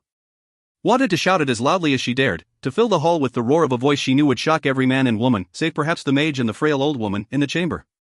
She wanted to pull her sword, and have an end to it, one way or the other. This empire, it was not hers. It made no sense. She knew human courts. She had spent time observing the Shining Court, and she knew, as only those who truly understand power could, that person for person, this court outranked any humans that she had seen there, save 3. Yes, humans were not of the kin, but they were cold and calculating when they chose to play their games of power against each other. They were ice and steel when they chose to watch the kin at play. And they did not gather in such a group, for such an inquisition, without a victim. Not for long. She had known that she was the victim when the mage had first cast his sight upon her. She had even accepted it, on some level. She was weary, but she was relieved, for here, finally, was something that made sense. Yvain played her own game, Yvain played her hand. She did not understand the game itself, but to be a pawn was something that she understood, however bitterly. But even Yvain was not proof against this man, this last player. She thought him more dangerous than the mage, although she could not say why. He was darker. At last. An enemy. A challenge. A fight. Then they came, unraveling this one corner of the certainty that she had managed to weave so painstakingly around herself. Cook, who hovered about her as if he thought to protect her, or Elise, copper-haired and golden-skinned, the darkest of the ospreys, the man she most understood until now, Alexis, dark-haired and yet pale, oddly beautiful for her distance and her heated anger, perhaps the person she least understood. Go away. But she did not say the words, and if she had, they would not have listened, she felt certain of it. Go home, she told herself, forcing her shoulders back. You've seen these lands. There is no place for you in them. Go home. Make your place, and hold it. These lands will not survive no matter what you decide. Go home. Kiriel, the old woman said, and Kiriel looked up blindly. How long has it been since you slept, Dot? I don't need to sleep. Oh, my dear, the old woman said, and her eyes were full of a terrible pity. But you do.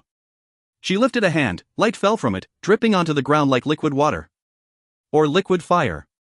Transfixed, Kiriel watched. She watched the light, fascinated by it. Afraid of it. Looking up, she saw the face of the king, King Cormoran. And beneath his face, unquestionable, she saw that pale, luminous beauty that no longer existed anywhere in the Shining Court. King Riemmelin shone that brightly. The men and the woman that the Caliker had called the Exalted were brighter still. Isladar had taught her, years ago, to abjure the light's compelling, compulsive beauty. And it had been easy, then. What do they see in me? She wanted to ask them, but she knew the answer, nothing. They did not have the blood. The light that the old woman had dropped upon the floor had crept, unwatched, to form a circle around her feet, separating her from the ospreys. She looked up, saw that the ospreys had not noticed the light that surrounded her, rising like a finely beaded mist or a blood wraith. Yet this woman, no luminescent beauty, was not a dark one either. She was gray and light, that perfect, knowable blend of color that Kiriel had grown accustomed to, in Ashov. That she had grown. Say it. To love. That was the horror of it, that she could say it in the silence of her thoughts, no matter how much it made her writhe. She knew what the light would do when it touched her, she thought that the woman might even suspect it. But she saw another woman's face briefly, and she held fast, remembering. She did not even cry out when the light burned her skin, seeking her eyes and her parted lips. Chapter 21. Sigrun had survived a great many things in her life, and most of them she kept in the past. She did not speak of the war she had seen, although they were far too many. She did not speak of her life in a faraway village, when Majory had been a whispered curse, and its onset had almost destroyed her. She did not speak of her first master, although if pressed, she might politely say that he had passed away some time ago. In fact, Sigrun Melifas rarely spoke at all of matters that were not issues in the here and now, although when she spoke, she could be quite decisive. And the members of the famed Order of Knowledge were certain, to their sorrow, that the grave that time dug slowly for her would be the repository of all those many years of accumulated knowledge, for she kept no diaries or journals of those early years. Yet not a mage or a member of the Order itself would have ever said that she was incapable of sharing. Sigrun knew pain when she saw it. Her brown eyes widened, clearing and darkening almost at once. "Mother's heart," she said. "What have they done to you?" She gestured, a movement of fingers and lips that ended in an abrupt stillness. "Kiriel," she said softly. "My name is Sigrun Melifas, and you would honor me by remembering it." The younger woman froze, eyes that were golden by birth shone, catching the light too strongly. She looked, for that moment, like a wild, hunted creature, not a cornered one, nor a frenzied one, but like a creature at harbor who has seen that the hunter carries no weapon and cannot quite believe the lack. "I am Kiriel Diashov." She spoke quietly. "And I, too, would be honored." "You must sleep," Sigrun said, walking toward Kiriel as if the girl was no danger and no mystery at all. Is that what it was?" "Yes.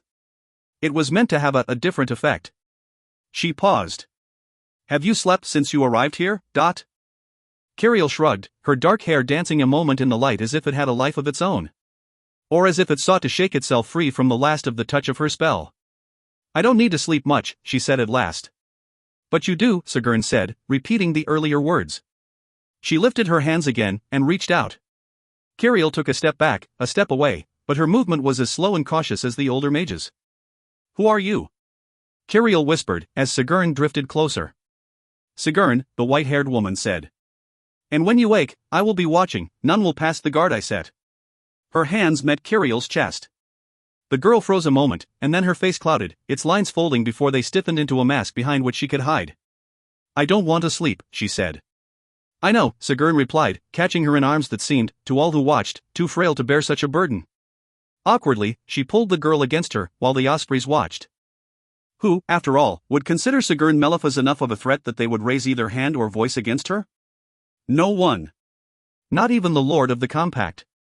"Member Melifas," King Cormoran said, "will you sit with the girl?" "I cannot carry her," was Sigrun's quiet reply. "But if you wish her to remain in Avantari, I believe it is best if I retire with her. She will sleep, I think, for many hours, and she will wake hungry." She gestured to Cook, and he rushed to obey the request that she did not put into words. He held out his arms and caught Kiriel. "And that is it," the king said softly, staring at the hushed court. 27 men and women are dead at the hands of a creature that only she was fast enough to stop, and in the end, the answer we are to derive from her is either nothing or sleep?" Sigrun made no reply. "No, Majesty," the Caliker said, her voice quite loud compared to Sigrun's.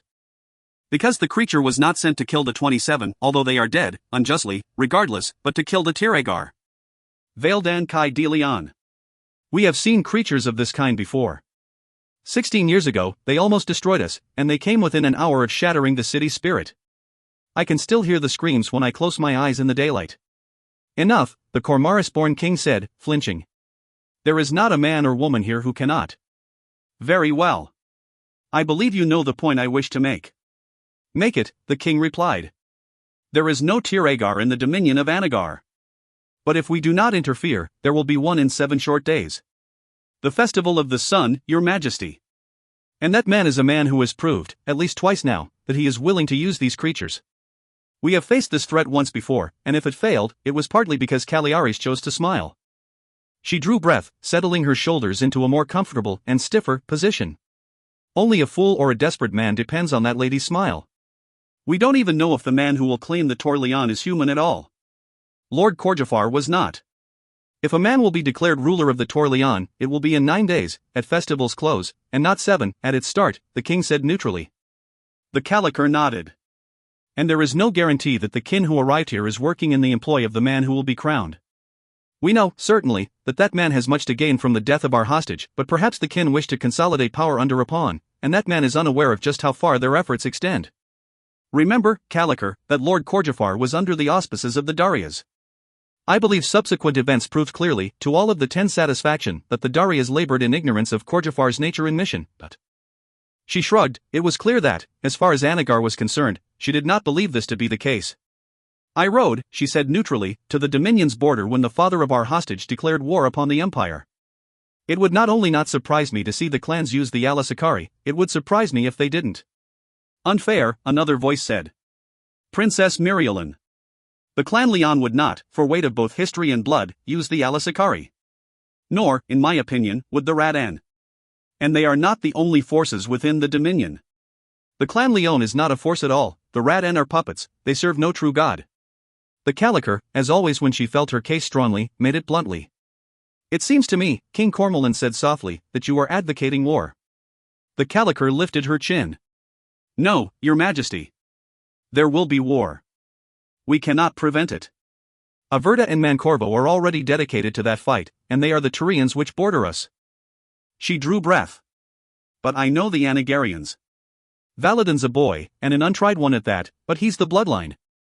If Colesta and Lamberto will declare themselves for his clan, many of the clansmen will follow. Many. She had the good grace to wince slightly. Majesty, she said, we believe that it is Clan Morant or possibly Ser Alesso de Morant that hopes to benefit from the slaughter of both the Clan Leon and the Imperial hostages. But he will do so without the benefit of the Sun Sword. And that will count against him in the war.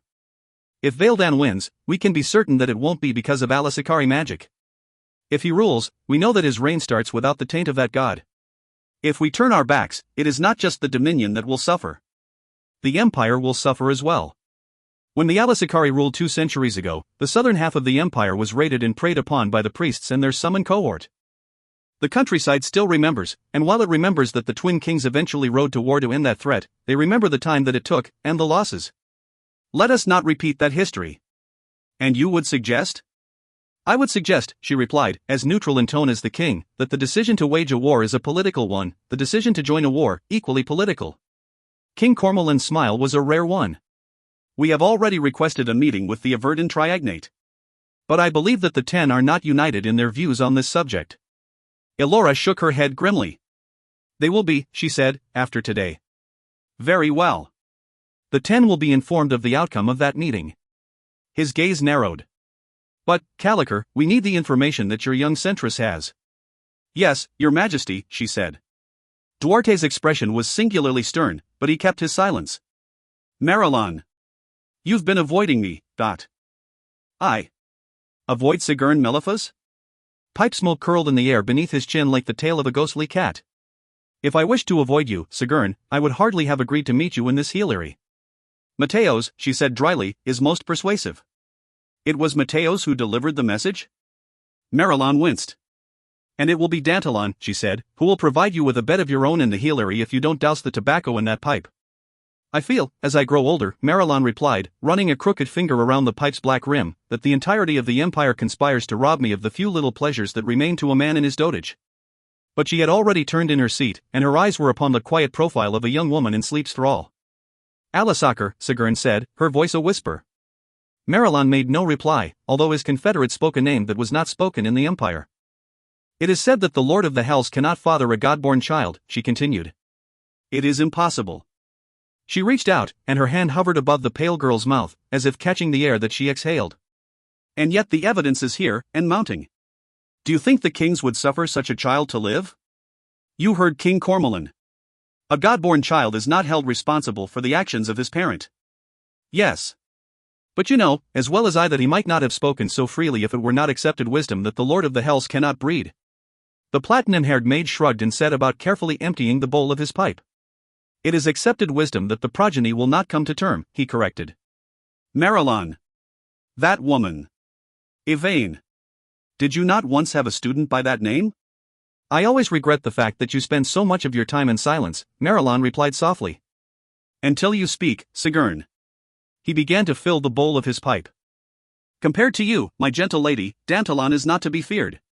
She waited in companionable silence until he'd pressed the fresh leaves down and lit them with a spark and word. Did you understand what she said? Pardon? Did you understand what she meant when she referred to the mantle of the Lord? Sigourney, is this another test? Of your background? No, old friend. It is completely as it seems, a question. Hide behind your answer as you like, I often do. And today? Today I will tell you that I understood what she meant by it. And the fact that she knows of it, and the fact that you thought to interrupt the king himself when he sought to offer this child reassurances, and that, Marilyn, I consider somewhat ill-advised, tells me more than I wanted to know. And you a member of the Order of Knowledge, he said, his tone gently mocking. And I, a member of the Magi, and the governing advisor to the magisterial guards.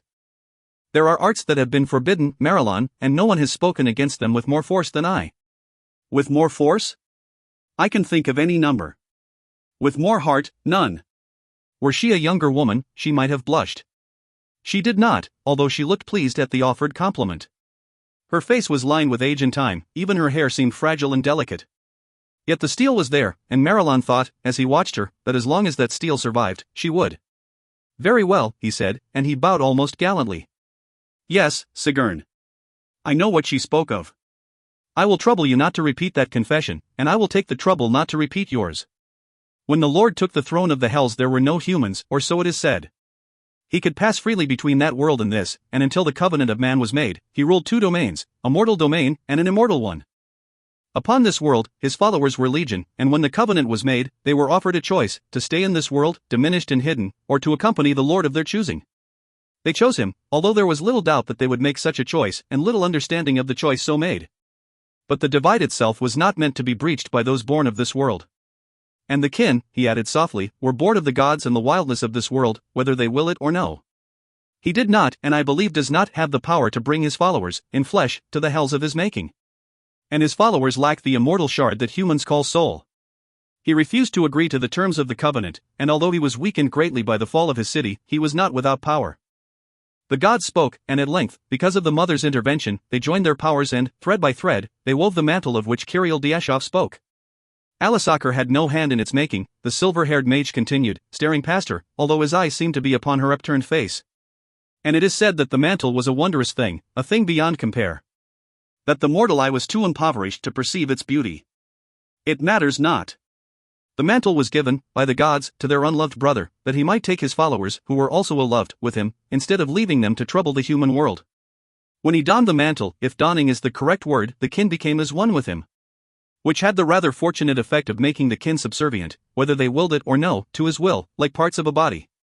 Although they served him in this world because he defined power, they served willingly. The mantle's creation and use robbed them of that patina of dignity. His smile, a sudden flash of teeth too perfect for a man his age, was cold. If it were merely donned, Sigourney said softly, then it could be removed. The kin are creatures who know no quest but the search for power. Indeed, he replied, still distant. They are not the only ones. But the mantle is donned, and it may be removed or displaced. The gods created well, Sigourney. Even if the kin could indeed overpower and destroy their lord, no one of the kin could bear the mantle's weight without paying the ultimate price.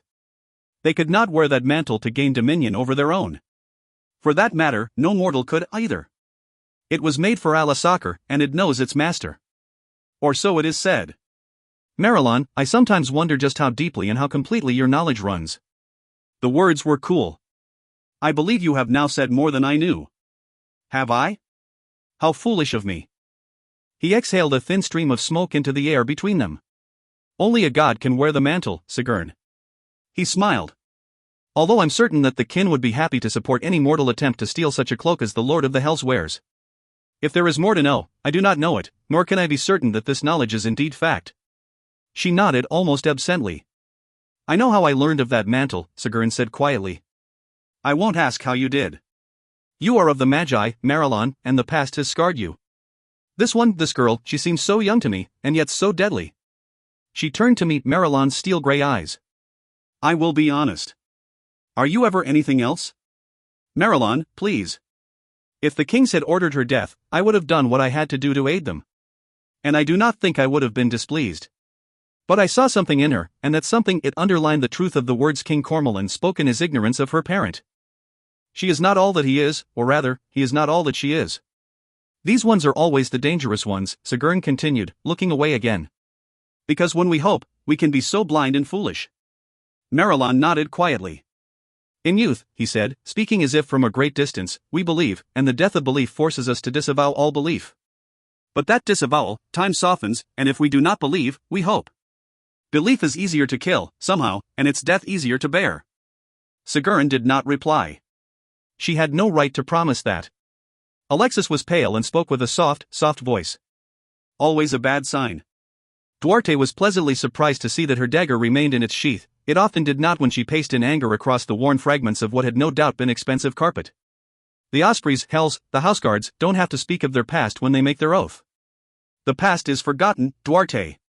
Or don't you remember your vows? He knew that Alexis' temper was a reflection of the rest of the company's.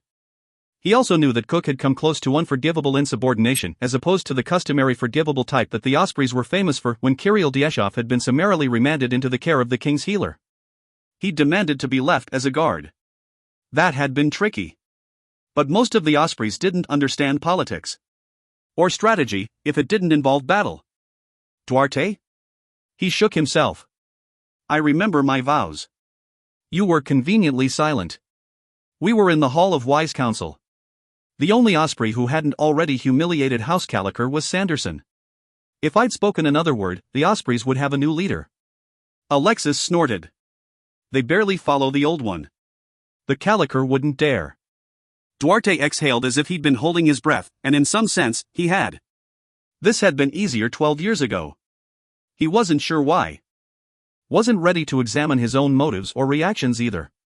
Alexis had been demoted in rank, she was once again a mere centress, funny how most of the Ospreys were, and didn't have farther to fall. Which was not the same as having little to lose. The Caliker had seen fit to discipline the Ospreys for their disgraceful performance as honor guards. She had not chosen to dismiss them, and the difference was lost on no one. It had been a trying day. A long one. And it was the will of a malignant deity which one, he wasn't certain, but he'd find out that Alexis had decided to make it longer. He folded his arms against his chest, and tried not to think about how very lovely she was when she was angry. Better to think about how deadly she was instead. Alexis, I realize that it's irrelevant, but you don't even like the girl, and a reliable source said that you were trying to decide whether or not to ask my permission to kill her. If I was going to wait to ask your permission, she replied a little tartly, I couldn't dislike her that much. Her eyes narrowed until they looked like the dark edge of small blades. And you're right. It's irrelevant. The smile hadn't quite vanished from the corners of her lips. Duarte allowed himself to relax. Slightly. You know I don't like her much, and not just because she has no sense of humor. Sense of humor, Duarte thought, was not among Alexis' many virtues either. Discretion in situations of this nature was among his. None of us are very comfortable with her, and I don't think that's likely to change much. She's just too dangerous, Duarte. Aurelius can't bring her down in either of the two ways he's used to, and he's trying hard. She shrugged, but the sharp smile returned briefly to her face. There weren't many men or women who could put Aurelius in his place, without even being aware that that's what they were doing. But she seems to be true to her word when she gives it. And she's an Osprey, like it or not, because you were too gutless to tell the Caliker you didn't want her, period. She's tried to fit in. Alexis shrugged. Doesn't matter, she's in.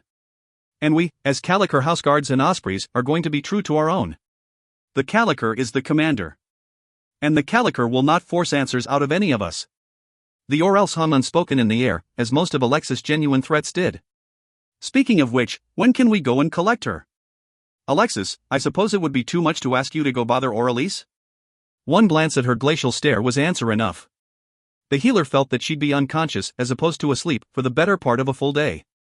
Which means that if you show up before the 3rd, you won't be welcome. So what else is new? Alexis.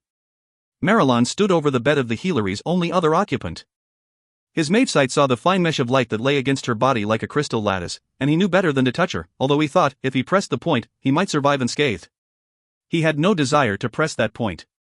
She was in her prime, this woman, not the timid, angry girl-child that he had first met, and not the woman who had grown from her, replacing hostility with confidence, and a precious but naive trust in his ability. But she was, he thought, a woman who might well be the age his apprentice would be, had she lived a life like any other. He could still hear her denial, her anger, and, yes, laced around and between the hostile words, her pain as if it were yesterday. Marilyn was not Yvain, the years, such as they were, did not soften his grudges. What can you tell me? He thought. Who are you, Yvain? For though he knew who she had been, that was a long time past. Experience always scarred and twisted a man, and this woman, his equal in power, had experienced much. As if she could hear his words, she woke at that moment, her eyes snapped open, widened as if in shock. And then she sat up, seeing him, and seeing something else besides. Before he could speak, she leaned forward unsteadily, grabbing a thin, pale hand. He was not sure if he would have allowed her to touch him, had he been aware enough to step back.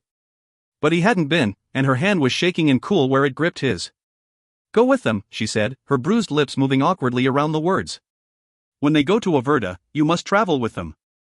Must, he questioned quietly. Yes, she said, and she coughed, and he heard the rattle of her chest. Fire, he thought. Fire's air. He lifted a hand, waving it to catch someone's attention. The healer, Yvain, he said quietly. No healer. Marilyn, we failed a dot. Dantalon appeared, like sun from the folds of cloud, or in this case, the mage thought, as the healer's accusing glare fell across him like a cudgel, like cloud across a clear sky. Yvain, he said, his voice as stern as any angry master's. Lie back. I can't, she replied, and both men heard the wildness in her voice, the exhaustion. What were you doing, waking her? Dantalon's tone was icy. I did not wake her, was the mage's mild reply. But if you know her, you know that she does as she does. Not in my healery. Do you lay wagers, healer? No. A pity. Marilyn. Her hands, again, tightly curled around his own. We failed. Don't you understand? We failed. He understood, this time, that she meant those words to include him, and they had done very little in concert since she abandoned her training after their bitter argument. In fact, they had only done one thing as allies. On the last day of Hendon, in the year 410. The dark days that year had been darker than the blood barons who inspired them could have imagined. She coughed again, but she did not release his hands. He returned her grip, shunting the healer aside, all pretense, all deference, forgotten. What do you mean, Yvain? What do you mean, we failed? He shook her, as if by doing so the information would fall more cleanly out of her swollen mouth. I wanted to have proof before I spoke, she said. But I couldn't be certain. Her voice held no hope at all. Her eyes held less. And I wanted to believe that it meant something. His death. All the deaths. What do you mean? The shining city, she said. And then she did something that he had not seen her do for 20 years. She wept. The shining city has risen. Yvain, were that city to rise, we would know. You might remember that it resides beneath the streets of the old city. I've seen it, she said. His face was the color of ash as he turned to the healer. The healer had frozen in place, unable to offer his customary indignation at Marilyn's rough handling of his patient, at Marilyn's arrogance and interference. Where? He asked. Yvain. Then he shook her again, angry at himself for asking the wrong question. When? I don't know. I don't know, she said again. Then how do you know it? She reached into her robes, wincing in pain as she pulled out the crystal shard that she had won so many years ago. Thrusting it forward, she said, look yourself, look. It's there, it has to be there. He lifted a hand and spoke 3 words before the healer could stop him. She sat upright, as if struck, she had been, although the hand was not visible. Tell me, he said quietly. I cannot tell you more, she answered, and violet steel shuddered the inside of her eyes. The glimpse of wildness was gone, and although the tears had not dried on her cheeks, he would not have believed she had cried them had he not witnessed their fall. Dantalon, she whispered grimly, and then she lowered her face. Askia will never return. Her brow creased, her lips twisted, she closed her eyes a moment as she heard the healer's sharp voice, his broken breath. Yvain? It was the only word that Dantalon spoke. She did not answer him. Instead, she turned again to the man who had been, and never would be again, her master. Your word, Marilyn. Your word that you will go south. I grant it, he replied, ignoring the nails that pressed so tightly into his hands they drew blood. What do you believe the danger to be? The kin, she said faintly. There will be deaths in the Dominion that will make the slaughter in Avralalan seem trivial by comparison. He met her eyes, then, silver to violet, steel to steel. There is more, he thought, and he knew, although knowledge and the seeking of it was his professed life, that he would have answers, and more, in the south, and that he would regret them. Yvain rose, coughing. Dantalon lifted a hand to stop her. The hand shook.